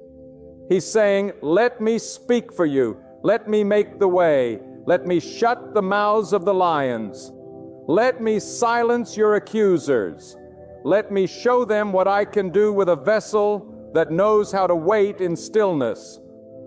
Because those who wait in silence are those who rise in strength. They don't waste energy trying to prove anything. They don't exhaust themselves explaining to people who were never meant to understand. They conserve their faith. They protect their promise. They guard their peace. And yes, it's hard. It's hard when you're misunderstood. It's hard when people walk away. It's hard when your name is dragged through the mud and all you want to do is shout the truth. But God is not asking you to shout. He's asking you to trust. He's asking you to let Him reveal the truth. Because when God vindicates you, it will be undeniable. When God blesses you, even your enemies will have to admit that something divine has taken place. So do not fear the silence. Do not curse the quiet season. That silence is sacred. It is the pause before the breakthrough. It is the breath before the birth. It is the stillness before the storm breaks in your favor. Some of the loudest victories begin in absolute silence. When you learn to be silent in faith, you allow God to speak in power. There are seasons in your life when you must walk with sealed lips and open hands. Not because you have nothing to say, but because you trust the one who says it all. God does not need your explanations. He does not need your arguments. What He needs is your surrender. And silence is a form of surrender. Silence says, "I could speak, but I choose to trust." Silence says, "I could fight, but I choose to believe." Silence says, "I could explain, but I choose to wait on God." And God honors that kind of faith. He honors that kind of discipline because He knows the power that is coming. He knows the miracle that is on the way. And when it comes, it will speak volume. The very people who doubted you will have no choice but to watch. The very situations that tried to break you will become the foundation of your testimony. But only if you can stay silent long enough to see it through. The silence is not empty. It is full of God's movement. It is full of angels being dispatched. It is full of closed doors being unlocked. It is full of favor that is being arranged. It is full of the impossible bending to the will of the Almighty. But if you speak too soon, you disrupt the flow. If you act too early, you miss the perfect timing. If you try to handle it yourself, you might delay what was meant to come quickly. So be silent, not in fear, but in faith, not in weakness, but in wisdom, not in defeat, but in divine expectation, because something is coming. Something is shifting. Something is being orchestrated that you couldn't plan even if you tried. But it requires your stillness. It requires your restraint. It requires your ability to sit in the presence of God and let Him do what only He can do. Some of you have been praying for something big, something life-changing, and God heard you, but now He's saying, let me work. Let me finish what I started. Stay quiet while I build the miracle. Your job is not to announce it. Your job is to prepare for it. Your job is to stay in the secret place, holding on to your peace, keeping your mouth shut and your heart open. Because the more silent you become, the louder God will speak through the outcome. The more you resist the urge to speak prematurely, the more glorious the testimony will be when the time is right. And when it happens when it happens, it will not require an introduction. The miracle will be its own announcement. The blessing will be its own defense. The power of God will be so evident that even the doubters will fall silent. You do not have to fight for what God has already promised you. You do not have to scream for what God has already secured. Be silent and let the evidence speak. Be silent and let the harvest reveal what was planted in secret. Be silent and let God show the world who He has been shaping you to become. Because the truth is, the ones who are the most powerful in the kingdom are not the loudest. They are the most obedient. They know when to speak and when to be silent. They understand the rhythm of God's timing.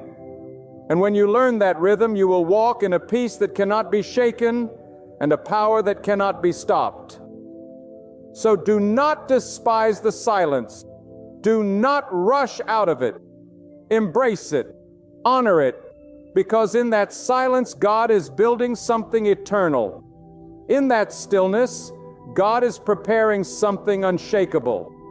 And when the appointed time comes, your silence will break into celebration. Your stillness will explode into blessing. Your waiting will be rewarded with wonders. When God calls you to silence, He is not pushing you away.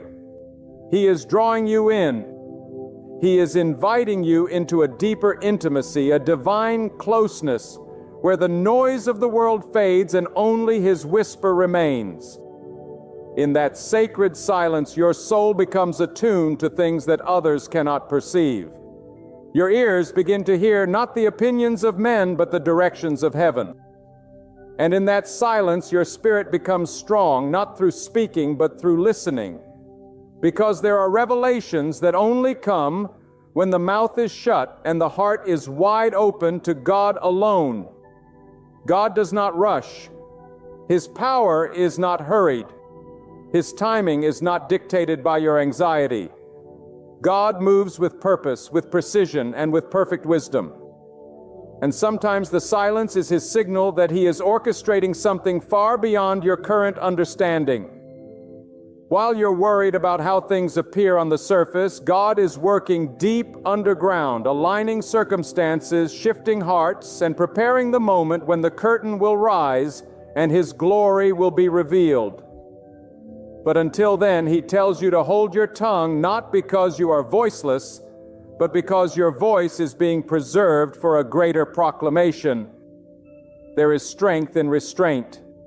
There is victory in waiting.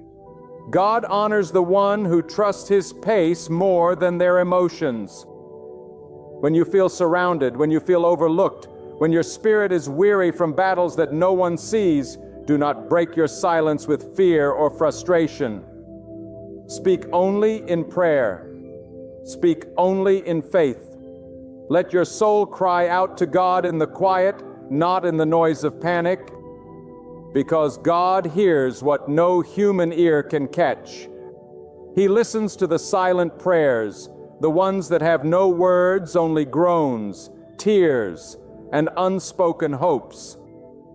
Do you know why God wants you to be silent before the miracle? Because words have power, and in moments of testing, careless words can sabotage divine timing. You might confess doubt when you should be declaring trust. You might invite negativity when you are meant to guard your atmosphere. You might release fear into your environment when faith was supposed to saturate the room. That's why silence is not just avoidance. It is spiritual discipline. It is strategic stillness. It is guarding the atmosphere of your miracle. God is not asking you to pretend everything is fine. He's asking you to put your trust in the unseen. He's asking you to stop managing the outcome and start surrendering to His authority. Because your silence is not ignorance. It is recognition. Recognition that God is wiser than your plans. Recognition that your insight is limited, but His vision is eternal. And when you choose to be silent, you are proclaiming with your soul, I don't need to know everything. I only need to trust the one who does. There are sacred moments in life when your silence becomes your shield, when words would only ignite warfare that God never meant for you to fight, when explanations would only feed curiosity that God never intended for others to have. Some things are meant to be carried in silence because they are too holy to be mishandled by careless ears. God is saying, let me conceal you for now. Let me preserve this for the right time. And if you obey, if you stay silent when everything in you wants to speak, you will witness a miracle that no human power could manufacture. Silence is not a pause in your story. It is part of the plot. It is a page being written with invisible ink, soon to be revealed under the light of God's timing. You may not see it now, but silence is sacred soil. It is where your roots grow deep, your character is refined, and your spirit is anchored. When God keeps you quiet, it is not rejection. It is preparation. You are being forged in the fire of faith. You are being trained to carry glory that cannot be tainted by the noise of this world. Don't confuse silence with stagnation. Just because you don't see movement doesn't mean there isn't progress. God does some of His most powerful work in the dark, in the quiet, in the unseen. Look at the sky. It moves in silence. The earth rotates without a sound. The heart beats without shouting. The most essential forces in life operate without noise. So it is with God. His greatest acts often come wrapped in silence until the moment they explode into undeniable reality. God may silence you not to hold you back, but to push you forward without distraction. He may be keeping you quiet so He can shield your vision, protect your growth, and prepare your breakthrough in a chamber of stillness. Sometimes the silence is your ark, the place where you are sealed off from the flood of confusion and opinion. God shuts the door not to isolate you, but to preserve you. And when the rain stops and the waters recede, you will step out into new territory, refreshed, renewed, and ready. God is not in the business of empty silences. Every quiet season has a divine purpose. Every unanswered question, every restrained word, every withheld explanation, all serve a greater plan. You may not understand it today, but one day when the miracle unfolds, you will look back and thank God that He taught you to keep your peace. Because if you had spoken too soon, if you had exposed the vision too early, if you had tried to explain what only heaven could interpret, you might have delayed what was destined to be yours. You must understand God is not only working in your situation, He is working in you. The silence is molding you. It is teaching you the strength of stillness, the courage of surrender, the wisdom of restraint. You are learning that not everything deserves your reaction. Not every situation requires your words. Sometimes the most powerful thing you can say is nothing and let God be the one who responds. Even when they question your silence, even when they mock your stillness, even when they pressure you to speak, stay grounded. Trust that God sees what others don't. Trust that He is building a testimony that will require no introduction. Trust that what He has promised in the quiet will come to pass in the light. The And when it does, those who laughed at your silence will be silenced by your results. Let your quiet confidence in God become your shield. Walk through the storm with peace. Let the winds rage. Let the doubters speak. Let the noise rise. None of it will move you because you are anchored in the presence of the Almighty. You don't need to shout when heaven is already roaring in your defense. You don't need to prove yourself when God is the author of your reputation. In time, the silence will end. In time, the voice of God will thunder. In time, the miracle will manifest. And when it does, your obedience will have been the seed that unlocked it. So hold fast. Don't break the silence just to satisfy the flesh. Don't disrupt the process just to ease your emotions. There is a reward for those who wait quietly, faithfully, fully surrendered to the will of God. When the appointed time arrives, your silence will turn to song. Your stillness will erupt into strength. Your private trust will produce public breakthrough. And all will know it was not your words that brought the victory. It was your surrender. It was your obedience. It was your willingness to be silent, even when silence was misunderstood. There is a time when silence becomes your shield, not just from the chaos around you, but from the traps the enemy sets ahead of you. The enemy thrives on your reactions. He listens closely to your panic, feeds on your impatience, and seeks to twist your words against you. But when you are silent, truly silent in the presence of God, you strip the enemy of his weapon. You confuse the camp of darkness because they cannot figure out what you are thinking, what you are planning, or what you are expecting. Silence frustrates the enemy because it means you're no longer reacting. You're waiting. You're no longer trying to control. You're surrendered. And when you surrender to God, no force on earth or in the unseen world can stop what He has ordained. There is a stillness that does not come from laziness, but from boldness. It is the stillness of the one who knows, I've placed it in God's hands and I will not pick it back up. There is strength in sitting down when everything in you wants to rush ahead. There is wisdom in keeping quiet when everything in your flesh wants to scream. And there is power in trusting that the one who formed the stars is perfectly capable of handling the details of your life. God is not seeking those who panic in the waiting. He is seeking those who trust in the pause. Do you know why God tells you to be silent before the miracle? Because He wants you to recognize that He alone is the source. Not your words, not your wisdom, not your networking, not your charisma, only God. He wants your testimony to be free from contamination, free from pride, free from the fingerprints of man. That when the blessing comes, it will be undeniably marked by the power and presence of God. And no one else will be able to take the credit. The silence is not a punishment. It is a purification. It is the place where your motives are refined, where your desires are tested, where your heart is aligned with God's will and not your own. In the silence, you are stripped of distractions, illusions, and pride. You are brought face to face with the reality that no matter how loud the world gets, the only voice that truly matters is the voice of God. Some people cannot handle silence because they are addicted to noise.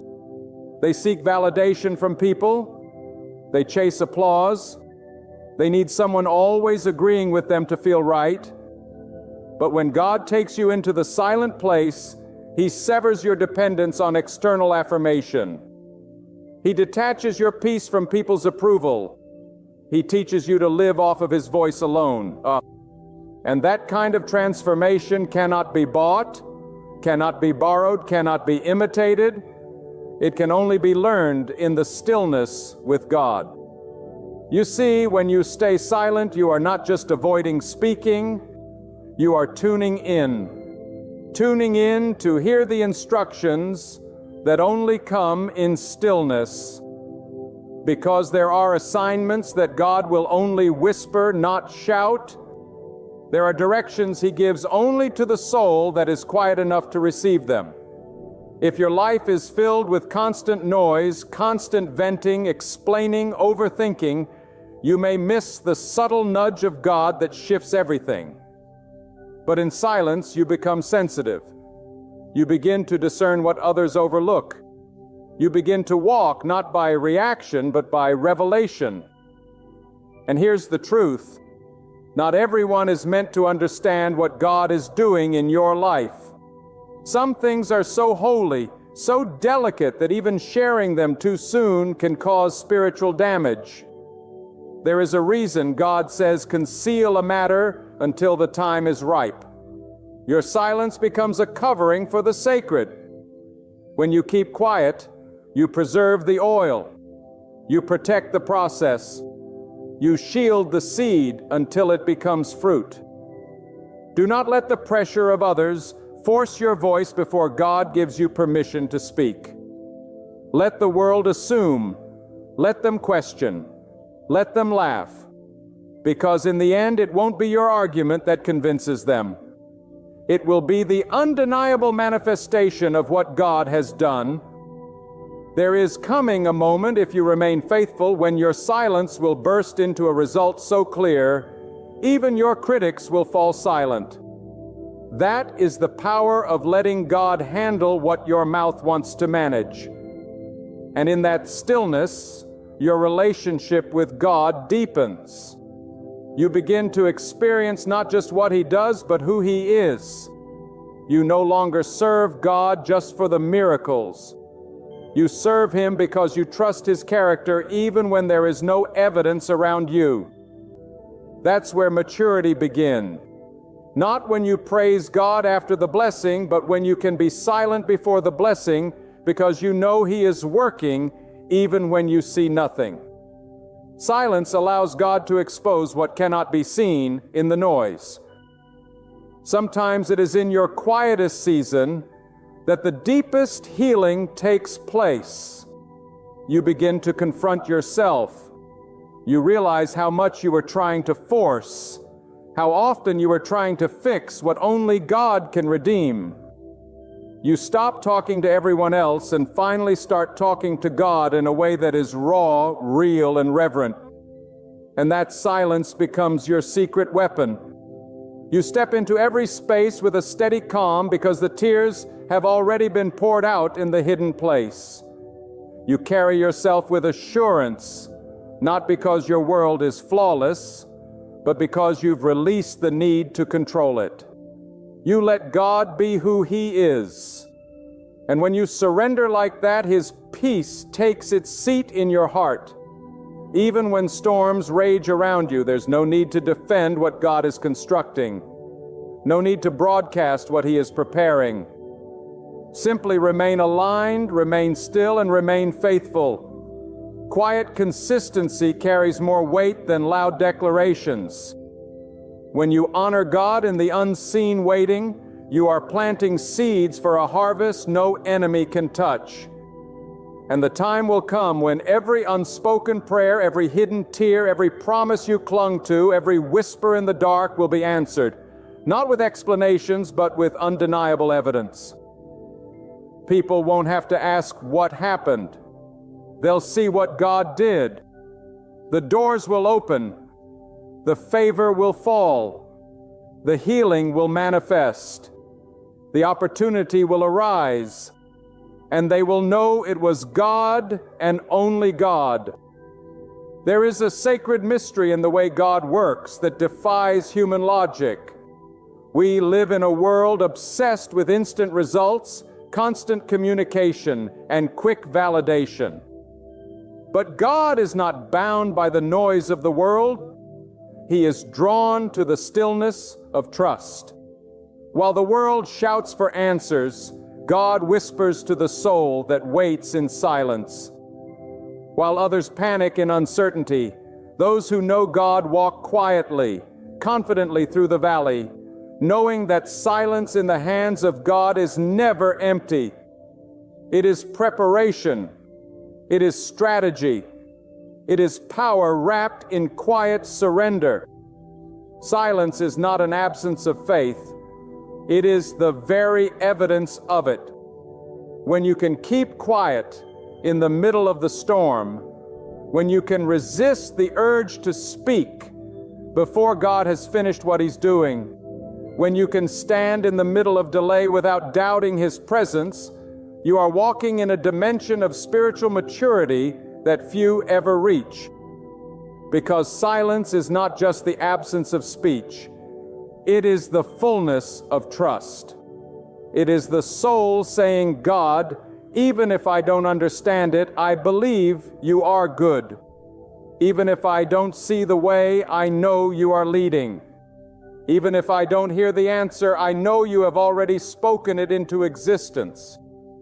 In this world, we are trained to announce every step, to promote every decision, to gather approval from others before we even begin. But when God places a vision inside you, He often requires that you conceal it until it has matured. You are not hiding it out of fear. You are guarding it out of honor. You are protecting what is holy from being handled by what is carnal.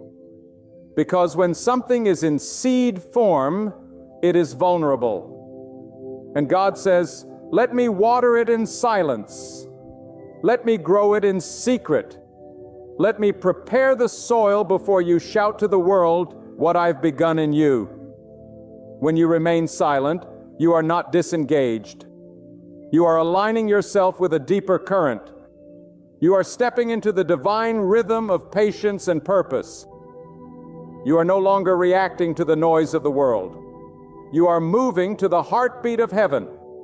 And when you move with God, you do not need to rush. You do not need to explain. You do not need to convince. Time itself becomes your ally, because time in God's hand becomes a servant to your destiny. Some of you are being tested in the waiting room of silence. You are sitting between the promise and the fulfillment, and everything in your flesh wants to speak. You want to justify yourself. You want to rush the outcome. You want to declare what hasn't yet manifested. But hear this with the authority of spiritual truth. If you wait upon God in silence, you will be preserved, protected, and positioned in ways that the loud and impulsive will never understand. Let them question your stillness. Let them misinterpret your quietness. Let them assume you have nothing to say, because soon the fruit will speak. Soon the outcome will roar louder than anything you could have said. And in that moment, your silence will be vindicated. Because it was not silence out of weakness, it was silence out of obedience. It was not fear, it was reverence. You were not mute. You were listening. And the one who listens in silence is the one who will hear the secrets of heaven. God does not reveal His deepest plans in the clamor of the crowd. He speaks in the stillness to the one who turns off the noise, who shuts the door, who quiets the soul before Him and says, God, I don't need the world's noise. I need your guidance. That is the soul God will fill. That is the life God will use. That is the vessel God will pour out His glory upon. You must learn to trust that silence is not avoidance.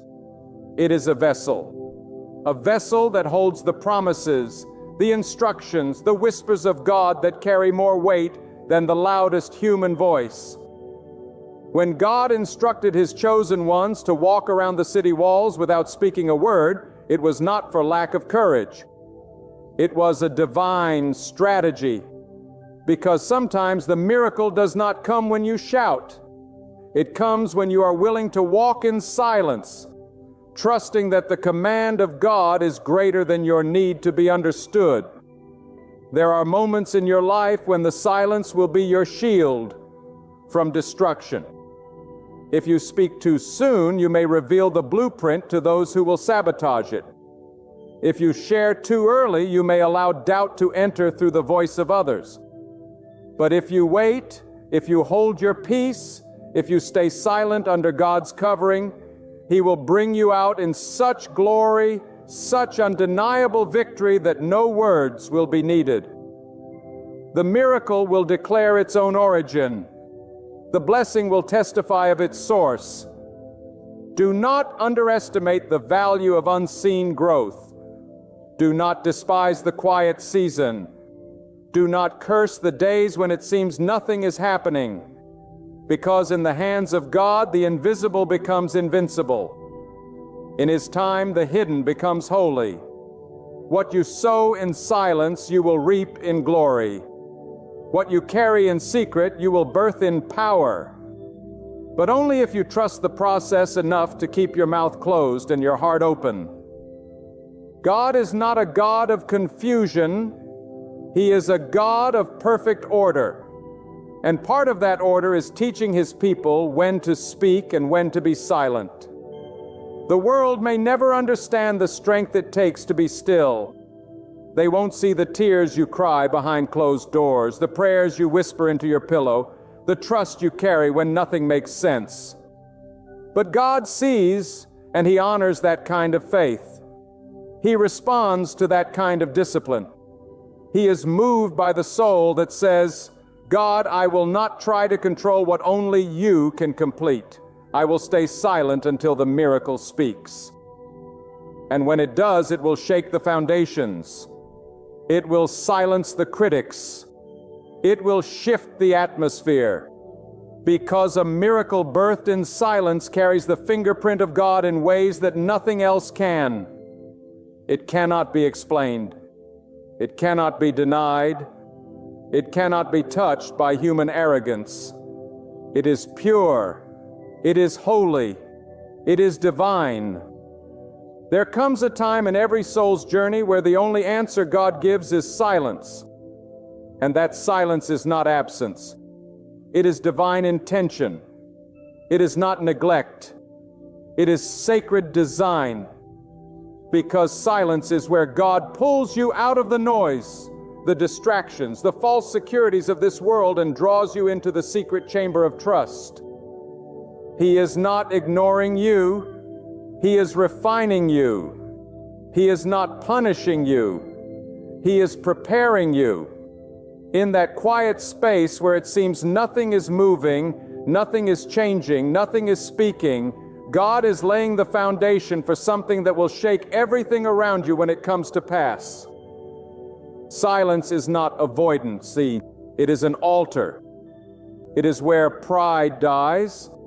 It is where ego is crushed. It is where dependence on self is dismantled.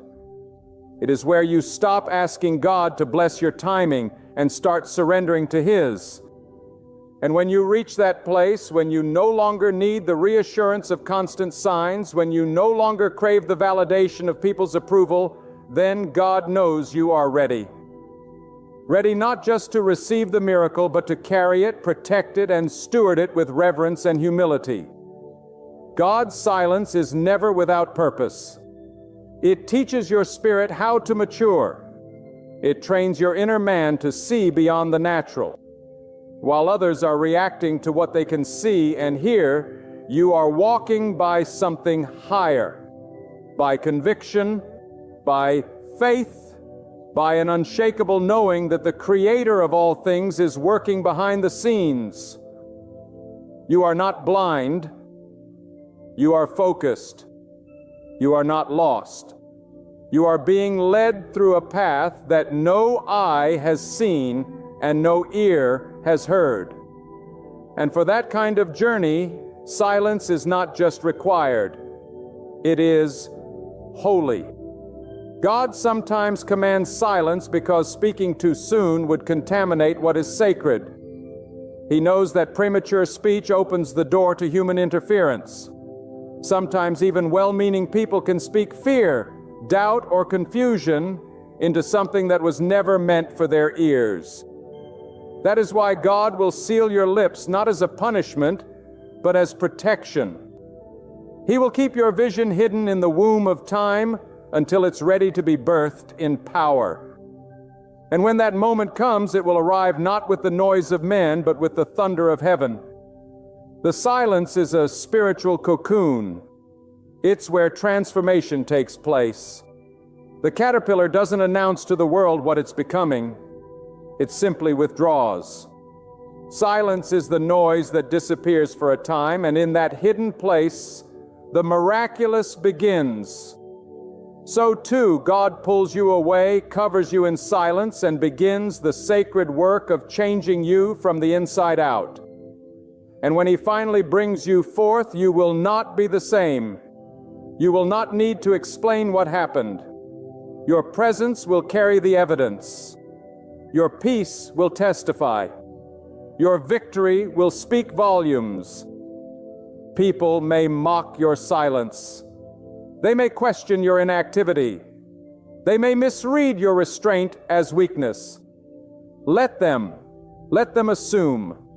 Because when you are silent by God's instruction, you are not standing still. You are standing in position.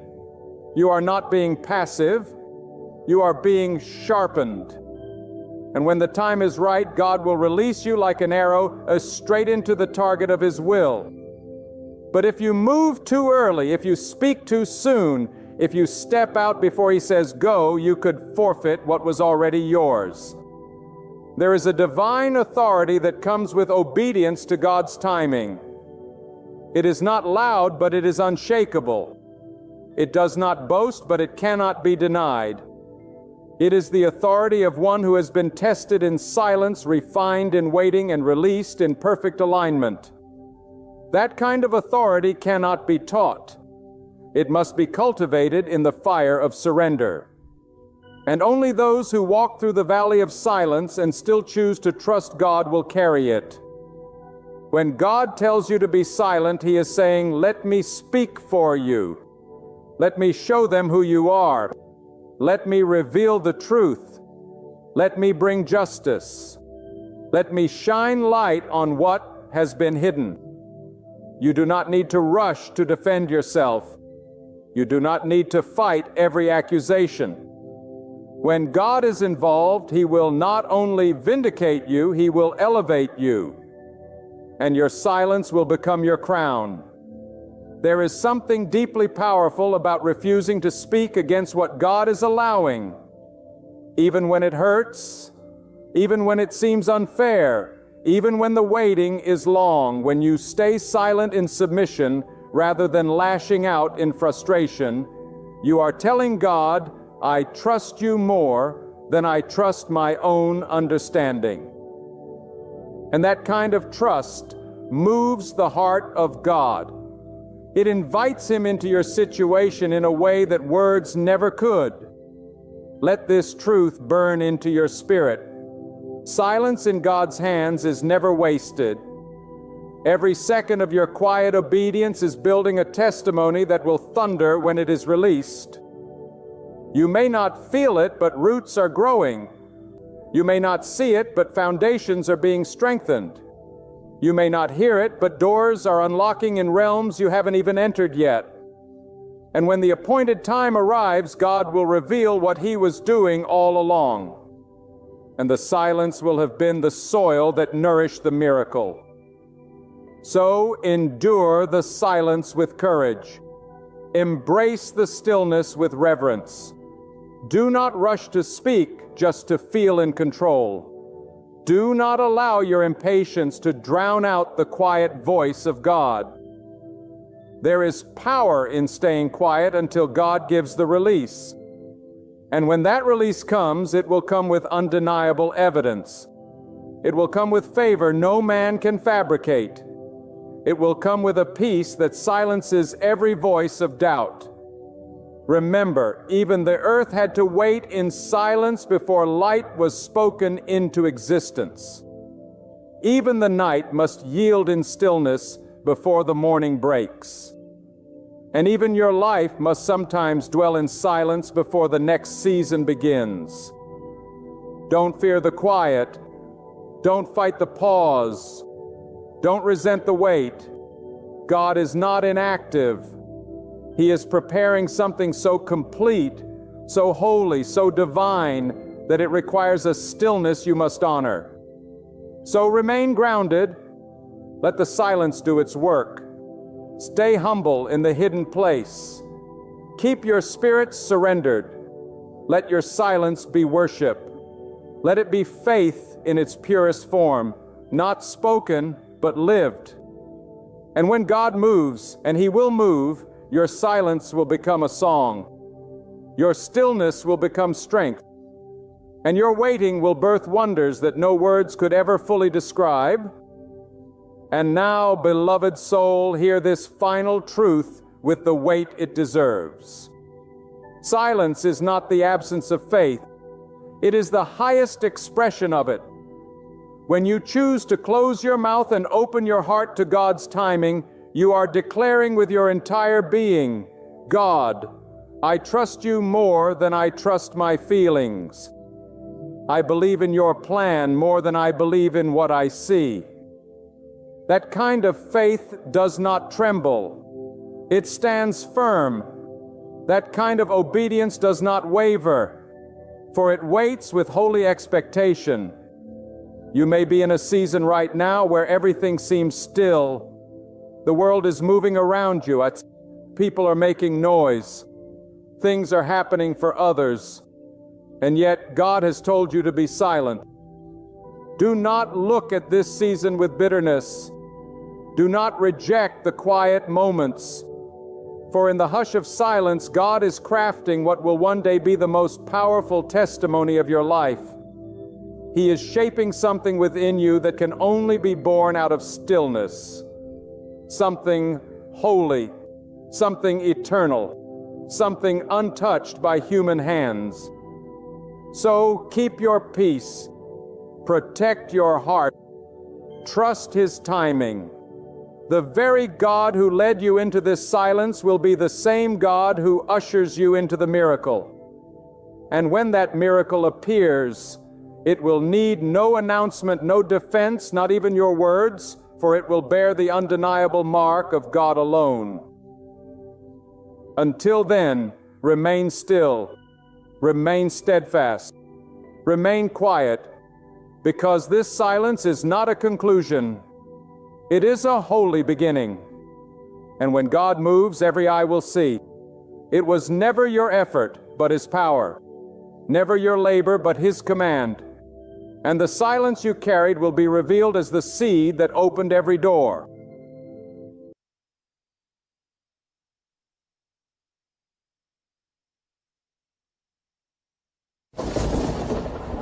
When God intends for you to be with someone, creation itself responds in ways beyond human understanding. The wind carries a new melody. The heavens align with divine order, and the timing unfolds so perfectly that you know it cannot be chance. It is not luck. It is the very hand of God directing your path. And if you have ever wondered whether your journey was meant to intertwine with another's, if you have ever found yourself standing where love and destiny meet, lean in. Because when God is the one writing the story, nothing can interrupt it. A deep peace settles within your soul. With God at the center, you don't need to force it. You don't need to chase after it. You don't need to plead for anyone to remain. When the Lord ordains a union, it flows naturally. It breathes life. It grows in grace. Anxiety does not exist in the will of God. There is only certainty. If your heart has been shattered by those who failed to see your value, if you have endured lonely seasons thinking God overlooked you, hear this truth. God's delay was never meant to wound you. He was preparing you. He was preparing the other person, because divine timing requires divine molding. When God wants you with someone, He'll first isolate you. He'll pull you away from distractions, from toxic attachments, from what your flesh wants, so that your spirit can begin to discern what is truly sent by Him. He will break down your own desires until your will aligns with His. That is why some relationships had to fall apart. That is why some people walked away. It wasn't rejection, it was redirection. God removes what is not meant for your destiny so you can receive what is designed to build you, bless you, and bring you closer to Him. And you must understand, when God chooses someone for you, it will not always look how you imagined. It will not always come in the package you were praying for, but it will come with a peace you never knew existed. It will challenge you to become better. It will push you toward purpose, not pull you into confusion, because God is not the author of chaos. He is the architect of harmony. When He connects two souls, it's not based on shallow attraction or fleeting emotion. It's based on spiritual alignment, purpose, and divine order. There are signs, oh yes, undeniable signs, when God is drawing two lives together. He will give you clarity. He will confirm it through His Word, through your prayers, through your peace. You won't have to second guess it day and night. You won't have to sacrifice your dignity to keep it. When God wants you with someone, it will never require you to lower your standards or compromise your values. It will lift you up. It will make you want to be more obedient, more prayerful, more aligned with your Creator. That's the power of a divine connection. It brings you closer to God, not further away. And don't think for one second that you have to manipulate your way into someone's life. When God ordains it, you won't have to beg to be loved. You won't have to perform to be accepted. You won't have to compete to be chosen. The one God has for you will recognize you in the Spirit. They will see your worth not just in your words, but in your walk. And the connection will be deeper than appearance, deeper than worldly things. It will be a soul-deep recognition, a knowing that this is who you are meant to walk with through the fire and the favor. God is not random. He is strategic. He places people in your life at specific times for specific purposes. Some are there to teach you, to stretch you, to test you. But when He wants someone to stay, nothing you do can push them away. And when He wants someone to go, no amount of pleading can make them remain. That is why you must trust Him, not just with your heart, but with your path. He sees what you don't. He hears conversations you can't. He knows motives before they are exposed. And when He wants to protect you, He will block certain people from accessing your spirit. No matter how much you think you want them, you may feel like you're running out of time. You may feel like everyone else is finding their person and you're being left behind. But hear me, delay does not mean denial. God's timing is not man's timing.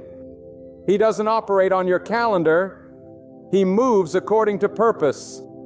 He moves when your heart is ready to receive the blessing, not just crave it. And sometimes He waits until you stop idolizing companionship and start prioritizing His presence. Because until God becomes your first love, every other relationship will become a source of distraction, not direction. When God wants you with someone, He will speak to them just as clearly as He speaks to you. He will not be one-sided. He will not be full of confusion. God is a God of confirmation, and He will show you through their actions, their intentions, their prayers, their pursuit. And you will not have to wonder where you stand. You will not have to live in a cycle of hot and cold. There will be consistency. There will be integrity. There will be peace. And peace is one of the clearest signs that God is in something. Because wherever He is, peace follows. Do not be deceived by emotions alone. Emotions can be misleading. They rise and fall. They are subject to mood, to loneliness, to insecurity. But when God is behind it, it goes deeper than feelings. It is rooted in truth. It is sustained by faith. It is built on trust. You will feel it in your spirit before you feel it in your skin. It will bear fruit that glorifies God, not fruit that feeds your ego. And it will strengthen you for the storms of life, not weaken you in your faith. You may be asking, how do I know if it's truly from God? Listen closely. When it's from God, it will not contradict His principles. It will not pull you into sin. It will not ask you to hide in the shadows or compromise your convictions. It will stand in the light. It will be honorable. It will be protected by prayer and guarded by purity. When God wants you with someone, He will create a foundation that is unshakable. Not perfect, but unshakable. Because the connection will not depend on circumstances. It will depend on covenant. And sometimes God will bring someone into your life and things won't go smoothly at first. There will be trials. There will be distance. There will be seasons of waiting. But do not mistake process for punishment. What God is doing behind the scenes is bigger than what you can see in the present. He may be refining both of you in the fire, so that when He brings you together, the union is strong, refined, and ready to fulfill its divine assignment. Because every God-ordained relationship has a purpose beyond just companionship. It has a mission. It has a spiritual responsibility. That is why you cannot attach yourself to just anyone. The wrong connection can delay your destiny. The wrong person can drain your purpose. Be careful who you align your life with. Not everyone is called to walk beside you. Not everyone is carrying what you need. But when God brings the right person, your strengths will complement one another. Your faith will multiply. Your vision will align. You will sharpen one another, not sabotage each other. You will find that the relationship does not distract you from God. It drives you deeper into His presence. You begin to pray more. You begin to walk in humility. You begin to operate in wisdom. That's how you know it's not just good, it's God. And when it's God, you don't have to fear the future. You don't have to worry about betrayal. Because what God ordains, He sustains. And no weapon formed against it can prosper. No voice raised against it can curse it. When God says yes, no man can say no. Now you must also prepare yourself, because God is not just working on the other person, He is working on you. You must become the person who can carry what you're praying for. You must be healed from past wounds. You must be free from bitterness. You must walk in forgiveness. Because if you carry old baggage into a new blessing, you will contaminate what God has designed to be pure. Let Him purify your heart. Let Him strip away the ego, the pride, the insecurities. Let Him rebuild you into the person who is ready for love that is rooted in heaven, not earth. And if you've already met someone and you feel the pull, but things seem uncertain, go to God, not to your friends, not to social media. Take it to the one who sees all. Fast, pray, seek wisdom, ask for discernment, and be willing to walk away if God gives you no peace. Do not hold on to something just because it feels good. Feelings lie, but the Spirit of God does not. If God is not in it, it is not worth it. No matter how beautiful it looks on the outside. But oh, when it is from God, you'll know. You'll feel covered. You'll feel seen. You'll feel safe. You won't have to fear being yourself. You won't have to fight to be valued. You will be loved with a love that reflects the heart of God. And together you will rise. Together you will pray.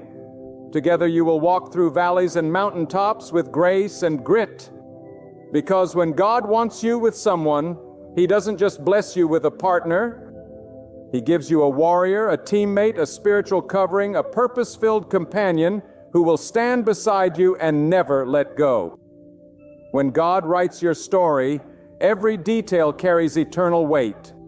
Every conversation, every detour, every delay is perfectly placed not to confuse you, but to craft something greater than your human heart can comprehend.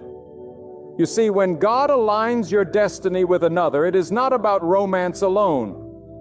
It is about the fulfillment of divine assignment.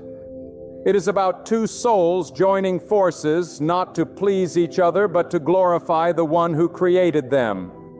The connection God ordains is not rooted in selfish desire. It is born out of spiritual necessity. It is not meant to complete you, but to complement your calling. There is something holy about timing when it is governed by God. You may be ready, but the other person might still be in the process. You may feel eager, but God may still be preparing your character. Because God will not allow what is meant to bless you to come into your life when you are not equipped to handle it. He does not give sacred things to careless hands. He does not join hearts that have not been healed. And so if it seems delayed, it is not rejection.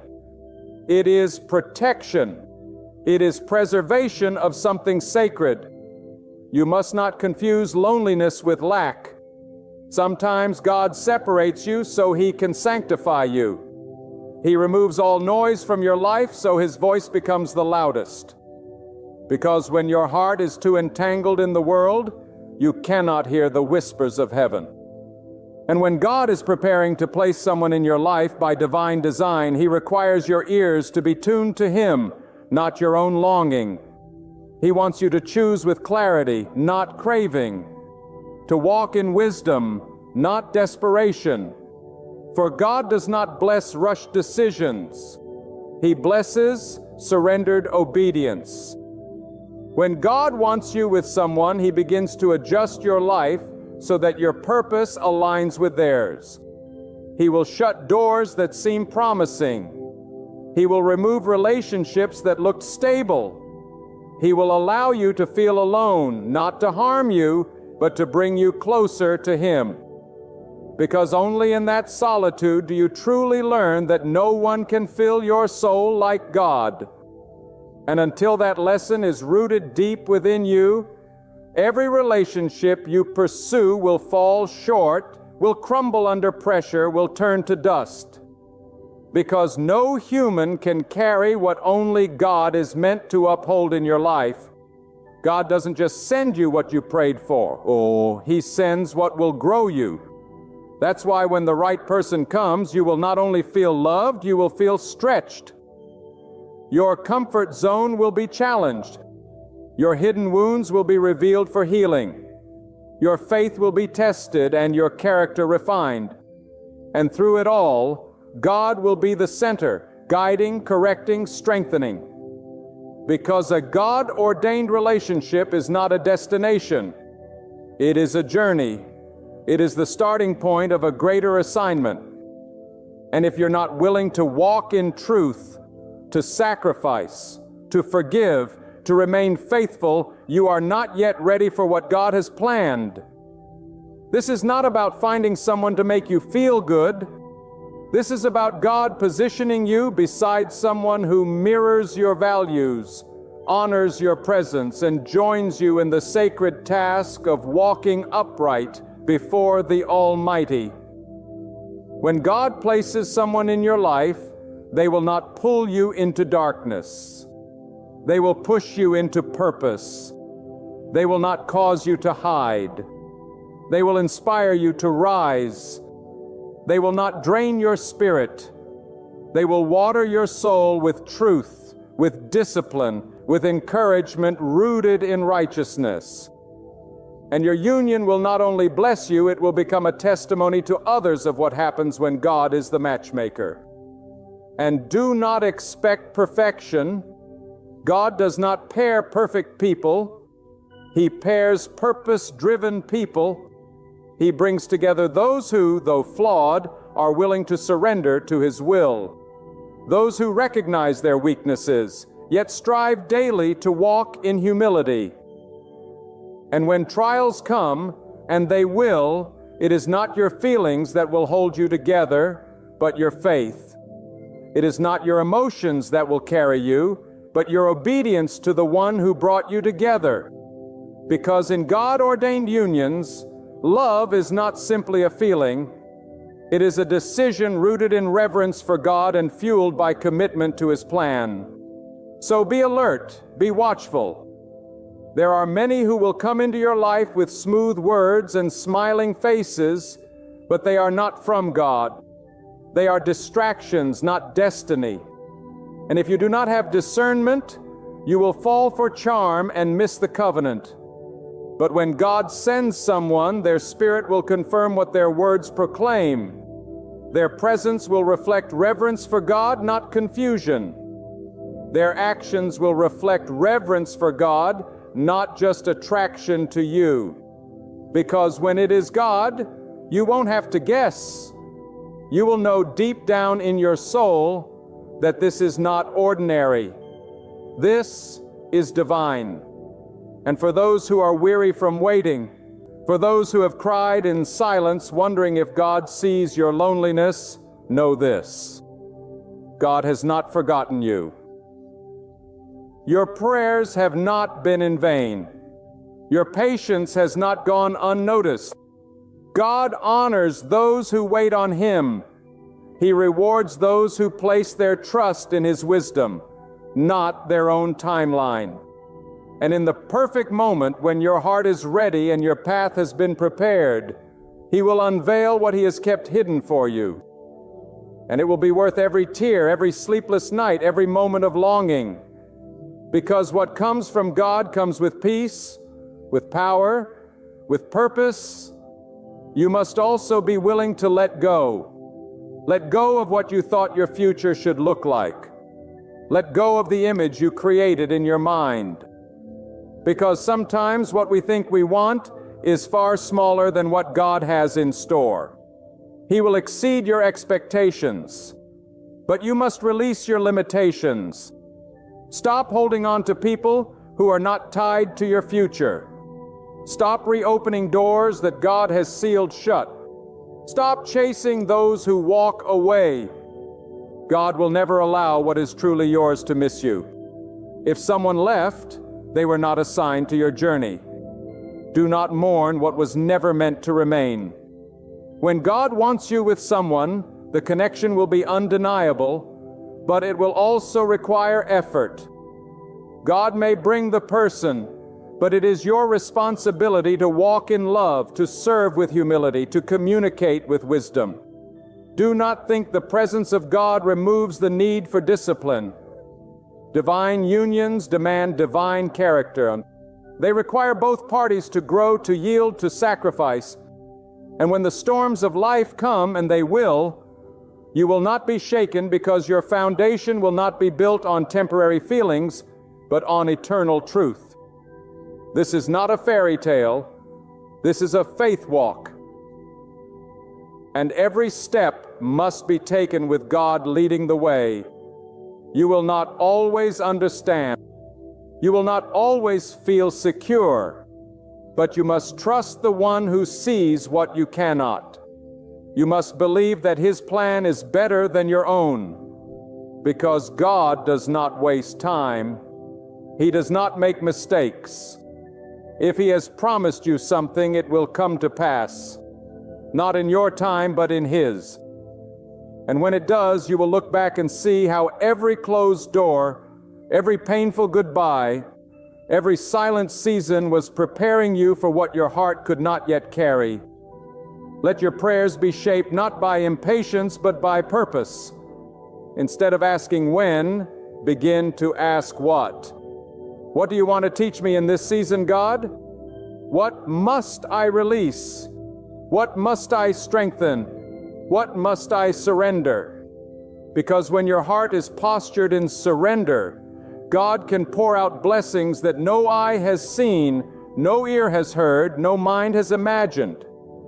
And the person He sends will not only be a blessing to your life, they will help you become a blessing to others. There is beauty in waiting. There is power in patience. There is transformation in trusting God. And when that divine connection enters your life, it will not bring more questions than answers. It will bring peace that surpasses understanding. It will bring growth. It will bring alignment. And together you will walk into the future, not hand in hand for your own glory, but united for the glory of God to fulfill His will and accomplish the assignment that can only be completed through unity. And listen closely. When God truly ordains your steps towards someone, He will not only prepare the way, He will prepare your heart to carry the weight of what's coming. Because love sent by God is not light. It is powerful. It is life-altering. It demands a higher level of discipline, faith, and surrender. It calls you out of selfishness and into sacrifice. And until your heart is willing to serve, not be served, until your soul is anchored in trust, not pride, God will keep molding you in the fire, not to punish you, but to purify you. He's not delaying to destroy your hope. God is waiting because He is enlarging your capacity. You need to see this clearly. When the Lord places someone in your life, it is not to make you comfortable. It is to fulfill His purpose. That relationship comes with responsibility. It carries weight in the spiritual realm. It is not just an emotional bond. It is a divine covenant. And where God's will brings agreement, power is released. Favor will come, but so will opposition.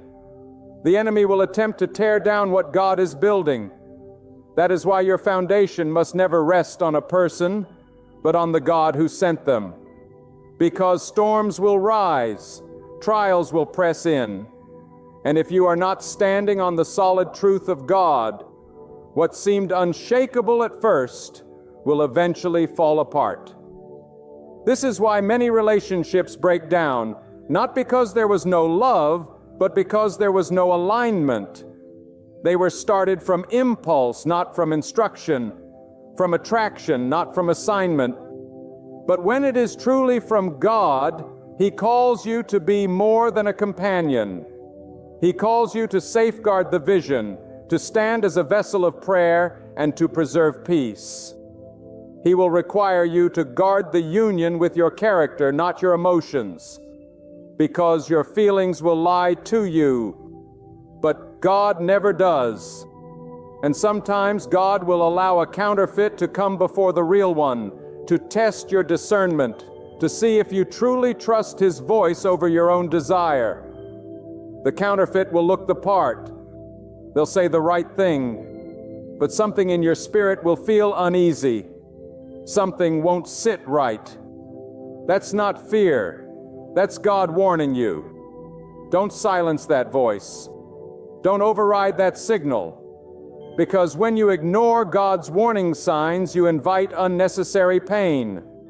But when you obey, even when it hurts, you make room for what is truly meant. When God wants you with someone, the connection will mature you. It will not always feel easy, but it will always feel purposeful. You will begin to grow in ways you never have. You will feel stretched, not to break you, but to build you.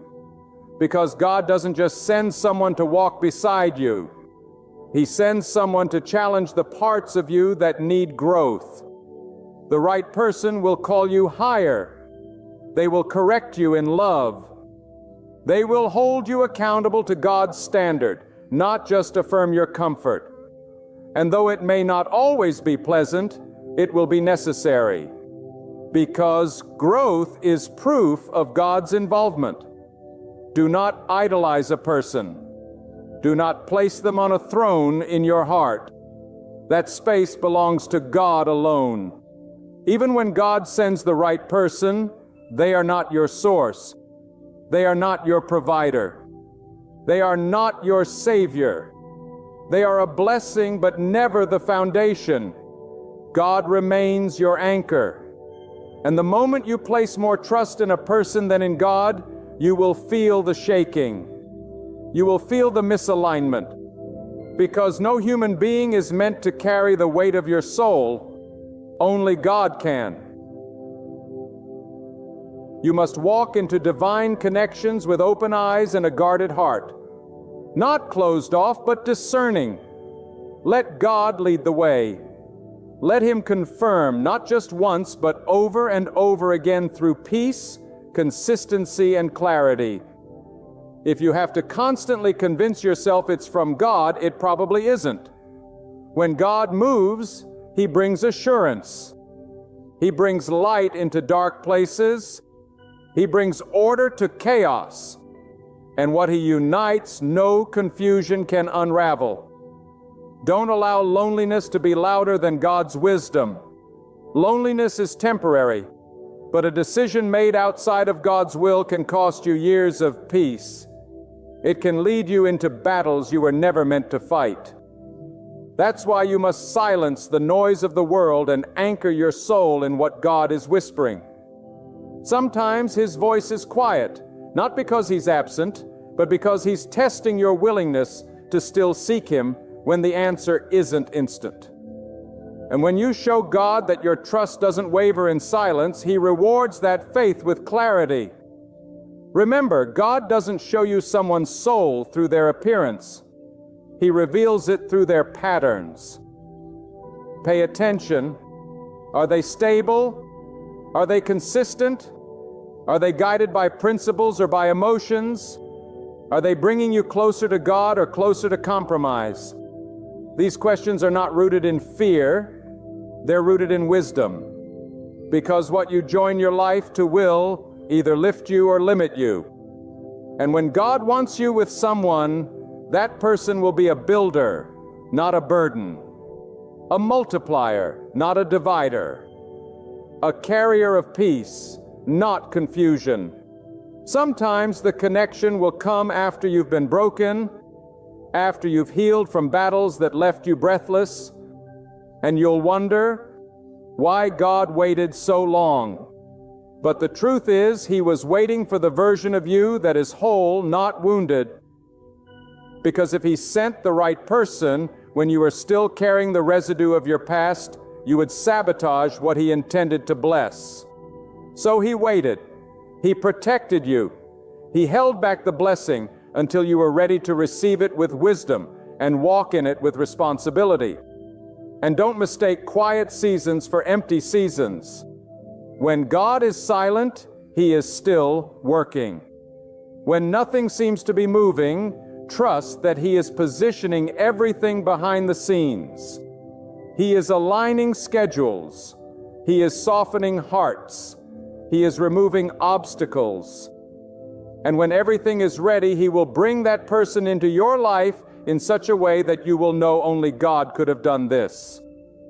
The timing, the setting, the mutual recognition, it will be divine. Not because it's dramatic, but because it's drenched in God's fingerprints. This is not about romantic feelings alone. This is about divine purpose. When God joins you to someone, your missions will intertwine. Your spiritual paths will align. Your goals will not compete. They will complement. You will build something that outlives your emotions, something that stands as a testimony of obedience, faith, and surrender. And when people see your union, they will not just see two people in love. They will see what God can do when two souls walk in agreement under His hand. You are not forgotten. You are not unseen. God is faithful to complete what He begins. And if He has whispered to your spirit that He has someone for you, trust Him.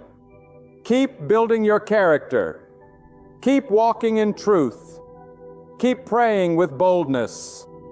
Keep releasing what doesn't belong, because when the appointed time comes, the door will open. Not through your striving, but through your submission. When God brings someone into your life, you won't have to compete for their attention. You won't have to chase their affection. God does not write stories of desperation. He writes stories of destiny.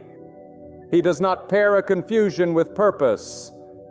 He does not place peace in the arms of chaos. What He brings will be whole. What He sends will bring stillness to your spirit, not storms. And when He writes the story, you won't have to add to it. You'll just have to walk in it with gratitude and grace.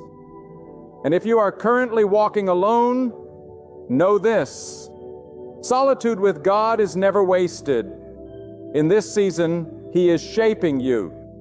He is strengthening you. He is removing what could destroy you. He is pruning your character so that when He places you beside someone, you will not just survive, you will thrive.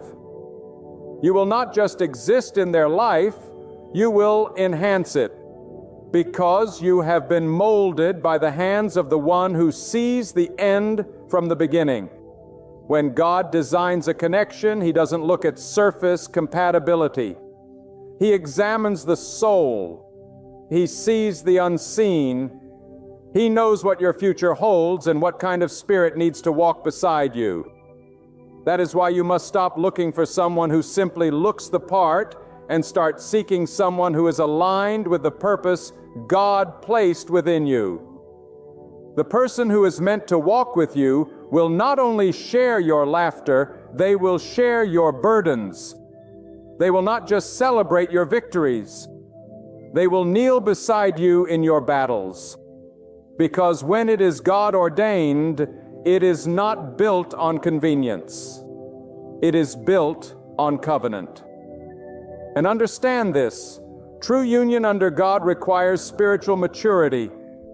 You cannot carry God's plan with an immature heart. You cannot protect what is sacred with a careless mindset. The person God joins you with is not just for your pleasure. They are part of your spiritual assignment. You will be called to protect them in prayer.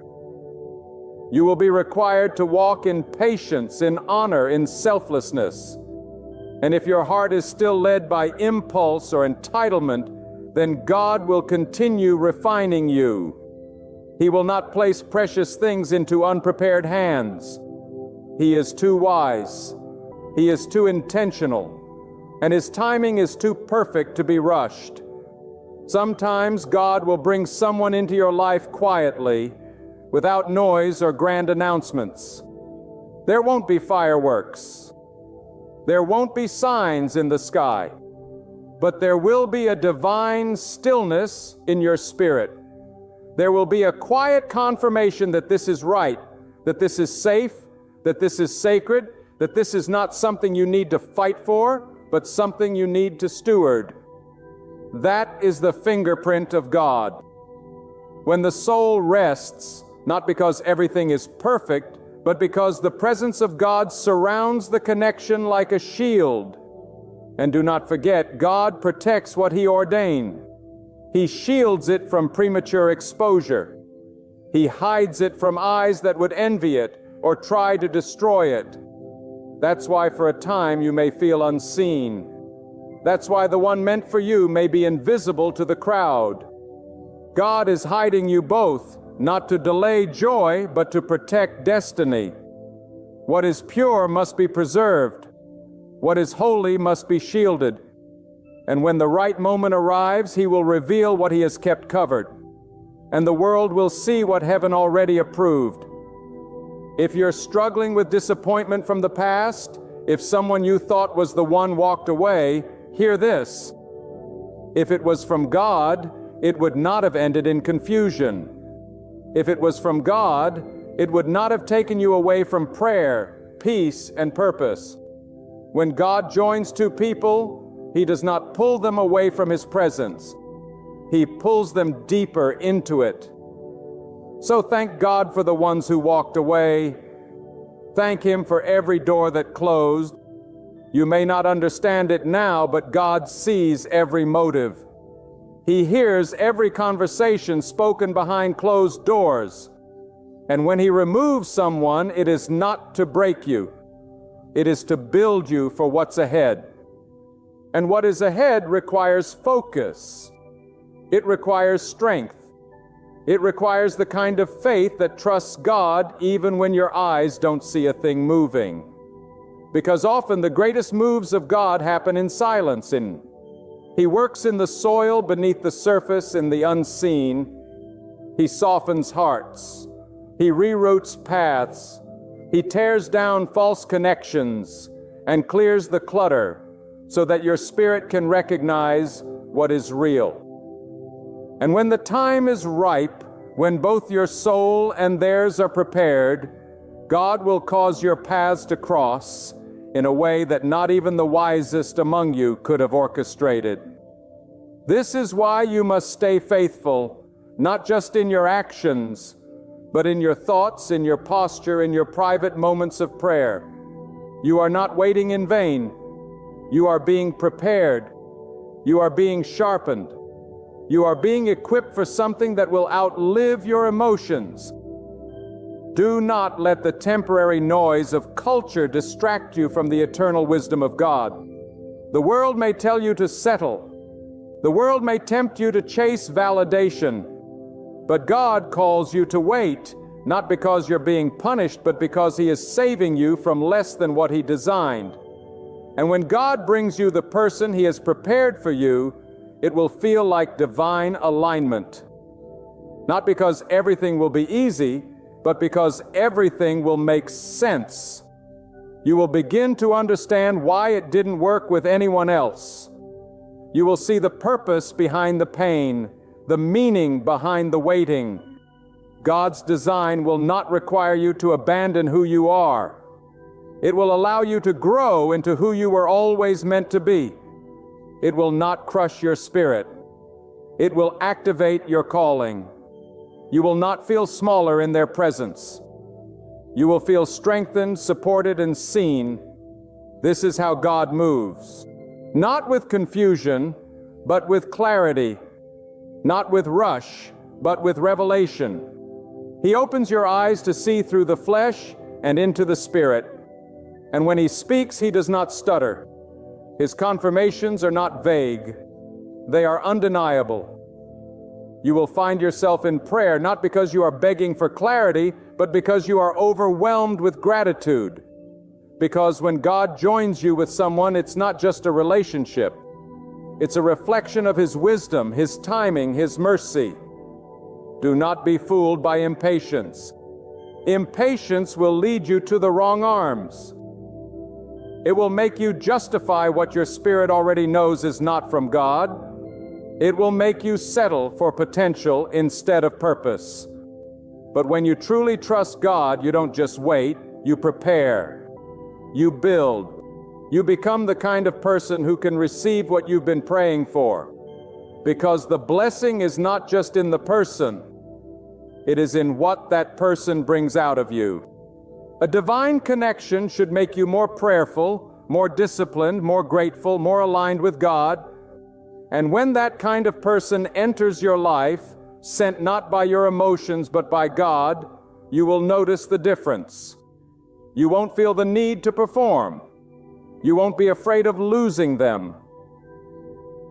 You won't be tormented by doubt because they were never yours to keep. They were God's to give. And what God gives, He sustains.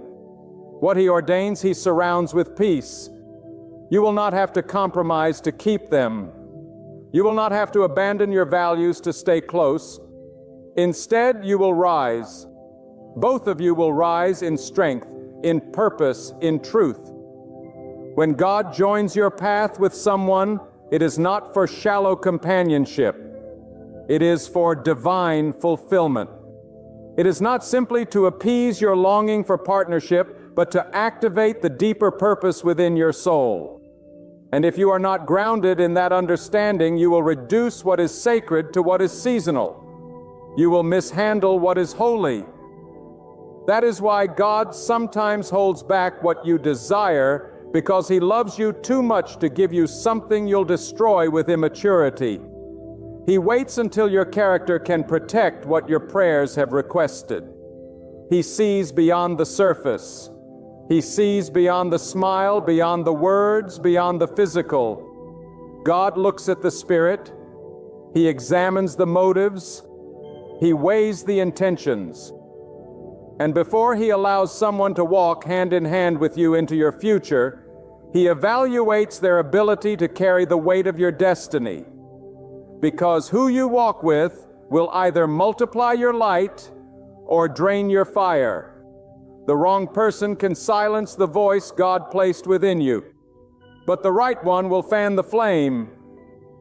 The right one will speak life when you're weary and remind you of who you are when doubt tries to whisper lies. When it's from God, they won't just understand your calling. They will honor it. And it will never require deception. It will never require you to pretend, to shrink, to twist yourself into someone else. What God sends will meet you at your most authentic place.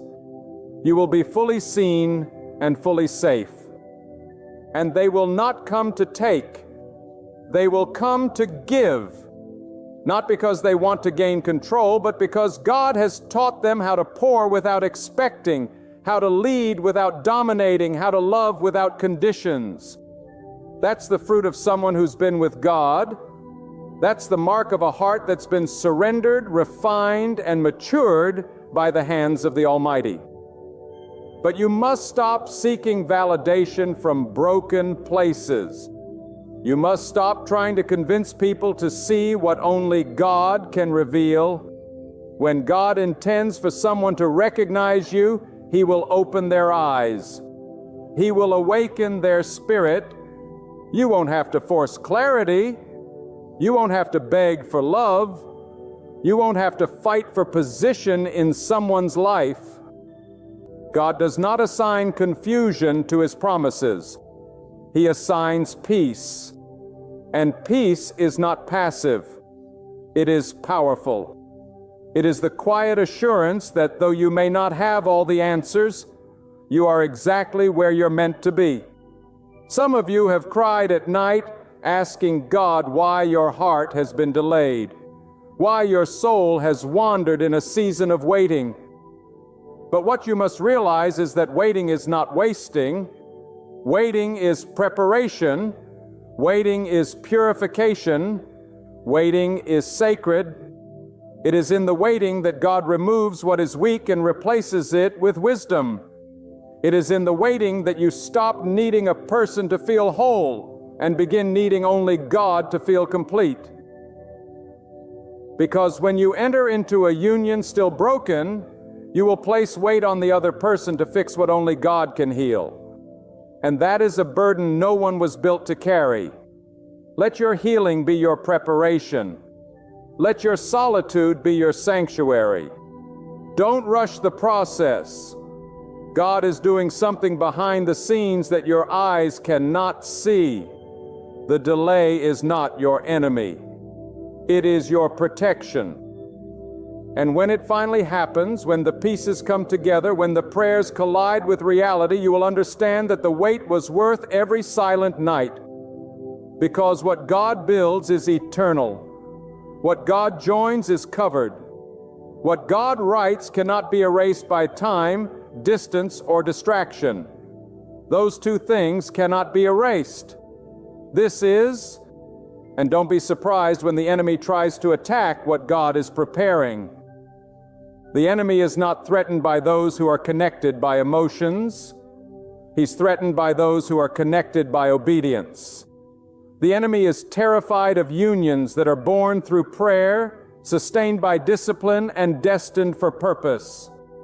That is why distractions come when you're closest to breakthrough. That is why false opportunities arise when you've just started to trust. But do not lose focus. Do not let temptation pull you from truth. Stay rooted in God. Stay watchful. Stay discerning. because what He is preparing is not only for your joy, it's for His glory. When God puts His hand on a relationship, it becomes more than two people in love. It becomes a divine force, a shield against darkness, a testimony of faith, a vessel of peace. That kind of bond does not crumble under pressure because its strength is not drawn from man, O'Brien. It is drawn from God Himself. And when both souls are submitted, when both hearts are yielded, they move together like a storm of light through a world of shadows. They build, they bless, they bear fruit, that others can taste and see that God is real, that God still answers, that God still joins souls in perfect time. You must ask yourself, am I becoming the person I'm praying for? Am I walking in the kind of discipline I desire in another? Am I prepared to lead in patience, to follow in humility, to sacrifice without recognition, to forgive before apology? Because love sent by God is not soft. It is strong. It is forged in truth. It endures testing. And if you're not prepared to protect what is sacred, then you are not yet ready to receive what is divine. But when your heart is refined, when your mind is sober, when your spirit is humble, then the blessing can come. Then the door can open. And when it does, there will be no doubt. There will be no striving, no performance. The love will be quiet and steady, not loud and frantic. It will be sacred, not showy. It will honor your boundaries, not cross them. It will protect your spirit, not manipulate your emotions. Because it is not driven by flesh, it is driven by truth. It is not ruled by fear. It is ruled by peace. That is the difference between a relationship that is convenient and a relationship that is called. When God wants you with someone, the entire rhythm of your life will begin to align.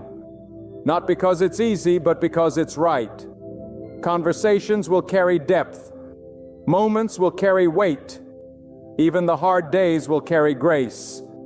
Because when it's from God, there is purpose in the pain and mercy in the trial. You won't walk this road alone. You will travel together, shoulder to shoulder. Not in front, not trailing behind. Equally strong, equally faithful, equally surrendered to the design of the one who joined you.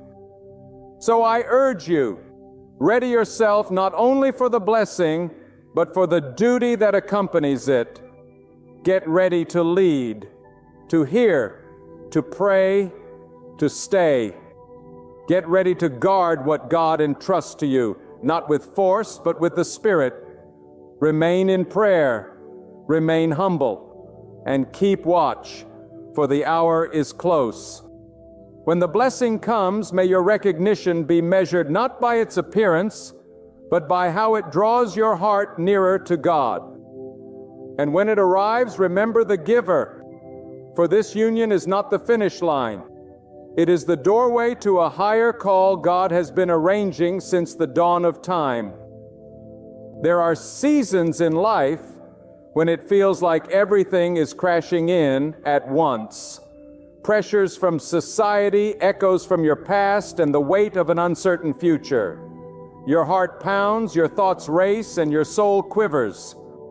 But hear me today, if you truly long to receive the deepest desires of your heart, you must grasp the divine secret so many forget.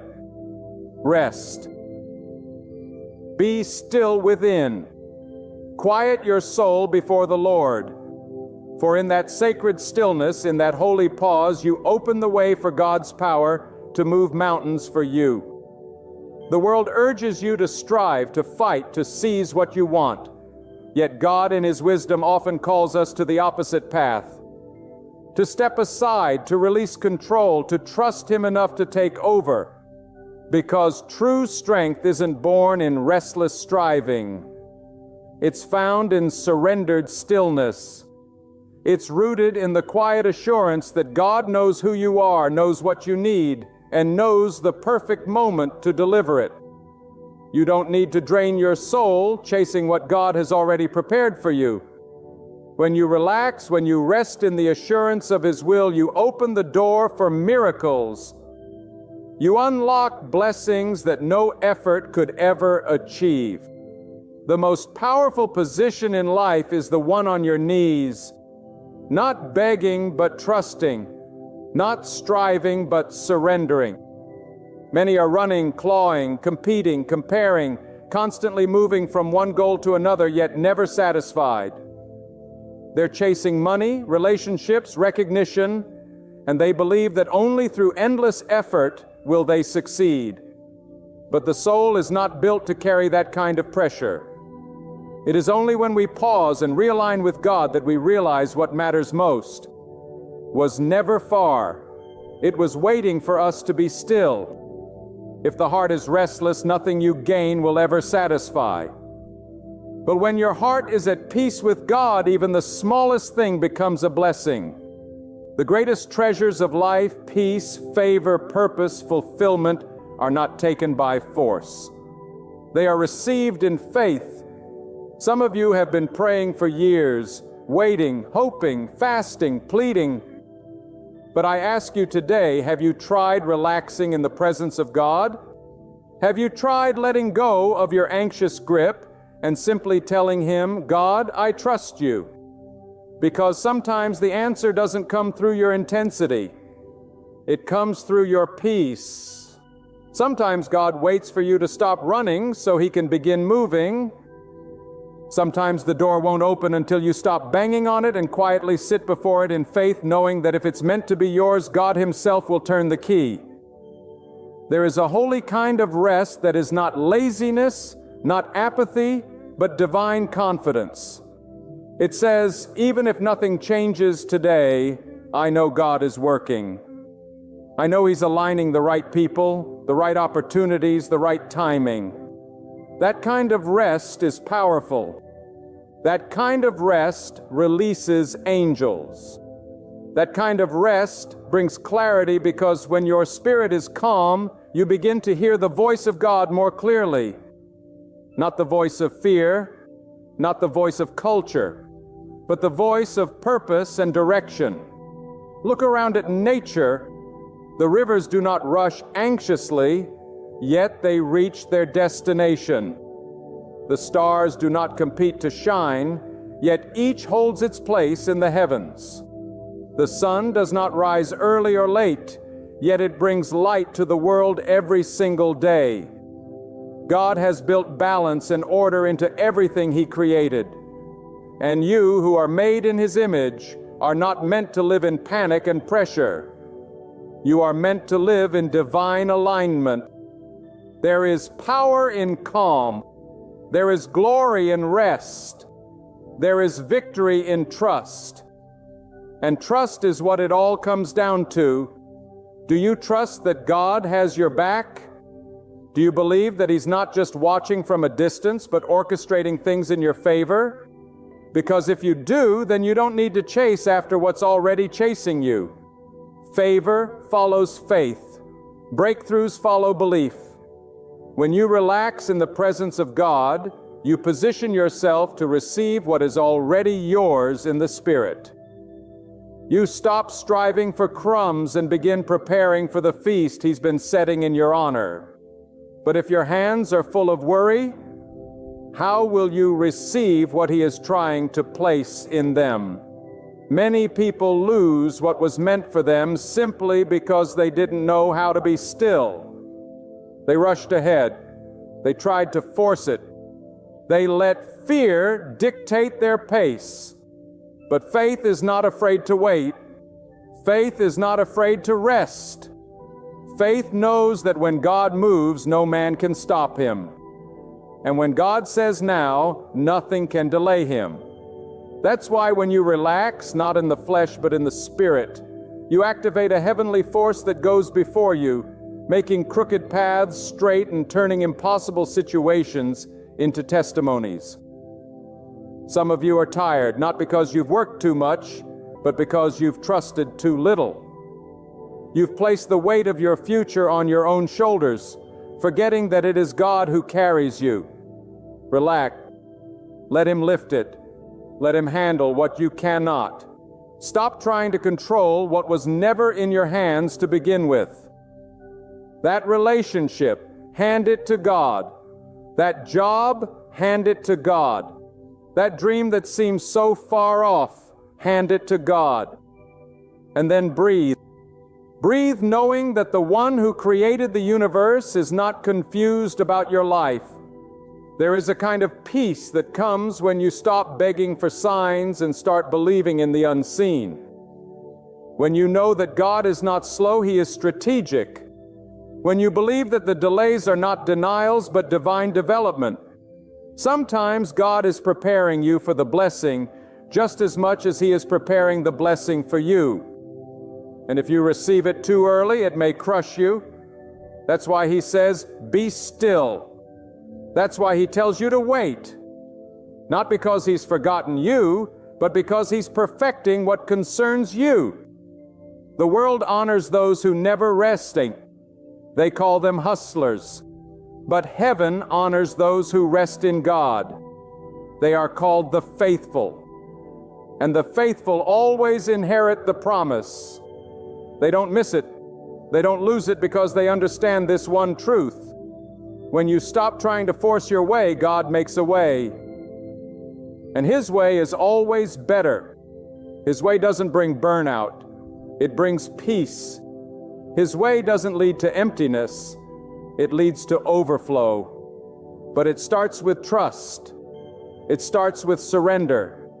It starts with relaxing the grip of fear and picking up the mantle of faith. You've cried enough. You've worried enough.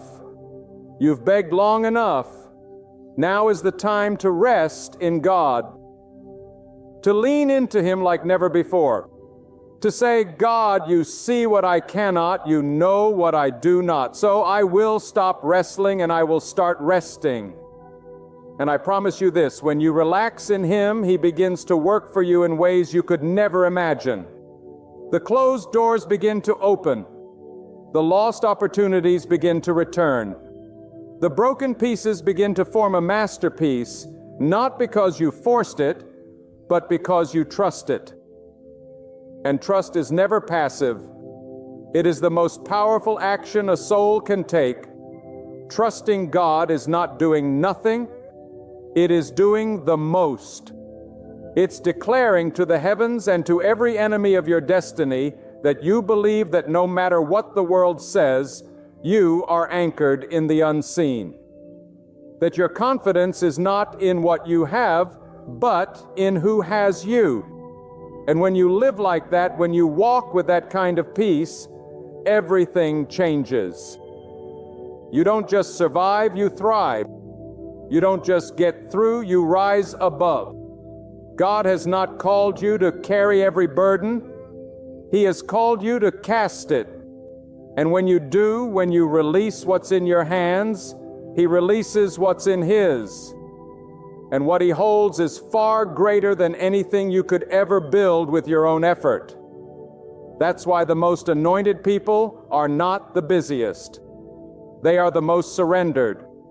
They understand the power of letting go. They know the secret of divine flow, that everything they need will come not when they chase it, but when they align with the rhythm of God. When you truly relax in your soul, you begin to see that life is not a race to be won, but a journey to be aligned with the will of God. Every moment, every delay, every unanswered question becomes part of a greater orchestration. God does not operate on the chaotic timelines of this world. He moves according to divine design, eternal timing, and perfect knowledge. While you fret about what you do not yet have, God is preparing what you are not yet ready to receive. And so He teaches you not through speed, but through stillness, not through noise, but through silence. That's why learning to relax in God is not weakness. It is wisdom. It is spiritual maturity.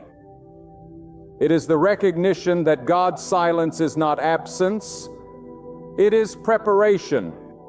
There is a storm that brews in the heart of every human being who thinks they must do it all, fix it all, be it all. That storm is fueled by fear, anxiety, pride, and doubt. But God never created you to live in the eye of that storm. He called you to stand above it. And the only way to rise above the chaos is to anchor yourself in divine trust. That trust is not loud. It is quiet and unwavering. It is the voice within you that says, even if I don't see the way, God is making the way. Even if I feel alone, God is closer than my breath. Even if I don't understand, God knows exactly what He's doing. It is in this posture of trust where transformation begins. Your thoughts shift from worry to worship. Your mind moves from panic to peace, and your steps begin to align with divine timing. The reason so many people feel like they're constantly hitting walls is not because the path is wrong, but because the pace is wrong. As God never asks you to run ahead of His will. He asks you to walk with Him, to listen, to rest, to obey. And sometimes that obedience looks like doing nothing but waiting. Waiting with faith, waiting with peace, waiting with a heart fully surrendered. You are not forgotten. You are not overlooked. The delay you face is not a rejection. It is a sacred pause, a divine intermission, where God rearranges everything for your benefit. And if you fight the stillness, you may miss the direction. Because often God will not shout above your noise. He will wait until you are quiet enough to hear Him. This is why you must relax. Not just physically, but spiritually. You must stop carrying the burdens that belong to God. He does not need your worry. He needs your worship. He does not require your stress. He asks for your surrender. There is a weight that lifts when you say, God, this is too much for me, so I give it to you. And when you mean it, when you truly release it, something miraculous happens. Doors open, burdens lift, and paths that were once blocked become clear. Not because you fought harder, but because you let God fight for you.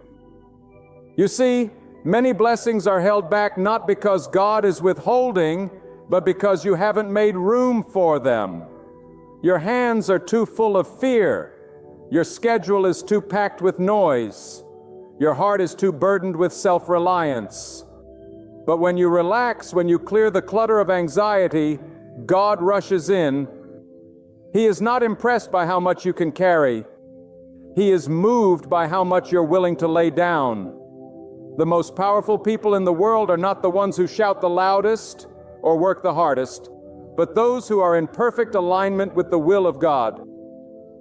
And that alignment comes through peace, a peace that says, God, I trust you more than I trust my understanding. I choose rest over worry, surrender over striving, patience over panic. That is the kind of heart God honors. That is the kind of spirit He blesses. Look back at your life. The moments where you were the most anxious, the most desperate, the most restless. Did they bring you peace or did they drain your spirit? Now look at the moments where you let go, where you said, God, if this is your will, then I surrender to it. Weren't those the moments when everything began to shift? When things started to fall into place, not because of your effort, but because of your surrender. That is the sacred pattern of faith. Let go and let God lead. And remember, relaxing in God does not mean giving up on your dreams. It means trusting that God is the keeper of those dreams. It means believing that what is meant for you will not miss you. And what misses you was never meant for you. God's plans are not fragile. His timing is not flawed. His blessings do not require your manipulation. They require your trust. So stop trying to control what only God can orchestrate. Stop tying yourself to outcomes. Detach from the need to understand everything and anchor yourself in the knowledge that God understands everything. There is a place in the soul where anxiety cannot survive. It is the place where you meet God face to face, not in the noise of performance, but in the quiet of trust. There you are reminded that you are not what you do, not what you have, not what people say about you. You are who God created you to be, fearfully, wonderfully, purposefully made. You don't need to chase validation. You don't need to impress the world. You need only to rest in your Creator. And when you do, a peace descends like rain on a dry land, a peace that cleanses, restores, and renews. Let God renew you. Let Him strengthen you, not through constant activity, but through divine rest. Stop trying to outrun the process. Stop comparing your pace to others. What God is doing in your life is unique. You are not behind. You are not late. You are exactly where God needs you to be. And even if you feel stuck, even if you feel like nothing is moving, understand this. God does His greatest work in stillness, silence, in the soil where nothing seems to be growing, but deep roots are forming beneath the surface. And yet there are those who still believe that peace is only for the privileged, that rest is for the lazy, that stillness is for those who've given up. But I declare to you with every fiber of conviction, peace is for the obedient. Stillness is for the wise. Rest is for the one who trusts that God is enough.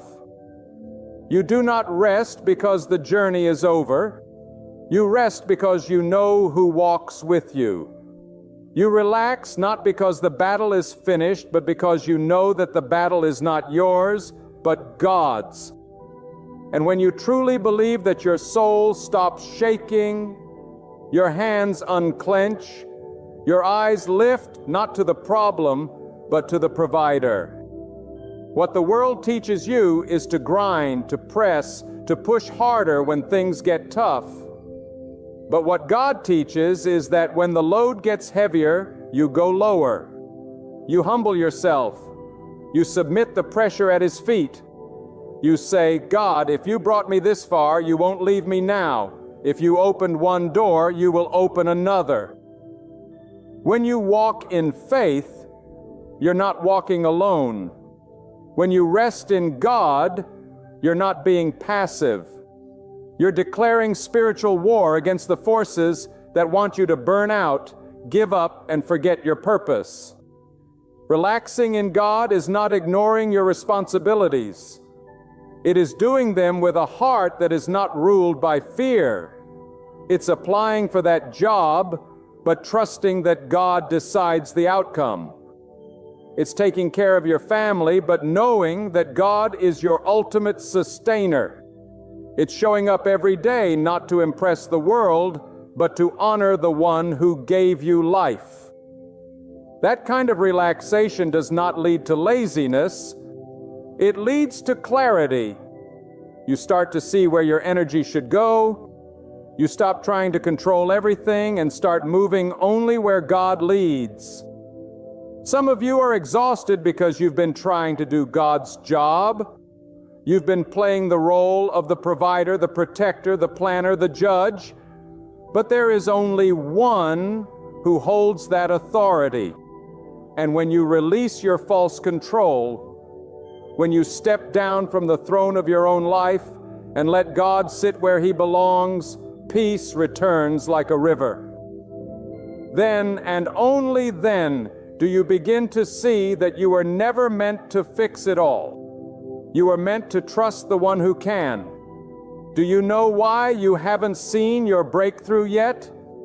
It's not because God has forgotten you. It's because you've been blocking what He wants to send by holding too tightly to your version of the plan. You're so focused on what you think it should look like that you're missing what He's trying to give you.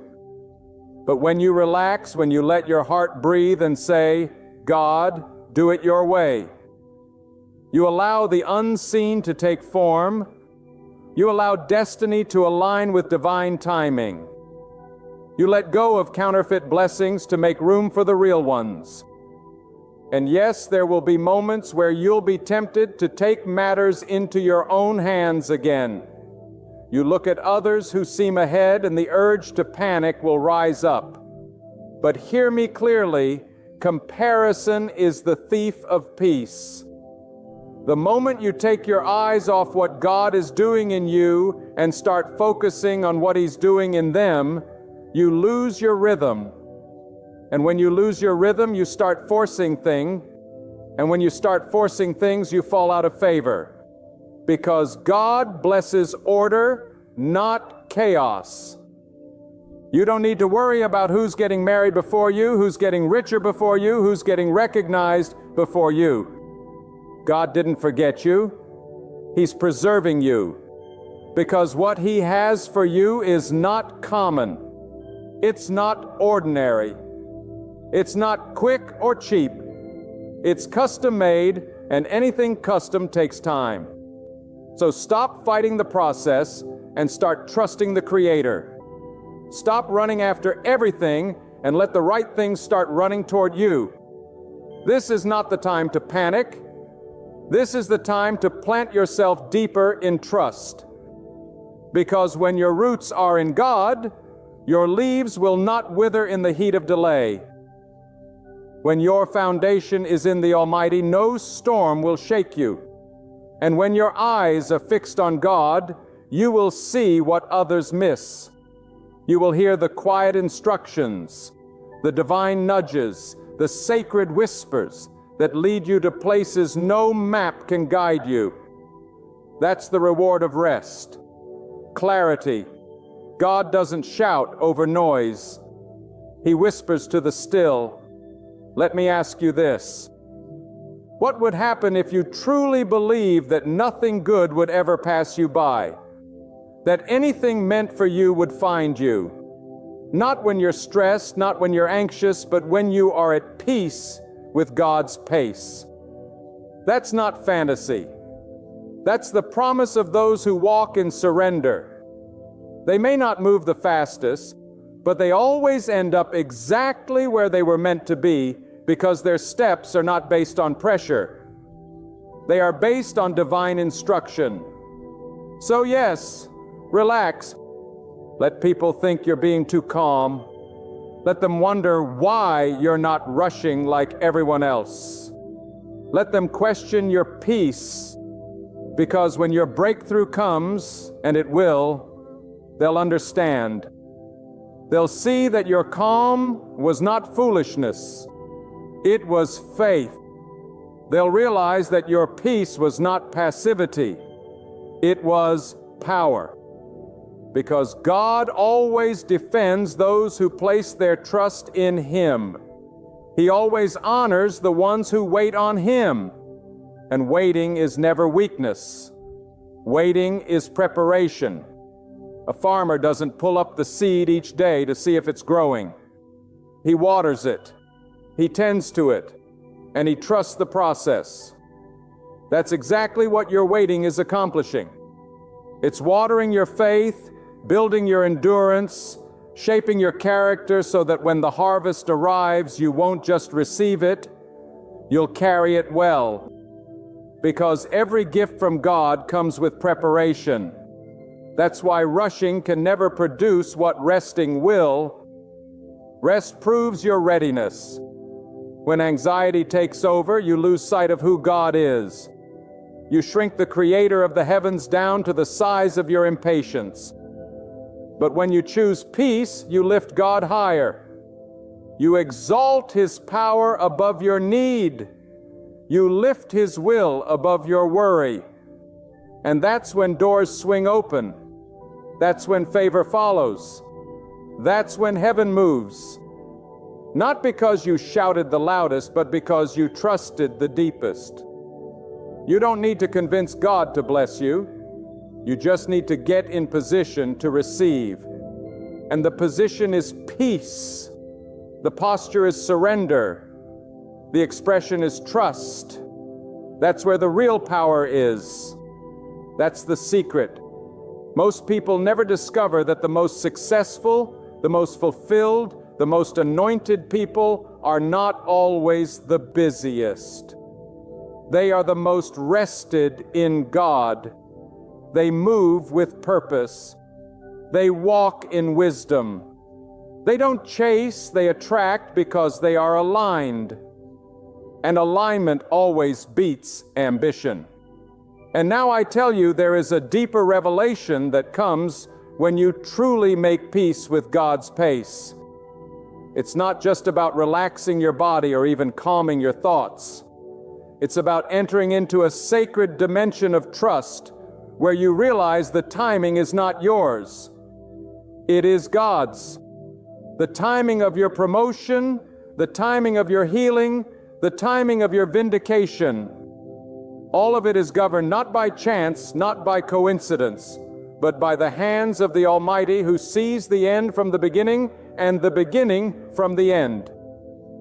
You must stop living like life is something you have to figure out on your own. You were never created to carry the burden of your own destiny. God didn't design you to be the architect of every detail. You are not God.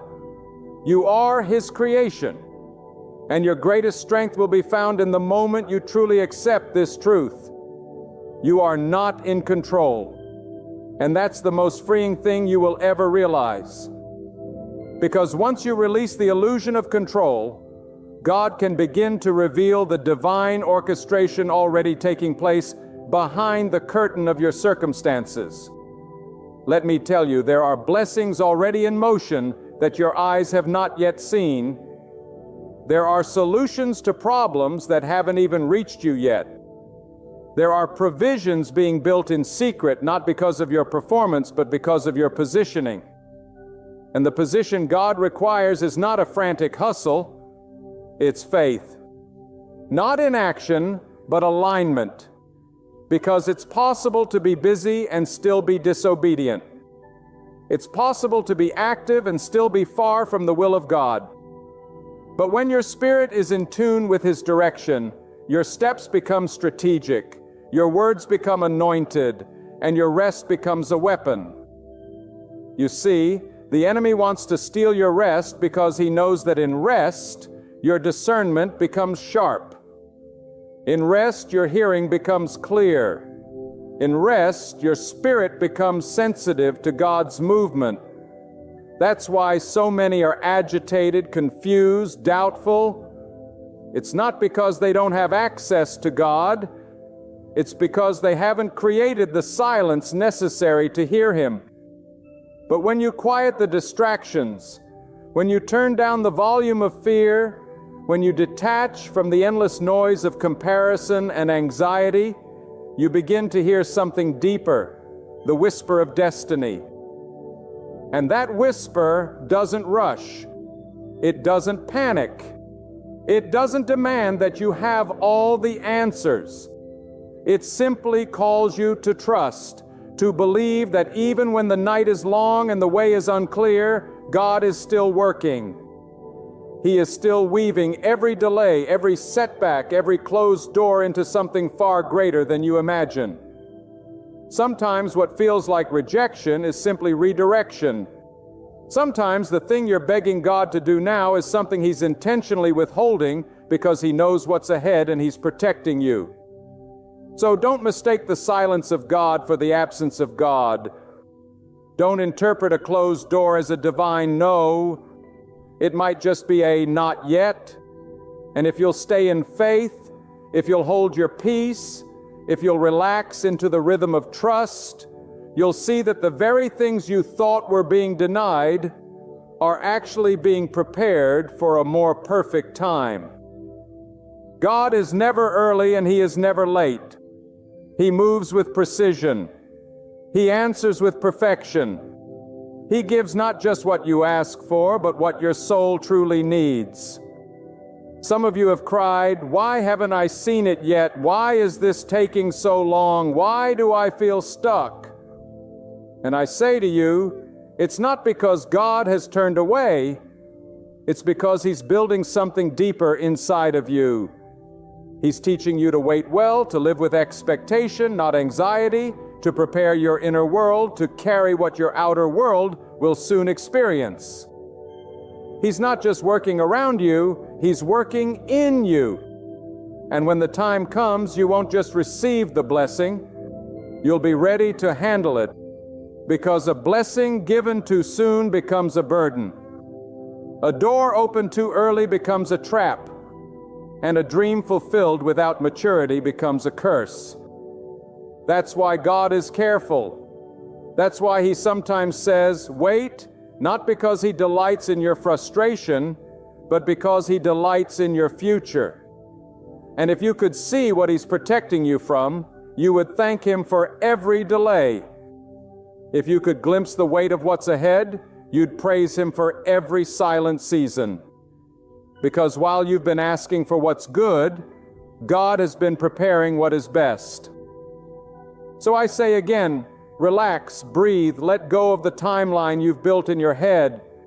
Let go of the pressure to be where someone else is.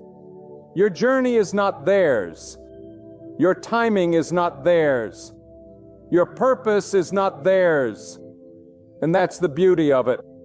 What God has written for you cannot be stolen, rushed, or missed. The only thing that can delay it is your resistance to rest. When you try to force open what God has closed, you may find yourself drained, discouraged, and distant from the very peace that was promised to you.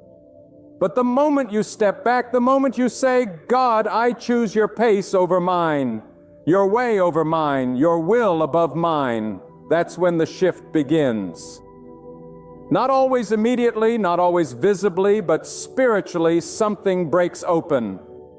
Because God honors those who trust Him. He elevates those who wait on Him. He pours out abundance on those who rest under His covering, knowing that in their stillness, He is moving. You want to see miracles, learn to be still. You want to receive answers, learn to listen.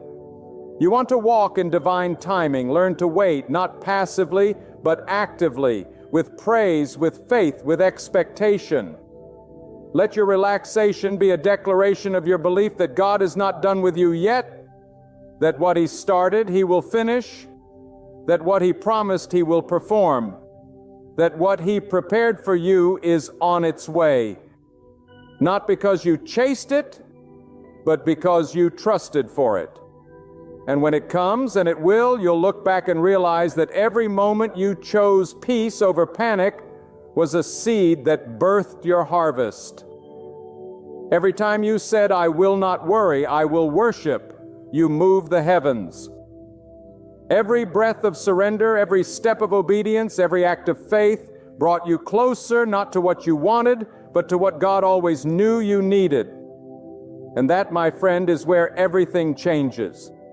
And now I urge you to reflect. Truly reflect on what it means to rest, not just with your body, but with your spirit, to relax in the depth of your soul. Because some of you have grown weary, not from the work of your hands, but from the war in your mind, the constant thoughts, the racing doubts, the whispers of not enough, the echoes of too late, the torment of what if. These are not just mental battles. They are spiritual attacks sent to steal your focus, your confidence, and your peace. But God, in His mercy, is calling you into a different realm, a higher dimension of trust, where anxiety cannot enter, and fear cannot speak. You see, peace is not the absence of noise. It is the presence of God within the noise. And when you carry God within you, when your heart is saturated with the knowledge that He is in full control, no storm on the outside can shake the stillness within. The enemy's greatest weapon is not disaster, it is distraction.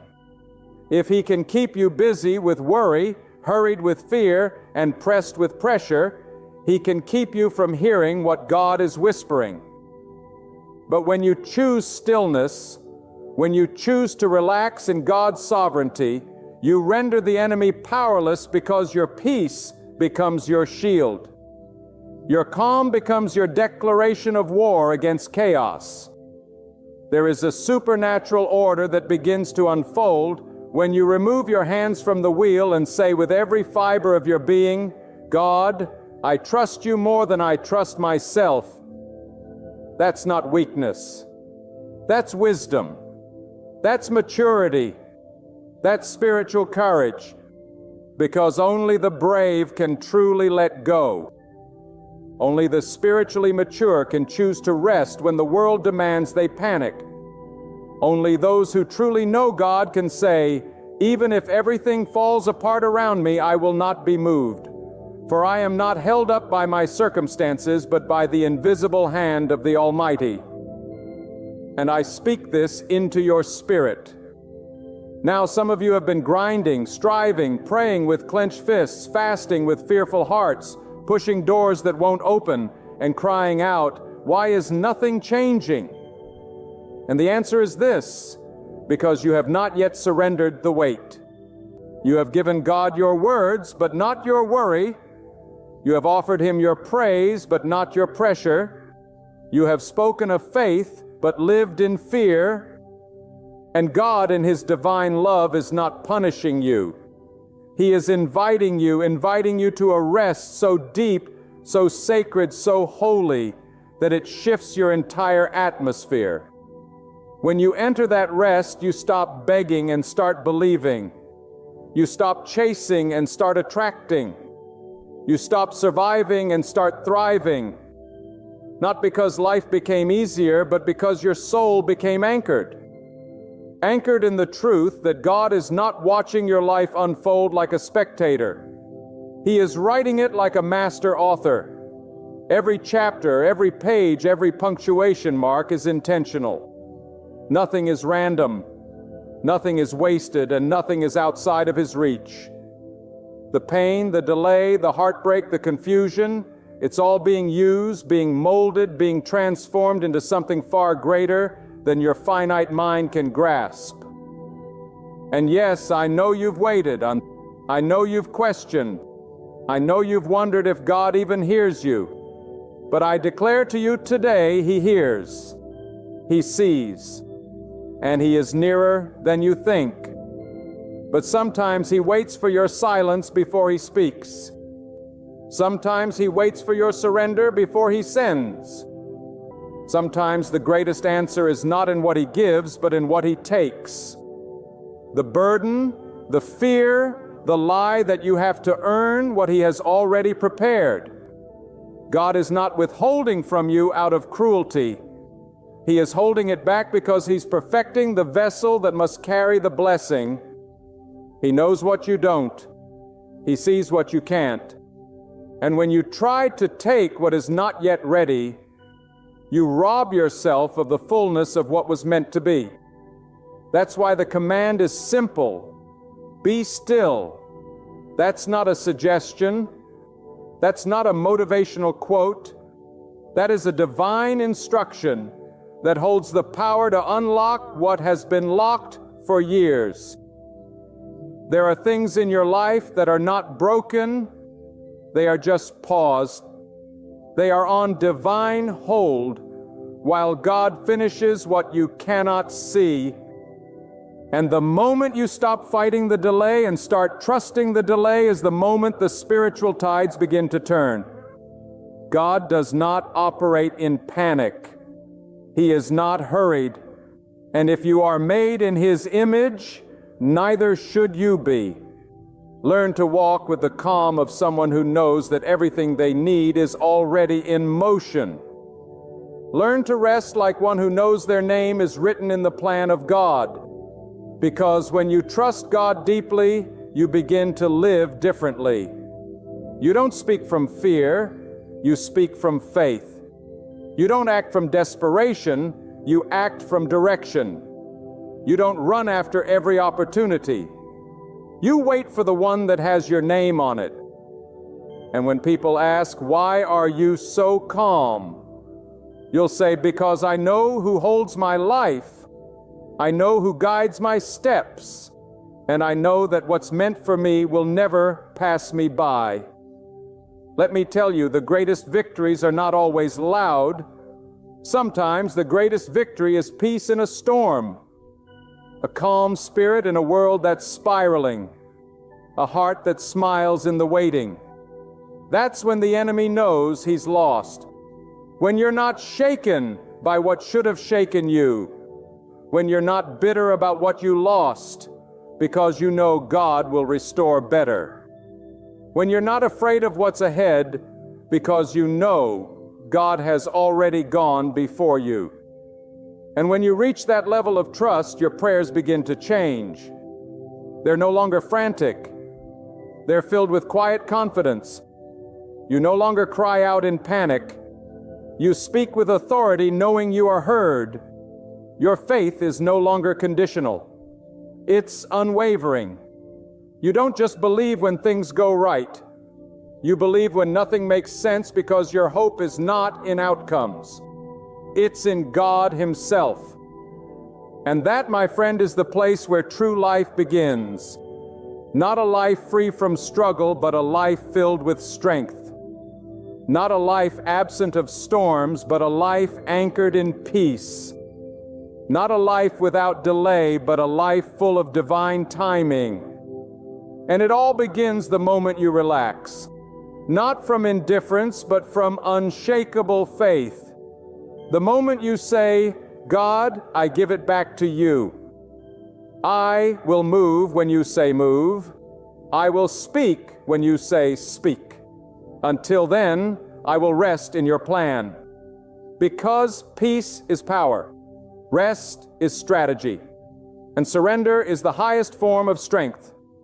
When you master these, when you truly relax into the arms of the Almighty, you won't just receive the things you prayed for, you'll become the person He created you to be. Not a product of panic, but a vessel of peace. Not a captive of fear, but a warrior of trust. And when you walk like that, talk like that, live like that, the world takes notice. Because the light of a relaxed, God-centered soul cannot be ignored. And now let this truth be written on the tablets of your heart. When your spirit truly rests in God, the world no longer has power over you.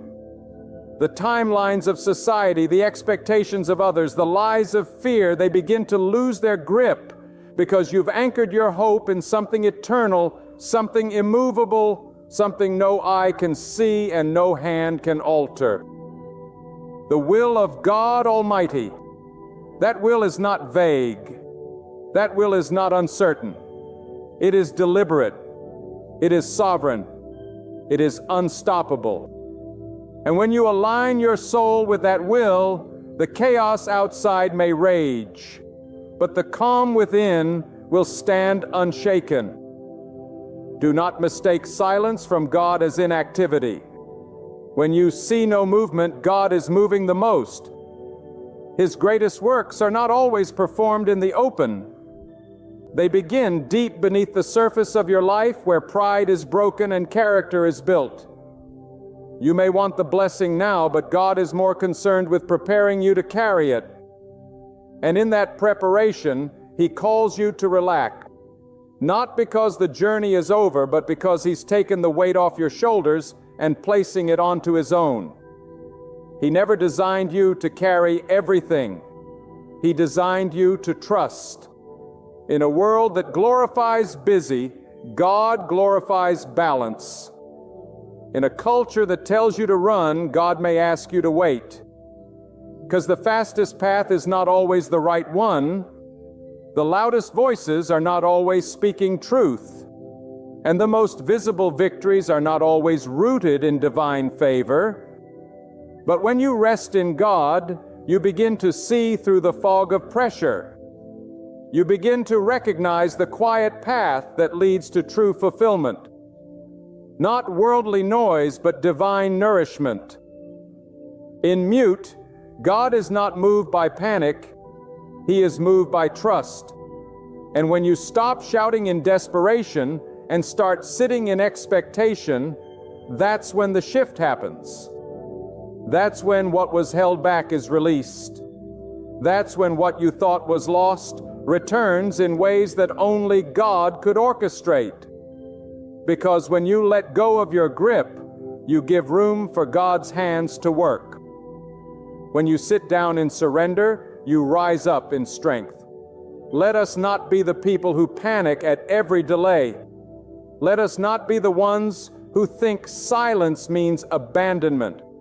God does not forsake the ones who wait on Him. In fact, it is often in the waiting where He reveals the deepest truths.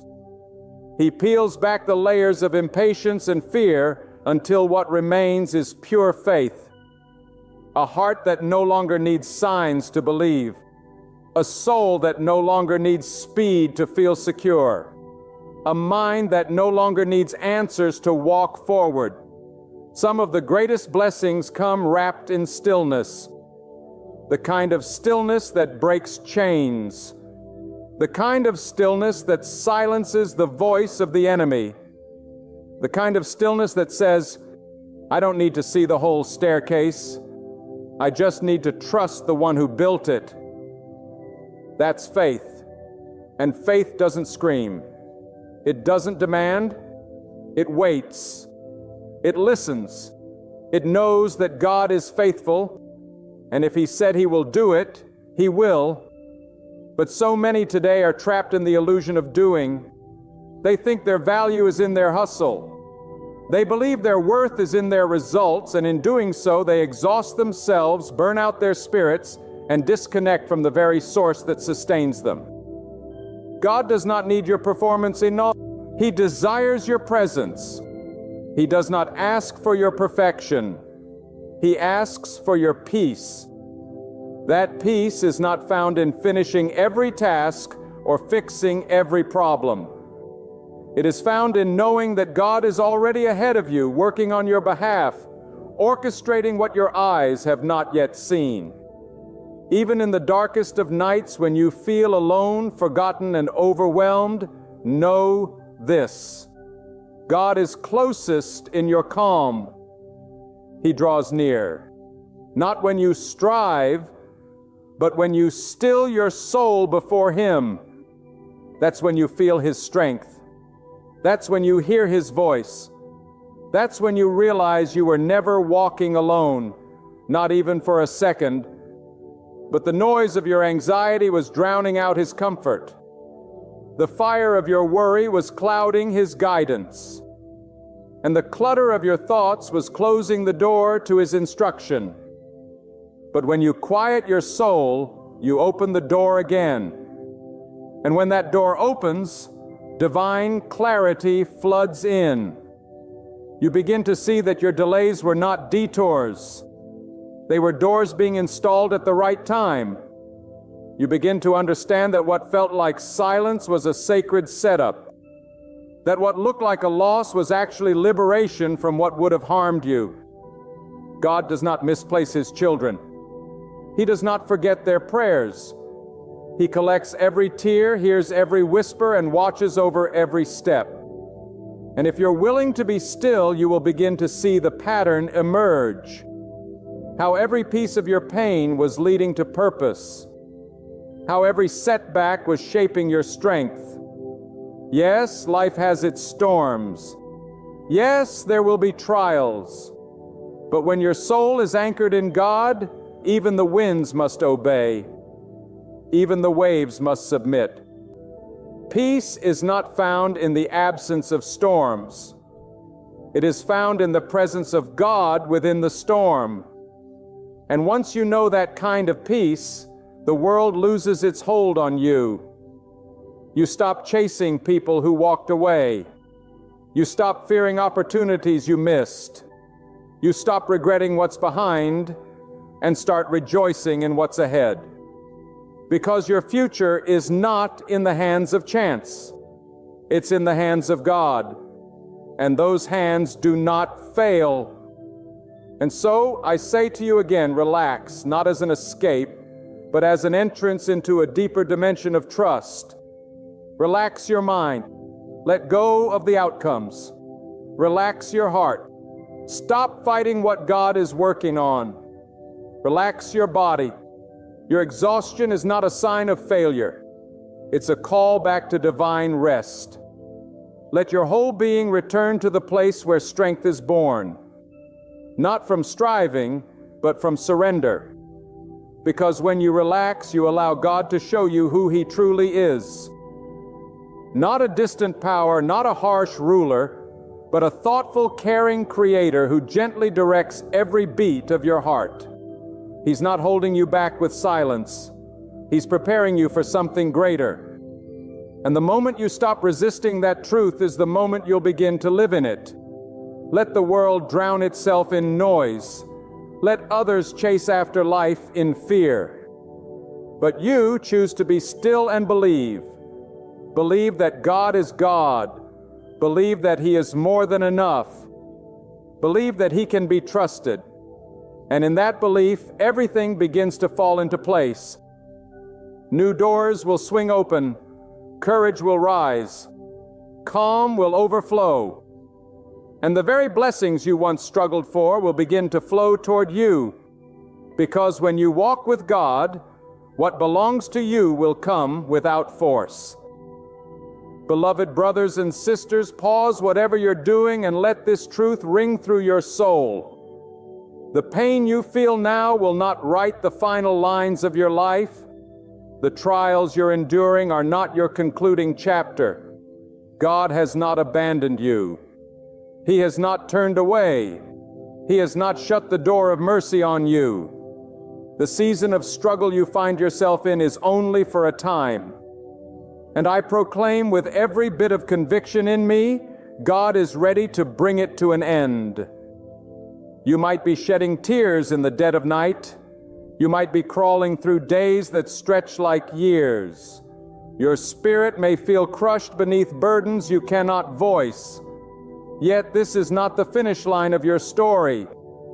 In His perfect wisdom, God has already appointed the hour when this storm will break and light will pierce your path. He is the writer of your story, and He never closes the book on you with sorrow. He closes it with meaning. Let the winds rage. Let the thunder crash. Let the darkness feel unending. But you stand firm because God is still writing.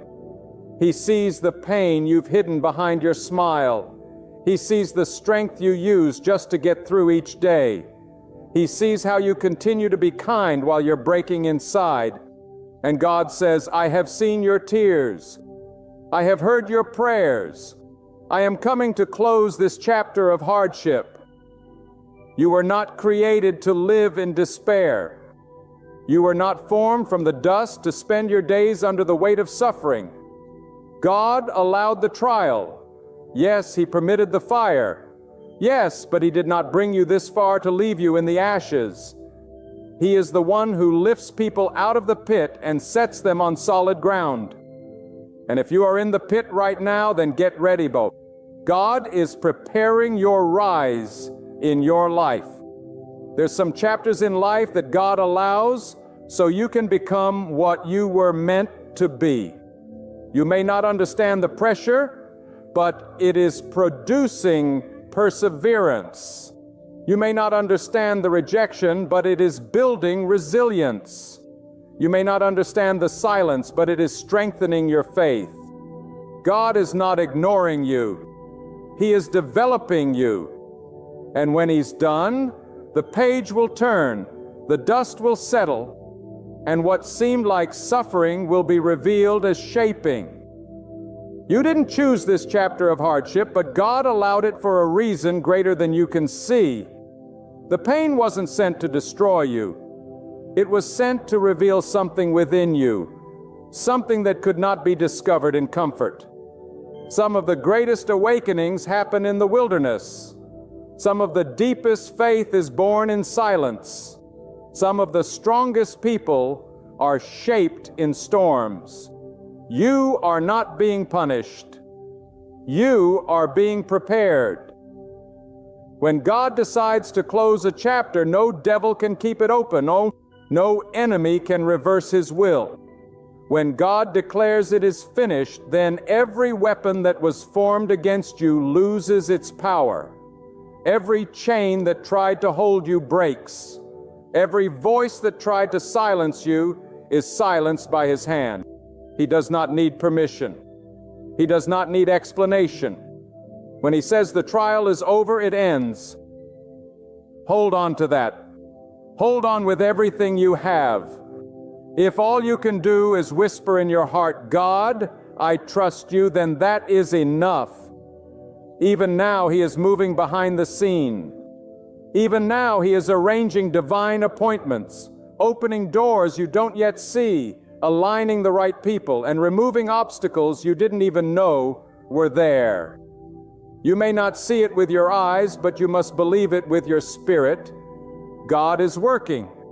You may feel like everything is falling apart, but what if everything is actually falling into place? What if this hardship was the very thing God used to guide you, to humble you, to protect you from something you didn't even know was coming? Sometimes the greatest blessings are disguised as burdens. And when the curtain is pulled back, you will see that the hand of God was always on your life. The tears you cried in private will be answered in public. The valley you walk through will be the same valley God uses to elevate you. He never wastes pain. He never abandons the faithful.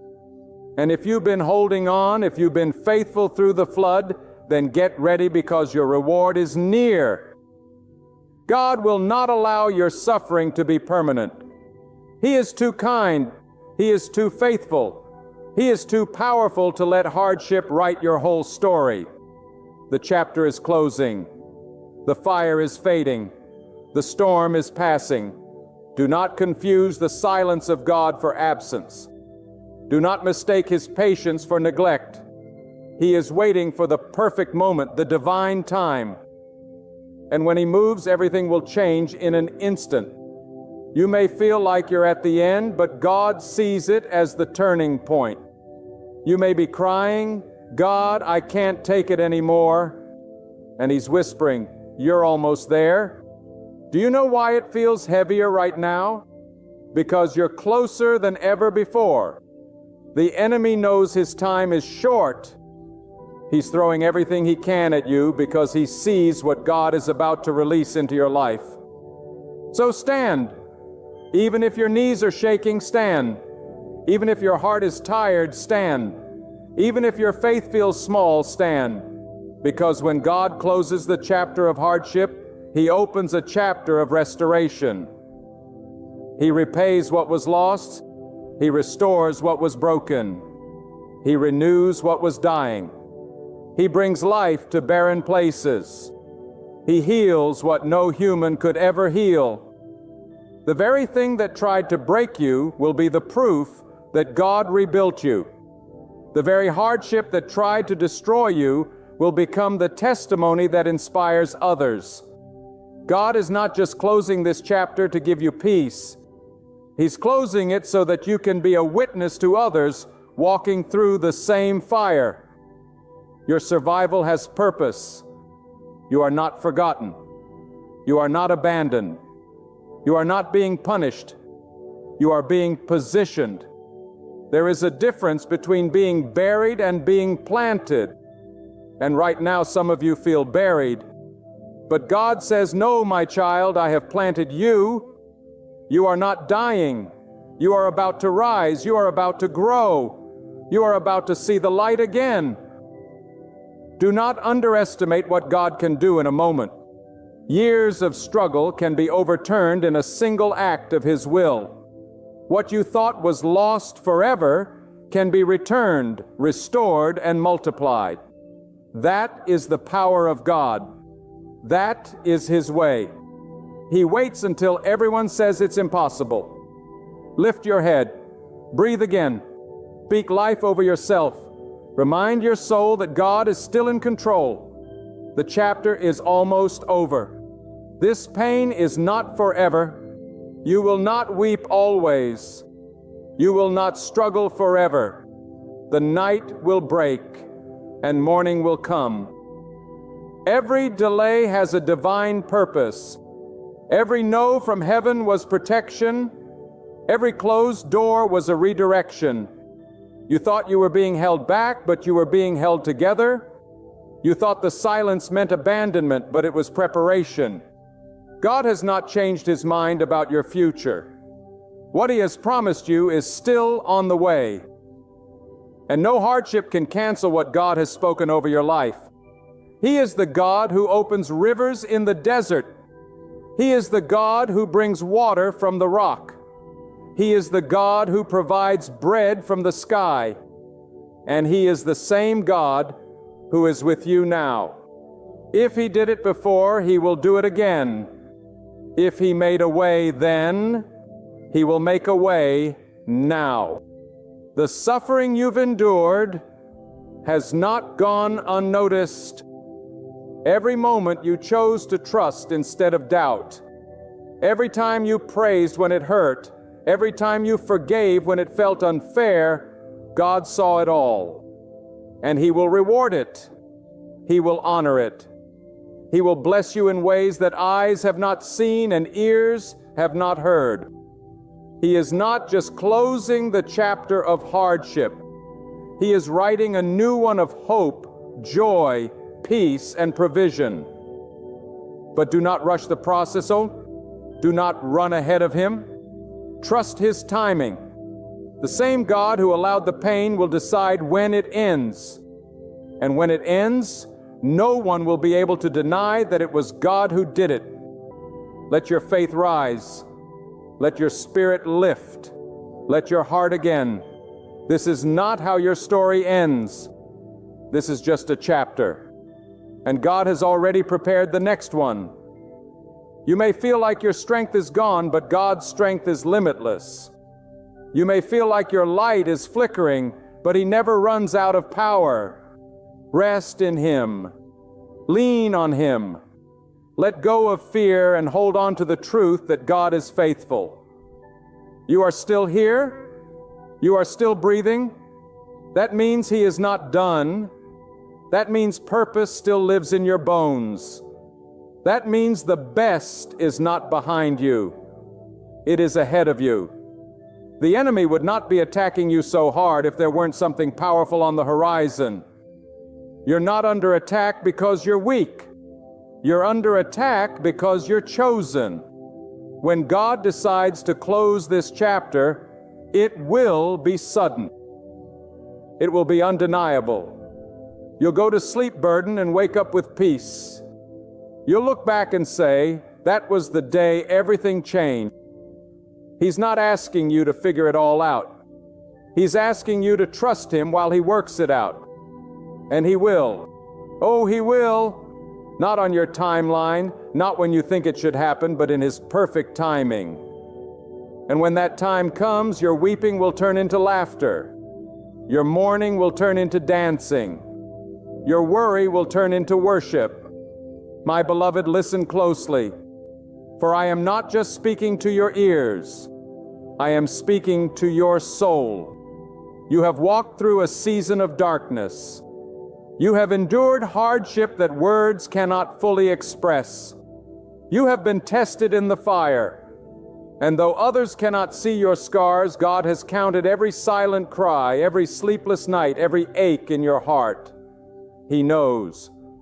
And not only does He know, He is acting. Even now, He is turning the pages of your life, bringing this chapter of sorrow to its end. God is not distant. He is not idle. He is not unmoved by your suffering. While you have been struggling to understand, He has been preparing the shift. While you were wondering why the door wouldn't open, He was building a door that no man could shut. While you were asking how much longer you could survive, He was preparing a breakthrough that would silence every doubt. This is not the end. This is the breaking point of what you've known and the birthing place of what God is about to reveal. Some of you have been walking through affliction, not because you are forgotten, but because you are chosen. There are battles assigned only to those whom God has equipped for deeper purposes. You have not been in this fire because of weakness. You have been in it because God trusted you with the heat. You have not been enduring because you are ordinary. You've been enduring because you were called to carry something extraordinary. God does not put heavy oil on fragile vessels. You are being refined for greatness, not punished by misfortune. Let this sink into your spirit. God never wastes pain. What broke you today will build someone else tomorrow. What crushed you in this season will crown you in the next. You are not going to walk away from this empty-handed. The tears you've sown in faith will return in a harvest of strength, of wisdom, of divine elevation. The very thing the enemy meant to use to break you, God will turn into the weapon of your rising. Now I must tell you something that may shake you. Not every hardship is from the enemy. Some battles are authored by God not to destroy you, but to develop you. He allows some storms not to drown you, but to teach you how to walk on troubled waters. He allows some deserts not to starve you, but to teach you that His provision is not limited by your environment. And when that lesson is complete, when the shaping has done its work, He steps in not a moment too soon and not a second too late, and He closes that chapter. Do not mistake divine delay for denial. What looks like silence is God working behind the veil. There are things in motion you cannot see. Doors being opened in rooms you haven't walked into yet. Hearts being stirred on your behalf. Resources being aligned. The moment God says now, your season of struggle will collapse under the weight of His favor. It will not be gradual. It will be swift. The same way night gives way to day without resistance, hardship will give way to divine peace. If you've been walking through rejection, understand this: rejection is often redirection. Not everything that is taken from you is a loss. Some things must fall away so that the hand of God can be clearly seen. Some relationships must end. Some opportunities must pass you by. Why? Because God is not interested in your comfort. He is interested in your calling. And when the season shifts, you will understand why He said no to things you thought were essential. You are not being reduced. You are being refined. The shaking you've experienced has not come to destroy your foundation, but to expose anything not built on God's strength. He is anchoring you. He is stripping away the distractions. He is preparing you for something far greater than you imagined. But understand this: before God promotes, He prepares. And sometimes preparation feels like punishment.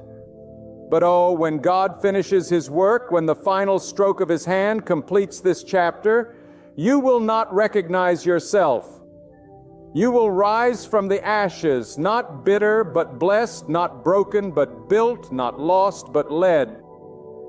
And the very people who questioned your faith, who watched you struggle, who mocked your hope, they will have no choice but to acknowledge that God was with you all along. Now let me speak to the tired one, the one who's barely holding on, the one who's wondering if it's even worth continuing. You have come too far to give up now. Do not let this valley convince you that there is no mountain ahead. God has not brought you this far to leave you in the wilderness. Keep walking. Every step you take in faith is shaking the gates of your next season. And to the one who's angry at God, who feels betrayed by the pain, you're not disqualified. Even in your frustration, He understands. God is not afraid of your emotion. He sees beyond your feelings into your destiny. He knows that what looks like anger is often just confusion. What sounds like doubt is often the cry of a weary heart. He is not offended. He is patient, and He is still moving on your behalf. What you see as delay, God sees as protection. What you thought was rejection, God calls redirection. He has been guarding you from stepping into things that would have drained your spirit. He has been holding you back, not because He's against you, but because He's saving you for something greater.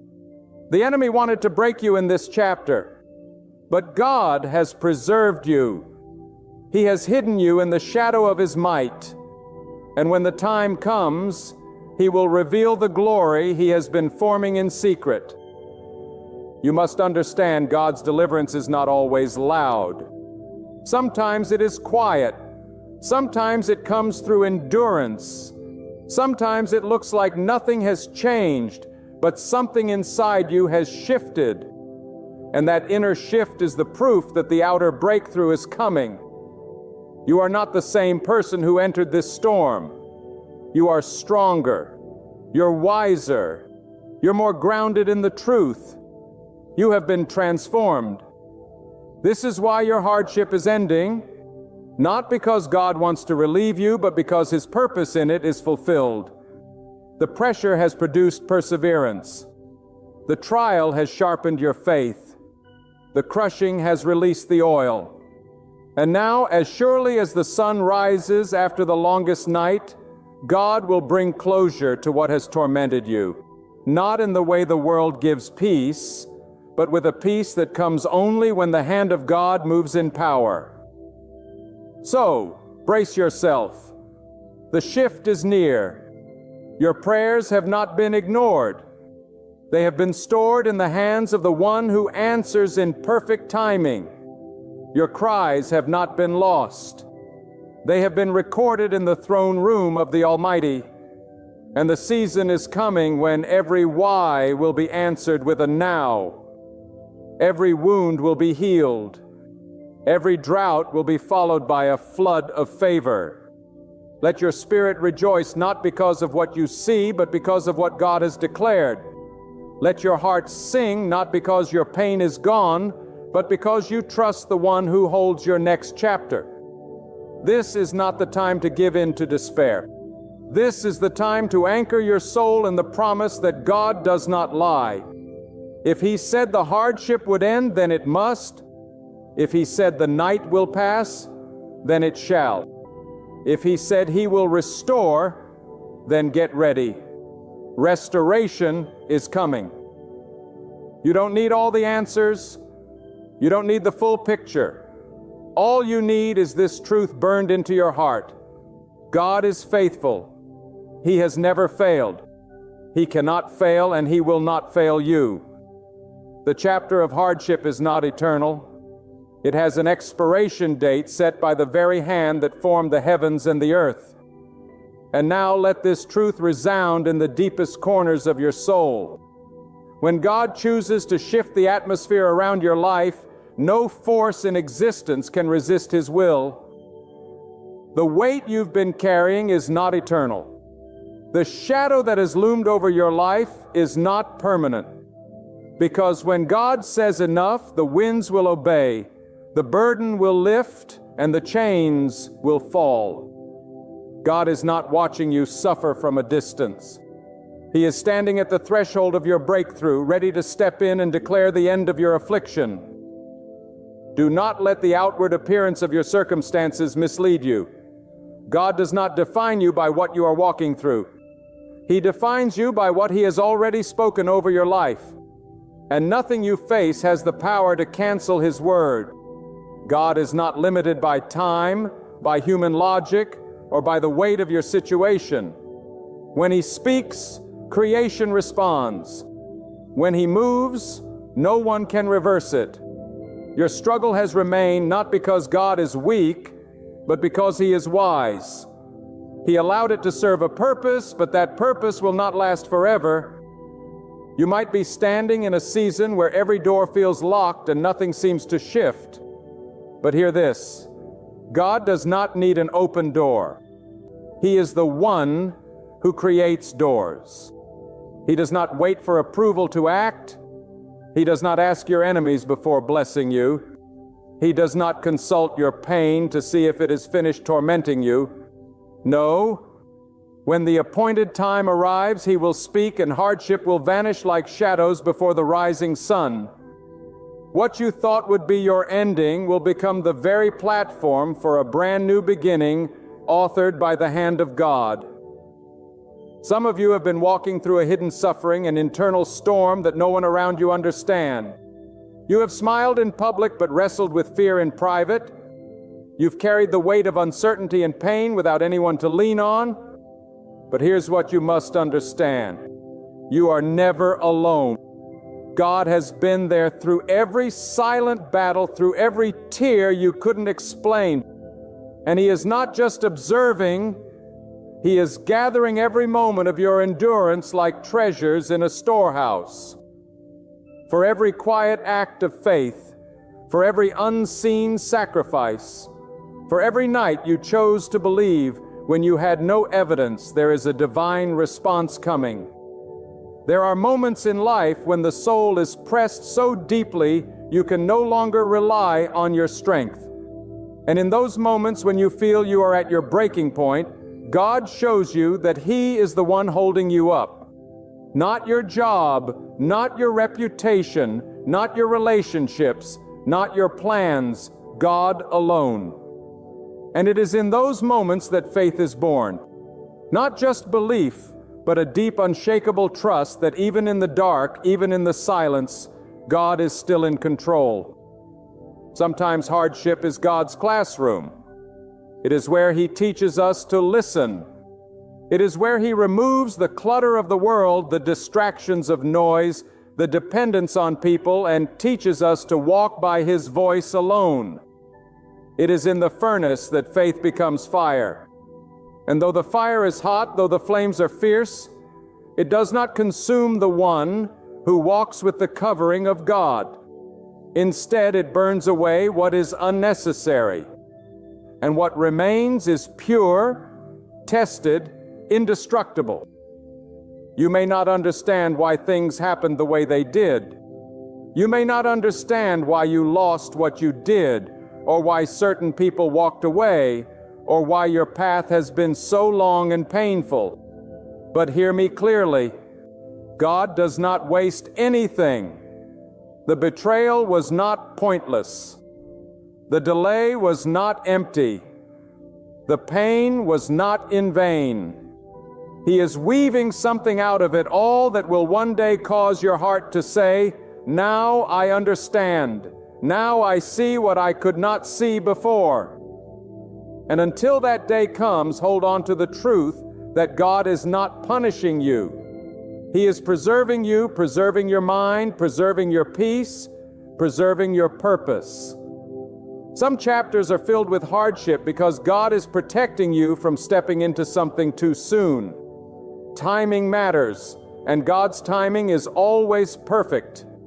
When He closes the chapter, it will not just be an escape from pain, it will be an entrance into destiny.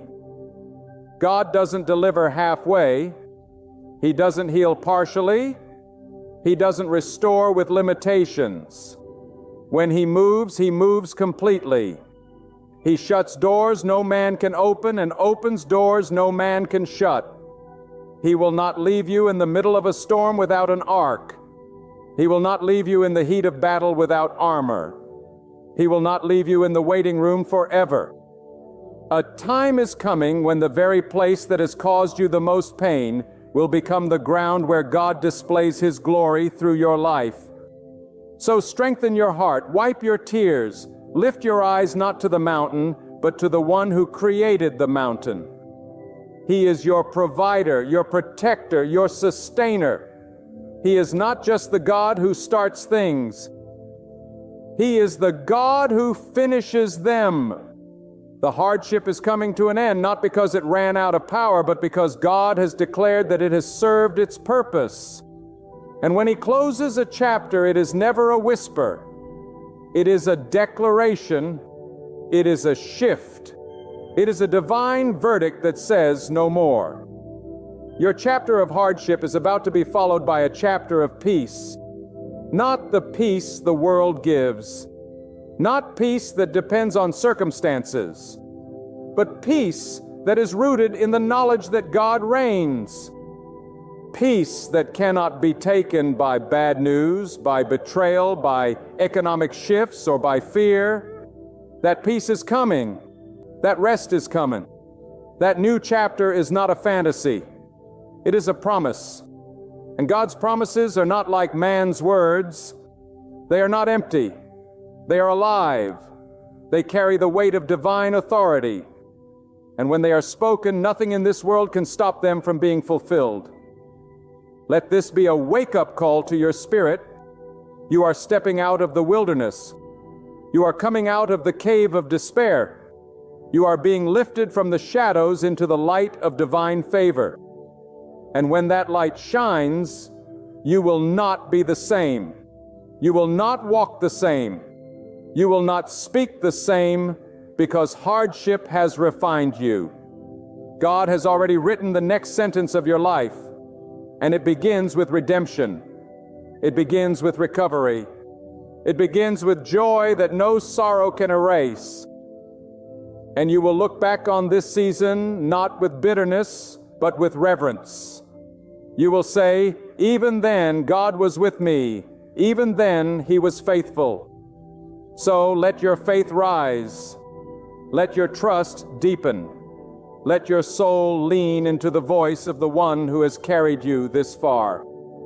Oh, and now let this truth strike the deepest chords of your heart. Every hardship has an appointed end in the eyes of God. It may feel like the pain has become permanent, like the storm is your new identity, like sorrow has become your companion. But that is a lie. It is a lie whispered by fear, sustained by doubt, and fueled by delay. But the truth is this: God has already written the conclusion of your affliction, and it ends with deliverance, not defeat. It ends with restoration, not ruin. God is not pacing the heavens wondering how to help you. He is not searching for a solution. He is the solution. He is the master planner, the knower of all things, the one who makes a way where there is no way. And when He chooses to act, time itself must obey. When He sends His command, no barrier can remain standing. No condition can resist His decree. That's the kind of power guiding your life. That's the force standing behind your next breakthrough. Some of you have become too familiar with struggle. You've worn your suffering like a second skin. You've been in the fire so long that you've forgotten the feel of peace. But let me remind you today, you were not created to live in bondage. You were not meant to wake up every day expecting pain. You were not meant to live with clenched fists, bracing for another blow from life. No, God did not design you for defeat. He designed you for victory. He did not form you to remain stuck in trials. He formed you to walk through them. And on the other side of that storm, there is a promise waiting that hardship cannot steal. Do you not see it? The very trial that tried to define you is the same trial God is using to elevate you. The very darkness that tried to swallow you is the same darkness God will use to reveal the light within you. The chapter of hardship is not your identity. It is a process. And when the process ends, the promise begins. That's why the enemy has been trying so hard to discourage you. He knows what you're about to walk into. He knows that when God closes this chapter, you will emerge with more wisdom, more clarity, more strength, and more favor than ever before. Let your heart wake up to this reality. God is never late. You may feel forgotten, but heaven has not gone silent. You may not hear answers, but that doesn't mean God is absent. Silence is not a sign of inactivity. It is often the sign of divine preparation. When the seed is planted in the soil, it is unseen. But just because you can't see growth doesn't mean growth isn't happening. God has been cultivating something in the dark, something powerful, something sacred. And when it finally breaks the surface, the world will see what He has been doing in secret. There are blessings that only come after struggle. There is understanding that only comes after wrestling. There is peace that only feels like peace after chaos has tried to consume you. This is why God doesn't always remove you from the fire. Sometimes He lets you walk through it so you can come out with a fire of your own. Not a fire that destroys, but a fire that burns away fear. A fire that refines your character. A fire that fuels your purpose. So do not curse the chapter. Do not despise the season. It is coming to a close. But before it ends, make sure you receive what God wanted to plant in you through it. Let the pain deepen your patience. Let the silence sharpen your discernment. Let the delay increase your dependency on the one who controls time itself. Because when this chapter ends, and it will end, you will need everything it taught you. And then comes the shift. The shift so divine that no one will be able to take credit for it but God. A shift so powerful that even your enemies will be forced to acknowledge that something beyond human strength carried you out of that pit. A shift that will remind you that your prayers were never in vain. Your tears were never wasted. Your waiting was never ignored. The one who heard you in the night will answer you in the daylight. And all will know this was the hand of God. You will not have to fight for recognition. You will not have to chase validation. When God closes a chapter, He doesn't just end the struggle. He honors the survivor. And He will cause those who once overlooked you to see you through new eyes, not because you demanded attention, but because God Himself elevated you. And when God elevates, no man can demote. So what should you do now while you wait for this chapter to close? Stand firm. Do not compromise your character just to escape the discomfort. Do not lower your standards to seek temporary relief. Stay grounded. Stay faithful. Keep walking in the truth. Keep trusting the process. Because the time of testing is also the time of proving. And when it is over, when the trial has run its course, you will emerge with a testimony that no storm can erase. God has already seen your future. He knows what's coming. He knows how it ends. And He's not worried. That's why you don't need to be either. You don't need all the details. You just need the faith to believe that the same hand that allowed this chapter is the hand that will end it.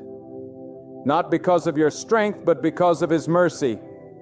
Not because you earned it, but because He is full of wisdom and compassion.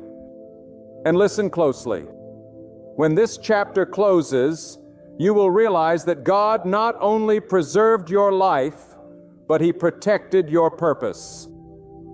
There are doors you wanted to walk through that God kept shut. There are people you wanted to keep in your life that God removed. So there are opportunities you begged for that never came. And one day you will look back and say, "Thank you, God, for not giving me what I wanted, but giving me what I needed." Because what you needed was not always comfort. It was preparation for the call that's coming next. There is glory on the other side of this grief. There is reward on the other side of this wrestling. There is peace on the other side of this pressure. You are not walking through this fire to be consumed by it. You are walking through it so that when others see you on the other side, they will know you have been touched not by fortune, not by luck, but by the living power of God. He is the one who sustains. He is the one who sees the end from the beginning. He is the one who does not need the approval of man to move on your behalf. And when He moves, the mountains tremble. When He speaks, creation bows. When He decides the struggle is over, it is over. Do not measure the power of God by the pressure of your pain. Do not weigh the promise by the heaviness of the trial. You see only what's in front of you, but God sees the full picture. Every chapter, every turn, every silent cry you whispered into the darkness. You've been waiting and wondering, when will this end? But God has not been still. He has been moving the unseen, shifting the invisible, preparing your path while you were still in the middle of the storm. The silence you mistook for absence was actually the stillness before the miracle. Every hardship you've endured has been under God's watchful eye. Nothing slipped past His wisdom. Not one moment of suffering escaped His attention. And when He allows something to come into your life, it's because He already has the power to use it for your good. You are not defined by the attack. You are defined by the outcome. God has already declared. He's not writing your story as it happens. He has already written it. And victory is not at the end of the story. It's woven through every page by His hand. Some of you have felt buried, like life has pushed you so deep into the ground that you can barely breathe. But hear this, you are not buried. You are planted. And when a seed is planted, it goes through pressure, darkness, silence, and isolation. But deep in the soil where no one sees, transformation begins. Roots grow. Strength forms. And when the time is right, that seed doesn't just rise, it breaks through the ground with power. That is what God is doing in you. He is not breaking you, He is building you. And when your time comes, nothing will be able to hold you down. You may be surrounded by chaos. You may be standing in the ruins of what once was. But let me tell you, God brings beauty from ashes. He does not leave His people in ruin. He does not abandon what He started. And if everything around you has crumbled, then that only means He's about to build something new, something stronger, something no storm can ever destroy again. God does not restore you to what you were. He elevates you beyond what you imagine. You may have walked through loss, but what is coming will be greater than what was taken. Stop looking at your life through the lens of defeat. Start seeing yourself through the eyes of the one who made you. God doesn't see brokenness. He sees potential. He doesn't see what you lost. He sees what He's about to give. He doesn't see a failure. He sees a vessel ready for His power. And when you finally understand that your hardship was not a punishment but a platform, your spirit will begin to praise Him even before the breakthrough arrived. He began to thank Him even before the breakthrough arrived. There is no power greater than the will of God, no timing more accurate than His divine plan. When God says your season of hardship is over, nothing can stop what comes next. But before He releases the blessing, He builds the foundation. That's why He allowed you to be tested, not to harm you, but to strengthen your roots. So when the winds come again, and they will, you will not be moved. You will stand firm. Because what God builds, He builds to last. Let your soul rise in faith today. Refuse to settle into sorrow. Refuse to identify with struggle. You are not weak. You are not forgotten. You are not cast aside. You are the evidence that God still moves in the earth. You are the testimony that survival is not only possible, it is powerful. You have been through what should have crushed you. And yet, here you are breathing, hoping, believing. That is not by accident. That is the mark of God's mercy on your life. There will come a time sooner than you think when you will look back and barely recognize the person who endured so much. You will look back not with regret, but with reverence, not with shame, but with strength. You'll say, I didn't know it then, but God was with me every step. He covered me when I couldn't cover myself. He guided me when I was walking blind. He held me when I had no one else. And that will become the core of your gratitude. And listen carefully now. God is not asking you to be perfect in this chapter. He is asking you to be faithful. Stay anchored. Stay open. Stay committed to doing what is right even when it's hard. Because it's your faithfulness in the fire that activates the next season. Anyone can praise when the sun is shining, but those who lift their hands in the rain, those are the ones God lifts higher when the storm clears. You don't need to prove your strength. Just keep proving your trust. The deliverance that's coming is not random. It's strategic.